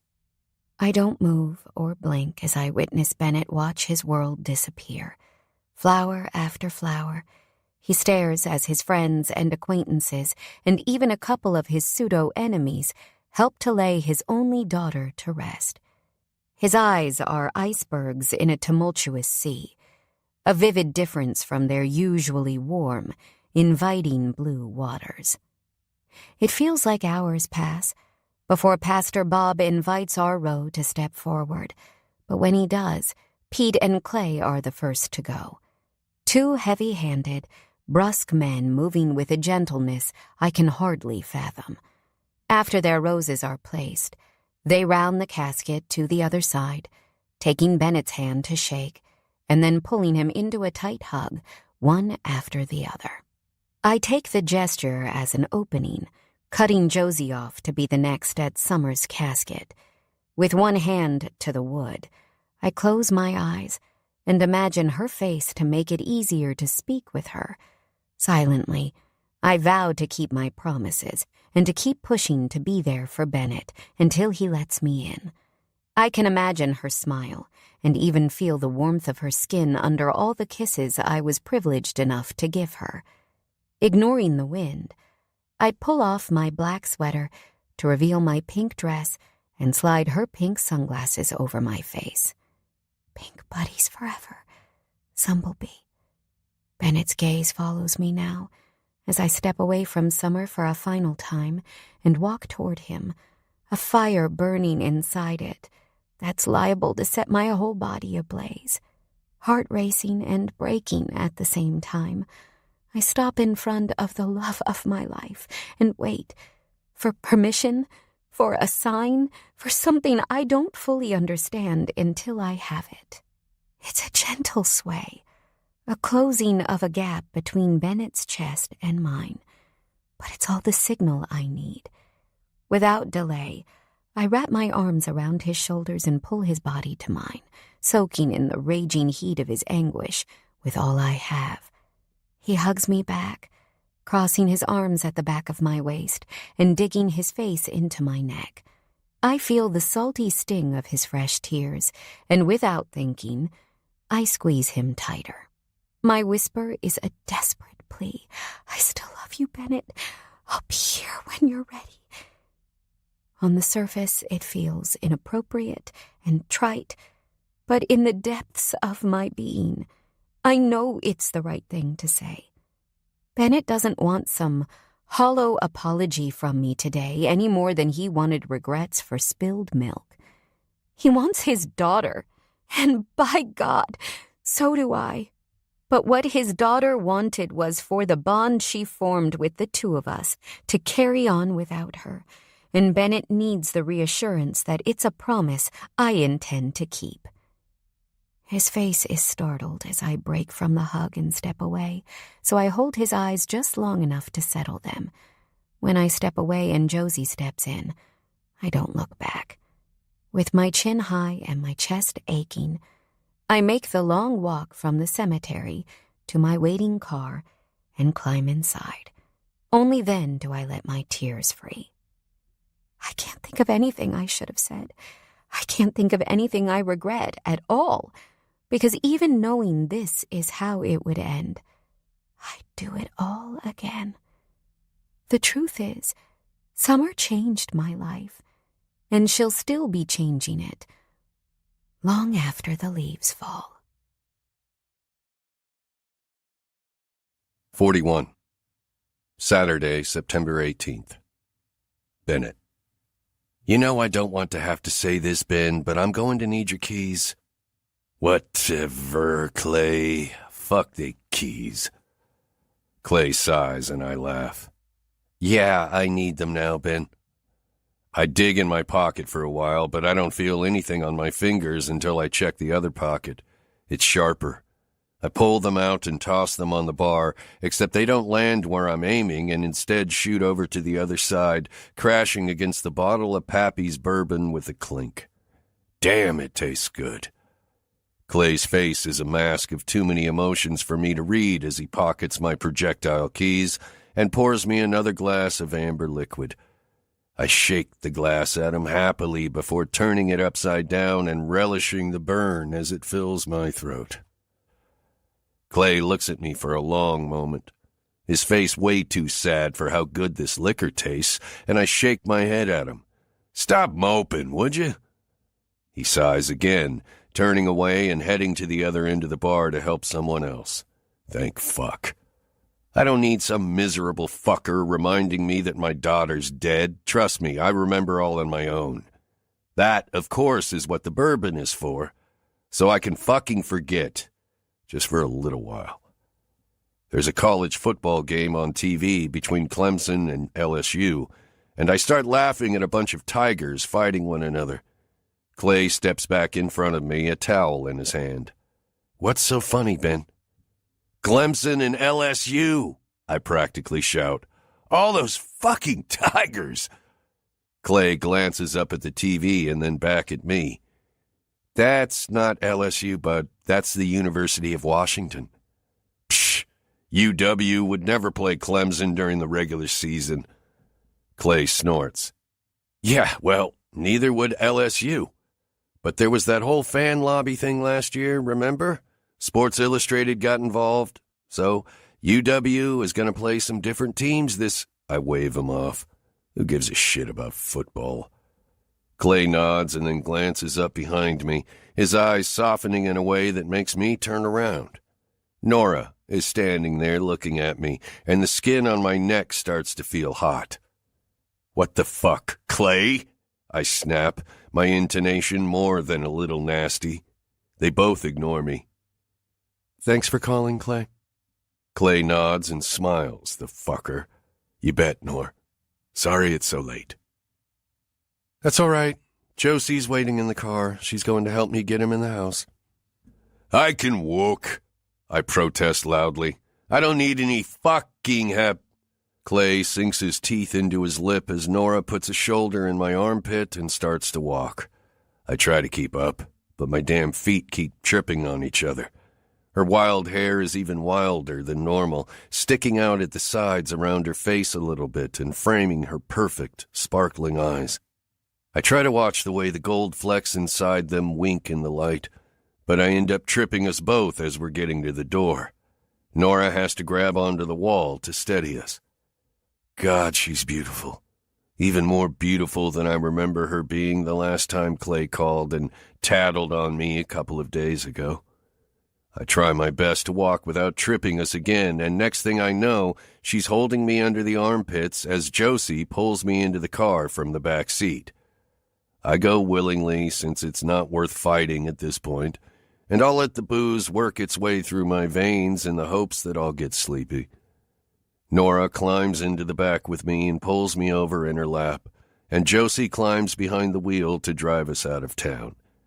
I'm amazed at how patient the two of them have been dealing with my drunk ass for the last 4 days. I would have started drinking sooner, but it took that long for Breezy to leave to head back to the city, and she never would have allowed it while she was here.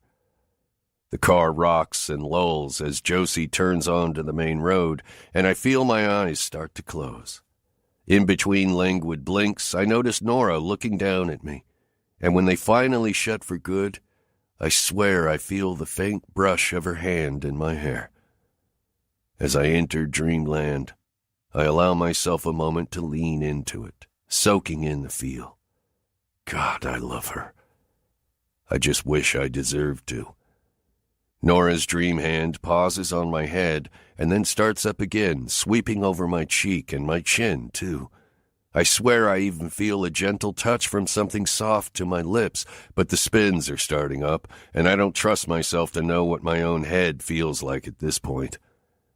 After that, I don't feel anything. 42. Sunday, September 19th. Nora. I check the time on my phone. 2:03 a.m. On a huff, I drop it back down on the nightstand and turn over, pulling the comforter over my head and forcing my eyes to close. But when I find myself turning over to check the time again, 2:06 a.m., I crawl out of bed and tiptoe down the hallway and into the kitchen to make a cup of tea. Tonight was rough. Truthfully, the last few nights have been rough. Like clockwork, Clay calls at a little after midnight, and Josie and I go get a drunk Bennett from the bar and bring him home. His grief over Summer's death has him in a chokehold, and I want so badly to be the salve for his pain, want so badly to be there for him, but he won't let me. I call and text him every day, but he never responds. And now that Breezy has gone back to New York, he's alone in that big farmhouse, alone with his thoughts, alone with his sadness. Tears prick my eyes, and I pinch the bridge of my nose to keep them at bay. Desperate for a distraction, I unlock the screen of my phone with the intention of browsing social media, but a missed text notification from Lillian pulls my attention. It must have come in when Josie and I were getting Bennett home. Lillian, have you talked to Bennett's lawyer? Something big is going on with Thomas and Eleanor. Below the message sits 2 links. I click on the first, and an online gossip magazine reveals that my stepdad, Carlton Prescott, has filed for divorce from Eleanor Ellis Prescott. And when I click on the second link, an article from a major national newspaper pops onto the screen. Thomas King spends day in questioning. New York, September 18th. King financial wonder boy, Thomas King, and Eleanor Ellis Prescott, wife of wealthy businessman Carlton Prescott, were escorted into the New York City police station to answer questions under oath on Friday. The district attorney's office is not giving any details regarding what they are being questioned about at this time, but they state information will be released to the public at a later date. It's a shock to see my mother's name in the paper and have it not be about some event she's attended or charity function she's hosted. Both she and Thomas are being questioned by the police, and it makes me wonder how much they found on them. And just how bad it really is. After they left Redbridge, I gave Bennett and Breezy's lawyer everything I had. Alexis's letter, along with the proof inside. Last I heard, they had turned everything over to the New York DA, and it was being investigated. I can only assume my suspicions of there being more girls are correct. And it doesn't make me feel good, that's for damn sure. It only makes me feel really sad. Sad that I was so naive about them, but mostly sad that it's possible they ruined other people's lives. Sad that there could be another girl like Alexis who was forced into an impossible situation and fear made her follow through with something she didn't want to do. Without even thinking, I tap out of the article and head to my contacts to call Bennett. But just as my finger hovers over his name, I realize it's after 2 a.m, and while he's the one person I want to talk to about this, he's the last person who wants to talk to me. God, I miss him. Thoughts of him and Summer swirl inside my head like a tornado. 100 different memories flash behind my eyes. Bennett's smile, Bennett's laugh, giggling with Summer in his studio about Kim and Courtney and Chloe while he painted, turning Summer's nails sparkly pink before the fake Josie and Clay wedding, eating sandwiches surrounded by grass and butterflies while Bennett fielded business calls with his sister, looking for shooting stars with them in the yard. Before I know it, tears are dripping down my cheeks, and I'm peeking inside Josie's bedroom to see if she's still asleep. When I confirm I'm the only one awake, I head back into my bedroom and slide on a pair of sandals, grab my phone and the keys to Josie's Civic, and walk out the front door in only my pajamas as quietly as I can manage. I get in the car, start the engine, and silently pray the sounds of the Civic roaring to life don't wake up my sister. I don't know why I don't want Josie to know what I'm doing. Maybe I'm afraid she'll judge me. Maybe I fear she'll derail my plans. Or maybe I'm unable to really face what I'm about to do. The sky is dark and the road is only illuminated by my headlights as I drive over the gravel driveway and take a left onto the main road. I don't even bother turning on the radio, my pounding heart the only thing vibrating in my ears. And that heart of mine keeps pounding away as I drive, growing louder and more persistent as I close in on my destination. A big white farmhouse comes into view, as well as the barn that I know still showcases the wall I painted, the wall that Summer begged him to keep forever. Summer. God, how I miss her. The brakes squeak as I pull the Civic to a stop and shut off the engine. The house is dark besides the porch light, and I sit there for I don't know how long, warring with myself on whether this is a good idea. A light flicks on from the side of the house, illuminating the walk space to the studio and the tall, muscular frame of a man I can't stop thinking about, can't stop worrying about, can't stop missing, can't stop craving, needing, wanting, comes into view as he walks from the big house to his favorite place to paint. He doesn't notice the Civic in his driveway or me in the driver's seat, and when he walks into the studio and shuts the door behind him, I hop out of the car and follow. Not even a minute later, I find him inside, roughly tossing one of his finished paintings onto a stack of another 3. He still hasn't noticed my presence, but the bourbon he consumed tonight is probably still flowing through his veins. When 2 more canvases are carelessly added to the pile, I find my voice. Bennett? He stops on a dime but pointedly doesn't turn around to face me. Go home, Nora. Go home. The words are the nails, and the stern intonation of his voice is the hammer, driving a piercing pain straight into my heart. What are you doing?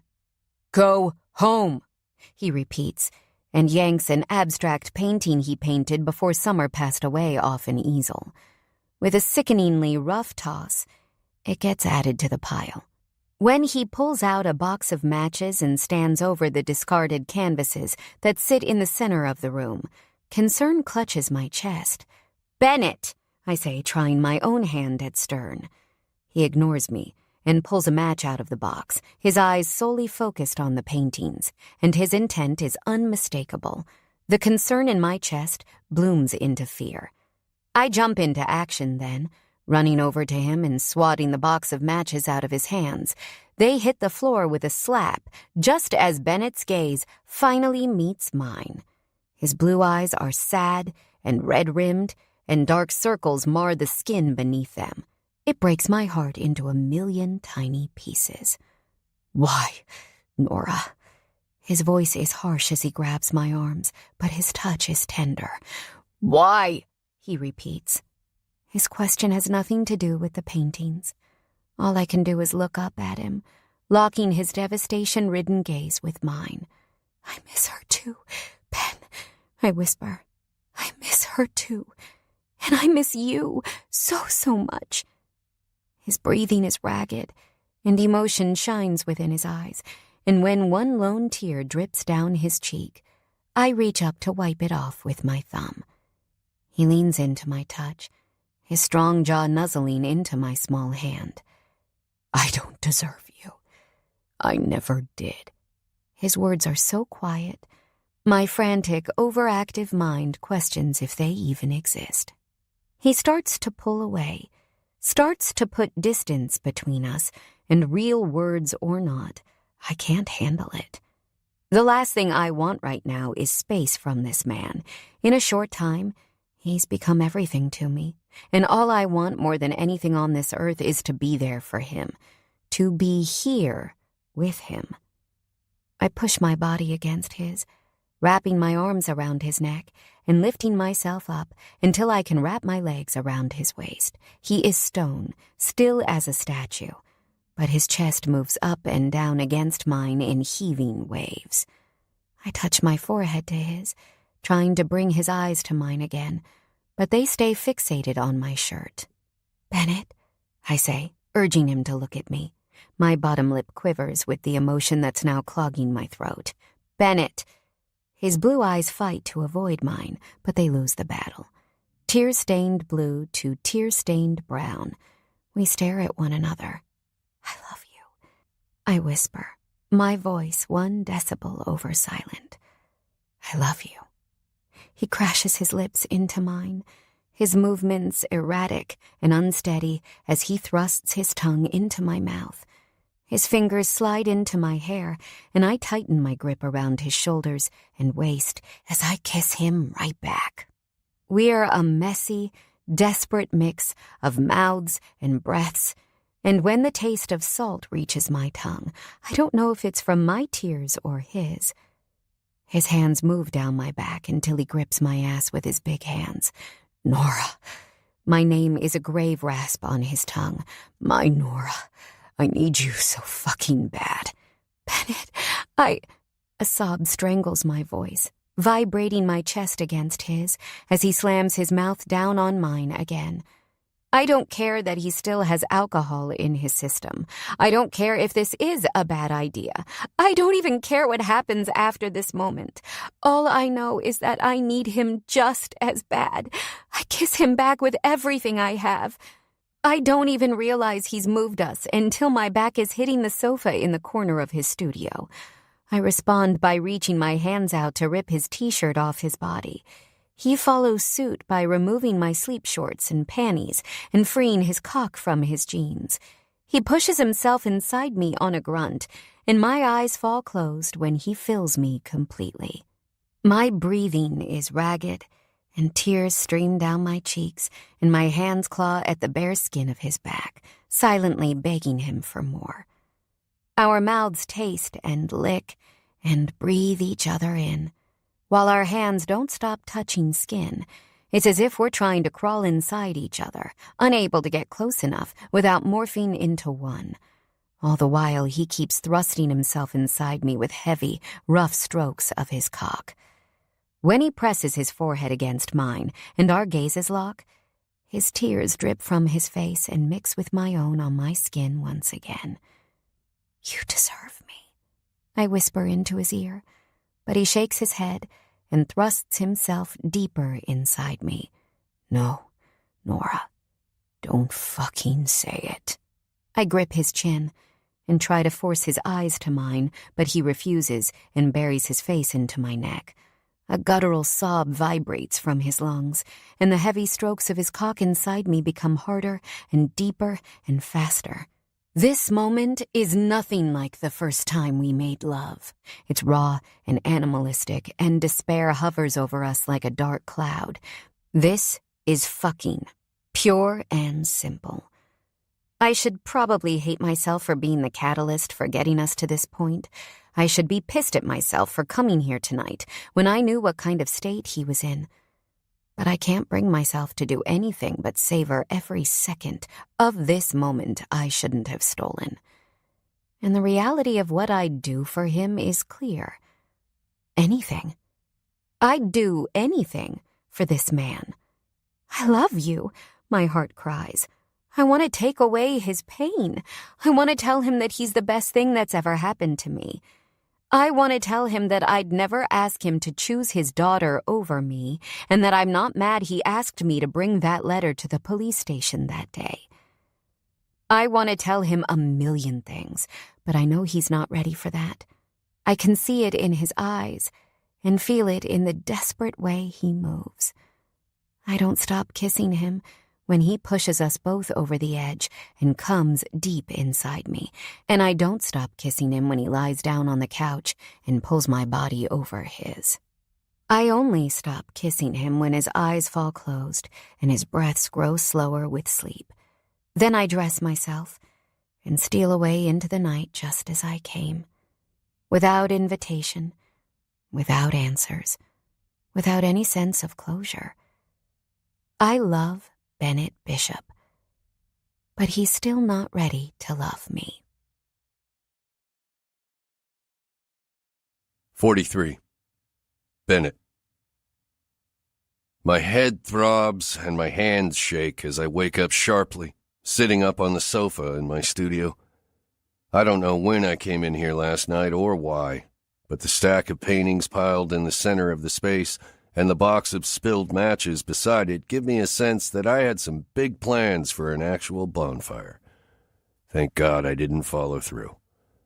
Every muscle inside my body hurts as I get up, head out of the studio, and back into the house. But when I step inside, I'm overwhelmed by the silence. The morning birds chirp outside my window, but other than them, the world is painfully, soundlessly bleak. There's no noise from my sister in the kitchen, no giggles from Summer as she talks to Charlie in her room, and no soft sighs from a woman in my bed. I'm alone for another day. I sink my head into my hands and beg for a sign, a direction to go, a solution to carry out, a vision to follow. Practically, I know I can't have Summer back, but every other part of me is hoping for some kind of miracle. Something that makes me feel like I can breathe again. Something to let me know that Summer is all right. Nora. It's a barely there whisper in the back of my mind, and the smell of her perfume on my shirt so faint that I have no trouble ignoring it. Memories of her being in my studio last night start to flit around inside my head, but I can't distinguish fantasy from reality. Was she here last night? Or is it nothing more than another night of tortured dreams? I head into the kitchen to make a cup of coffee and choose the only real option I have, to stop thinking about it at all. She's better off without me. 44. Saturday, September 25th. Nora. Last night was the first night in 10 nights that Clay hasn't called me to come pick up Bennett from the bar, which means it's the first night in 10 nights I haven't heard him tell me he loves me. While I'm hopeful this means he's on the way out of his grief-filled stupor and headed toward finding a way to move on, I have to admit, I'm still going to miss the sound of his drunken confessions. And since he's still leaving me texts and calls unanswered, I have no idea if he remembers me coming to his studio that one night. I probably should regret doing that, but I don't. I don't regret anything when it comes to Bennett. Finished walking, I set out the pink blanket I brought with care, making sure I don't mess up the flowers on either side of Summer's headstone. Once the blanket is in place, I lie down on my back, just to the side of the center, adjust the pink sunglasses on my face, and imagine for the 5th time in the last week that Summer is lying next to me. As I look up at the sky, the sun moves behind a small cloud, and its rays shoot out from the sides in what looks like a halo. I smile, tears stinging my nose at the overwhelming sense that this is divine timing. "Hey, Sum," I greet softly, rubbing at the empty blanket next to me with a mindless hand. "I've got good news about your dad. I think, maybe, he's getting it together." I pause briefly to put a hand to my upset stomach and lift the other to my mouth as an overwhelming sense of sickness threatens to make its way up and out. It takes a minute of lying absolutely still, but eventually it passes and I go back to chatting. I haven't been feeling the best, but I think it's just one of those bugs you get when you're run down. You know, I haven't been sleeping all that well, and Josie says it seems like my appetite is off too. I let out a huff of laughter, but I don't know. I'm sure it'll all settle soon. I roll over to my side, so that I can trace the letters of her name on her headstone. We all miss you around here, but I hope you're having fun and making friends. I've been keeping up with all your dad's social media and emails and stuff, but I'm really missing the studio time, too. I don't know when he'll feel up to painting again, especially without you there, but I'm hoping I'll be invited. Strategically, I think for a minute, pondering what else from my life I can share with her while I'm here. The more I've been coming here, the more I find myself telling her everything, even the things a 7-year-old might not fully grasp. But Summer was wise beyond her years, and there's a part of me that feels like she understands. Oh yeah, I whisper when more updates filter into my mind. I also talked to Breezy the other day, and she told me it seems like Thomas and my mom are going to be in really big trouble.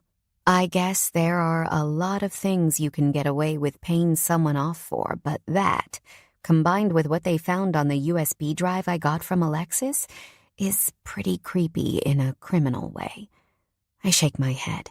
I can't believe I was engaged to marry someone like that I didn't see it. Sometimes I feel guilty for being so clueless, but most of the time I don't. I'm getting better, apologizing less. I think your dad will be proud of how far I've come when he's ready to come back to the land of the living. I smile. I can't freaking believe it's been over 3 weeks of knowing I'm in love with. I sit up straight so quickly. My head spins a little, but I don't bother giving it a moment before I try to finish the math. This is too important to pause for nausea. Over 3 weeks. Over 3 whole weeks since the first time we made love was at least 2 weeks after my period, which means it's been 5+ weeks since Lady Flo has shown herself, a whole week longer than my very regular, normal cycle. My stomach roils again, and just like that, the gravity of the fact that we didn't use a condom twice hits me square in the nose. Both times, I didn't even consider it. Holy shit. Shaking hands cover my mouth as I turn to Summer's headstone once more and beg her for a sign, a signal that I'm not crazy and a reason to believe. Something to tell me that she's there, that she's watching, and that this isn't the kind of thing that'll put her father right into an early grave. Please, Summer, I beg, show me something, anything that means this is going to be okay. With timing so perfect it feels summoned, a leaf hits me in the face, bright green in its entirety except for 7 bright pink spots. It's too early for the leaves to fall, and it's too rare for a leaf in the middle of making its change to be so green and pink at the same time. This sweet little leaf has to be Summer. I tuck it close to my cheek and breathe it in as emotion overtakes me. I know the next step is a test, and I know in my heart I can't do it alone. Packing up slowly, I say my temporary goodbyes to Summer's headstone and head for caffeine to find my sister. This isn't the kind of thing you do alone if you don't have to. This is the kind of thing you do with the people you love. People are the only important thing in our lives. Summer taught me that. 45. Monday, September 27th. Bennett. Today is the 4th day in a row I've been sober, and I can still smell the booze fermenting through my pores. Clay came by to check on me the first night I didn't show up at his bar, worried I was dead, and Nora has texted at least once a day. Earl brought me soup for dinner Saturday night. Pete came by with a casserole baked by his wife yesterday, and Breezy has called almost every hour on the hour since she left for New York. But as much as there's been no shortage of compassion and friendship, I've still never felt more alone. I only stopped drinking because I woke up Friday morning covered in puke and the corresponding shame from it. Usually, I'd paint to deal with my emotions, but I can't bring myself to paint just yet.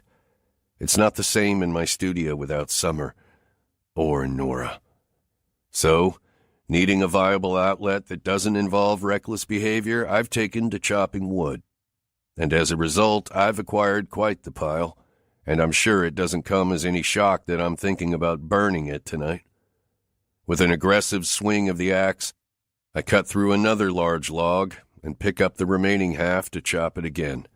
I swing, releasing all of my anger and frustration on the piece of wood, and it shatters into a dozen tiny fragments. I wipe sweat from my brow before setting up again, but when I rear back to swing, the sound of a car crunching its way up the gravel drive stops me. Out of a dozen people I expect, I'm surprised to find it's not any of them. Charlie pulls her Jeep Liberty to a stop next to the house, shuts it off, and then climbs out, putting a hand above her eye to shield herself from the glare of the sun.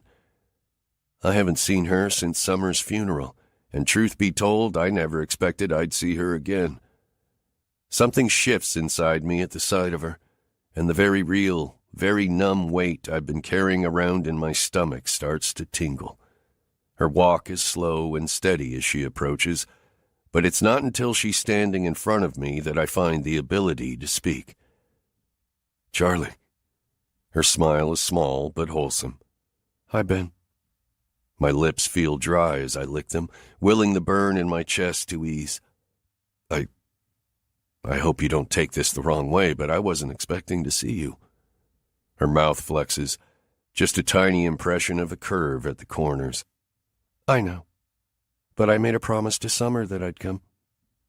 My jaw locks, and I have to look away as the sting of tears becomes more than just a nuisance. 2 weeks, she says simply then, bringing my attention back to her. She told me I had to wait at least 2 weeks. Enough time for you to feel your feelings, she said. My head begins to shake. The mystery of how my sweet girl managed to get so smart in 7 short years confounding me. Charlie chuckles softly. She knew you well, Ben, and loved you so, so dearly. She had me write down this note for you and wanted you to have it after the initial impact had passed. I stare at Charlie so hard the power of my gaze could split her in half, and she actually has the good grace to laugh. I know. But I'm just a messenger. You know that old saying about not shooting them? I shake my head. Charlie, I don't know if I can. You can. Read the note. Hear what she says. Live your life. None of it will be easy, but I promise it's all possible. I nod, a shaky, frightening motion from even my own point of view, and she hands me the folded piece of paper.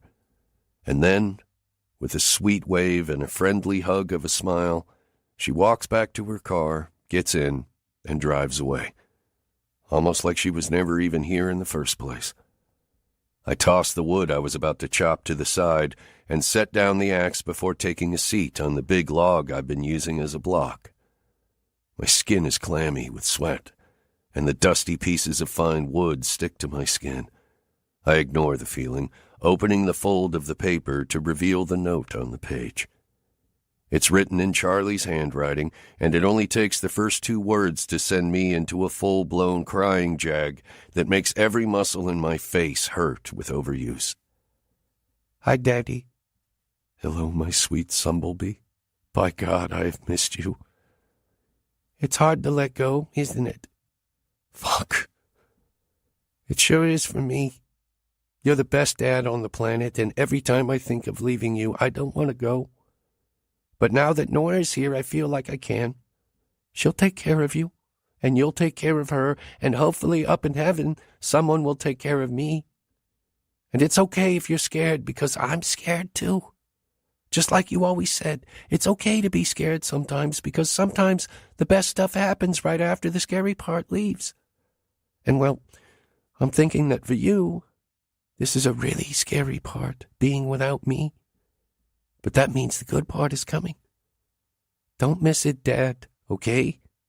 Get to the good part. And if you can't do it for you, do it for me. Love you forever, Summer.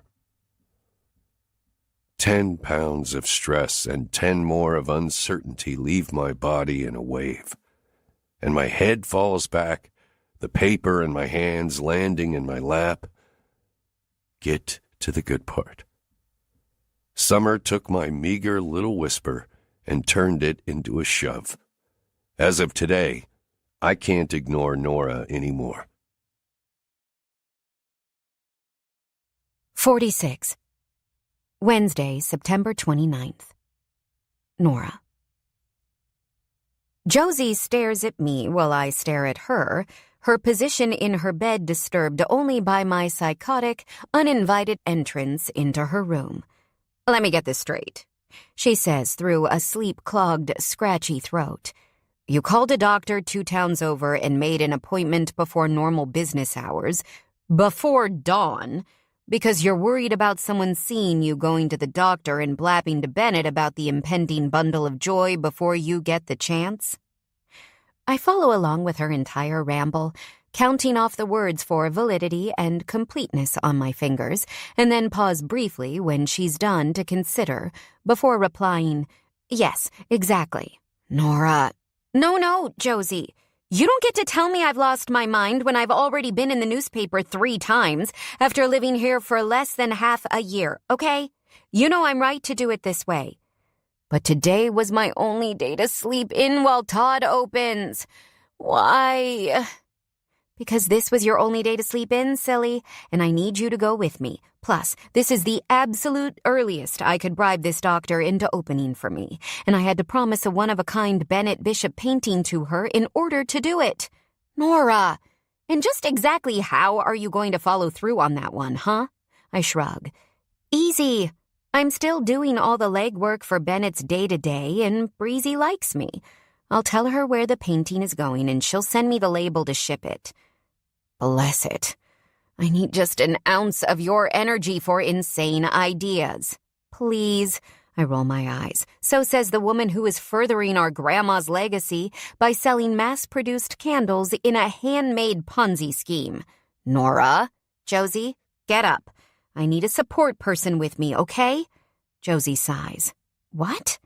Handing me the stick with your pee on it 4 days ago wasn't enough for you? I need official confirmation.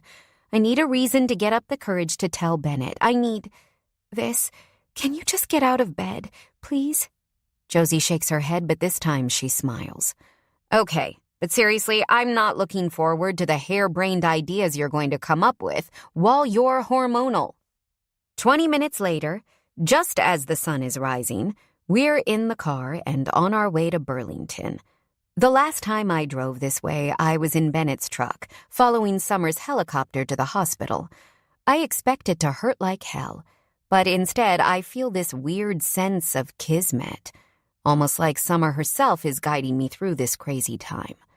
Finally, Josie pulls into the parking lot and shuts off the engine. I make a move to get out of the car, but she just sits there, a blank stare on her face. When I glare at her, she flinches out of it, teasing, "Oh, did you want me to go inside with you?" I snort and she laughs, though it sounds a little forced. And when I look at her face again, something feels off, but I can't put my finger on it.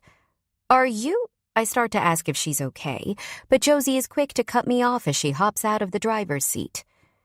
Come on. I don't hesitate to follow. It's a quick walk and no wait, thanks to the hour. So before I know it, we're in the exam room and the doctor is coming through the door. Josie sits up straighter in her chair and puts away her phone, and I tuck my arms across my plastic drape-covered lap. Hi, Dr. Vesper. Thanks for agreeing to this. Dr. Vesper is a stout woman with a warm smile and a smattering of wrinkles right at the corners of her lips. She's probably in her late 50s, judging by her skin, but I have to say she looks to be aging really gracefully. Yes, well, I'm used to desperate moms to be on the phone, but I have to admit, your desperation sounded a little different. I cringe a little. Yeah, I imagine it did. Seeing as I'm not entirely sure I'm not hallucinating all of this at this point. All right, so we ran the urine sample you gave us, and you are definitely pregnant, my dear. HCG levels look good, but since you're only 6 weeks or so, we're going to hold off on the ultrasound. I don't like to do them until at least 8 weeks. That way we can feel confident we're going to hear a heartbeat. I know Dr. Vesper is still talking, but my brain is too busy doing a buzzing bounce on the words, "You are definitely pregnant." I'm not crazy. This isn't a hallucination. I am carrying a baby that Bennett Bishop and I made together. Josie covers her mouth with a hand, and tough bee that she is, I still see the glisten of a tear in her eye.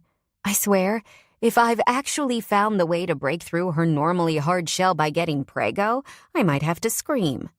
So, today, all we're really looking to do is get some information about family medical history for both you and the father. Dr. Vesper updates. I'll need you to fill out some paperwork. We'll get you started on prenatals, and then we'll get another appointment set up for you in a couple of weeks. Family medical history. For the first time since seeing 2 pink lines days ago, I am struck by the fact that I don't know what the genetic history of Summer's diagnosis was. Was it because of a gene carried by her mother or Bennett? Or was it a combination of the two? Josie sees the look on my face and reads it correctly. When she speaks up so I don't have to, I'm thankful. The father has one other child who was diagnosed with osteogenesis imperfecta type 3. Dr. Vesper's face is incredibly kind. Okay, we'll plan to do a full genetic panel then, at around 10 weeks, and that'll tell us everything we need to know. Until then, I don't want you to worry. Though osteogenesis imperfecta is a genetic disorder, it's often caused by a mutation in the type 1 collagen genes. If no one else in the father's family has OI, it's likely to have stemmed from the maternal side. Dr. Vesper finishes up the appointment with a smile and a packet of information, and I sit there reeling, from low to high and low again. I wish I could find some footing in this wild, unsteady storm. I mostly just cry.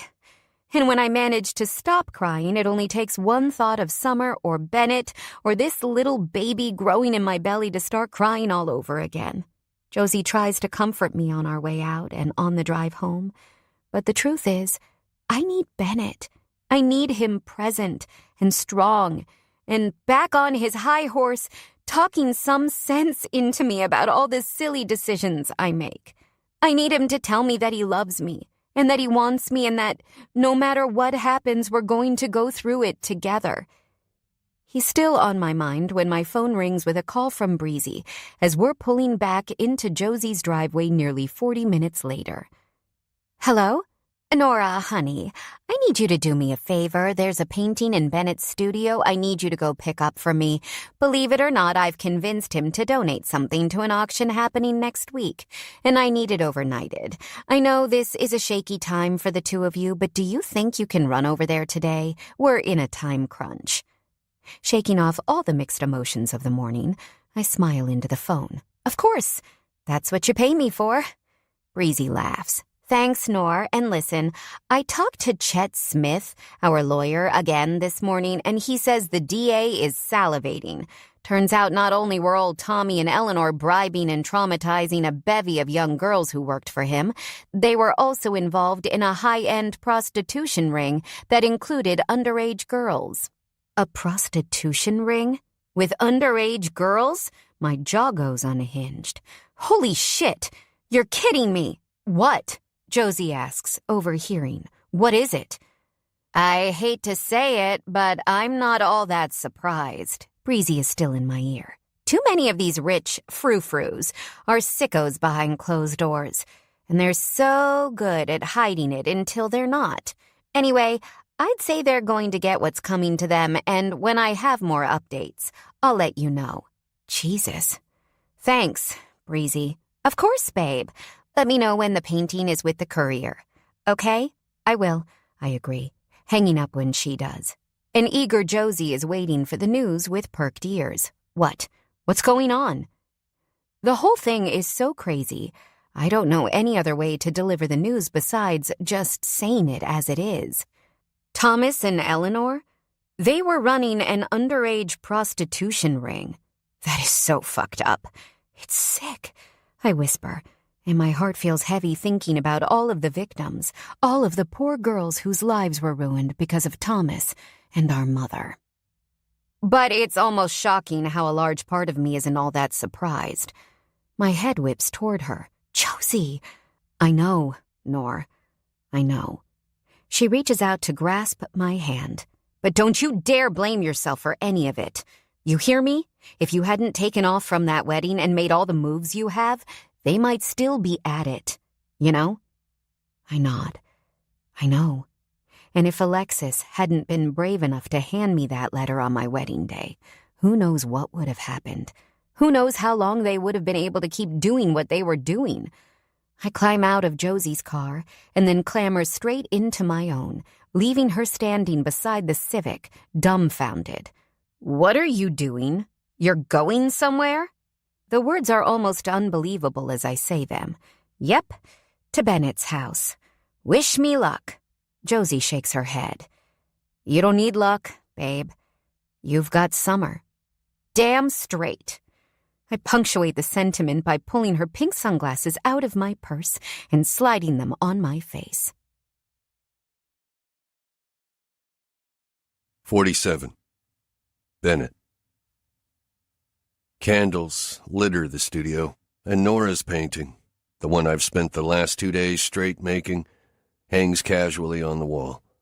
Pink and orange and peach all blend together in a swirling line and end in a chocolatey brown center. It's warm and inviting and perfectly encapsulates everything Nora Ellis is to me. Thanks to Breezy's involvement in my scheme, she should be here any second, and my heart is a thoroughbred beneath my rib cage at the thought of seeing her. Painstakingly long minutes pass in the flickering light as I will my ears to hear the sound of crunching gravel, so much so that when they finally do, I nearly convince myself I'm making it up.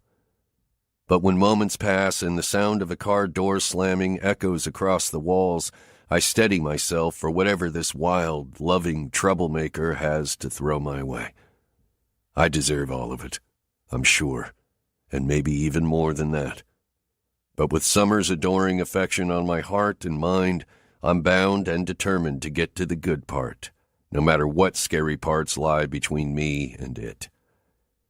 Nora's head is down as she pushes through the door, the lack of overhead lights probably falsely assuring her that no one is in here. She slides Summer's pink sunglasses off her face and into her purse, and the fact that she's still wearing my daughter's favorite lenses makes my heart feel too big to fit inside my chest. I wait for her to notice the candles, and as she does, a gasp falls from her most perfect lips, and her brown gaze jerks up to meet mine. I try on a smile, though I have the supreme feeling it's haggard and shaky, and a magic light flares in her eyes. Bennett, what is all this? I step forward slowly, willing myself not to scare her by going too fast. She deserves to be cherished and romanced, and in order to do that, I have to find a way to be measured in my excitement.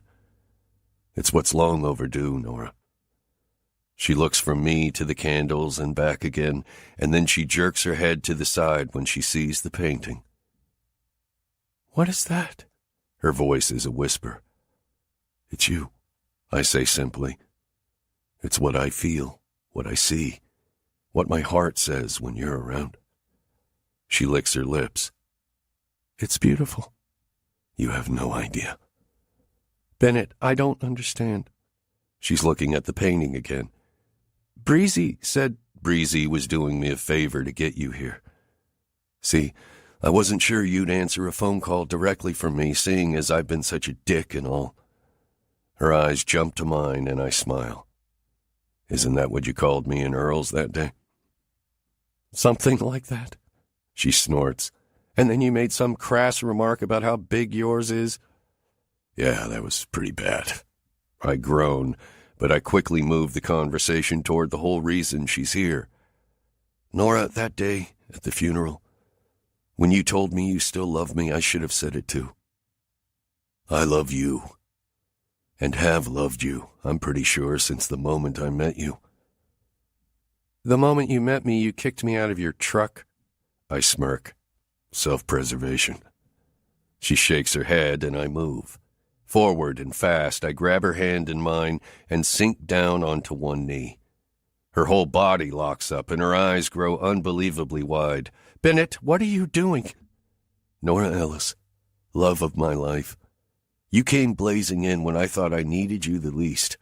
You were fancy and fresh, and you had the kind of compassion I didn't think anyone possessed.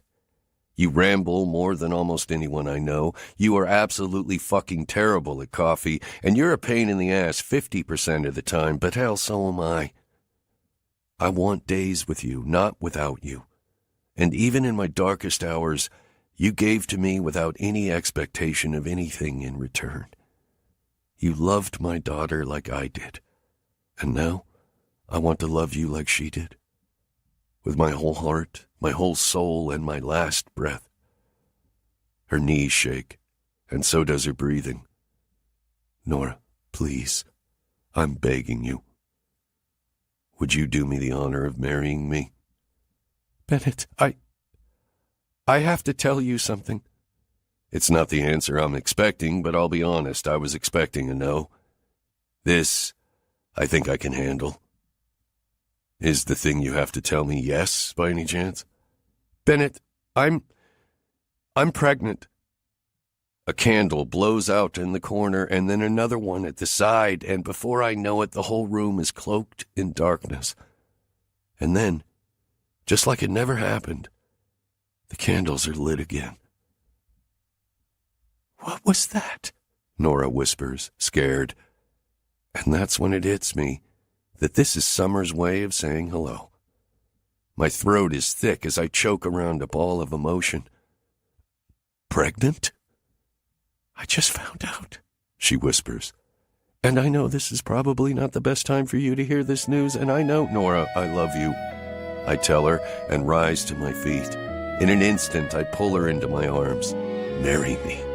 Be with me. Raise our baby with me. She pauses and leans back to meet my eyes. Tears stream down her cheeks, and her bottom lip quivers with her words. You're okay with this? Okay with this? Nora, I want it all, and I want it with you. I press my lips to hers, taking her mouth in the kind of kiss I've been desperate to feel with her for what feels like forever. Marry me, I say again, my lips just barely grazing hers. And this time, she answers. Yes, Bennett, of course, yes. My life and all its scary parts flash before me like a blinding light. And then, peace. Just like that, we've made it to the good part. Epilogue. Tuesday, November 9th. Nora. With Bennett's new paintbrush tucked in my mouth, I grab the mug of coffee I just made in one hand and my laptop in the other and rush to the side door of the house to get to the studio. For the past few weeks, he's been back in his studio and painting. And with the pace he's been going lately, I know he's been up and working for hours. But when it comes to me being able to wake up in the mornings and start my day when he starts his, this pregnancy is kicking my ass.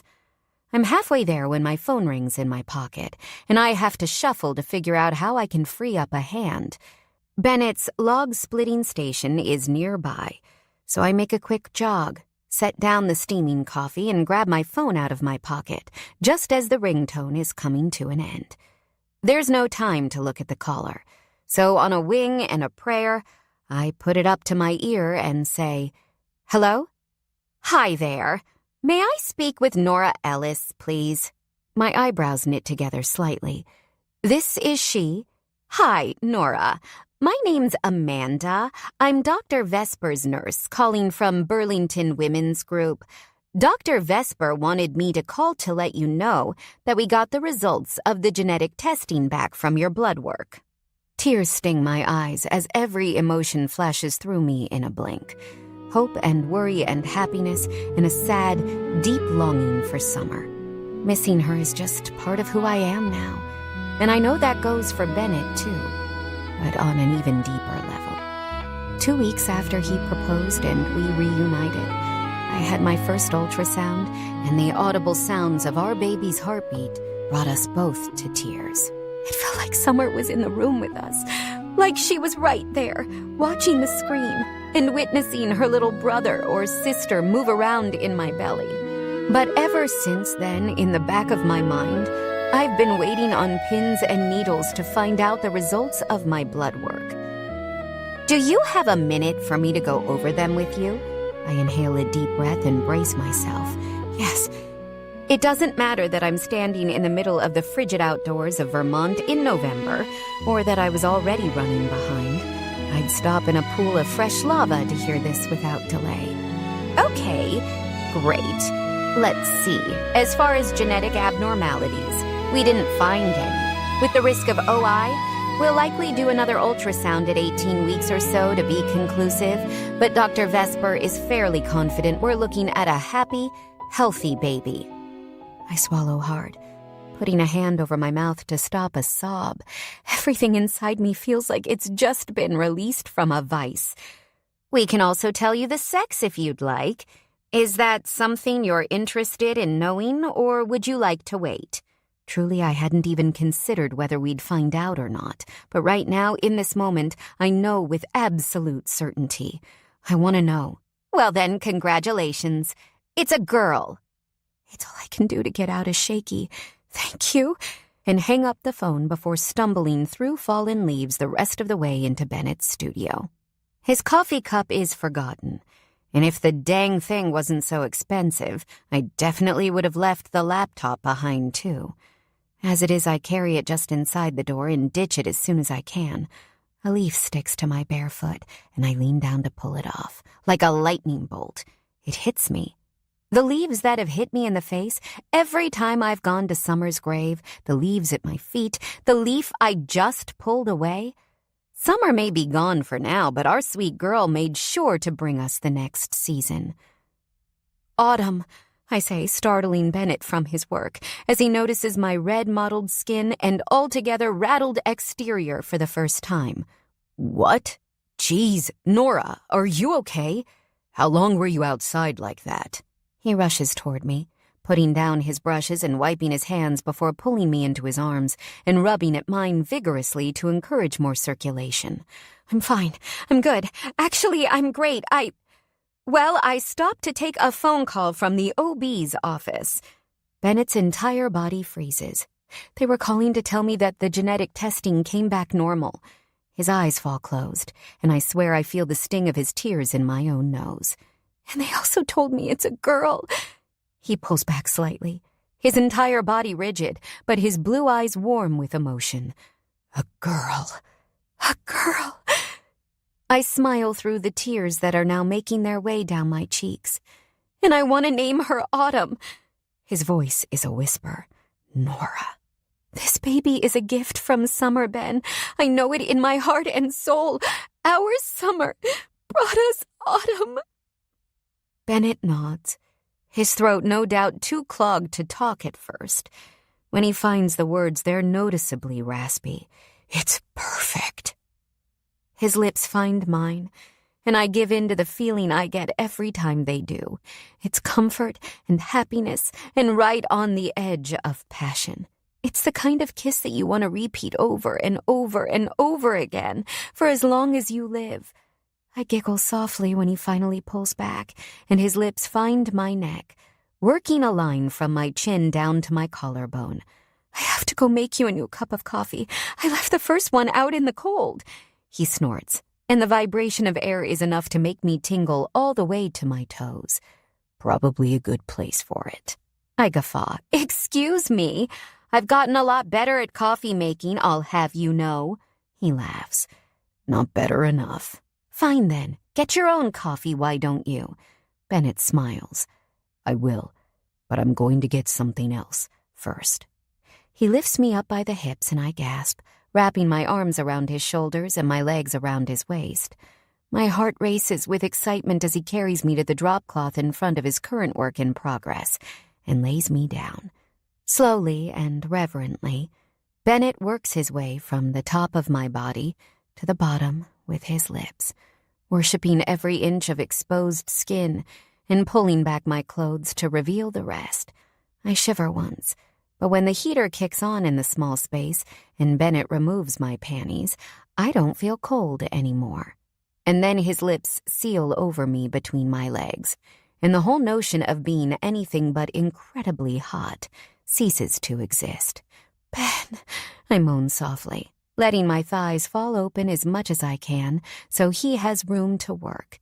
It's not my natural inclination. Normally, I'm a thigh clencher, but I've been trying to work on it for the good of the reward. I sink my fingertips into his hair as he swirls his tongue around my clit, and my back arches off the floor in silent applause. Over and over, he uses his tongue to stimulate my nerves, and I wriggle my back against the makeshift pallet restlessly. All that tension I released is back, but this time it's like the sting on Cupid's bow, fighting for release. Bennett's groan of pleasure at my excitement vibrates against me, and in a blaze of glory I come in a huge, overwhelming wave that arches my back off the floor. It's bliss. The orgasm, the moment, but more than anything, the life this runaway bride with a dark secret managed to find. Wednesday, June 9th. I wake up with a start and look toward the crib beside our bed. It's empty and I sit up, utterly confused. My head whips toward Bennett's side, but when I find that empty too, I crawl off the mattress and head out of our room. My bare feet tap against the hardwood floor as I head down the hallway, but the closer I get to the kitchen, the more my ears can make out the soft sounds of music.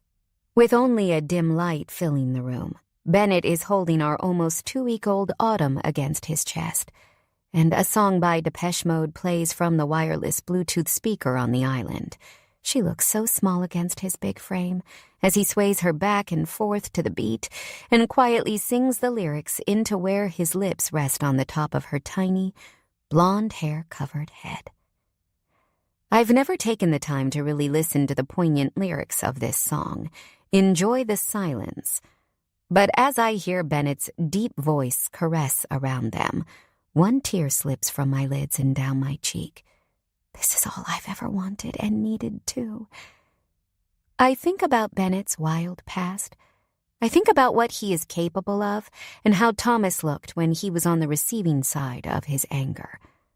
I think about Summer and the precious bond she had with him, and I think about Autumn and me and how safe and protected I feel because of Bennett. Little girls really do have the power to tame the baddest of men.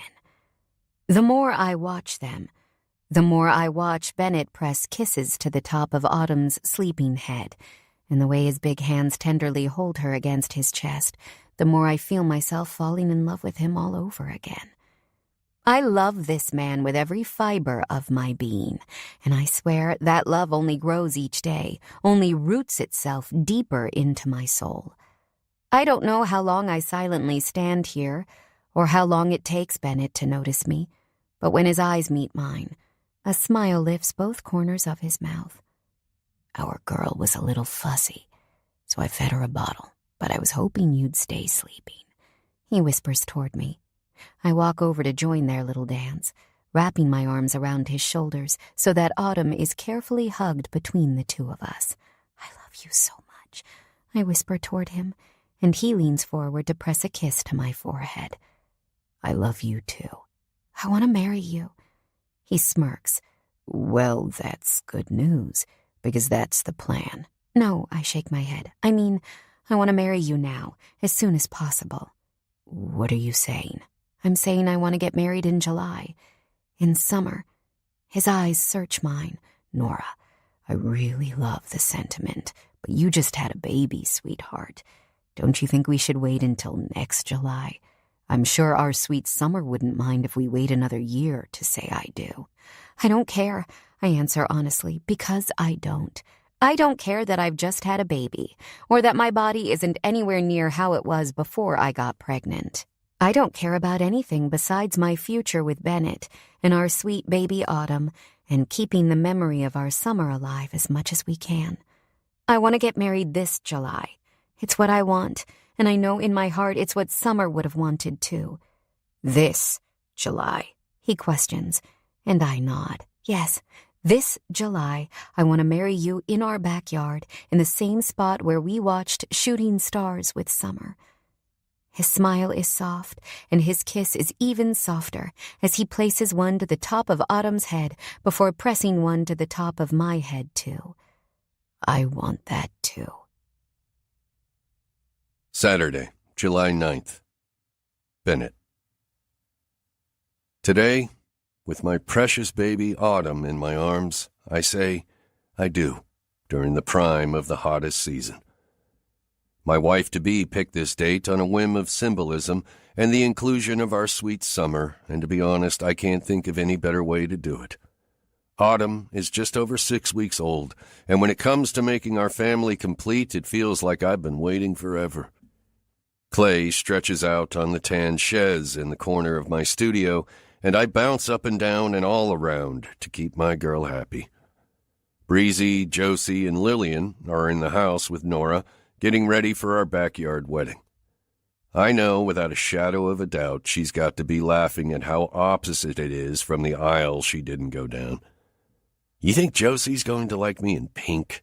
Clay asks from his reclining position, fiddling with the silk fabric running down the center of his shirt, and I roll my eyes.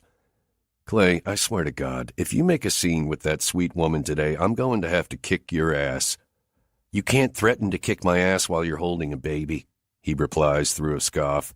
That's like illegal. Illegal or not, I'll do it. Give Josie some peace for the day, for fuck's sake, okay? That's easy advice for you to give, seeing as you've got the woman of your dreams walking down the aisle to you today, bud. But I'm still missing mine. Cut me some slack. Yeah, she's walking down the aisle today, but we've walked through fire to get here. Why don't you start by making whatever you did to fuck it up with Josie right in the first place? I feel like that'd be a better strategy than constantly getting in her face. 4th of July wasn't my fault. They practically sealed us up together in that fireworks tent. Right, I guffaw. And Easter? What about that? Was that your fault? Clay sits up and shrugs. I maybe could have hid the eggs somewhere other than her shop. And who can forget New Year's in the square and Halloween at Earl's party? All right, I get it. I'll let it be today. I smile, holding Autumn's head close and breathing in her baby smell. Thanks. I appreciate it. I want today to be perfect for Nora. Clay jumps up and comes over to give me a pounding slap on my free shoulder. It will be, dude. Old Town's been working all night to make sure of it. I stand at the altar, and a drape of bright pink fabric Nora made from the blanket we lay on with Summer to see shooting stars hangs over a golden bar behind me.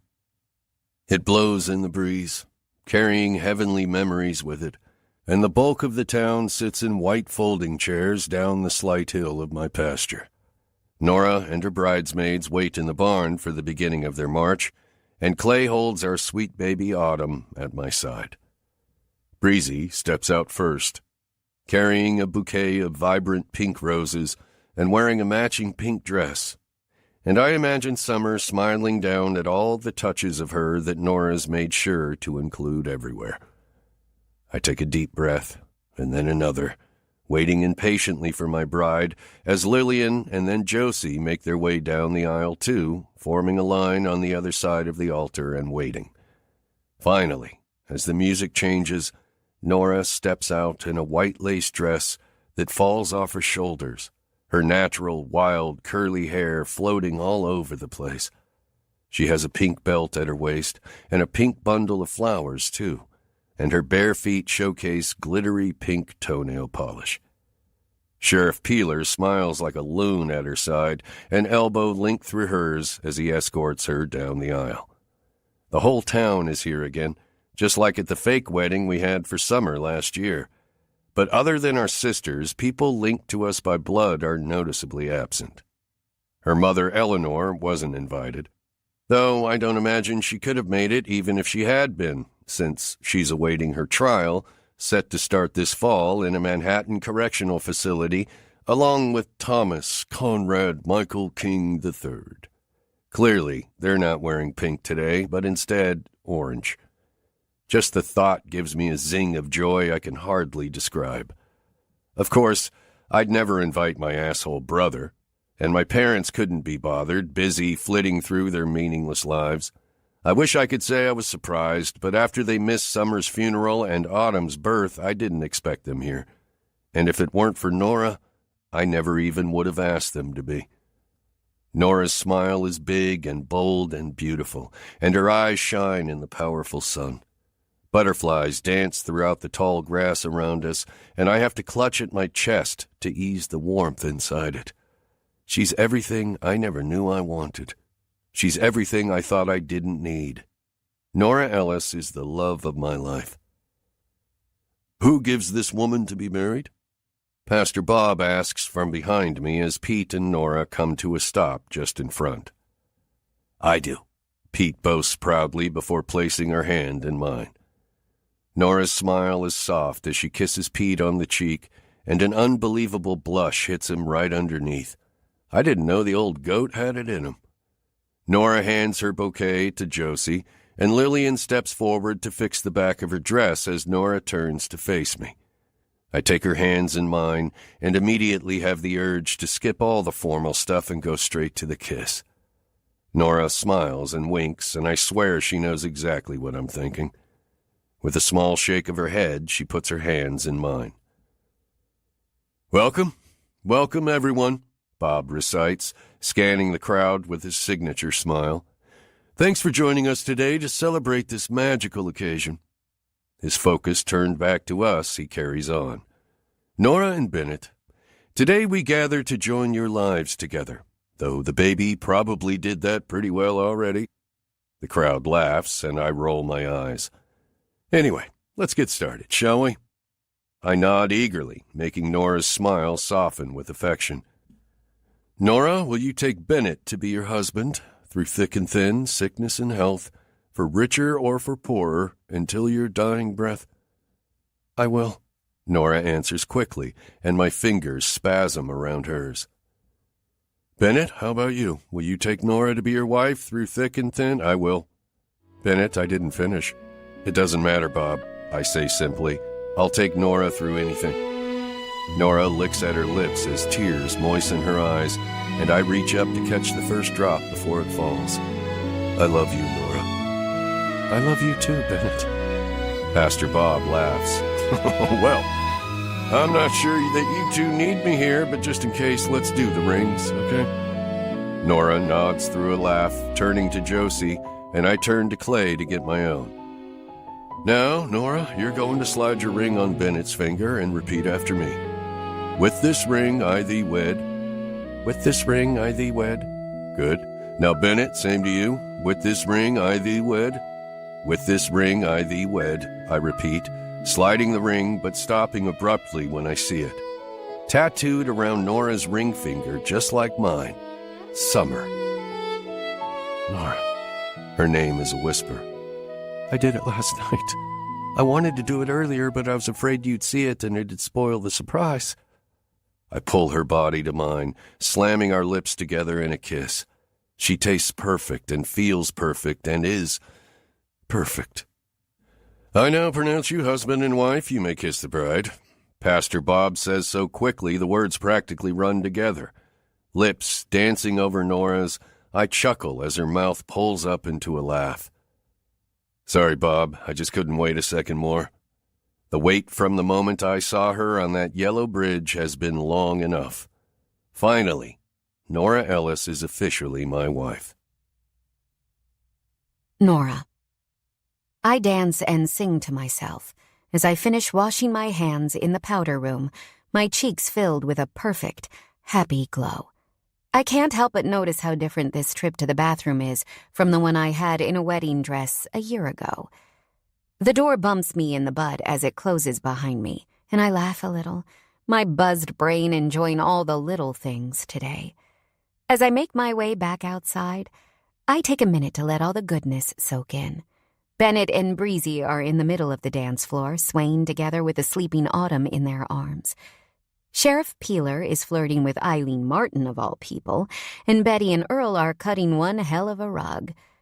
Lil has found a group of old men to entertain over by the bar, and Loverboy Lance has more than one teen girl hanging on his every word. It's a perfect smattering of every walk of life, and a reminder of the joy I feel living here every day. The only people missing are two I'd never expect together, and that fact alone makes me feel suspicious in a way I can't ignore. Walking the perimeter of the party slowly, I glance into the dark shadows with avid eyes, searching for my sister and the one man who always seems to be trying to get her attention these days. It's a moonless, star-filled night, though, and the bright lights of the party make it way harder to see than I expected. On my third lap, I'm about to give up, but the sound of a slap gets my attention and does it right quick.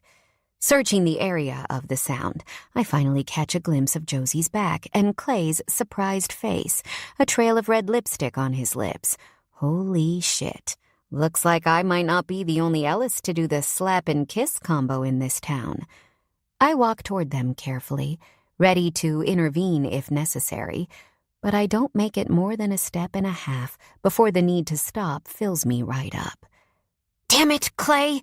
Josie Whisper yells, her heartbroken voice making me put a hand to my chest. "You can't fix this. You can't will it away. You can't turn back time. No!" she snaps, making the hair on the back of my neck stand up. "After it happened, you kept right on living, but I'll never be the same." I don't know what's going on, but I know one thing. It's time Josie and I really talked about her divorce. Time's up, sis. It's your turn to do the talking. The end. We hope you have enjoyed this production of What I Should Have Said by Max Monroe. Narrated by C.J. Bloom and Sebastian York. Recorded books are available wherever audiobooks are sold. Thank you for listening to Recorded Books.